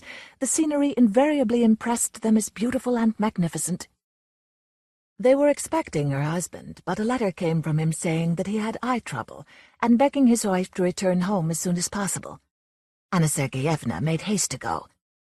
"It's a good thing I am leaving," she said to Goroff. "It's the hand of fate." She took a carriage to the railway station, and he went with her. They were driving the whole day. When she had taken her place in the express, and when the second bell had rung, she said, "Let me look at you once more. Let me look at you again, like this." She was not crying, but was so sad that she seemed ill and her face was quivering. "I shall be thinking of you, remembering you," she said. "God bless you. Be happy. Don't remember evil against me. We are parting forever. It has to be, for we ought never to have met. Well, God bless you." The train moved off rapidly. Its lights soon vanished, and a minute later there was no sound of it, as though everything had conspired to end as quickly as possible, that sweet trance, that madness. Left alone on the platform and gazing into the dark distance, Gurov listened to the twang of the grasshoppers and the hum of the telegraph wires, feeling as though he had just waked up. And he reflected, musing, that there had now been another episode or adventure in his life, and it too was at an end, and nothing was left of it but a memory. He was moved, sad, and slightly remorseful. This young woman whom he would never meet again had not been happy with him. He had been warm and affectionate with her, but yet in his manner, his tone, and his caresses, there had been a shade of light irony, the slightly coarse arrogance of a happy male who was, besides, almost twice her age. She had constantly called him kind, exceptional, high-minded. Obviously he had seemed to her different from what he really was, so he had involuntarily deceived her. Here at the station there was already a scent of autumn in the air. It was a chilly evening. "It is time for me to go north too," thought Gurov, as he left the platform. "High time." 3. At home in Moscow, the winter routine was already established. The stoves were heated, and in the morning it was still dark when the children were having breakfast and getting ready for school, and the nurse would light the lamp for a short time. There were frosts already.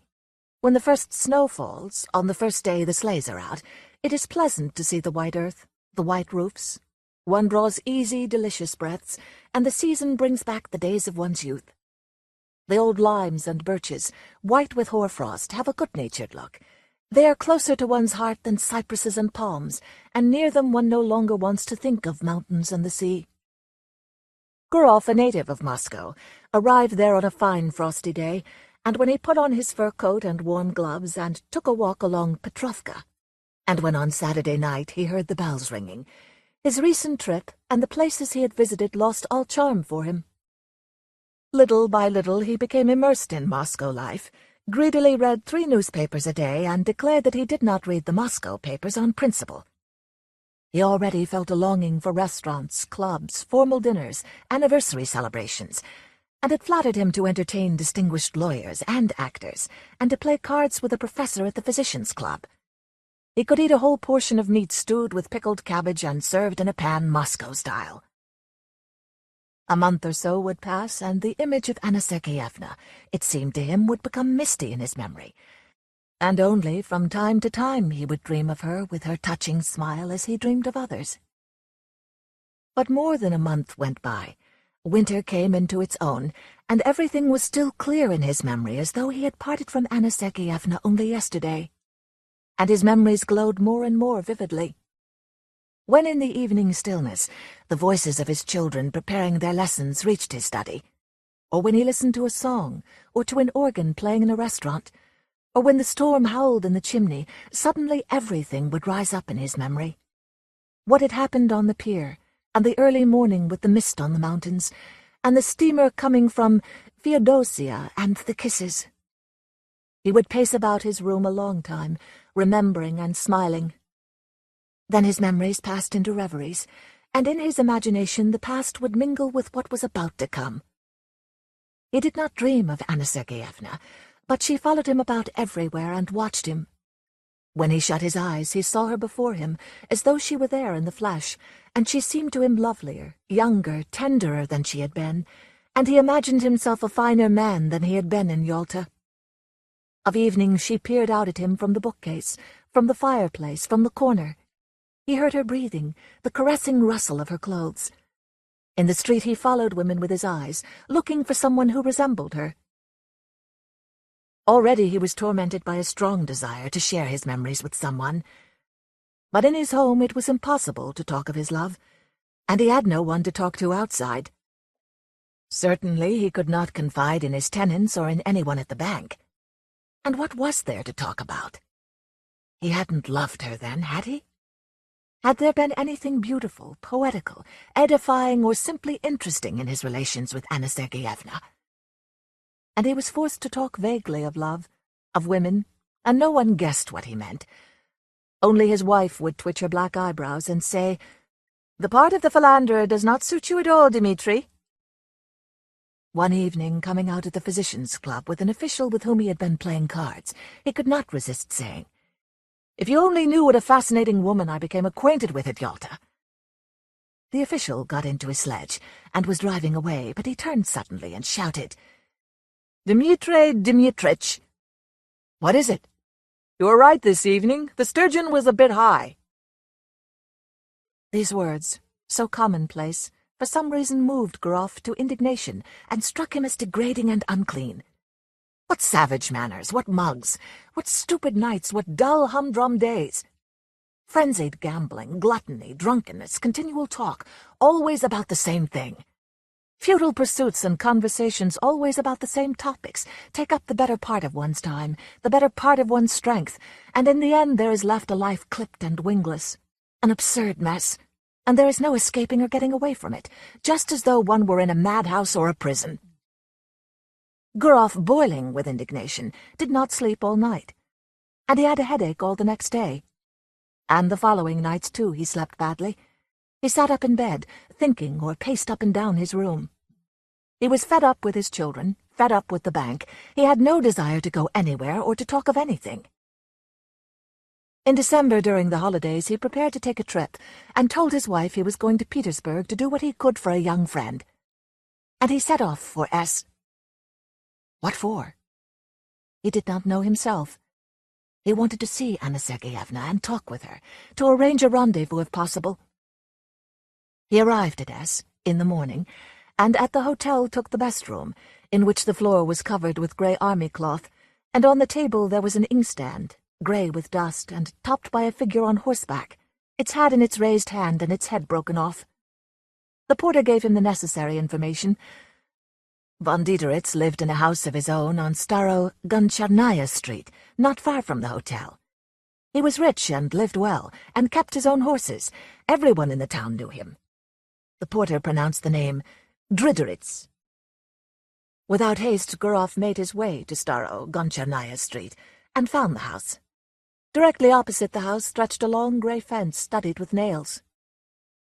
A fence like that would make one run away, thought Gurov, looking now at the fence, now at the windows of the house. He reflected. This was a holiday, and the husband was apt to be at home. And in any case it would be tactless to go into the house and disturb her. If he were to send her a note, it might fall into her husband's hands, and that might spoil everything. The best thing was to rely on chance. And he kept walking up and down the street and along the fence, waiting for the chance. He saw a beggar go in at the gate and heard the dogs attack him.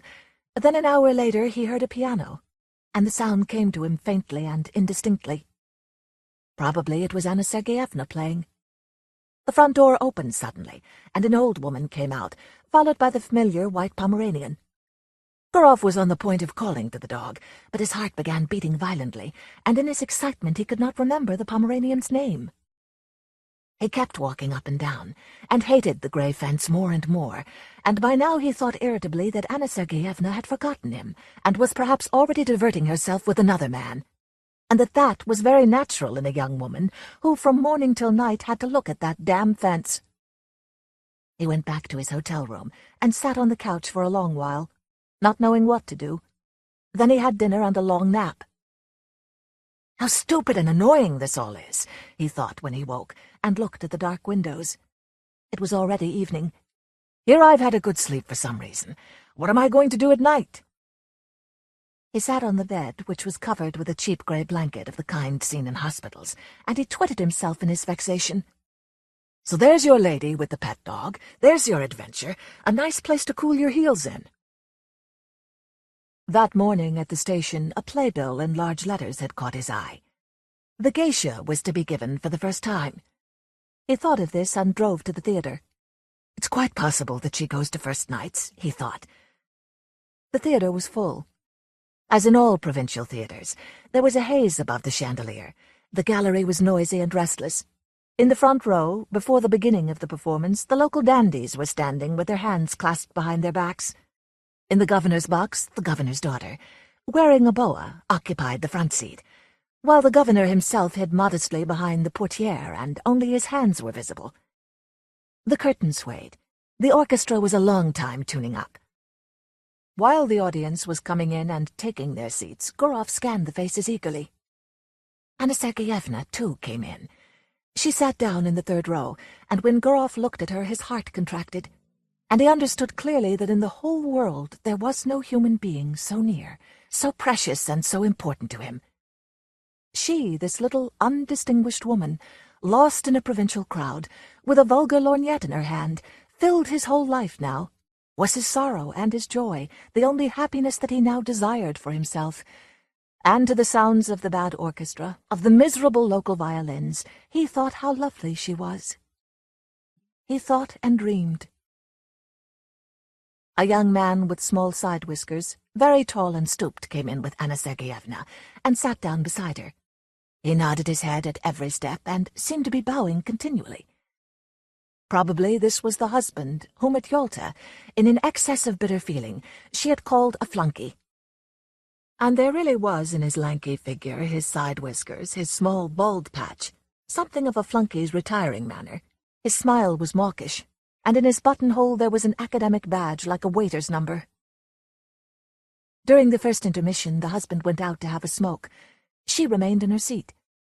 Gurov, who was also sitting in the orchestra, went up to her and said in a shaky voice, with a forced smile, "Good evening."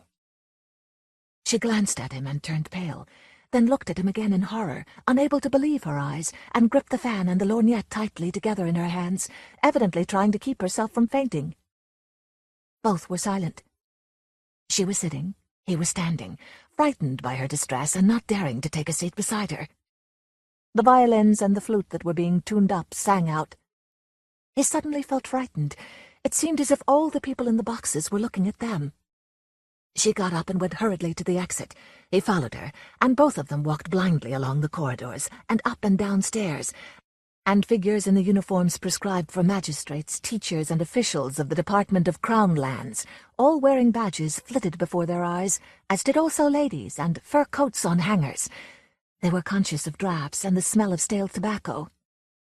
And Gurov, whose heart was beating violently, thought, "Oh, Lord, why are these people here, and this orchestra?"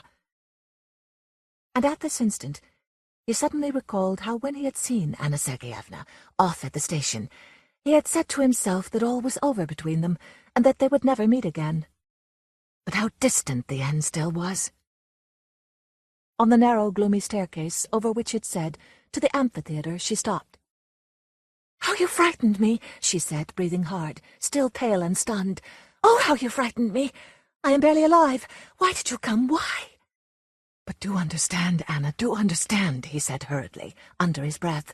"I implore you, do understand." She looked at him with fear, with entreaty, with love.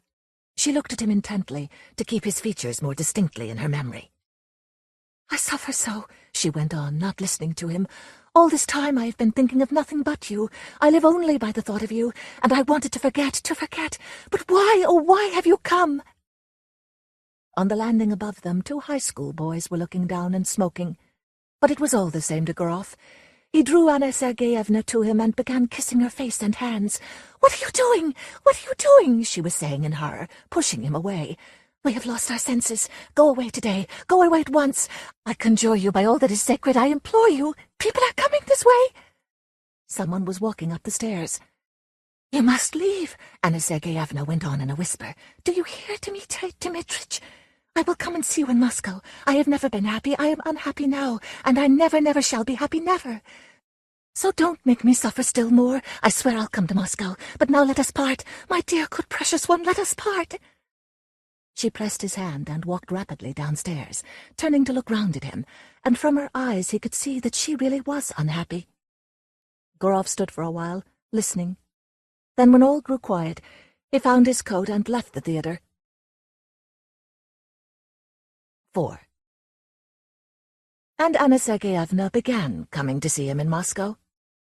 Once every 2 or 3 months she left S, telling her husband that she was going to consult a doctor about a woman's ailment from which she was suffering, and her husband did and did not believe her.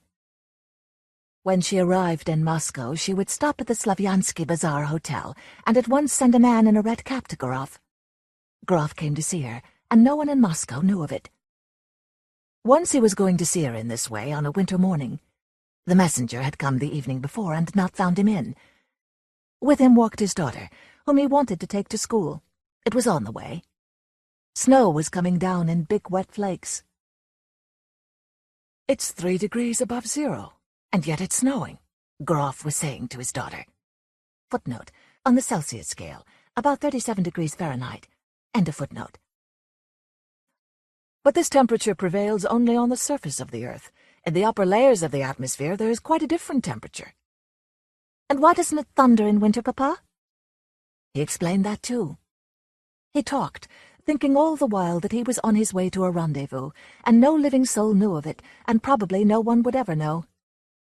He had 2 lives, an open one, seen and known by all who needed to know it, full of conventional truth and conventional falsehood, exactly like the lives of his friends and acquaintances, and another life that went on in secret. And through some strange, perhaps accidental combination of circumstances, everything that was of interest and importance to him, everything that was essential to him, everything about which he felt sincerely and did not deceive himself, everything that constituted the core of his life, was going on concealed from others, while all that was false, the shell in which he hid to cover the truth, his work at the bank, for instance, his discussions at the club, his references to the inferior race, his appearances at anniversary celebrations with his wife, all that went on in the open. Judging others by himself, he did not believe what he saw, and always fancied that every man led his real, most interesting life under cover of secrecy as under cover of light. The personal life of every individual is based on secrecy, and perhaps it is partly for that reason that civilized man is so nervously anxious that personal privacy should be respected. Having taken his daughter to school, Groff went on to the Slavyansky Bazaar Hotel. He took off his fur coat in the lobby, went upstairs, and knocked gently at the door. Anna Sergeyevna, wearing his favorite grey dress, exhausted by the journey and by waiting, had been expecting him since the previous evening. She was pale and looked at him without a smile, and he had hardly entered when she flung herself on his breast. That kiss was a long, lingering one, as though they had not seen one another for 2 years. "Well, darling, how are you getting on there?" he asked. "What news?" "Wait, I'll tell you in a moment. I can't speak." She could not speak. She was crying. She turned away from him and pressed her handkerchief to her eyes. "Let her have her cry. Meanwhile, I'll sit down," he thought, and he seated himself in an armchair. Then he rang and ordered tea, and while he was having his tea, she remained standing at the window with her back to him. She was crying out of sheer agitation, in the sorrowful consciousness that their life was so sad, that they could only see each other in secret and had to hide from people like thieves. Was it not a broken life?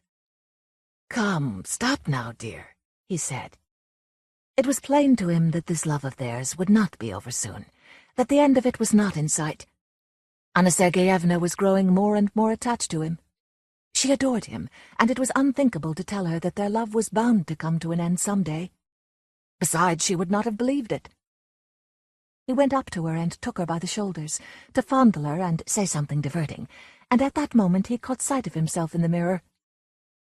His hair was already beginning to turn grey, and it seemed to him that he had grown so much older in the last few years, and lost his looks. The shoulders on which his hands rested were warm and heaving. He felt compassion for this life, still so warm and lovely, but probably already about to begin to fade and wither like his own. Why did she love him so much?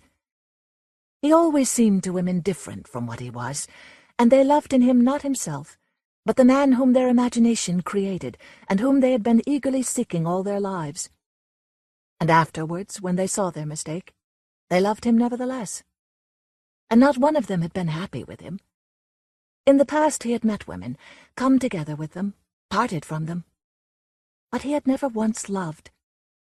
It was anything you please, but not love. And only now, when his head was grey, he had fallen in love. Really, truly, for the first time in his life. Anna Sergeyevna and he loved each other as people do who are very close and intimate, like man and wife, like tender friends.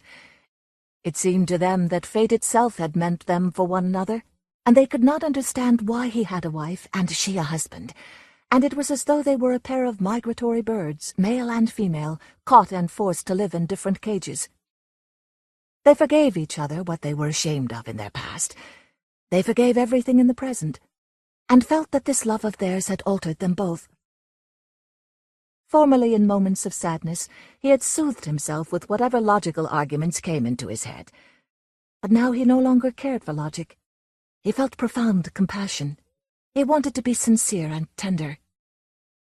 "Give it up now, my darling," he said. "You've had your cry. That's enough. Let us have a talk now. We'll think of something." Then they spent a long time taking counsel together. They talked of how to avoid the necessity for secrecy, for deception, for living in different cities and not seeing one another for long stretches of time. How could they free themselves from these intolerable fetters? "How? How?" he asked, clutching his head. "How?" And it seemed as though in a little while the solution would be found, and then a new and glorious life would begin, and it was clear to both of them that the end was still far off, and that what was to be most complicated and difficult for them was only just beginning. Part 11. The Independence. Money changes everything. Where Are You Going, Where Have You Been? By Joyce Carol Oates. Smooth Talk, directed by Joyce Chopra, 1985. Auggie Wren's Christmas Story, by Paul Auster. Smoke, directed by Wayne Wang, 1995. Emergency, by Denis Johnson. Jesus' Son, directed by Alison McLean, 1999. Killings, by Andre Dubus. In the Bedroom, directed by Todd Field, 2001.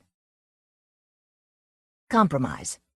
It's a word most literary authors can't abide, followed pretty closely by the other C word, collaboration.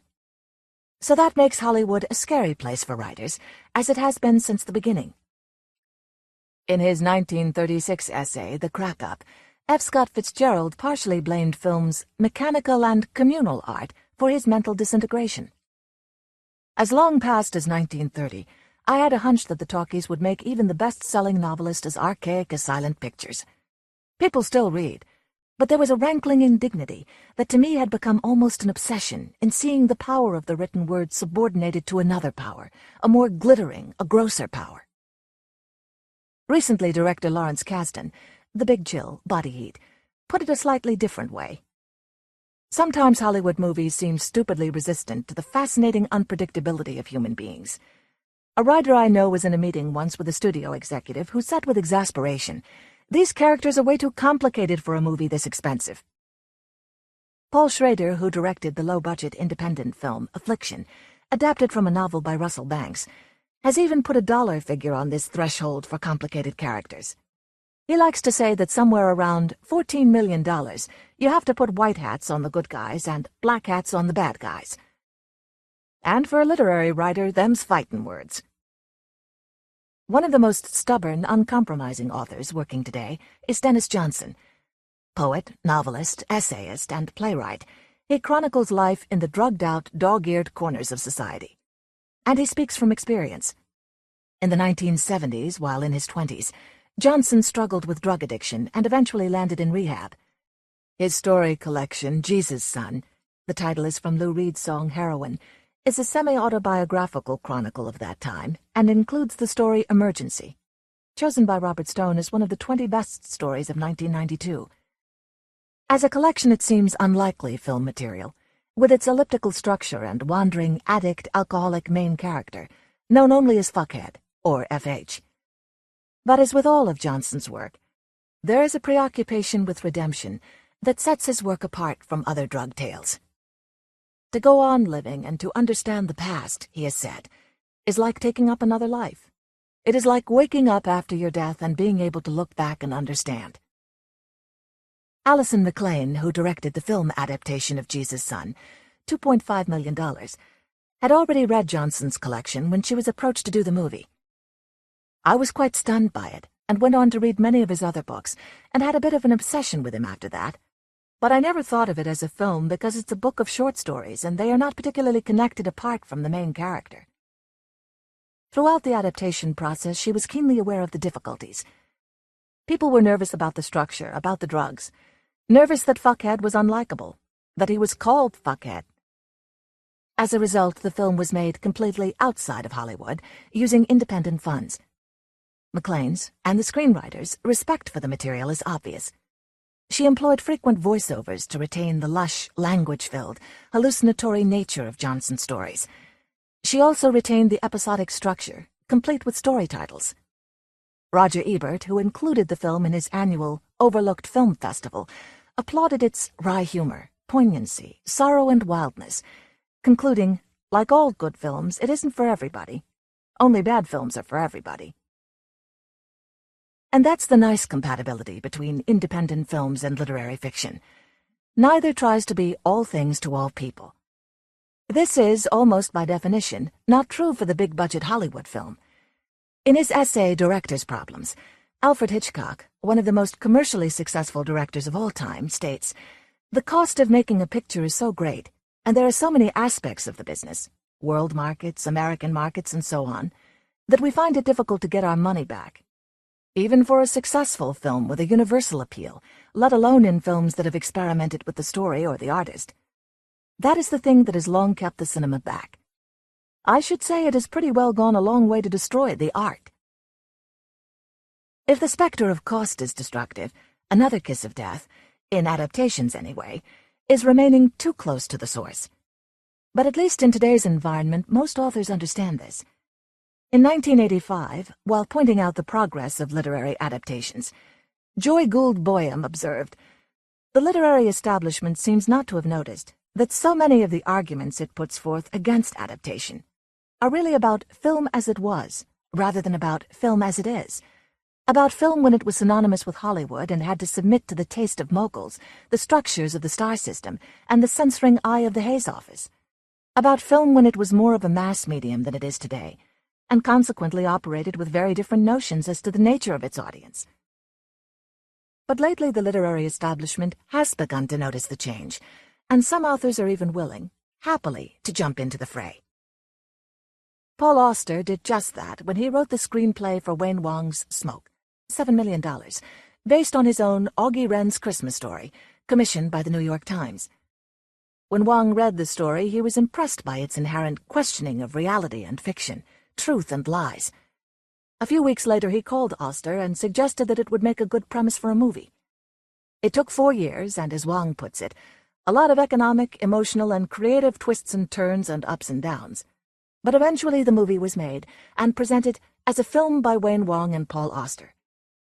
Many of Auster's narrative tics are present in his screenplay, including his fascination with coincidence, his fondness for digression, and what he has called the force of contradiction. Prone to self-consciousness, poet W.S. Merwin calls it self-consciously tracing a self-consciousness. Auster transformed the story's Paul into Paul Benjamin, the pseudonym he used for his baseball detective novel, Squeeze Play. In typically self-reflexive fashion, Augie Wren's Christmas Story appears at the end of the film as a reverberating set piece, a story within a story, and a movie within a movie. As Peter Travers observed in Rolling Stone, those immune to the film's sly strategy will think the story comes from nowhere. Others will revel in the ending's emotional resonance. There's magic in it. Thus began Auster's foray into film. He and Wong went on to film an unsequel, Blue in the Face, conceived as a 6-day improvisation using Smoke's cigar store as a setting. The idea grew out of the rehearsals for Smoke, which was so funny and inventive that Wong and Auster decided to attempt a follow-up. Auster wrote notes for each of the actors, roughing out each situation, and ended up getting credit as co-director when Wong fell ill on the second day of the shoot. 3 years later, Auster wrote and directed his own film, Lulu on the Bridge, about a jazz saxophonist whose life is permanently changed after being hit by a stray bullet in a New York nightclub. Between Blue in the Face and Lulu on the Bridge, Auster found time to serve as a judge at the Cannes Film Festival, an experience he recalls fondly. All I had to do was flash it, the red juror's badge, and every door opened. When my wife and I got home to Brooklyn after the festival, we kept talking about how we wanted our red badge back, how we wanted a red badge for New York. Born after World War II and raised on film and television, Auster represents a new breed of writers, whose work reacts, implicitly and explicitly, to media's overwhelming centrifugal force. These are writers actively trying to resolve the intersection between fiction and film, who are trying to develop, each on his or her own terms, a workable, interesting, mutually beneficial relationship with the film community, who understand, much better than their predecessors, the power of the medium and the shape-shifting nature of stories. Auster has even allowed one of his novels to be adapted into a comic book, and who are nevertheless filled with ambivalence about the nature of film, its two-dimensionality, and the way it encourages passive involvement. Needless to say, Auster admits, I'm always going to come down on the side of books.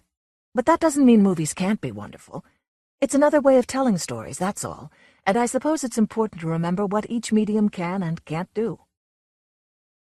Although she is a generation older than Auster, Joyce Carol Oates agrees. Unlike many of her contemporaries, Philip Roth, William Styron, John Updike, to name a few, she is willing to believe that almost any novel of any substance can be made into an interesting movie with the right screenplay and the right director. Certain things one does in prose can't be translated, but directors can do other things to make up for that. Even so, she declined involvement in Joyce Chopra's adaptation of her story, Where Are You Going, Where Have You Been? Oates publicly praised Smooth Talk, $1 million, for its visual freshness, its sense of motion and life, the attentive intelligence the director has brought to the semi-secret world of the American adolescent. Even though the ending, every author's nightmare, was changed to something more upbeat. I assume they are professionals to their fingertips. I would fiercely defend the placement of a semicolon in one of my novels, but I would probably have deferred in the end to Joyce Chopra's decision to reverse the story's conclusion. Generously, she admits her ending, allegorical and ambiguous, is probably impossible to transfigure into film. Oates has written more than 75 books in nearly every genre, including popular suspense, under the pseudonym Rosamund Smith, and sports writing. Her book of essays on boxing was well-reviewed. Once called the Dark Lady of American Letters, she has always been fascinated by the macabre underbelly of American life, and her short stories are among her best work. Early drafts of Where Are You Going, Where Have You Been were based on accounts of a tabloid psychopath known as the Pied Piper of Tucson, who seduced and occasionally murdered teenage girls. The identity of the charismatic Pied Piper was known to a circle of teenagers in the area, but they kept his identity a secret. It was this fact that intrigued Oates. Over the course of many drafts, the character based on the murderer dropped into the background, and one of his innocent victims became the center of the story. The resulting story, Where Are You Going, Where Have You Been, was chosen by John Updike as one of the best stories of the century. The other, Joyce's career, serves as something of a cautionary tale. Chopra began as a documentary filmmaker and gained notoriety with her short film, Joyce at 34, about the impact her pregnancy had on her film career. Smooth Talk was her first fiction feature film, a result of reading Oates' story. It just stayed in my brain. I knew that if I ever did a dramatic film, this was what I'd like to do. The New York Times praised her direction, saying it showed the kind of discipline very rare in movies, and dubbed Smooth Talk a small, exceptionally successful movie. It went on to win Best Dramatic Feature at the U.S. Film Festival and the Grand Jury Prize at the Sundance Film Festival. Then disaster struck.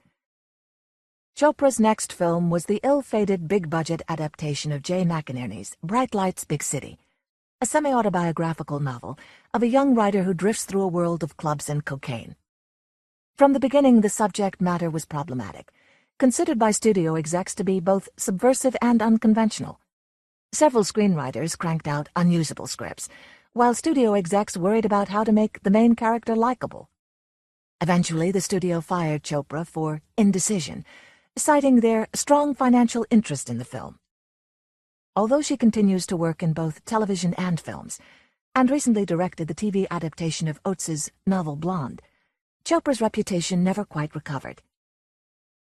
With Hollywood films becoming more and more safe and predictable, restless and thoughtful filmmakers are exploring independent avenues and using contemporary fiction as their muse. But with the minuscule budgets they face, even the movie rights to a literary novel may be prohibitive. Iani Prue recently netted $500,000 for movie rights to The Shipping News, and Charles Frazier's Cold Mountain went for $1.3 million. Still, if small independent filmmakers can't afford to purchase the rights to prize-winning novels, they can usually afford the rights to prize-winning stories. And a lot of fine stories with film potential are being written today. Rob Festinger spotted Andre Dubus's Killings while working as a reader for HBO. HBO passed on the story, but Festinger was so enamored of it that he wrote a script himself, his first. Separately, Todd Field, who had already directed a short based on a Dubus story, became interested in adapting Killings. When Field tracked down the movie rights, he found Festinger. "I liken it to running a marathon," Festinger says. "I ran the first leg, then we worked in tandem, and the handover is where Todd took it." During the process, the two became friends with Dubus and ultimately dedicated In the Bedroom, $1.7 million, to him. The movie, nominated for 5 Academy Awards, including Best Picture, expanded on Dubus's story but remained tied to his themes, particularly his ongoing concern with violence.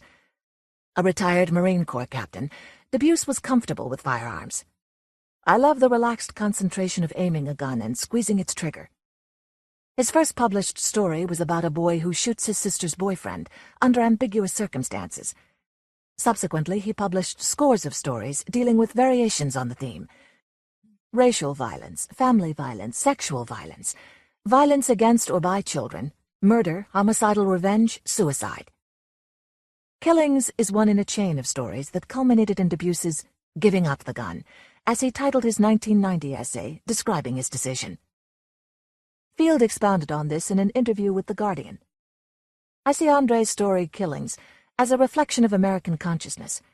It's about a sense of values, of morality, in terms of the nature of violence and how it's dealt with. Andre's characters are very complicated. They're flawed. They have a sense of right and wrong that's not always very clear, and the actions they take are often violent.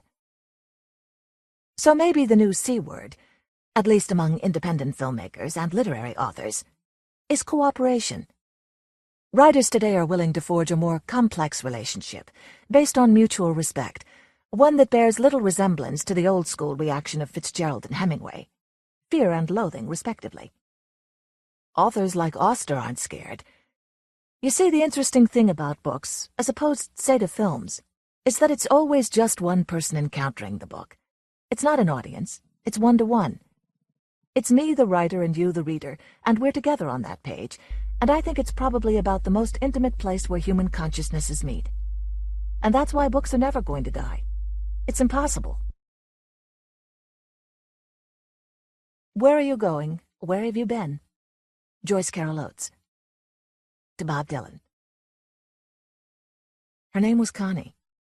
She was 15, and she had a quick, nervous, giggling habit of craning her neck to glance into mirrors, or checking other people's faces to make sure her own was all right. Her mother, who noticed everything and knew everything, and who hadn't much reason any longer to look at her own face, always scolded Connie about it. "Stop gawking at yourself. Who are you? You think you're so pretty?" she would say. Connie would raise her eyebrows at these familiar complaints and look right through her mother, into a shadowy vision of herself as she was right at that moment. She knew she was pretty, and that was everything.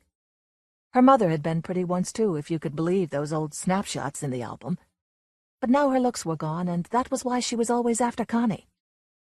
"Why don't you keep your room clean like your sister? How have you got your hair fixed? What the hell stinks? Hairspray? You don't see your sister using that junk?" Her sister June was 24 and still lived at home. She was a secretary in the high school Connie attended, and if that wasn't bad enough, with her in the same building, she was so plain and chunky and steady that Connie had to hear her praised all the time by her mother and her mother's sisters. June did this, June did that. She saved money and helped clean the house and cooked, and Connie couldn't do a thing. Her mind was all filled with trashy daydreams. Their father was away at work most of the time, and when he came home he wanted supper, and he read the newspaper at supper, and after supper he went to bed. He didn't bother talking much to them, but around his bent head Connie's mother kept picking at her until Connie wished her mother were dead, and she herself were dead, and it were all over. "She makes me want to throw up sometimes," she complained to her friends. She had a high, breathless, amused voice which made everything she said sound a little forced, whether it was sincere or not. There was one good thing. June went places with girlfriends of hers, girls who were just as plain and steady as she, and so when Connie wanted to do that, her mother had no objections. The father of Connie's best girlfriend drove the girls the 3 miles to town and left them off at a shopping plaza, so that they could talk through the stores or go to a movie. And when he came to pick them up again at 11, he never bothered to ask what they had done. They must have been familiar sights, walking around that shopping plaza in their shorts and flat ballerina slippers that always scuffed the sidewalk, with charm bracelets jingling on their thin wrists. They would lean together to whisper and laugh secretly if someone passed by who amused or interested them. Connie had long, dark blonde hair that drew anyone's eye to it, and she wore part of it pulled up on her head and puffed out, and the rest of it she let fall down her back. She wore a pullover jersey blouse that looked one way when she was at home, and another way when she was away from home. Everything about her had 2 sides to it, one for home and one for anywhere that was not home. Her walk that could be childlike and bobbing, or languid enough to make anyone think she was hearing music in her head.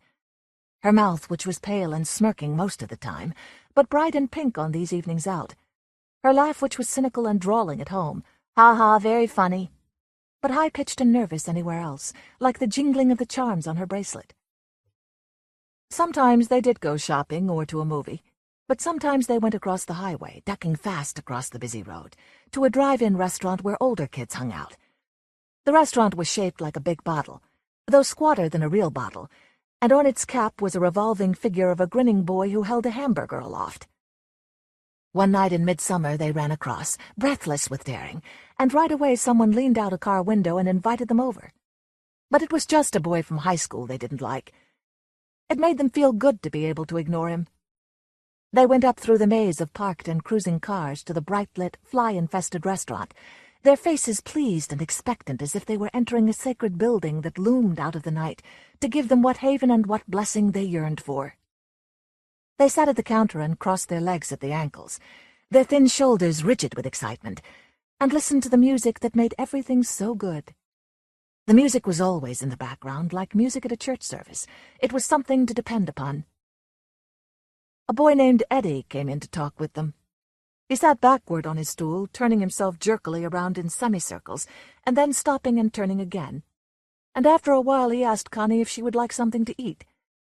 She said she did, and so she tapped her friend's arm on her way out.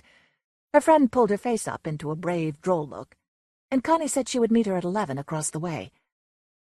"I just hate to leave her like that," Connie said earnestly, but the boy said that she wouldn't be alone for long. So they went out to his car, and on the way Connie couldn't help but let her eyes wander over the windshields and faces all around her, her face gleaming with a joy that had nothing to do with Eddie or even this place. It might have been the music. She drew her shoulders up and sucked in her breath with the pure pleasure of being alive, and just at that moment she happened to glance at a face just a few feet from hers. It was a boy with shaggy black hair, in a convertible jalopy painted gold. He stared at her, and then his lips widened into a grin. Connie slid her eyes at him and turned away, but she couldn't help glancing back, and there he was, still watching her. He wagged a finger and laughed and said, "Gonna get you, baby," and Connie turned away again without Eddie noticing anything. She spent 3 hours with him, at the restaurant where they ate hamburgers and drank Cokes and wax cups that were always sweating, and then down an alley a mile or so away. And when he left her off at 5 to 11, only the movie house was still open at the plaza. Her girlfriend was there, talking with a boy. When Connie came up, the 2 girls smiled at each other, and Connie said, "How was the movie?" And the girl said, "You should know." They rode off with the girl's father, sleepy and pleased, and Connie couldn't help but look at the darkened shopping plaza with its big empty parking lot and its signs that were faded and ghostly now, and over at the drive-in restaurant where cars were still circling tirelessly. She couldn't hear the music at this distance. Next morning, June asked her how the movie was, and Connie said, "So-so." She and that girl, and occasionally another girl, went out several times a week that way, and the rest of the time Connie spent around the house. It was summer vacation, getting in her mother's way and thinking, dreaming about the boys she met. But all the boys fell back and dissolved into a single face that was not even a face, but an idea, a feeling mixed up with the urgent, insistent pounding of the music and the humid night air of July. Connie's mother kept dragging her back to the daylight by finding things for her to do or saying suddenly, "What's this about the Pettinger girl?" And Connie would say nervously, "Oh, her? That dope?"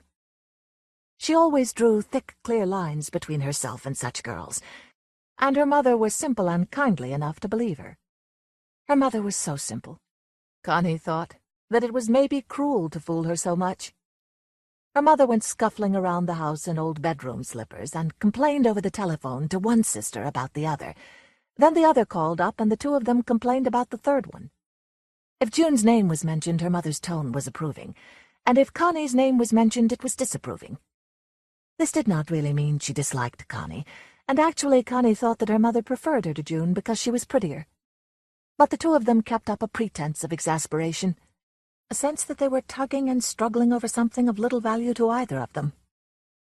Sometimes, over coffee, they were almost friends. But something would come up, some vexation that was like a fly buzzing suddenly around their heads, and their faces went hard with contempt. One Sunday, Connie got up at 11. None of them bothered with church, and washed her hair so that it could dry all day long, in the sun.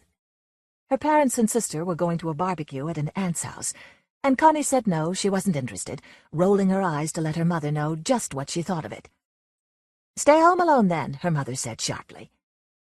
Connie sat out back in a lawn chair and watched them drive away. Her father, quiet and bald, hunched around so that he could back the car out, her mother with a look that was still angry and not at all softened through the windshield. And in the back seat, poor old June, all dressed up as if she didn't know what a barbecue was, with all the running, yelling kids and the flies. Connie sat with her eyes closed in the sun, dreaming and dazed with the warmth about her as if this were a kind of love, the caresses of love. And her mind slipped over onto thoughts of the boy she had been with the night before, and how nice he had been, how sweet it always was. Not the way someone like June would suppose, but sweet, gentle, the way it was in movies and promised in songs. And when she opened her eyes, she hardly knew where she was. The backyard ran off into weeds and a fence line of trees, and behind it the sky was perfectly blue and still. The asbestos ranch house, that was now 3 years old, startled her. It looked small. She shook her head as if to get awake. It was too hot. She went inside the house and turned on the radio to drown out the quiet. She sat on the edge of her bed, barefoot, and listened for an hour and a half to a program called XYZ Sunday Jamboree, record after record of hard, fast, shrieking songs she sang along with, interspersed by exclamations from Bobby King. "And look here, you girls at Napoleon's, Son and Charlie want you to pay real close attention to this song coming up." And Connie paid close attention herself, bathed in a glow of slow-pulsed joy that seemed to rise mysteriously out of the music itself, and lay languidly about the airless little room, breathed in and breathed out with each gentle rise and fall of her chest. After a while she heard a car coming up the drive. She sat up at once, startled, because it couldn't be her father so soon. The gravel kept crunching all the way in from the road, the driveway was long, and Connie ran to the window. It was a car she didn't know. It was an open jalopy, painted a bright gold that caught the sunlight opaquely. Her heart began to pound, and her fingers snatched at her hair, checking it, and she whispered, "Christ, Christ," wondering how bad she looked. The car came to a stop at the side door, and the horn sounded 4 short taps as if this were a signal Connie knew. She went into the kitchen and approached the door slowly, then hung out the screen door, her bare toes curling down off the step. There were 2 boys in the car, and now she recognized the driver. He had shaggy, shabby black hair that looked crazy as a wig, and he was grinning at her. "I ain't late, am I?" he said. "Who the hell do you think you are?" Connie said. "Told you I'd be out, didn't I?" "I didn't even know who you are." She spoke sullenly, careful to show no interest or pleasure, and he spoke in a fast, bright monotone. Connie looked past him to the other boy, taking her time. He had fair brown hair, with a lock that fell onto his forehead.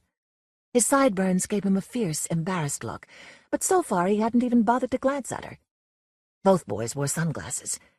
The driver's glasses were metallic and mirrored everything in miniature. "You want to come for a ride?" he said. Connie smirked and let her hair fall loose over one shoulder. "Don't you like my car?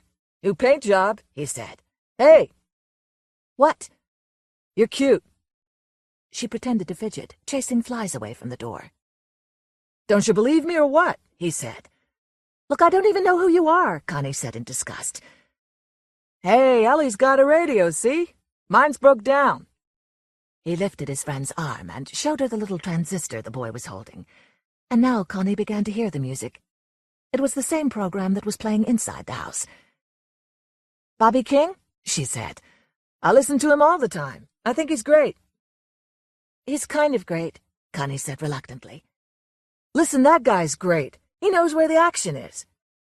Connie blushed a little, because the glasses made it impossible for her to see just what this boy was looking at. She couldn't decide if she liked him or if he was just a jerk, and so she dawdled in the doorway and wouldn't come down or go back inside. She said, "What's all that stuff painted on your car?" "Can't you read it?" He opened the door very carefully, as if he was afraid it might fall off. He slid out just as carefully, planting his feet firmly on the ground, the tiny metallic world in his glasses slowing down like gelatin hardening, and in the midst of it Connie's bright green blouse. "This here is my name to begin with," he said. Arnold Friend was written in tar-like black letters on the side, with a drawing of a round, grinning face that reminded Connie of a pumpkin, except it wore sunglasses. "I want to introduce myself. I'm Arnold Friend, and that's my real name, and I'm going to be your friend, honey, and inside the car's Ellie Oscar. He's kind of shy." Ellie brought his transistor radio up to his shoulder and balanced it there. "Now these numbers are a secret code, honey," Arnold Friend explained. He read off the numbers, 33, 19, 17, and raised his eyebrows at her to see what she thought of that, but she didn't think much of it.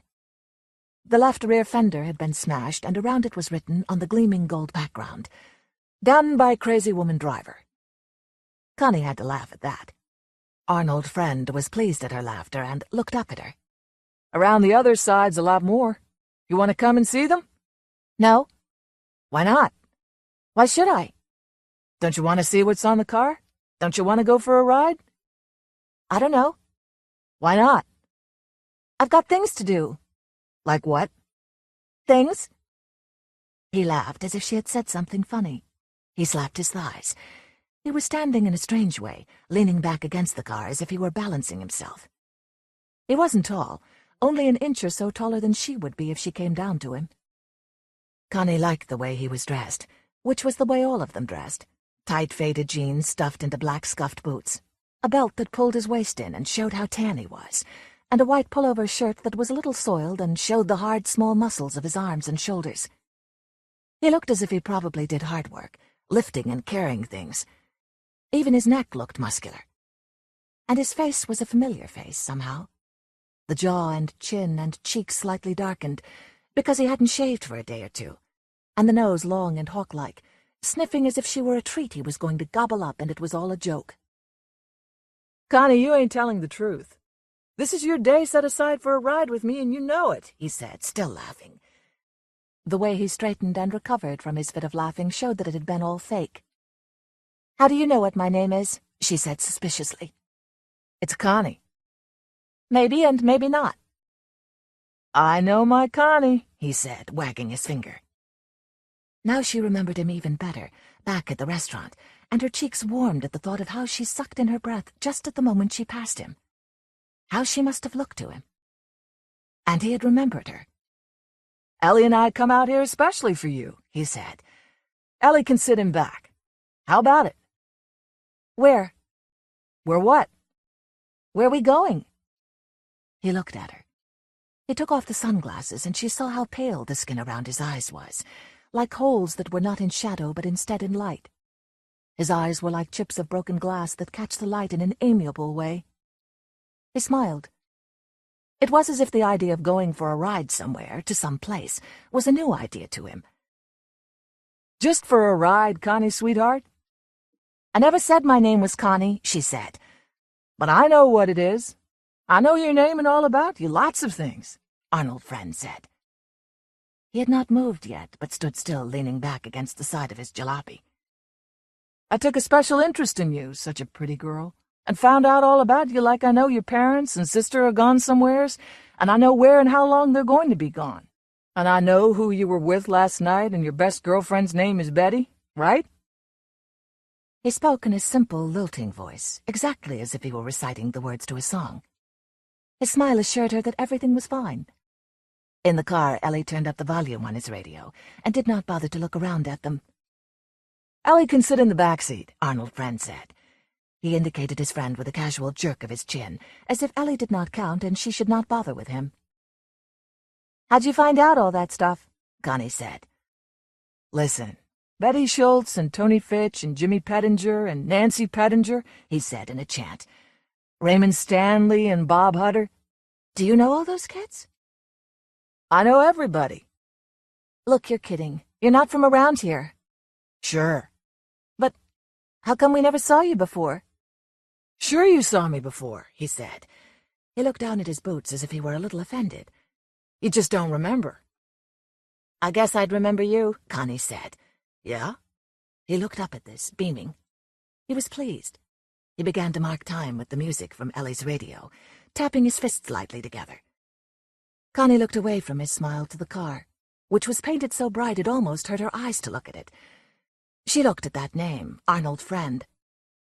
And up at the front fender was an expression that was familiar. "Man the flying saucers." It was an expression kids had used the year before, but didn't use this year. She looked at it for a while, as if the words meant something to her that she did not yet know.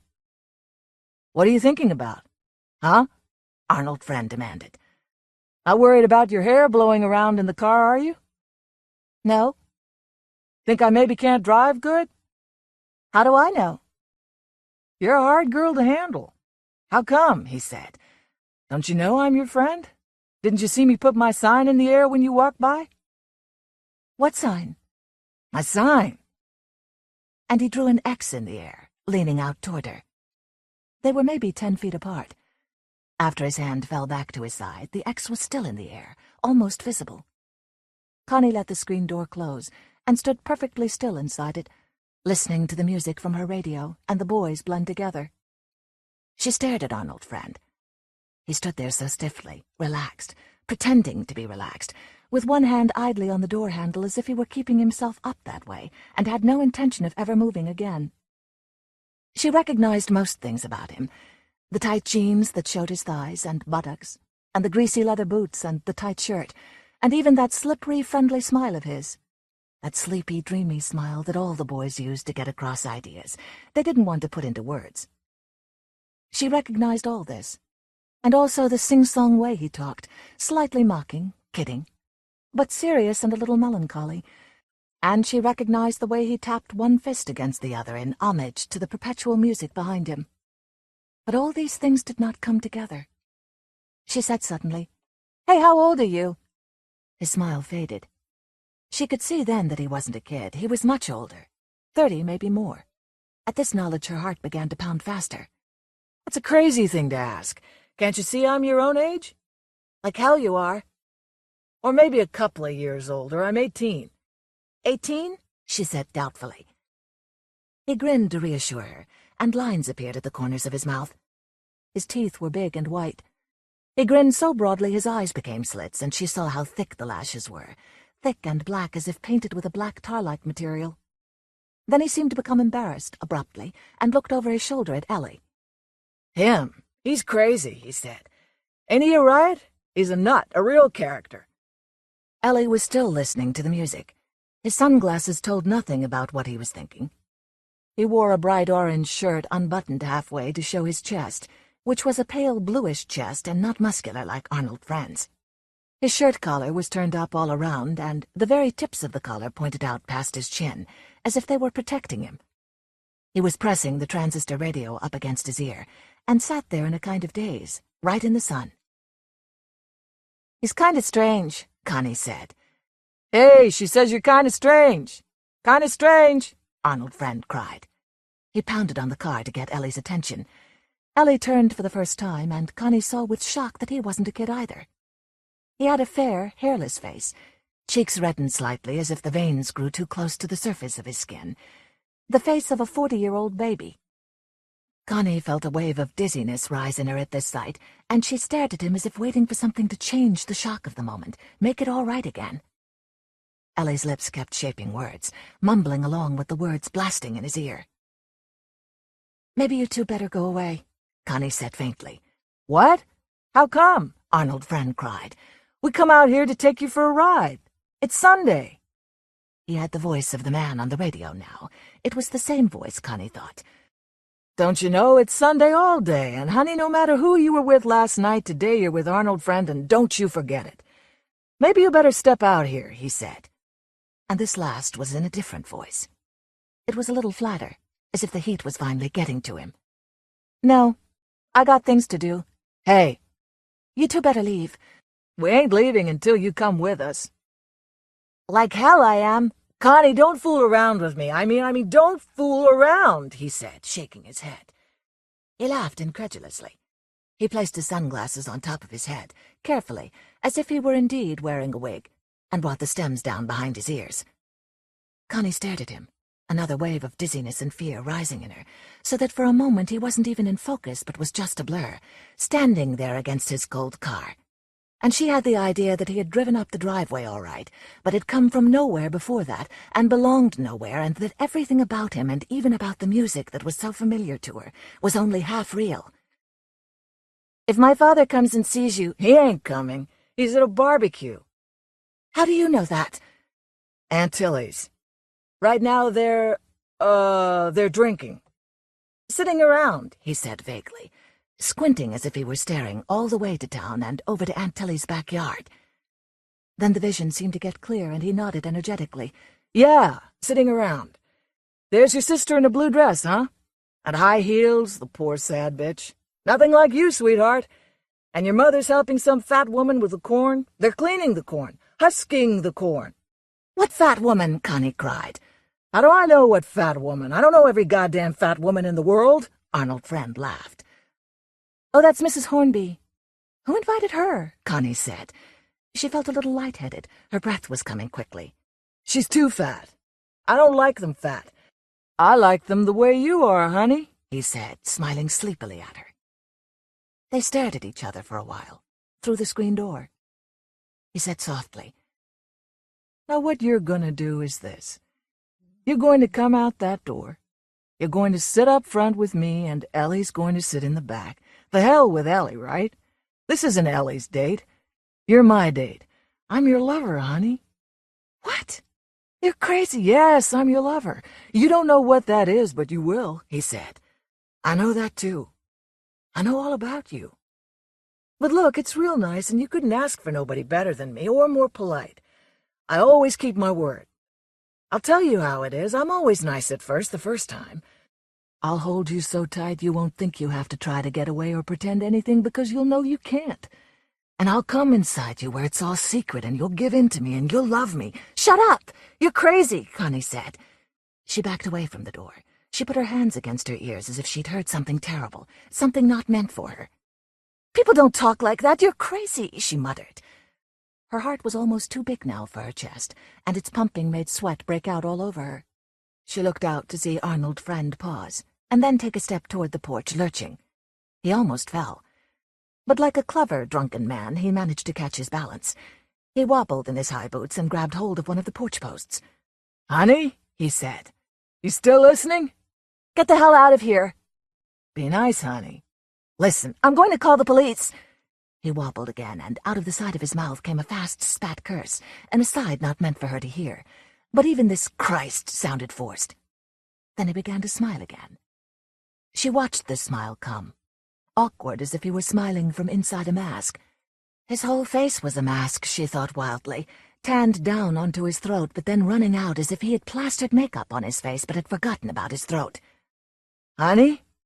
Listen, here's how it is. I always tell the truth, and I promise you this. I ain't coming in that house after you. You better not. I'm going to call the police if you don't— Honey, he said, talking right through her voice. Honey, I'm not coming in there, but you are coming out here. You know why? She was panting. The kitchen looked like a place she had never seen before, some room she had run inside but which wasn't good enough, wasn't going to help her. The kitchen window had never had a curtain, after 3 years, and there were dishes in the sink for her to do. Probably. And if you ran your hand across the table, you'd probably feel something sticky there. You listening, honey? Hey. Going to call the police. Soon as you touch the phone, I don't need to keep my promise and can come inside. You won't want that. She rushed forward and tried to lock the door. Her fingers were shaking. But why lock it? Arnold Wren said gently, talking right into her face. It's just a screen door. It's just nothing. One of his boots was at a strange angle, as if his foot wasn't in it. It pointed out to the left, bent at the ankle. I mean, anybody can break through a screen door in glass and wood and iron or anything else if he needs to. Anybody at all, and especially Arnold Wren.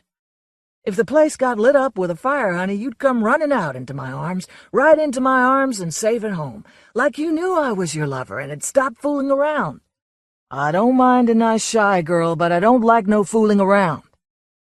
Part of those words were spoken with a slight rhythmic lilt. And Connie somehow recognized them. The echo of a song from last year about a girl rushing into her boyfriend's arms and coming home again. Connie stood barefoot on the linoleum floor, staring at him. "What do you want?" she whispered. "I want you," he said. "What?" "Seen you that night and thought, that's the one. Yes, sir. I never needed to look anymore." "But my father's coming back. He's coming to get me. I had to wash my hair first." She spoke in a dry, rapid voice, hardly raising it for him to hear. "No, your daddy is not coming, and yes, you had to wash your hair, and you washed it for me. It's nice and shining and all for me. I thank you, sweetheart," he said, with a mock bow, but again he almost lost his balance. He had to bend and adjust his boots. Evidently his feet did not go all the way down. The boots must have been stuffed with something so that he would seem taller. Connie stared out at him, and behind him Ellie in the car, who seemed to be looking off toward Connie's right into nothing. "This," Ellie said, pulling the words out of the air, one after another, as if he were just discovering them. "You want me to pull out the phone?" "Shut your mouth and keep it shut," Arnold Wren said, his face red from bending over, or maybe from embarrassment, because Connie had seen his boots. "This ain't none of your business." What are you doing? What do you want?" Connie said. "If I call the police, they'll get you. They'll arrest you." "Promise was not to come in unless you touch that phone, and I'll keep that promise," he said. He resumed his erect position and tried to force his shoulders back. He sounded like a hero in a movie, declaring something important. He spoke too loudly, and it was as if he were speaking to someone behind Connie. "I ain't made plans for coming in that house where I don't belong, but just for you to come out to me the way you should. Don't you know who I am?" "You're crazy," she whispered. She backed away from the door, but did not want to go into another part of the house, as if this would give him permission to come through the door. "What do you— You're crazy, you— "Huh? What are you saying, honey?" Her eyes darted everywhere in the kitchen. She could not remember what it was, this room.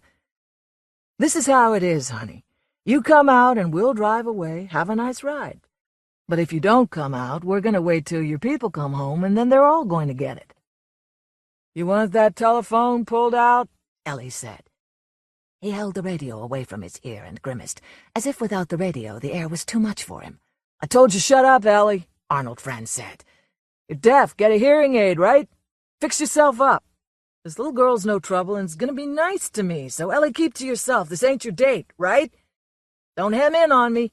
Don't hog, don't crush, don't bird dog, don't trail me," he said in a rapid, meaningless voice, as if he were running through all the expressions he'd learned, but was no longer sure which one of them was in style, then rushing on to new ones, making them up with his eyes closed.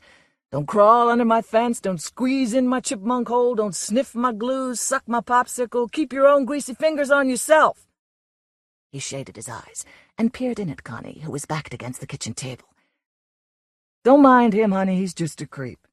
He's a dope, right?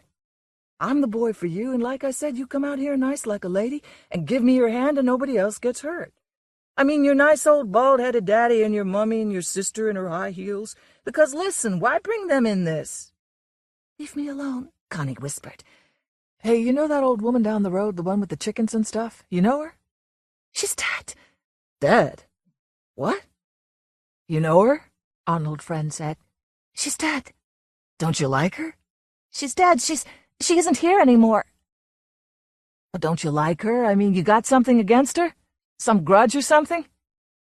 Then his voice dipped as if he were conscious of a rudeness. He touched the sunglasses perched on top of his head, as if to make sure they were still there. Now you be a good girl. What are you going to do? Just 2 things, or maybe 3, Arnold Friend said. But I promise it won't last long, and you'll like me the way you get to like people you're close to. You will. It's all over for you here, so come on out. You don't want your people in any trouble, do you? She turned and bumped against a chair or something, hurting her leg, but she ran into the back room and picked up the telephone. Something roared in her ear, a tiny roaring, and she was so sick with fear that she could do nothing but listen to it. The telephone was clammy and very heavy, and her fingers groped down to the dial but were too weak to touch it. She began to scream into the phone, into the roaring.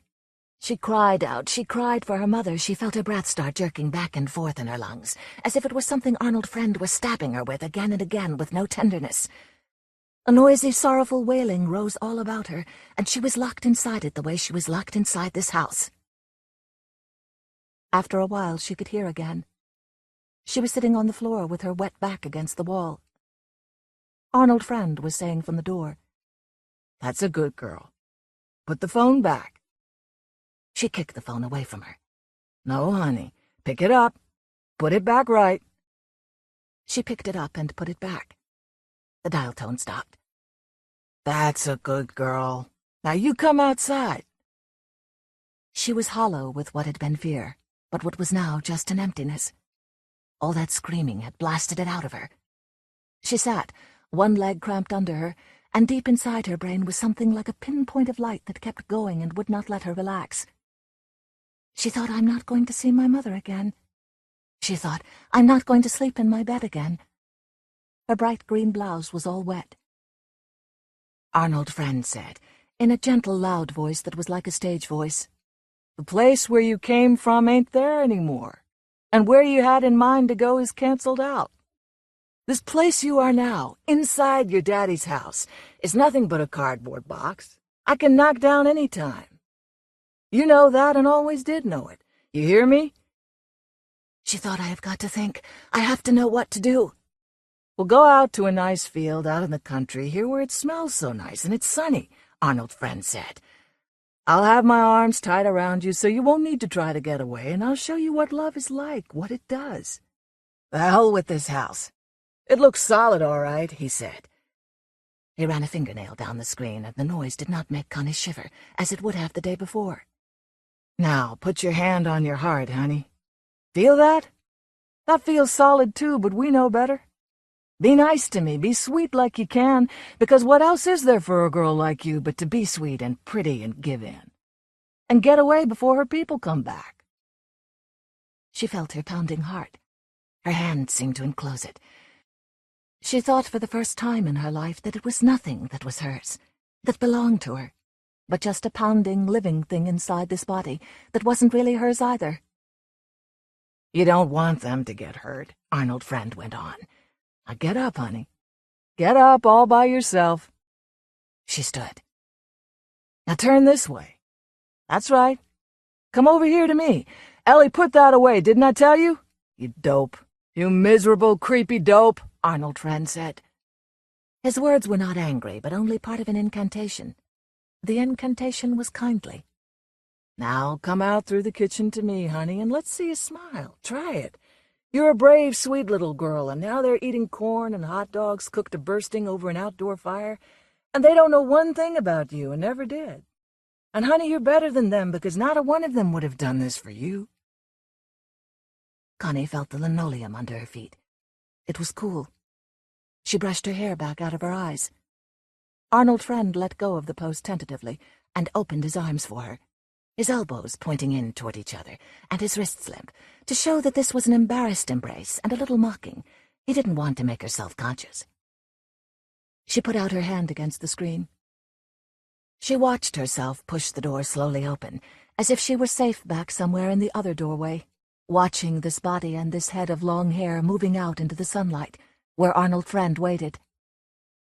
"My sweet little blue-eyed girl," he said, in a half-sung sigh that had nothing to do with her brown eyes, but was taken up just the same by the vast sunlit reaches of the land behind him, and on all sides of him, so much land that Connie had never seen before and did not recognize except to know that she was going to it. Auggie Wren's Christmas Story. Paul Auster. I heard this story from Auggie Wren. Since Auggie doesn't come off too well in it, at least not as well as he'd like to, he's asked me not to use his real name. Other than that, the whole business about the lost wallet and the blind woman and the Christmas dinner is just as he told it to me. Auggie and I have known each other for close to 11 years now. He works behind the counter of a cigar store on Court Street in downtown Brooklyn, and since it's the only store that carries the little Dutch cigars I like to smoke, I go in there fairly often. For a long time I didn't give much thought to Auggie Wren. He was a strange little man who wore a hooded blue sweatshirt and sold me cigars and magazines, the impish wisecracking character who always had something funny to say about the weather, or the Mets, or the politicians in Washington, and that was the extent of it.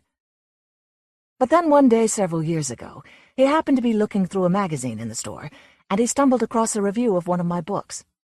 He knew it was me because a photograph accompanied the review, and after that things changed between us. I was no longer just another customer to Auggie. I had become a distinguished person. Most people couldn't care less about books and writers, but it turned out that Auggie considered himself an artist. Now that he had cracked the secret of who I was, he embraced me as an ally, a confidant, a brother in arms. To tell the truth, I found it rather embarrassing. Then, almost inevitably, a moment came when he asked if I would be willing to look at his photographs. Given his enthusiasm and goodwill, there didn't seem to be any way I could turn him down. God knows what I was expecting. At the very least, it wasn't what Auggie showed me the next day. In a small, windowless room at the back of the store, he opened a cardboard box and pulled out 12 identical black photo albums. This was his life's work, he said, and it didn't take him more than 5 minutes a day to do it. Every morning for the past 12 years, he had stood at the corner of Atlantic Avenue and Clinton Street at precisely 7 o'clock and had taken a single-color photograph of precisely the same view. The project now ran to more than 4,000 photographs. Each album represented a different year, and all the pictures were laid out in sequence, from January 1st to December 31st, with the dates carefully recorded under each one. As I flipped through the albums and began to study Auggie's work, I didn't know what to think. My first impression was that it was the oddest, most bewildering thing I had ever seen. All the pictures were the same. The whole project was a numbing onslaught of repetition, the same street and the same buildings over and over again, an unrelenting delirium of redundant images. I couldn't think of anything to say to Auggie, so I continued turning pages, nodding my head in feigned appreciation. Auggie himself seemed unperturbed, watching me with a broad smile on his face, but after I'd been at it for several minutes, he suddenly interrupted me and said, "You're going too fast. You'll never get it if you don't slow down." He was right, of course. If you don't take the time to look, you'll never manage to see anything. I picked up another album and forced myself to go more deliberately. I paid closer attention to details, took note of shifts in the weather, watched for the changing angles of light as the seasons advanced. Eventually, I was able to detect subtle differences in the traffic flow, to anticipate the rhythm of different days, the commotion of workday mornings, the relative stillness of weekends, the contrast between Saturdays and Sundays. And then, little by little, I began to recognize the faces of the people in the background, the passers-by on their way to work, the same people in the same spot every morning, living an instant of their lives in the field of Auggie's camera. Once I got to know them, I began to study their postures, the way they carried themselves from one morning to the next, trying to discover their moods from these surface indications, as if I could imagine stories for them, as if I could penetrate the invisible dramas locked inside their bodies. I picked up another album. I was no longer bored, no longer puzzled as I had been at first. Auggie was photographing time, I realized, both natural time and human time, and he was doing it by planting himself in one tiny corner of the world and willing it to be his own, by standing guard in the space he had chosen for himself. As he watched me pore over his work, Auggie continued to smile with pleasure. Then, almost as if he had been reading my thoughts, he began to recite a line from Shakespeare. "Tomorrow and tomorrow and tomorrow," he muttered under his breath. "Time creeps on its petty pace." I understood then that he knew exactly what he was doing. That was more than 2,000 pictures ago. Since that day, Auggie and I have discussed his work many times, but it was only last week that I learned how he acquired his camera and started taking pictures in the first place. That was the subject of the story he told me, and I'm still struggling to make sense of it. Earlier the same week, a man from the New York Times called me and asked if I would be willing to write a short story that would appear in the paper on Christmas morning. My first impulse was to say no, but the man was very charming and persistent, and by the end of the conversation I told him I would give it a try. The moment I hung up the phone, however, I fell into a deep panic. What did I know about Christmas? I asked myself. What did I know about writing short stories on commission? I spent the next several days in despair, warring with the ghosts of Dickens, O. Henry, and other masters of the Yuletide spirit. The very phrase, Christmas story, had unpleasant associations for me, evoking dreadful outpourings of hypocritical mush and treacle. Even at their best, Christmas stories were no more than wish-fulfillment dreams, fairy tales for adults, and I'd be damned if I'd ever allowed myself to write something like that. And yet how could anyone propose to write an unsentimental Christmas story? It was a contradiction in terms, an impossibility, an out-and-out conundrum. One might just as well try to imagine a racehorse without legs, or a sparrow without wings. I got nowhere. On Thursday I went out for a long walk, hoping the air would clear my head. Just past noon I stopped in at the cigar store to replenish my supply, and there was Auggie standing behind the counter as always. He asked me how I was. Without really meaning to, I found myself unburdening my troubles to him. "A Christmas story?" he said after I had finished. "Is that all? If you buy me lunch, my friend, I'll tell you the best Christmas story you ever heard, and I guarantee that every word of it is true." We walked down the block to Jack's, a cramped and boisterous delicatessen with good pastrami sandwiches and photographs of old Dodgers teams hanging on the walls. We found a table at the back, ordered our food, and then Auggie launched into his story. "It was the summer of '72, he said. A kid came in one morning and started stealing things from the store. He must have been about 19 or 20, and I didn't think I'd ever seen a more pathetic shoplifter in my life. He's standing by the rack of paperbacks along the far wall and stuffing books into the pockets of his raincoat. It was crowded around the counter just then, so I didn't see him at first. But once I noticed what he was up to, I started to shout. He took off like a jackrabbit, and by the time I managed to get out from behind the counter, he was already tearing down Atlantic Avenue. I chased after him for about half a block, and then I gave up. He dropped something along the way, and since I didn't feel like running anymore, I bent down to see what it was. It turned out to be his wallet. There wasn't any money inside, but his driver's license was there along with 3 or 4 snapshots. I suppose I could have called the cops and had him arrested. I had his name and address from the license, but I felt kind of sorry for him. He was a measly little punk, and once I looked at those pictures in his wallet, I couldn't bring myself to feel very angry at him. Robert Goodwin. That was his name. In one of the pictures, I remember he was standing with his arms around his mother or grandmother. In another one, he was sitting there at age 9 or 10, dressed in a baseball uniform with a big smile on his face. I just didn't have the heart. He was probably on dope now, I figured. A poor kid from Brooklyn without much going for him, and who cared about a couple of trashy paperbacks anyway? So I held on to the wallet. Every once in a while I'd get a little urge to send it back to him, but I kept delaying and never did anything about it. Then Christmas rolls around and I'm stuck with nothing to do. The boss usually invites me over to his house to spend the day, but that year he and his family were down in Florida visiting relatives. So I'm sitting in my apartment that morning feeling a little sorry for myself. And then I see Robert Goodwin's wallet lying on a shelf in the kitchen. I figure, what the hell, why not do something nice for once, and I put on my coat and go out to return the wallet in person. The address was over in Borum Hill, somewhere in the projects.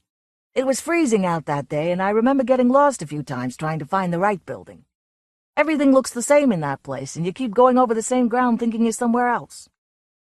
Anyway, I finally get to the apartment I'm looking for and ring the bell. Nothing happens. I assume no one's there, but I try again just to make sure. I wait a little longer, and just when I'm about to give up, I hear someone shuffling to the door. An old woman's voice asks who's there, and I say I'm looking for Robert Goodwin. "Is that you, Robert?" the old woman says, and then she undoes about 15 locks and opens the door. She has to be at least 80, maybe 90 years old, and the first thing I notice about her is that she's blind. "I knew you'd come, Robert," she says. "I knew you wouldn't forget your Granny Ethel on Christmas." And then she opens her arms as if she's about to hug me. I didn't have much time to think, you understand. I had to say something real fast, and before I knew what was happening, I could hear the words coming out of my mouth. "That's right, Granny Ethel," I said. "I came back to see you on Christmas." Don't ask me why I did it. I don't have any idea. Maybe I didn't want to disappoint her or something, I don't know. It just came out that way, and then this old woman was suddenly hugging me there in front of the door, and I was hugging her back. I didn't exactly say that I was her grandson.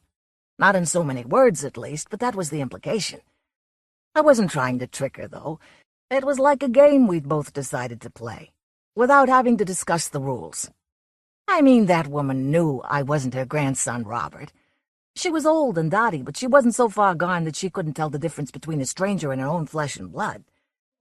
But it made her happy to pretend, and since I had nothing better to do anyway, I was happy to go along with her. So we went into the apartment and spent the day together.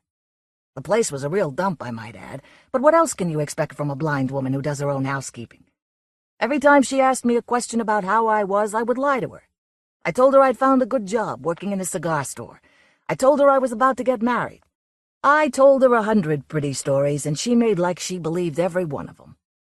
"That's fine, Robert," she would say, nodding her head and smiling. "I always knew things would work out for you." After a while, I started getting pretty hungry. There didn't seem to be much food in the house, so I went out to a store in the neighborhood and brought back a mess of stuff.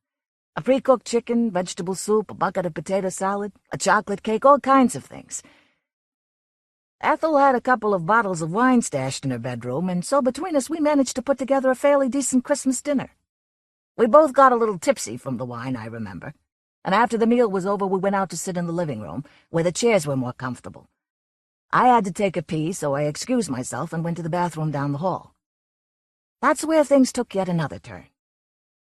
It was ditzy enough doing my little jig as Ethel's grandson, but what I did next was positively crazy, and I've never forgiven myself for it. I go into the bathroom, and stacked up against the wall next to the shower, I see a pile of 6 or 7 cameras. Brand new 35mm cameras, still in their boxes, top-quality merchandise. I figure this is the work of the real Robert, a storage place for one of his recent hauls.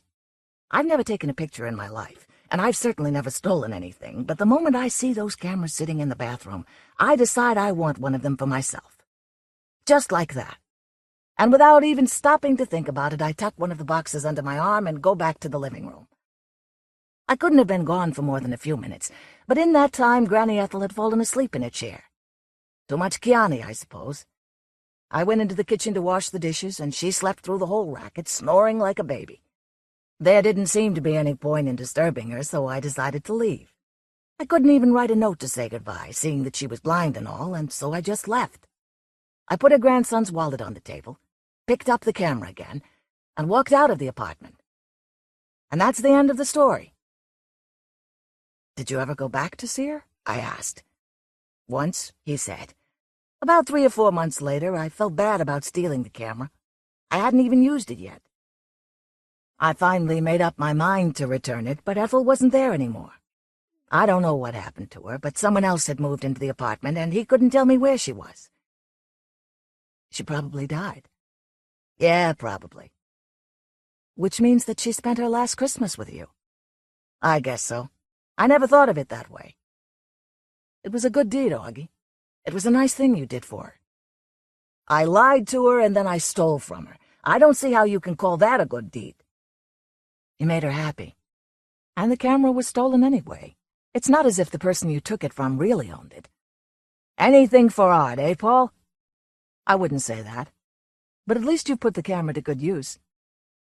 "And now you've got your Christmas story, don't you?" "Yes," I said. "I suppose I do." I paused for a moment, studying Auggie as a wicked grin spread across his face. I couldn't be sure, but the look in his eyes at that moment was so mysterious, so fraught with the glow of some inner delight, that it suddenly occurred to me that he had made the whole thing up. I was about to ask him if he'd been putting me on, but then I realized he would never tell. I had been tricked into believing him, and that was the only thing that mattered. As long as there's one person to believe it, there's no story that can't be true. "You're an ace, Augie," I said. "Thanks for being so helpful." "Any time," he answered, still looking at me with that maniacal light in his eyes. "After all, if you can't share your secrets with your friends, what kind of friend are you?" "I guess I owe you one." "No, you don't. Just put it down the way I told it to you, and you don't owe me a thing." "Except lunch." "That's right, except the lunch." I returned Augie's smile with a smile of my own, and then I called out to the waiter and asked for the check. Emergency. Denis Johnson. I'd been working in the emergency room for about 3 weeks, I guess. This was in 1973, before the summer ended. With nothing to do on the overnight shift but batch the insurance reports from the daytime shifts, I just started wandering around, over to the coronary care unit, down to the cafeteria, etc., looking for Georgie, the orderly, a pretty good friend of mine. He often stole pills from the cabinets. He was running over the tiled floor of the operating room with a mop. "Are you still doing that?" I said. "Jesus, there's a lot of blood here," he complained. "Where?" The floor looked clean enough to me. "What the hell were they doing in here?" he asked me. "They were performing surgery, Georgie," I told him. "There's so much goop inside of us, man," he said, "and it all wants to get out." He leaned his mop against a cabinet. "What are you crying for?" I didn't understand. He stood still, raised both arms slowly behind his head, and tightened his ponytail. Then he grabbed the mop and started making broad random arcs with it, trembling and weeping and moving all around the place really fast. "What am I crying for?" he said. "Jesus! Wow, oh boy, perfect!" I was hanging out in the ER with fat, quivering nurse. One of the family service doctors that nobody liked came in looking for Georgie to wipe up after him. "Where's Georgie?" this guy asked. "Georgie's in OR, nurse said. "Again?" "No," nurse said. "Still." "Still? Doing what?" "Cleaning the floor." "Again?" "No," nurse said again. "Still." Back in OR, Georgie dropped his mop and bent over in the posture of a child soiling its diapers. He stared down with his mouth open in terror. He said, "What am I going to do about these fucking shoes, man?" "Whatever you stole," I said, "I guess you already ate it all, right?" "Listen to how they squish," he said, walking around carefully on his heels. "Let me check your pockets, man." He stood still a minute, and I found his stash. I left him 2 of each, whatever they were. "Shift is about half over," I told him. "Good. Because I really, really, really need a drink," he said. "Will you please help me get this blood mopped up?" Around 3:30 a.m., a guy with a knife in his eye came in, led by Georgie.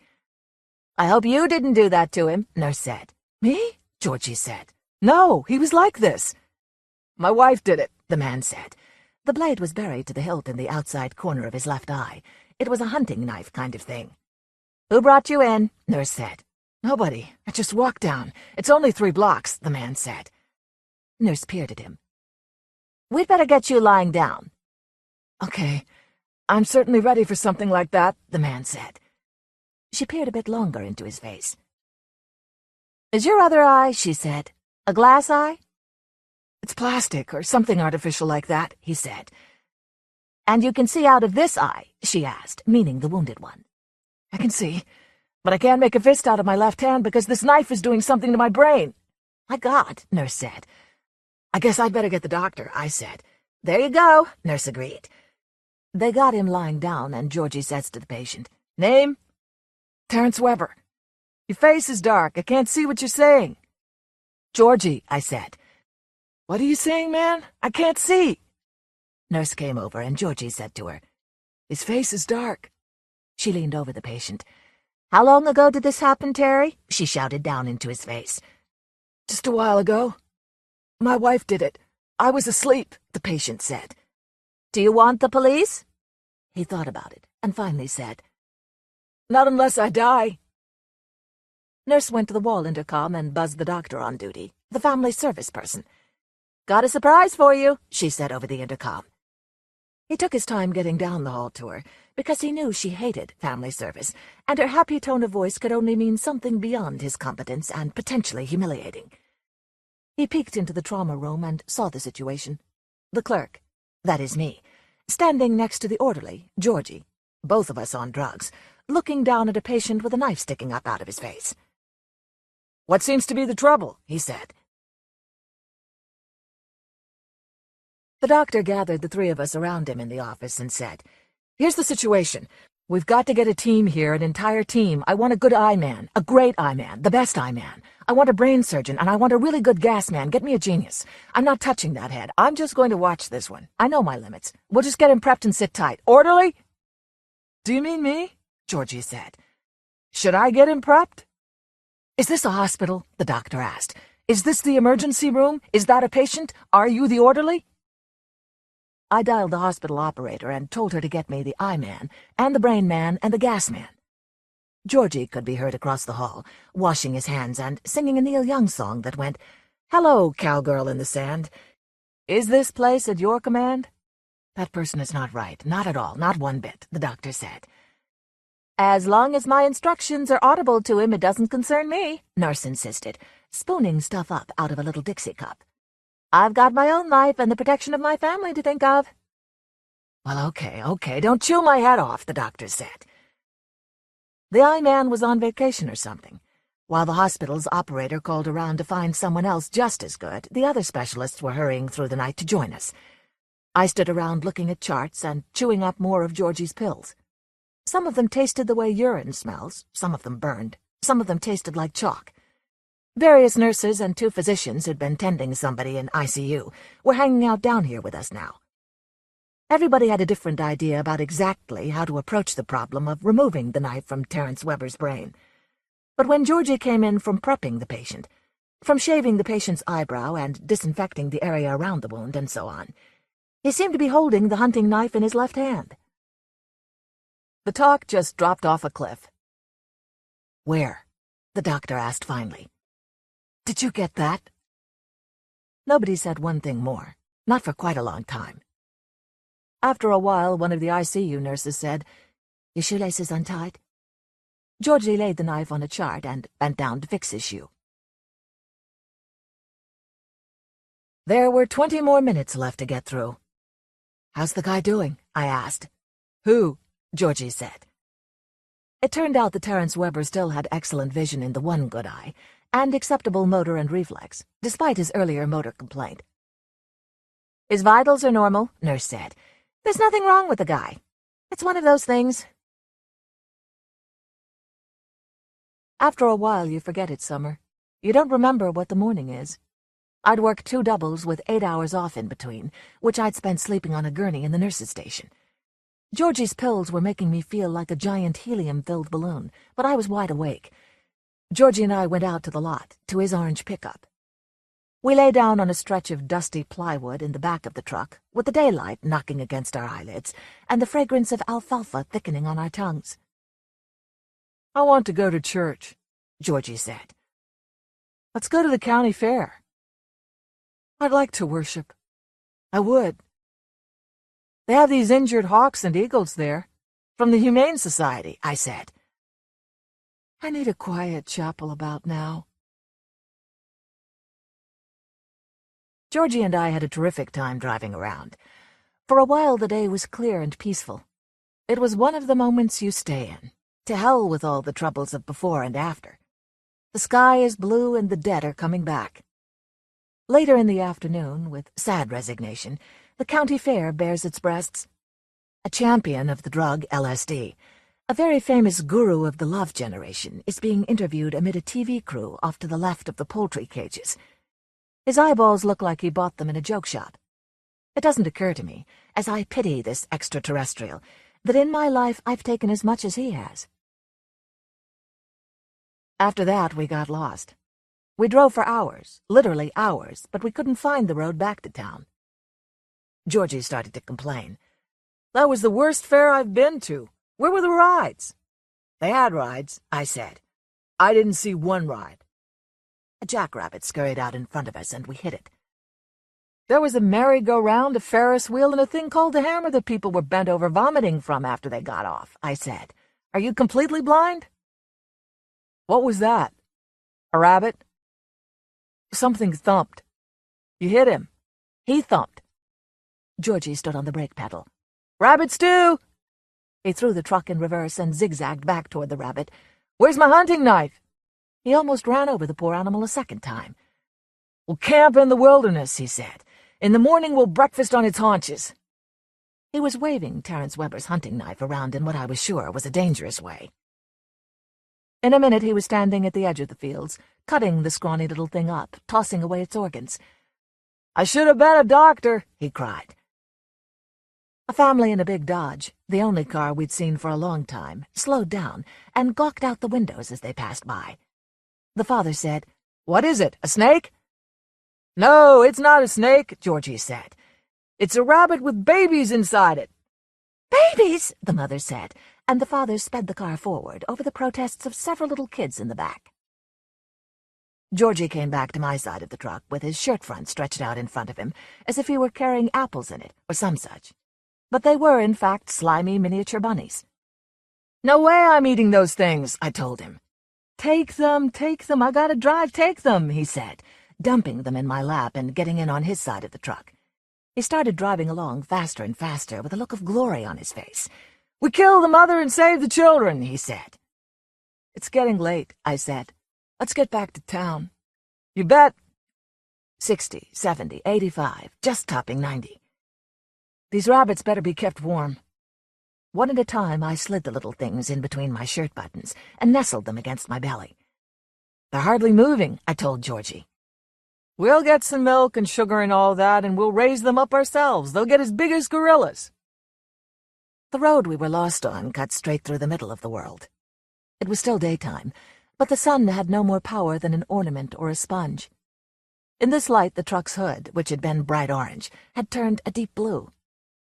Georgie let us drift to the shoulder of the road, slowly, as if he'd fallen asleep or given up trying to find his way. What is it? We can't go on. I don't have any headlights, Georgie said. We parked under a strange sky with a faint image of a quarter moon superimposed on it. There was a little woods beside us. This day had been dry and hot, the buck pines and what-all simmering patiently, but as we sat there smoking cigarettes, it started to get very cold. The summer's over, I said.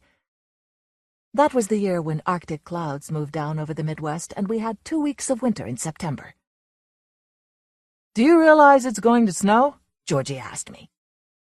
He was right. A gun-blue storm was shaping up. We got out and walked around idiotically.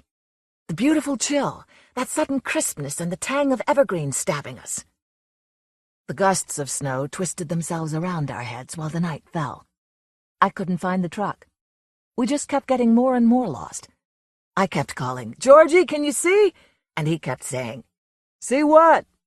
See what? The only light visible was a streak of sunset flickering below the hem of the clouds. We headed that way. We bumped softly down a hill toward an open field that seemed to be a military graveyard, filled with rows and rows of austere, identical markers over soldiers' graves. I'd never before come across this cemetery. On the farther side of the field, just beyond the curtains of snow, the sky was torn away and the angels were descending out of a brilliant blue summer, their huge faces streaked with light and full of pity. The sight of them cut through my heart and down the knuckles of my spine, and if there'd been anything in my bowels, I would have messed my pants from fear. Georgie opened his arms and cried out, It's the drive-in, man! The drive-in? I wasn't sure what these words meant. They're showing movies in a fucking blizzard, Georgie screamed. I see. I thought it was something else, I said. We walked carefully down there and climbed through the busted fence and stood in the very back. The speakers, which I'd mistaken for grave markers, muttered in unison. Then there was tinkling music of which I could very nearly make out the tune. Famous movie stars rode bicycles beside a river, laughing out of their gigantic, lovely mouths. If anybody had come to see this show, they'd left when the weather started. Not one car remained, not even a broken-down one from last week, or one left here because it was out of gas. In a couple of minutes, in the middle of a whirling square dance, the screen turned black, the cinematic summer ended, the snow went dark. There was nothing but my breath. "I'm starting to get my eyes back," Georgie said in another minute. A general grayness was giving birth to various shapes, it was true. "But which ones are close and which ones are far off?" I begged him to tell me. By trial and error, with a lot of walking back and forth in wet shoes, we found the truck and sat inside it, shivering. "Let's get out of here," I said. "We can't go anywhere without headlights." "We've got to get back. We're a long way from home." "No, we're not." "We must have come 300 miles. "We're right outside town, fuckhead. We've just been driving around and around." "This is no place to camp. I hear the interstate over there." "We'll just stay here till it gets late. We can drive home late. We'll be invisible." We listened to the big rigs going from San Francisco to Pennsylvania along the interstate, like shutters down a long hacksaw blade, while the snow buried us. Eventually, Georgie said, "We better get some milk for those bunnies." "We don't have milk," I said. "We'll mix sugar up with it." "Will you forget about this milk all of a sudden?" "They're mammals, man." "Forget about those rabbits." "Where are they, anyway?" "You're not listening to me," I said. "Forget the rabbits." "Where are they?" The truth was I'd forgotten all about them, and they were dead. "They slid around behind me and got squashed," I said tearfully. "They slid around behind?" He watched while I pried them out from behind my back. I picked them out one at a time and held them in my hands, and we looked at them. There were 8. They weren't any bigger than my fingers, but everything was there. Little feet, eyelids, even whiskers. "Deceased," I said. Georgie asked, "Does everything you touch turn to shit? Does this happen to you every time? No wonder they call me fuckhead. It's a name that's going to stick." "I realize that." "Fuckhead is going to ride you to your grave." "I just said so. I agreed with you in advance," I said. Or maybe that wasn't the time it snowed. Maybe it was the time we slept in the truck and I rolled over on the bunnies and flattened them. It doesn't matter. What's important for me to remember now is that early the next morning, the snow was melted off the windshield, and the daylight woke me up. A mist covered everything, and with the sunshine was beginning to grow sharp and strange. The bunnies weren't a problem yet, or they'd already been a problem and were already forgotten, and there was nothing on my mind. I felt the beauty of the morning. I could understand how a drowning man might suddenly feel a deep thirst being quenched, or how the slave might become a friend to his master. Georgie slept with his face right on the steering wheel. I saw bits of snow resembling an abundance of blossoms on the stems of the drive-in speakers. No revealing the blossoms that were always there. A bull elk stood still in the pasture beyond the fence, giving off an air of authority and stupidity. And a coyote jogged across the pasture and faded away among the saplings. That afternoon we got back to work in time to resume everything as if it had never stopped happening, and we'd never been anywhere else. "The Lord," the intercom said, "is my shepherd." It did that each evening because this was a Catholic hospital. "Our Father who art in heaven," and so on. Yeah, Nurse said. The man with the knife in his head, Terence Weber, was released around supper time. They'd kept him overnight and given him an eye patch. All for no reason, really. He stopped off at ER to say goodbye. "Well, those pills they gave me make everything taste terrible," he said. "It could have been worse," Nurse said. "Even my tongue." "It's just a miracle you didn't end up sightless or at least dead," she reminded him. The patient recognized me. He acknowledged me with a smile. "I was peeping on the lady next door while she was out there sunbathing," he said. "My wife decided to blind me." He shook Georgie's hand. Georgie didn't know him. "Who are you supposed to be?" he asked Terence Weber. Some hours before that, Georgie had said something that had suddenly and completely explained the difference between us. We'd been driving back toward town, along the old highway through the flatness. We picked up a hitchhiker, a boy I knew. We stopped the truck, and the boy climbed slowly up out of the fields as out of the mouth of a volcano. His name was Hardy. He looked even worse than we probably did. "We got messed up and slept in the truck all night," I told Hardy. "I had a feeling," Hardy said. "Either that or, driving 1,000 miles. "That too," I said. "Or you're sick or diseased or something." "Who's this guy?" Georgie asked. "This is Hardy. He lived with me last summer. I found him on the doorstep." "What happened to your dog?" I asked Hardy. "He's still down there." "Yeah, I heard you went to Texas." "I was working on a bee farm," Hardy said. "Wow. Did those things sting you?" "Not like you think," Hardy said. "You're part of their daily drill. It's all part of a harmony." Outside, the same identical stretch of grass repeatedly rolled past our faces. The day was cloudless, blinding. But Georgie said, "Look at that," pointing straight ahead of us. One star was so hot it showed, bright and blue in the empty sky. "I recognized you right away," I told Hardy. "But what happened to your hair? Who chopped it off?" "I hate to say." "Don't tell me. They drafted me." "Oh, no." "Oh, yeah. I'm AWOL. I'm bad AWOL. I got to get to Canada." "Oh, that's terrible," I said to Hardy. "Don't worry," Georgie said. "We'll get you there." "How?" "Somehow. I think I know some people. Don't worry. You're on your way to Canada." That world. These days it's all been erased and they've rolled it up like a scroll and put it away somewhere. Yes, I can touch it with my fingers. But where is it? After a while, Hardy asked Georgie, "What do you do for a job?"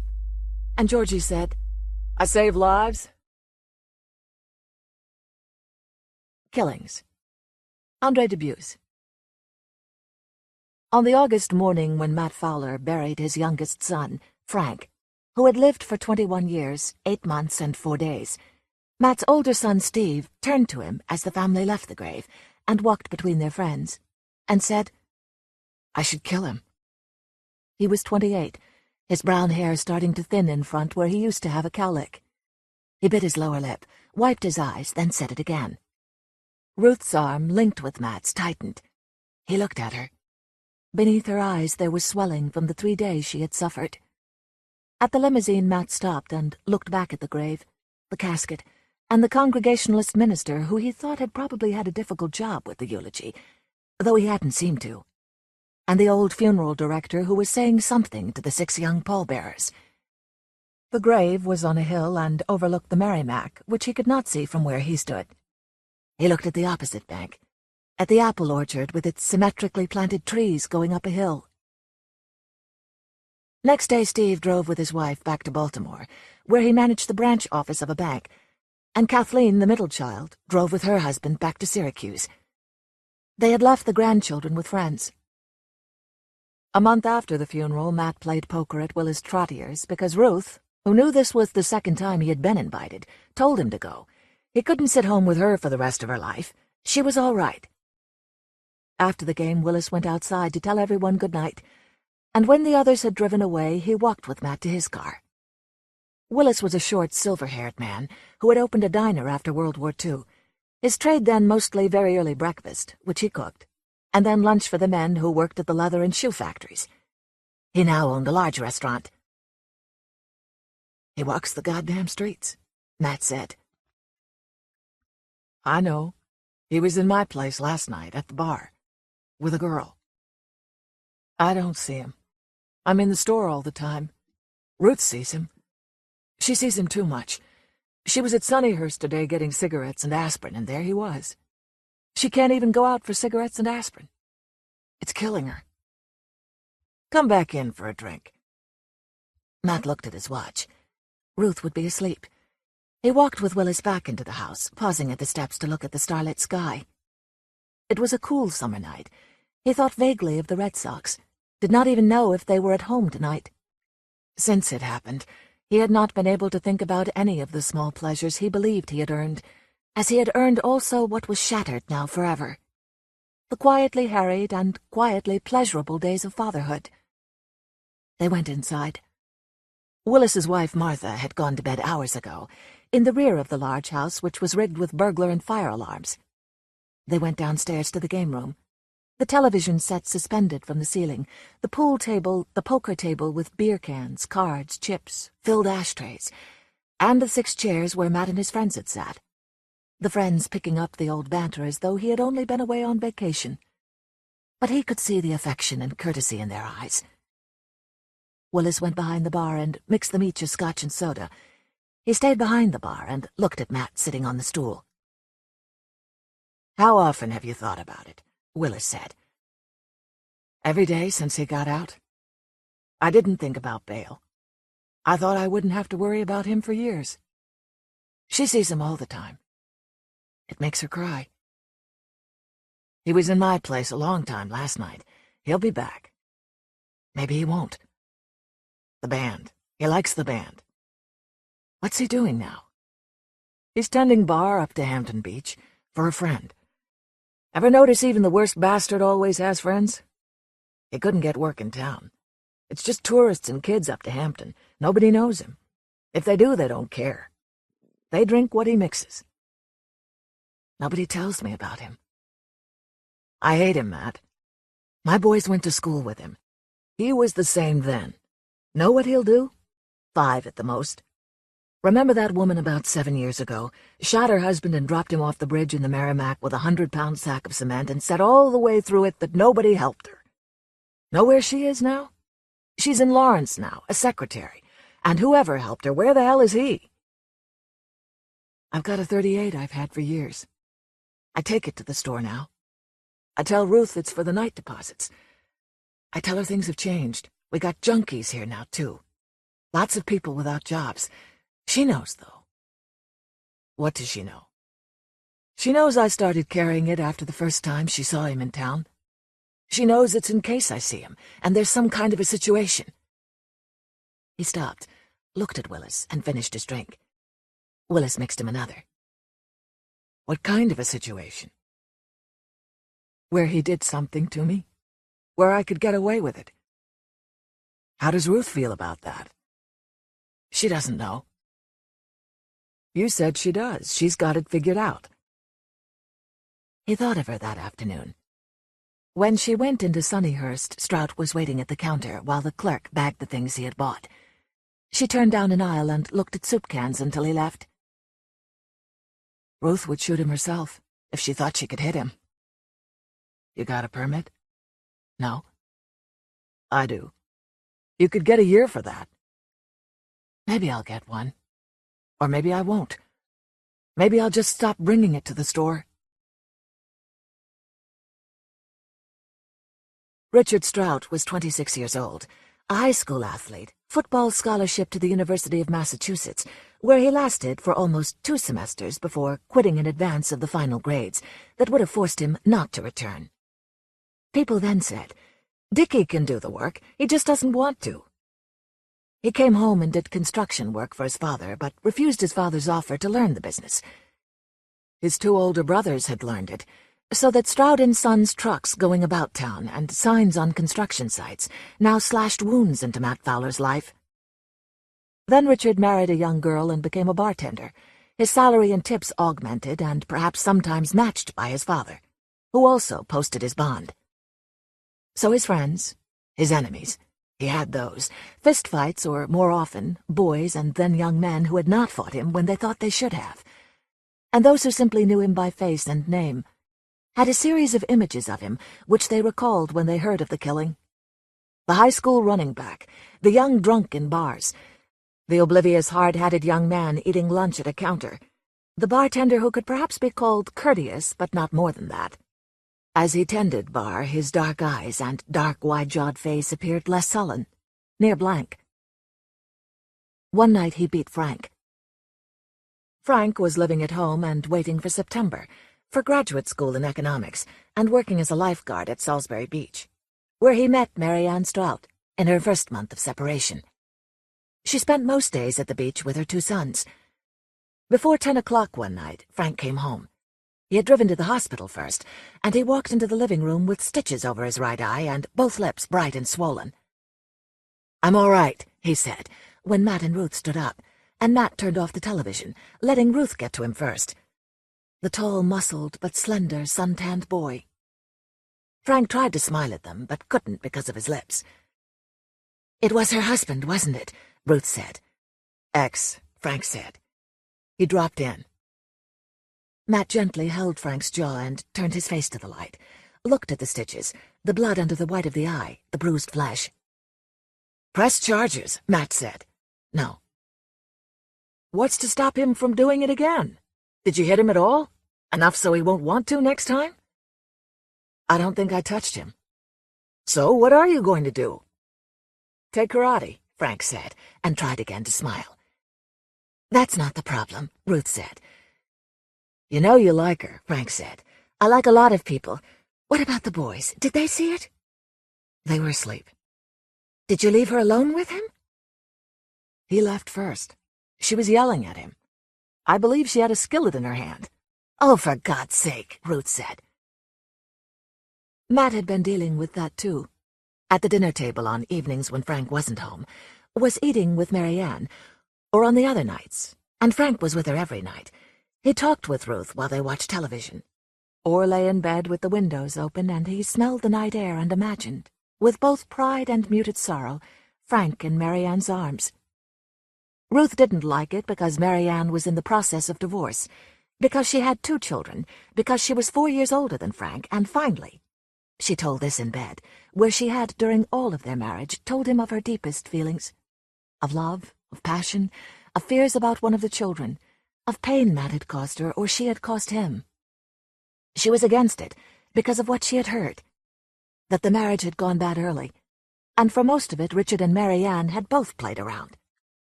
"That can't be true," Matt said. "Stroud wouldn't have stood for it." "Maybe he loves her." "He's too hot-tempered. He couldn't have taken that." But Matt knew Stroud had taken it, for he had heard the stories too.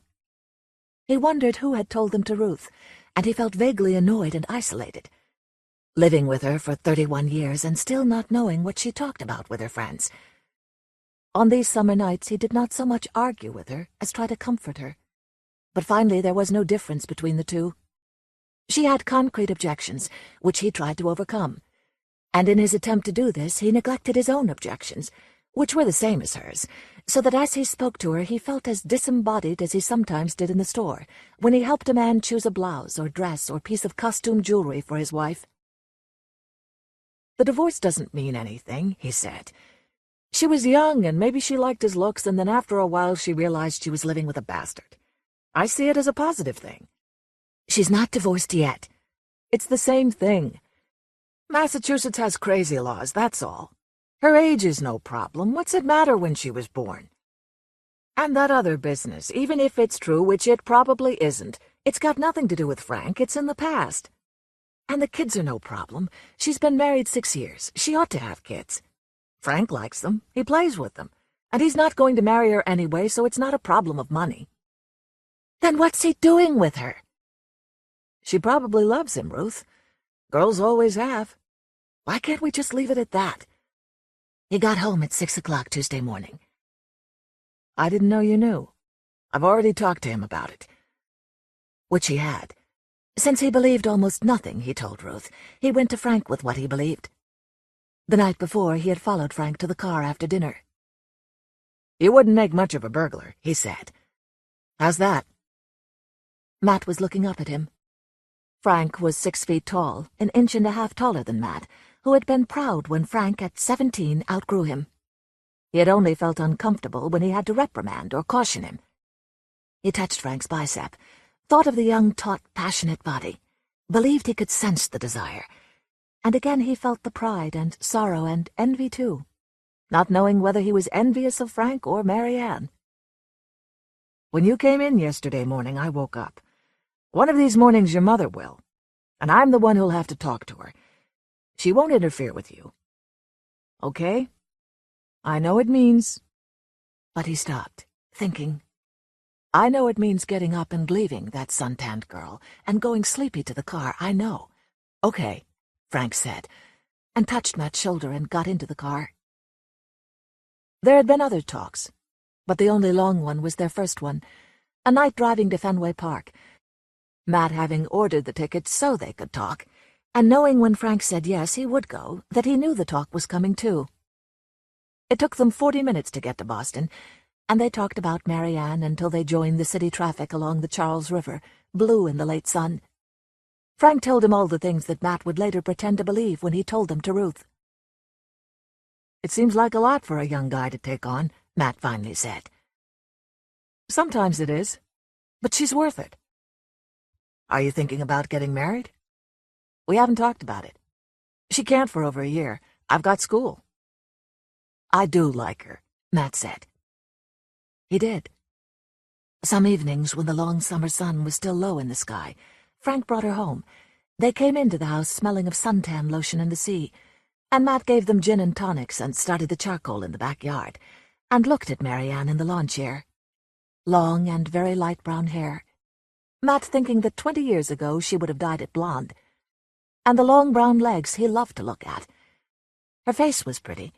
She had probably never in her adult life gone unnoticed into a public place. It was in her wide brown eyes that she looked older than Frank. After a few drinks, Matt thought what he saw in her eyes was something erotic, testament to the rumors about her.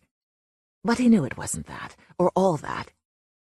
She had, very young, been through a sort of pain that his children, and he and Ruth, had been spared. In the moments of his recognizing that pain, he wanted to tenderly touch her hair, wanted with some gesture to give her solace and hope. And he would glance at Frank, and hope they would love each other, hope Frank would soothe that pain in her heart, take it from her eyes. And her divorce, her age, and her children did not matter at all. On the first 2 evenings she did not bring her boys, and then Ruth asked her to bring them next time. In bed that night, Ruth said, "She hasn't brought them because she's embarrassed. She shouldn't feel embarrassed." Richard Strout shot Frank in front of the boys.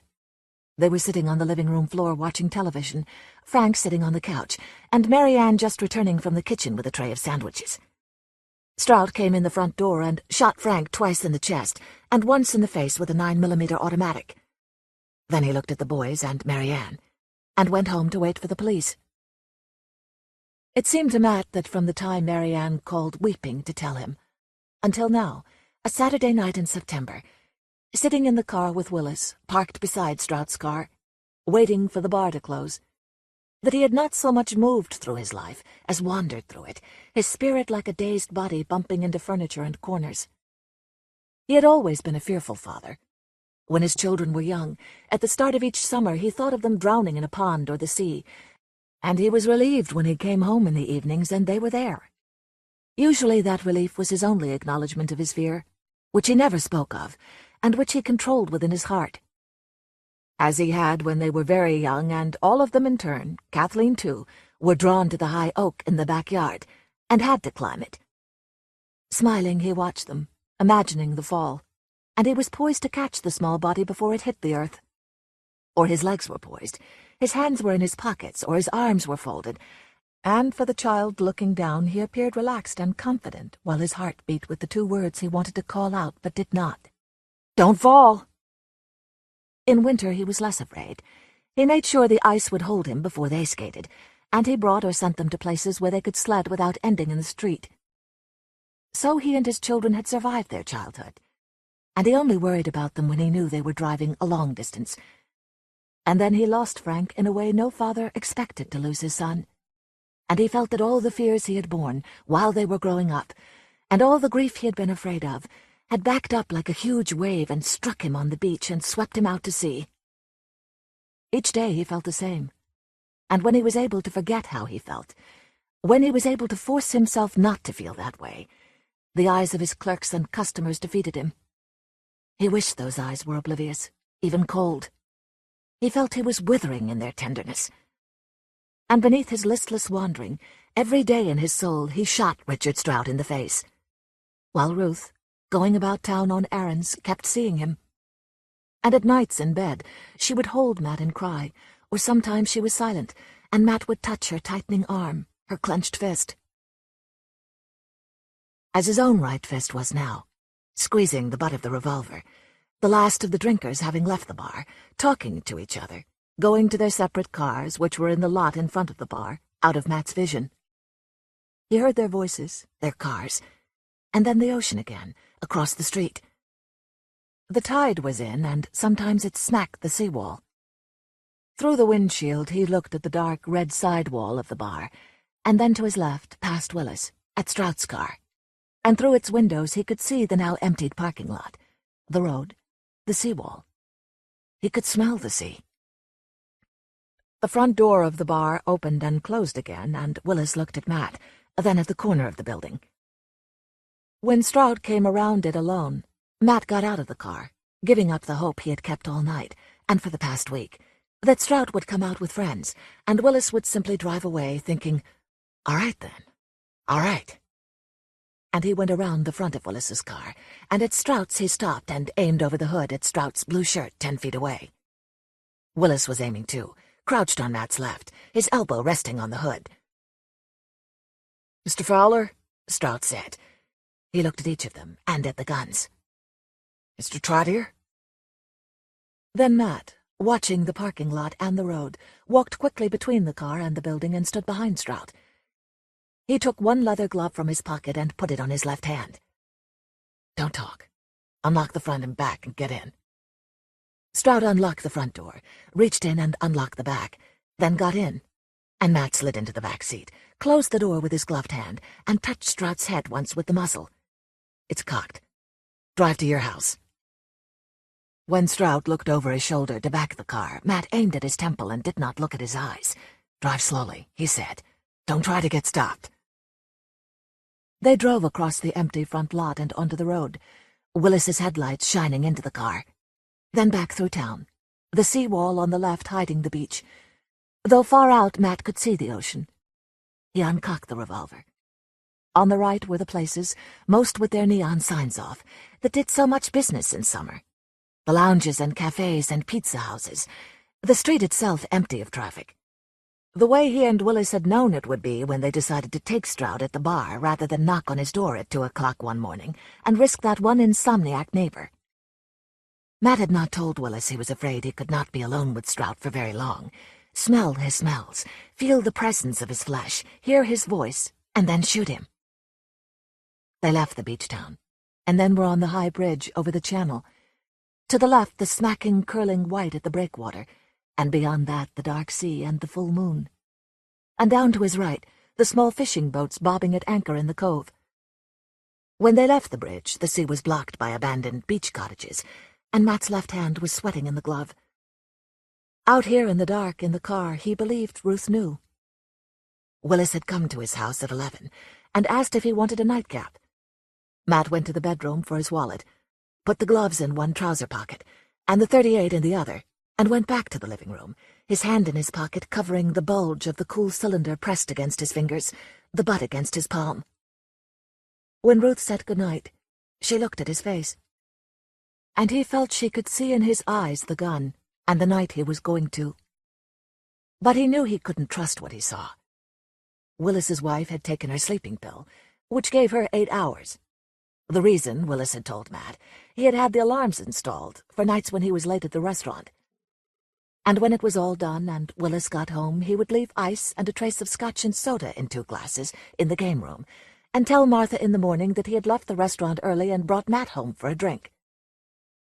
"He was making it with my wife." Strout's voice was careful, not pleading.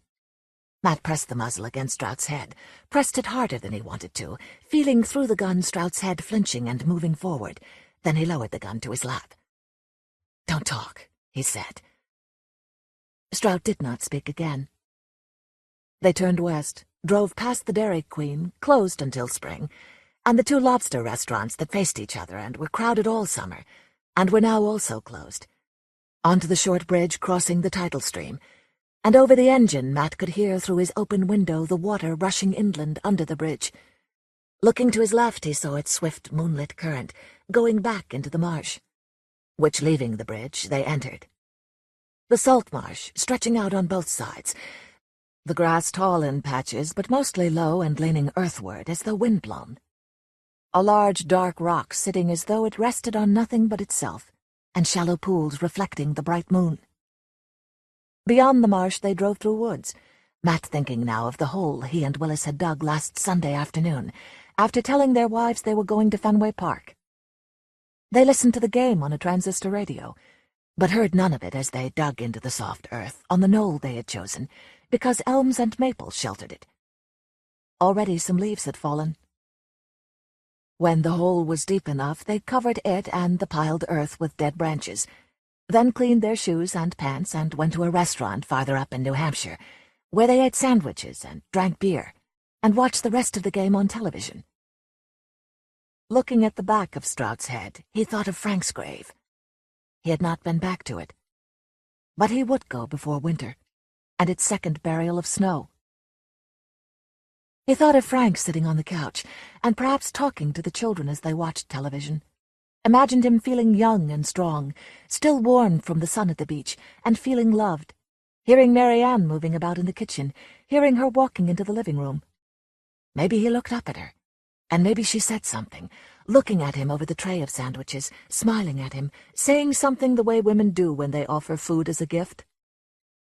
Then the front door opening, and this son of a bitch coming in, and Frank seeing that he meant the gun in his hand. This son of a bitch and his gun, the last person and thing Frank saw on Earth. When they drove into town, the streets were nearly empty. A few slow cars, a policeman walking his beat, past the darkened fronts of stores. Stroud and Matt both glanced at him as they drove by. They were on the main street, and all the stoplights were blinking yellow. Willis and Matt had talked about that, too. The lights changed at midnight, so there would be no place Stroud had to stop and where he might try to run. Stroud turned down the block where he lived, and Willis's headlights were no longer with Matt in the back seat. They had planned that, too, had decided it was best for just the one car to go to the house. And again Matt had said nothing about his fear of being alone with Stroud, especially in his house. A duplex, dark as all the houses on the street were, the street itself lit at the corner of each block. As Stroud turned into the driveway, Matt thought of the one insomniac neighbor, thought of some man or woman sitting alone in the dark living room, watching the all-night channel from Boston. When Stroud stopped the car near the front of the house, Matt said, "Drive it to the back." He touched Stroud's head with the muzzle. You wouldn't have it cocked, would you? For when I put on the brakes? Matt cocked it and said, "It is now." Stroud waited a moment. Then he eased the car forward, the engine doing little more than idling, and as they approached the garage, he gently braked. Matt opened the door, then took off the glove and put it in his pocket. He stepped out and shut the door with his hip and said, "All right." Stroud looked at the gun, then got out, and Matt followed him across the grass, and as Stroud unlocked the door, Matt looked quickly at the row of small backyards on either side, and scattered tall trees, some evergreens, others not. And he thought of the red and yellow leaves on the trees over the hole, saw them falling soon, probably in 2 weeks, dropping slowly, covering. Stroud stepped into the kitchen. "Turn on the light." Stroud reached to the wall switch, and in the light Matt looked at his wide back, the dark blue shirt, the white belt, the red plaid pants. "Where's your suitcase?" My suitcase? "Where is it?" In the bedroom closet. "That's where we're going, then. When we get to the door, you stop and turn on the light." They crossed the kitchen, Matt glancing at the sink and stove and refrigerator. No dishes in the sink, or even the dish rack beside it. No grease splashings on the stove. The refrigerator door clean and white. He did not want to look at any more, but he looked quickly at all he could see. In the living room, magazines and newspapers in a wicker basket, clean ashtrays, a record player, the record shelved next to it. Then down the hall, where near the bedroom door hung a color photograph of Mary Ann and the 2 boys sitting on a lawn. There was no house in the picture. Mary Ann smiling at the camera, or Stroud, or whoever held the camera. Smiling as she had on Matt's lawn this summer, while he waited for the charcoal, and they all talked, and he looked at her brown legs, and at Frank touching her arm, her shoulder, her hair. He moved down the hall with her smile in his mind, wondering, was that when they were both playing around and she was smiling like that at him and they were happy, even sometimes making it worth it? He recalled her eyes, the pain in them, and he was conscious of the circles of love he was touching with the hand that held the revolver so tightly now, as Strout stopped at the door at the end of the hall. There's no wall switch. Where's the light? By the bed. Let's go. Matt stayed a pace behind. Then Strout leaned over and the room was lighted. The bed, a double one, was neatly made. The ashtray on the bedside table clean, the bureau top dustless, and no photographs. Probably so the girl, who was she, would not have to see Marianne in the bedroom she believed was theirs. But because Matt was a father and a husband, though never an ex-husband, he knew, and did not want to know, that this bedroom had never been theirs alone. Strout turned around. Matt looked at his lips, his wide jaw, and thought of Frank's doomed and fearful eyes looking up from the couch. Where's Mr. Trottier? He's waiting. Pack clothes for warm weather. What's going on? You're jumping bail. Mr. Fowler, he pointed the cocked revolver at Strout's face. The barrel trembled, but not much as he had expected. Strout went to the closet and got the suitcase from the floor and opened it on the bed. As he went to the bureau, he said, He was making it with my wife.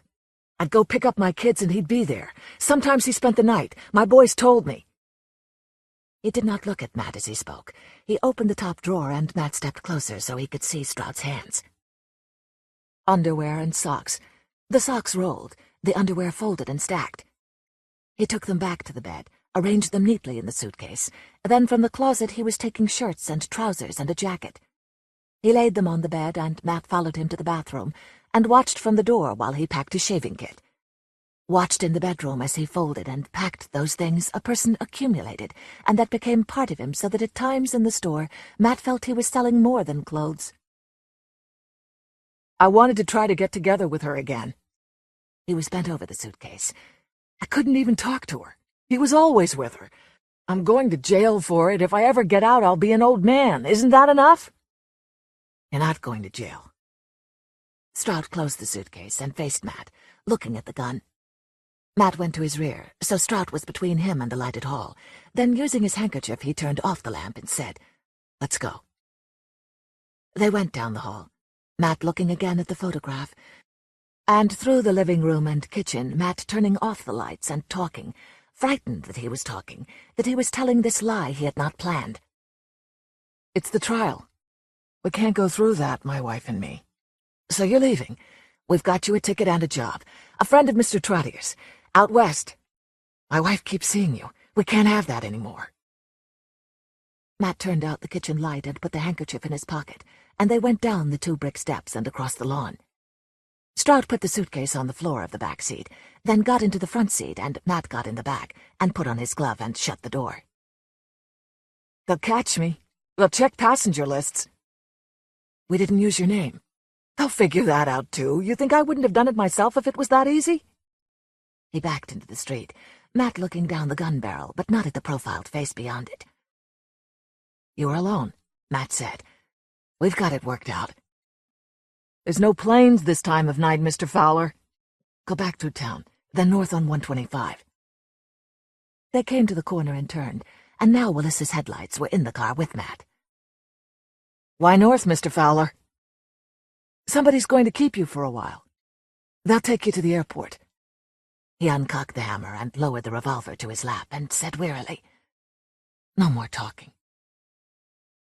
As they drove back through town, Matt's body sagged, going limp with his spirit and its new and false bond with Strout, the hope his lie had given Strout.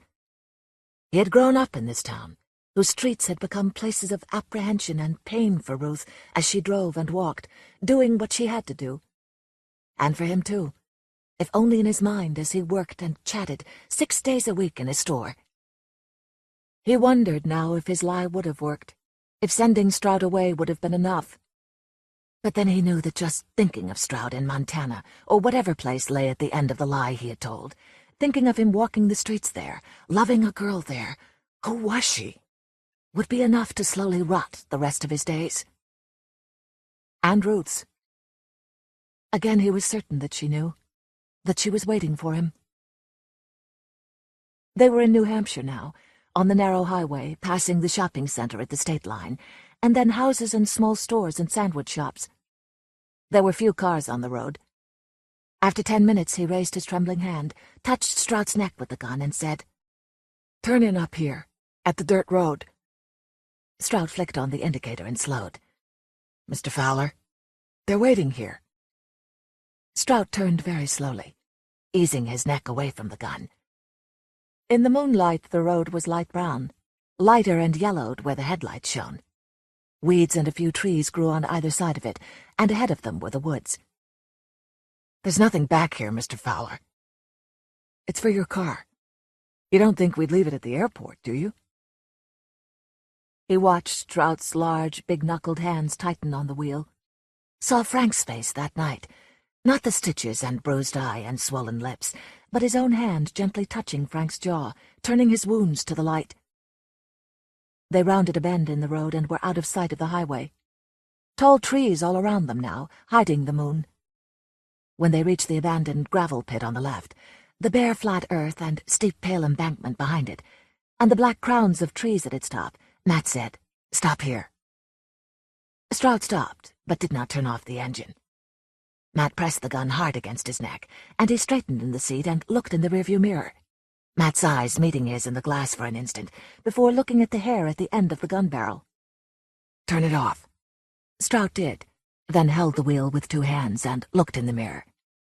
I'll do 20 years, Mr. Fowler. At least. I'll be 46 years old. That's 9 years younger than I am, Matt said, and got out and took off the glove and kicked the door shut. He aimed at Stroud's ear and pulled back the hammer. Willis's headlights were off, and Matt heard him walking on the soft, thin layer of dust, the hard earth beneath it. Stroud opened the door, sat for a moment in the interior light, then stepped out onto the road. Now his face was pleading. Matt did not look at his eyes, but he could see it in the lips. Just get the suitcase. They're right up the road. Willis was beside him now, to his left. Stroud looked at both guns. Then he opened the back door, leaned in, and with a jerk brought the suitcase out. He was turning to face them when Matt said, "Just walk up the road. Just ahead."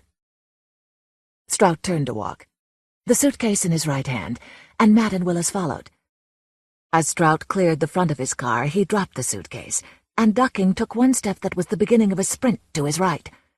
The gun kicked in Matt's hand, and the explosion of the shot surrounded him, isolated him in a nimbus of sound that cut him off from all his time, all his history, isolated him standing absolutely still on the dirt road, with the gun in his hand, looking down at Richard Stroud squirming on his belly, kicking one leg behind him, pushing himself forward toward the woods. Then Matt went to him and shot him once in the back of the head. Driving south to Boston, wearing both gloves now, staying in the middle lane and looking often in the rearview mirror at Willis's headlights, he relived the suitcase dropping, the quick dip and turn of Stroud's back and the kick of the gun, the sound of the shot. When he walked to Stroud, he still existed within the first shot, still trembled and breathed with it. The second shot and the burial seemed to be happening to someone else, someone he was watching. He and Willis each held an arm and pulled Stroud, face down off the road and into the woods, his bouncing, sliding belt white under the trees where it was so dark that when they stopped at the top of the knoll, panting and sweating, Matt could not see where Stroud's blue shirt ended and the earth began. They pulled off the branches, then dragged Stroud to the edge of the hole, and went behind him and lifted his legs and pushed him in. They stood still for a moment. The woods were quiet, save for their breathing, and Matt remembered hearing the movements of birds and small animals after the first shot. Or maybe he had not heard them. Willis went down to the road. Matt could see him clearly out on the tan dirt, could see the glint of Stroud's car, and beyond the road the gravel pit. Willis came back up the knoll with the suitcase. He dropped it in the hole and took off his gloves, and they went down to his car for the spades. They worked quietly. Sometimes they paused to listen to the woods. When they were finished, Willis turned on his flashlight and they covered the earth with leaves and branches, and then went down to the spot in front of the car. And while Matt held the light, Willis crouched and sprinkled dust on the blood, backing up till he reached the grass and leaves. Then he used leaves until they had worked up to the grave again. They did not stop. They walked around the grave and through the woods, using the light on the ground, looking up through the trees to where they ended at the lake. Neither of them spoke above the sounds of their heavy and clumsy strides through low brush and overfallen branches. Then they reached it, wide and dark, lapping softly at the bank, pine needles smooth under Matt's feet, moonlight on the lake, a small island near its middle, with black tall evergreens. He took out the gun and threw for the island, taking 2 steps back on the pine needles, striding with the throw and going to one knee as he followed through, looking up to see the dark, shapeless object arcing downward, splashing. They left Strout's car in Boston, in front of an apartment building on Commonwealth Avenue. When they got back to town, Willis drove slowly over the bridge, and Matt threw the keys into the Merrimack. The sky was turning light. Willis let him out a block from his house, and walking home he listened for sounds from the houses he passed. They were quiet. A light was on in his living room. He turned it off and undressed in there, and went softly toward the bedroom. In the hall he smelled the smoke, and he stood in the bedroom doorway and looked at the orange of her cigarette in the dark. The curtains were closed. He went to the closet and put his shoes on the floor and felt for a hanger. "Did you do it?" she said. He went down the hall to the bathroom, and in the dark he washed his hands and face. Then he went to her, lay on his back, and pulled the sheet up to his throat. "Are you all right?" she said. "I think so." Now she touched him, lying on her side, her hand on his belly, his thigh. "Tell me," she said. He started from the beginning, in the parking lot at the bar. But soon, with his eyes closed, and Ruth petting him, he spoke of Strout's house, the order, the woman presence, the picture on the wall. "The way she was smiling," he said. "What about it?" "I don't know. Did you ever see Strout's girl, when you saw him in town?" "No." "I wonder who she was." Then he thought, not was, is. Sleeping now, she is his girl. He opened his eyes, then closed them again. There was more light beyond the curtains. With Ruth now, he left Strout's house, and told again his lie to Strout, gave him again that hope that Strout must have for a while believed, else he would have to believe only the gun pointed at him for the last 2 hours of his life. And with Ruth he saw again the dropping suitcase, the darting move to the right, and he told of the first shot, feeling her hand on him, but his heart isolated still, beating on the road still in that explosion like thunder. He told her the rest, but the words had no images for him. He did not see himself doing what the words said he had done. He only saw himself on that road. "We can't tell the other kids," she said. "It'll hurt them, thinking he got away. But we mustn't." "No." She was holding him, wanting him, and he wished he could make love with her, but he could not. He saw Frank and Mary Ann making love in her bed, their eyes closed, their bodies brown and smelling of the sea. The other girl was faceless, bodiless, but he felt her sleeping now. And he saw Frank and Strout, their faces alive. He saw red and yellow leaves falling to the earth, then snow, falling and freezing and falling. And holding Ruth, his cheek touching her breast, he shuddered with a sob that he kept silent in his heart. About the contributors. Ryunosuke Akutagawa, 1892 to 1927. Short story writer, poet, and essayist, Akutagawa was one of the first Japanese modernists translated into English. The 150-plus short stories he completed during his brief career are noted for their macabre subject matter and stylistic precision. Several years after Akutagawa's suicide, his friend Kikuchi-kan established the Akutagawa Prize, generally considered among the most prestigious Japanese literary awards for aspiring writers. Brian Aldiss, 1925 to present. By the end of the 20th century, Aldiss was considered by many to be the elder statesman of British science fiction writers. He has won science fiction's prestigious Hugo Award twice, and at the 1999 Nebula Awards was named a Grand Master. Sherman Alexie, 1966 to present. A Spokane, Coeur d'Alene Indian, Alexie grew up on the Spokane Indian Reservation in Wellpinit, Washington, about 50 miles northwest of Spokane. An outspoken activist for Native American rights, he has written poetry, short stories, novels, and screenplays, and he was named one of Granta's Best of Young American Novelists for his first novel, Reservation Blues. Paul Auster, 1947 to present. Novelist, essayist, translator, poet, and filmmaker, Auster was born in Newark, New Jersey, to working-class parents. He attended Columbia University and traveled back and forth between France and the United States for a number of years. Auster's route to literary fame was both circuitous and unusual, as he chronicled in his memoir, Hand to Mouth. Renown came with his series of 3 experimental detective stories known collectively as the New York Trilogy. Raymond Carver, 1938 to 1988. Born in Clatskanie, Oregon, Carver was the son of working-class parents. In 1976, his first collection of short stories, Will You Please Be Quiet, Please?, was nominated for a National Book Award. Noted for his spare style and blue-collar sensibility, he quickly developed a following. After his death, Carver was acclaimed by many as the greatest influence on the short story since Hemingway. John Cheever, 1912 to 1982. The son of a Massachusetts shoe factory owner, short story writer and novelist Cheever has been called the Chekhov of the suburbs. His formal education ended at the age of 17 when he was expelled from school for smoking.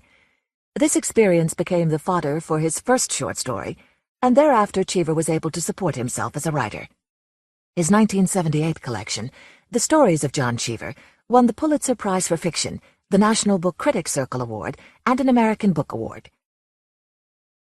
Anton Chekhov, 1860 to 1904. Considered the father of the modern short story and play, Chekhov was born in the Russian seaport town of Taganrog, near the Black Sea. He began writing short stories while a medical student at the University of Moscow. In 1888, he was awarded the prestigious Pushkin Prize. Suffering from advanced consumption, he died in the German spa town of Battenweiler. Arthur C. Clarke, 1917 to present. Sir Arthur Clarke was born in the seaside town of Minehead, Somerset, England. A prolific science fiction writer and essayist, he is also a Nobel Prize-winning scientist. The recipient of numerous literary awards, Clarke was named a science fiction Grand Master in 1985. He has lived in Colombo, Sri Lanka since 1956. Daniel Clowes, 1961 to present. A graduate of New York's Pratt Institute, Clowes was for many years considered a talented underground artist of comic books and graphic novels. With the success of Ghost World, the film adaptation of his graphic stories, Clowes garnered mainstream praise. His work has appeared in Esquire, The New Yorker, and elsewhere. Richard Connell, 1893 to 1949. Born in Dutchess County, New York, Connell began covering baseball games for his father's newspaper at age 10 and was editing the paper by age 16. After serving in World War I, he settled in Beverly Hills, California, where he began writing short stories and screenplays. He is best known for his short story, The Most Dangerous Game. Julio Cortázar, 1914 to 1984. Born in Belgium and raised in Argentina, Cortázar was an important Argentine intellectual and author. His short stories and novels are highly experimental and playful. His masterpiece, Hopscotch, invites the reader to rearrange the material. In his later years, he became increasingly political, and his literary production diminished. He moved to France in 1951 in opposition to the Péron regime, and lived there until his death from leukemia. Philip K. Dick, 1928 to 1982. More popular today than he was when he was alive, Dick has become a cult figure among science fiction aficionados. Although he won a Hugo Award for Best Science Fiction Novel in 1962, for The Man in the High Castle, Dick was destitute most of his life and died just a few months before Blade Runner, the film of his novel, Do Androids Dream of Electric Sheep, was released. Much of his work has been posthumously optioned for film. André Dubus, 1936 to 1999. After serving 5 years in the Marine Corps, where he attained the rank of captain, Dubus became a full-time writer of short stories. Much of his work is set in his adopted home state of Massachusetts. He received numerous literary awards, including the Penn Malamud Award and the Ray Award for Excellence in Short Fiction. William Faulkner, 1897 to 1962. Although he never graduated from high school, he lived in a small town, Oxford, Mississippi, in one of the poorest states in the nation, and he struggled to support a growing family of dependents. Faulkner was able to build a body of work that has earned him acclaim as one of the 20th century's greatest writers. He received the Nobel Prize for Literature in 1949 and 2 Pulitzer Prizes. He often wrote screenplays and scripts, but he received only 6 official screen credits, 5 of which were with director Howard Hawks. F. Scott Fitzgerald, 1896 to 1940. Born in St. Paul, Minnesota, Fitzgerald is best known for his novels and short stories, chronicling the excesses of America's Jazz Age. He received great praise for his first novel, This Side of Paradise, published when he was 24. But by the time he published his masterpiece, The Great Gatsby, in 1925, his reputation and career were on the decline. He spent the last 3 years of his life writing for the movies, and died believing himself a failure. Graham Greene, 1904 to 1991. Born in Berkhamsted, Hertfordshire, England, Greene was one of the most widely read novelists of the 20th century. He was also a short story writer, playwright, screenwriter, and journalist, and served as a movie critic for a number of years. Although several times nominated for the Nobel Prize in Literature, he never won. Ernest Haycox, 1899 to 1950. Born in Portland, Oregon, Haycox naturally gravitated to writing about the West. Considered one of the all-time best writers of Western fiction, Haycox specialized in historically accurate short stories and novels. Ernest Hemingway, 1899 to 1961. Noted for his lean prose style, Hemingway began his career in a newspaper office in Kansas City. During the 1920s, he became a member of the group of expatriate Americans in Paris, described in his first notable work, The Sun Also Rises.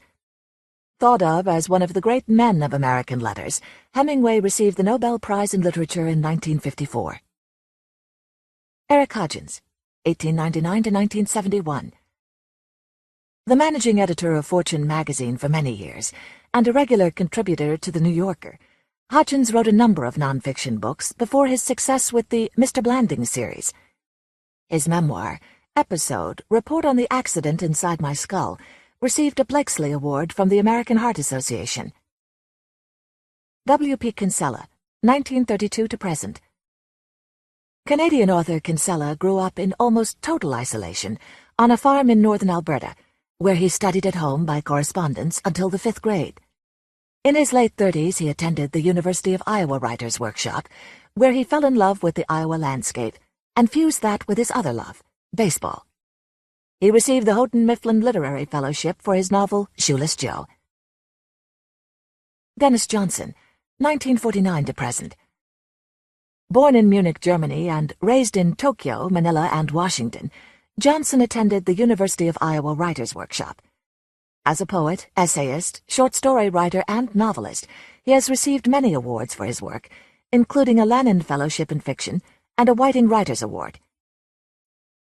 Dorothy M. Johnson, 1905 to 1984. Raised in Montana, Johnson moved to New York after receiving a degree in journalism from the University of Montana. There she worked for a publishing house and began writing short stories with Western themes. Eventually, she returned to Montana, where she lived until her death. In a recent survey by the Western Writers of America, 4 of the top 5 stories in the Best Western Short Stories category were written by Johnson. George Langellin, 1908 to 1969. A British journalist and short story writer, Langellin published a memoir of his experiences as a British spy, The Masks of War, and a collection of stories, Out of Time. H.P. Lovecraft, 1890 to 1937. Born in Providence, Rhode Island, Lovecraft was deeply tied to New England, where he lived his entire life. Much of his work was fueled by nightmares. As a result, his work blurs the lines between fantasy, horror, and science fiction. He has been highly influential among horror writers and is a cult figure among horror fans. Jonathon Nolan, 1976 to present. Born in London, England, Nolan was raised in the United States and is a graduate of Georgetown University. His first published story, Memento Mori, was adapted for film by his brother Christopher. He is currently at work on a number of projects, including several screenplays. Joyce Carol Oates, 1938 to present. One of contemporary literature's most prolific writers, Oates has written poetry, short stories, novels, criticism, and essays. She has received the PEN Malamud Award for Excellence in Short Fiction and the O. Henry Prize for Continued Achievement in the Short Story, and she has been nominated twice for the Nobel Prize in Literature. Mary O'Hara, 1885 to 1980. Born in Cape May Point, New Jersey, O'Hara was the third child of an Episcopal clergyman. In 1905, she married and moved to California, where she was a screenwriter during the silent film era. Her second marriage brought her to Wyoming, where she turned to fiction. O'Hara was also a gifted pianist and composer. Mary Orr, 1918 to present. A short story writer, playwright, and novelist, Orr started her career as an actress. She began writing while married to director-playwright Reginald Denham, with whom she collaborated on a number of plays. After the success of her short story, The Wisdom of Eve, she wrote several novels. Harvey Pekar, 1939 to present. A lifelong Cleveland, Ohio resident, Pekar worked as a file clerk at a VA hospital for 35 years. His friendship with R. Crumb led to the creation of the comic book series American Splendor, which Pekar self-published until the early 1990s, when Dark Horse began to widely distribute the work. He is also a prolific jazz and book critic and an award-winning essayist on the local public radio station WKSU. In 1987, he received an American Book Award for American Splendor. Todd Robbins, 1888 to 1949. Born into a wealthy New York family, Clarence Todd Robbins was an accomplished athlete, a society gadabout, and the author of short stories and novels. He specialized in stylish pulp horror fiction. When mainstream literary success eluded him, he emigrated to the French Riviera. He refused to leave during the Nazi occupation of France and was forced to spend the war in a concentration camp. Frank Rooney, 1913 to unknown. After spending 4 years with the U.S. Army in Hawaii during World War II, Rooney toured the country as a member of Maurice Evans's company of Hamlet. During that time, he began writing short stories, going on to become a full-time writer and to publish several novels. In 1956, he received a Guggenheim Fellowship, as well as a citation from the National Institute of Arts and Letters. Bud Schulberg, 1914 to present. Raised in Hollywood, Schulberg is the son of early film mogul B.P. Schulberg. He is the author of short stories, novels, screenplays, and essays, and he began his screenwriting career in a brief partnership with F. Scott Fitzgerald on the ill-fated Winter Carnival. In 1954, he won an Oscar for his On the Waterfront screenplay. He was inducted into the International Boxing Hall of Fame in 2001 in recognition of his writing about the sport. Jean Shepherd, 1921 to 1999. Raised in Hammond, Indiana, Shepherd worked in local steel mills before entering the arts. In the 1950s, he began a long career as a radio personality, telling stories of his youth, commenting on popular culture, and performing silly songs. He frequently contributed essays to Playboy and other magazines, and eventually published his popular radio stories in a series of books. Hagar Wilde, 1905 to 1971. A successful New York playwright, Wilde also spent time in Hollywood as a screenwriter, where she collaborated with Raymond Chandler and Dudley Nichols, among others.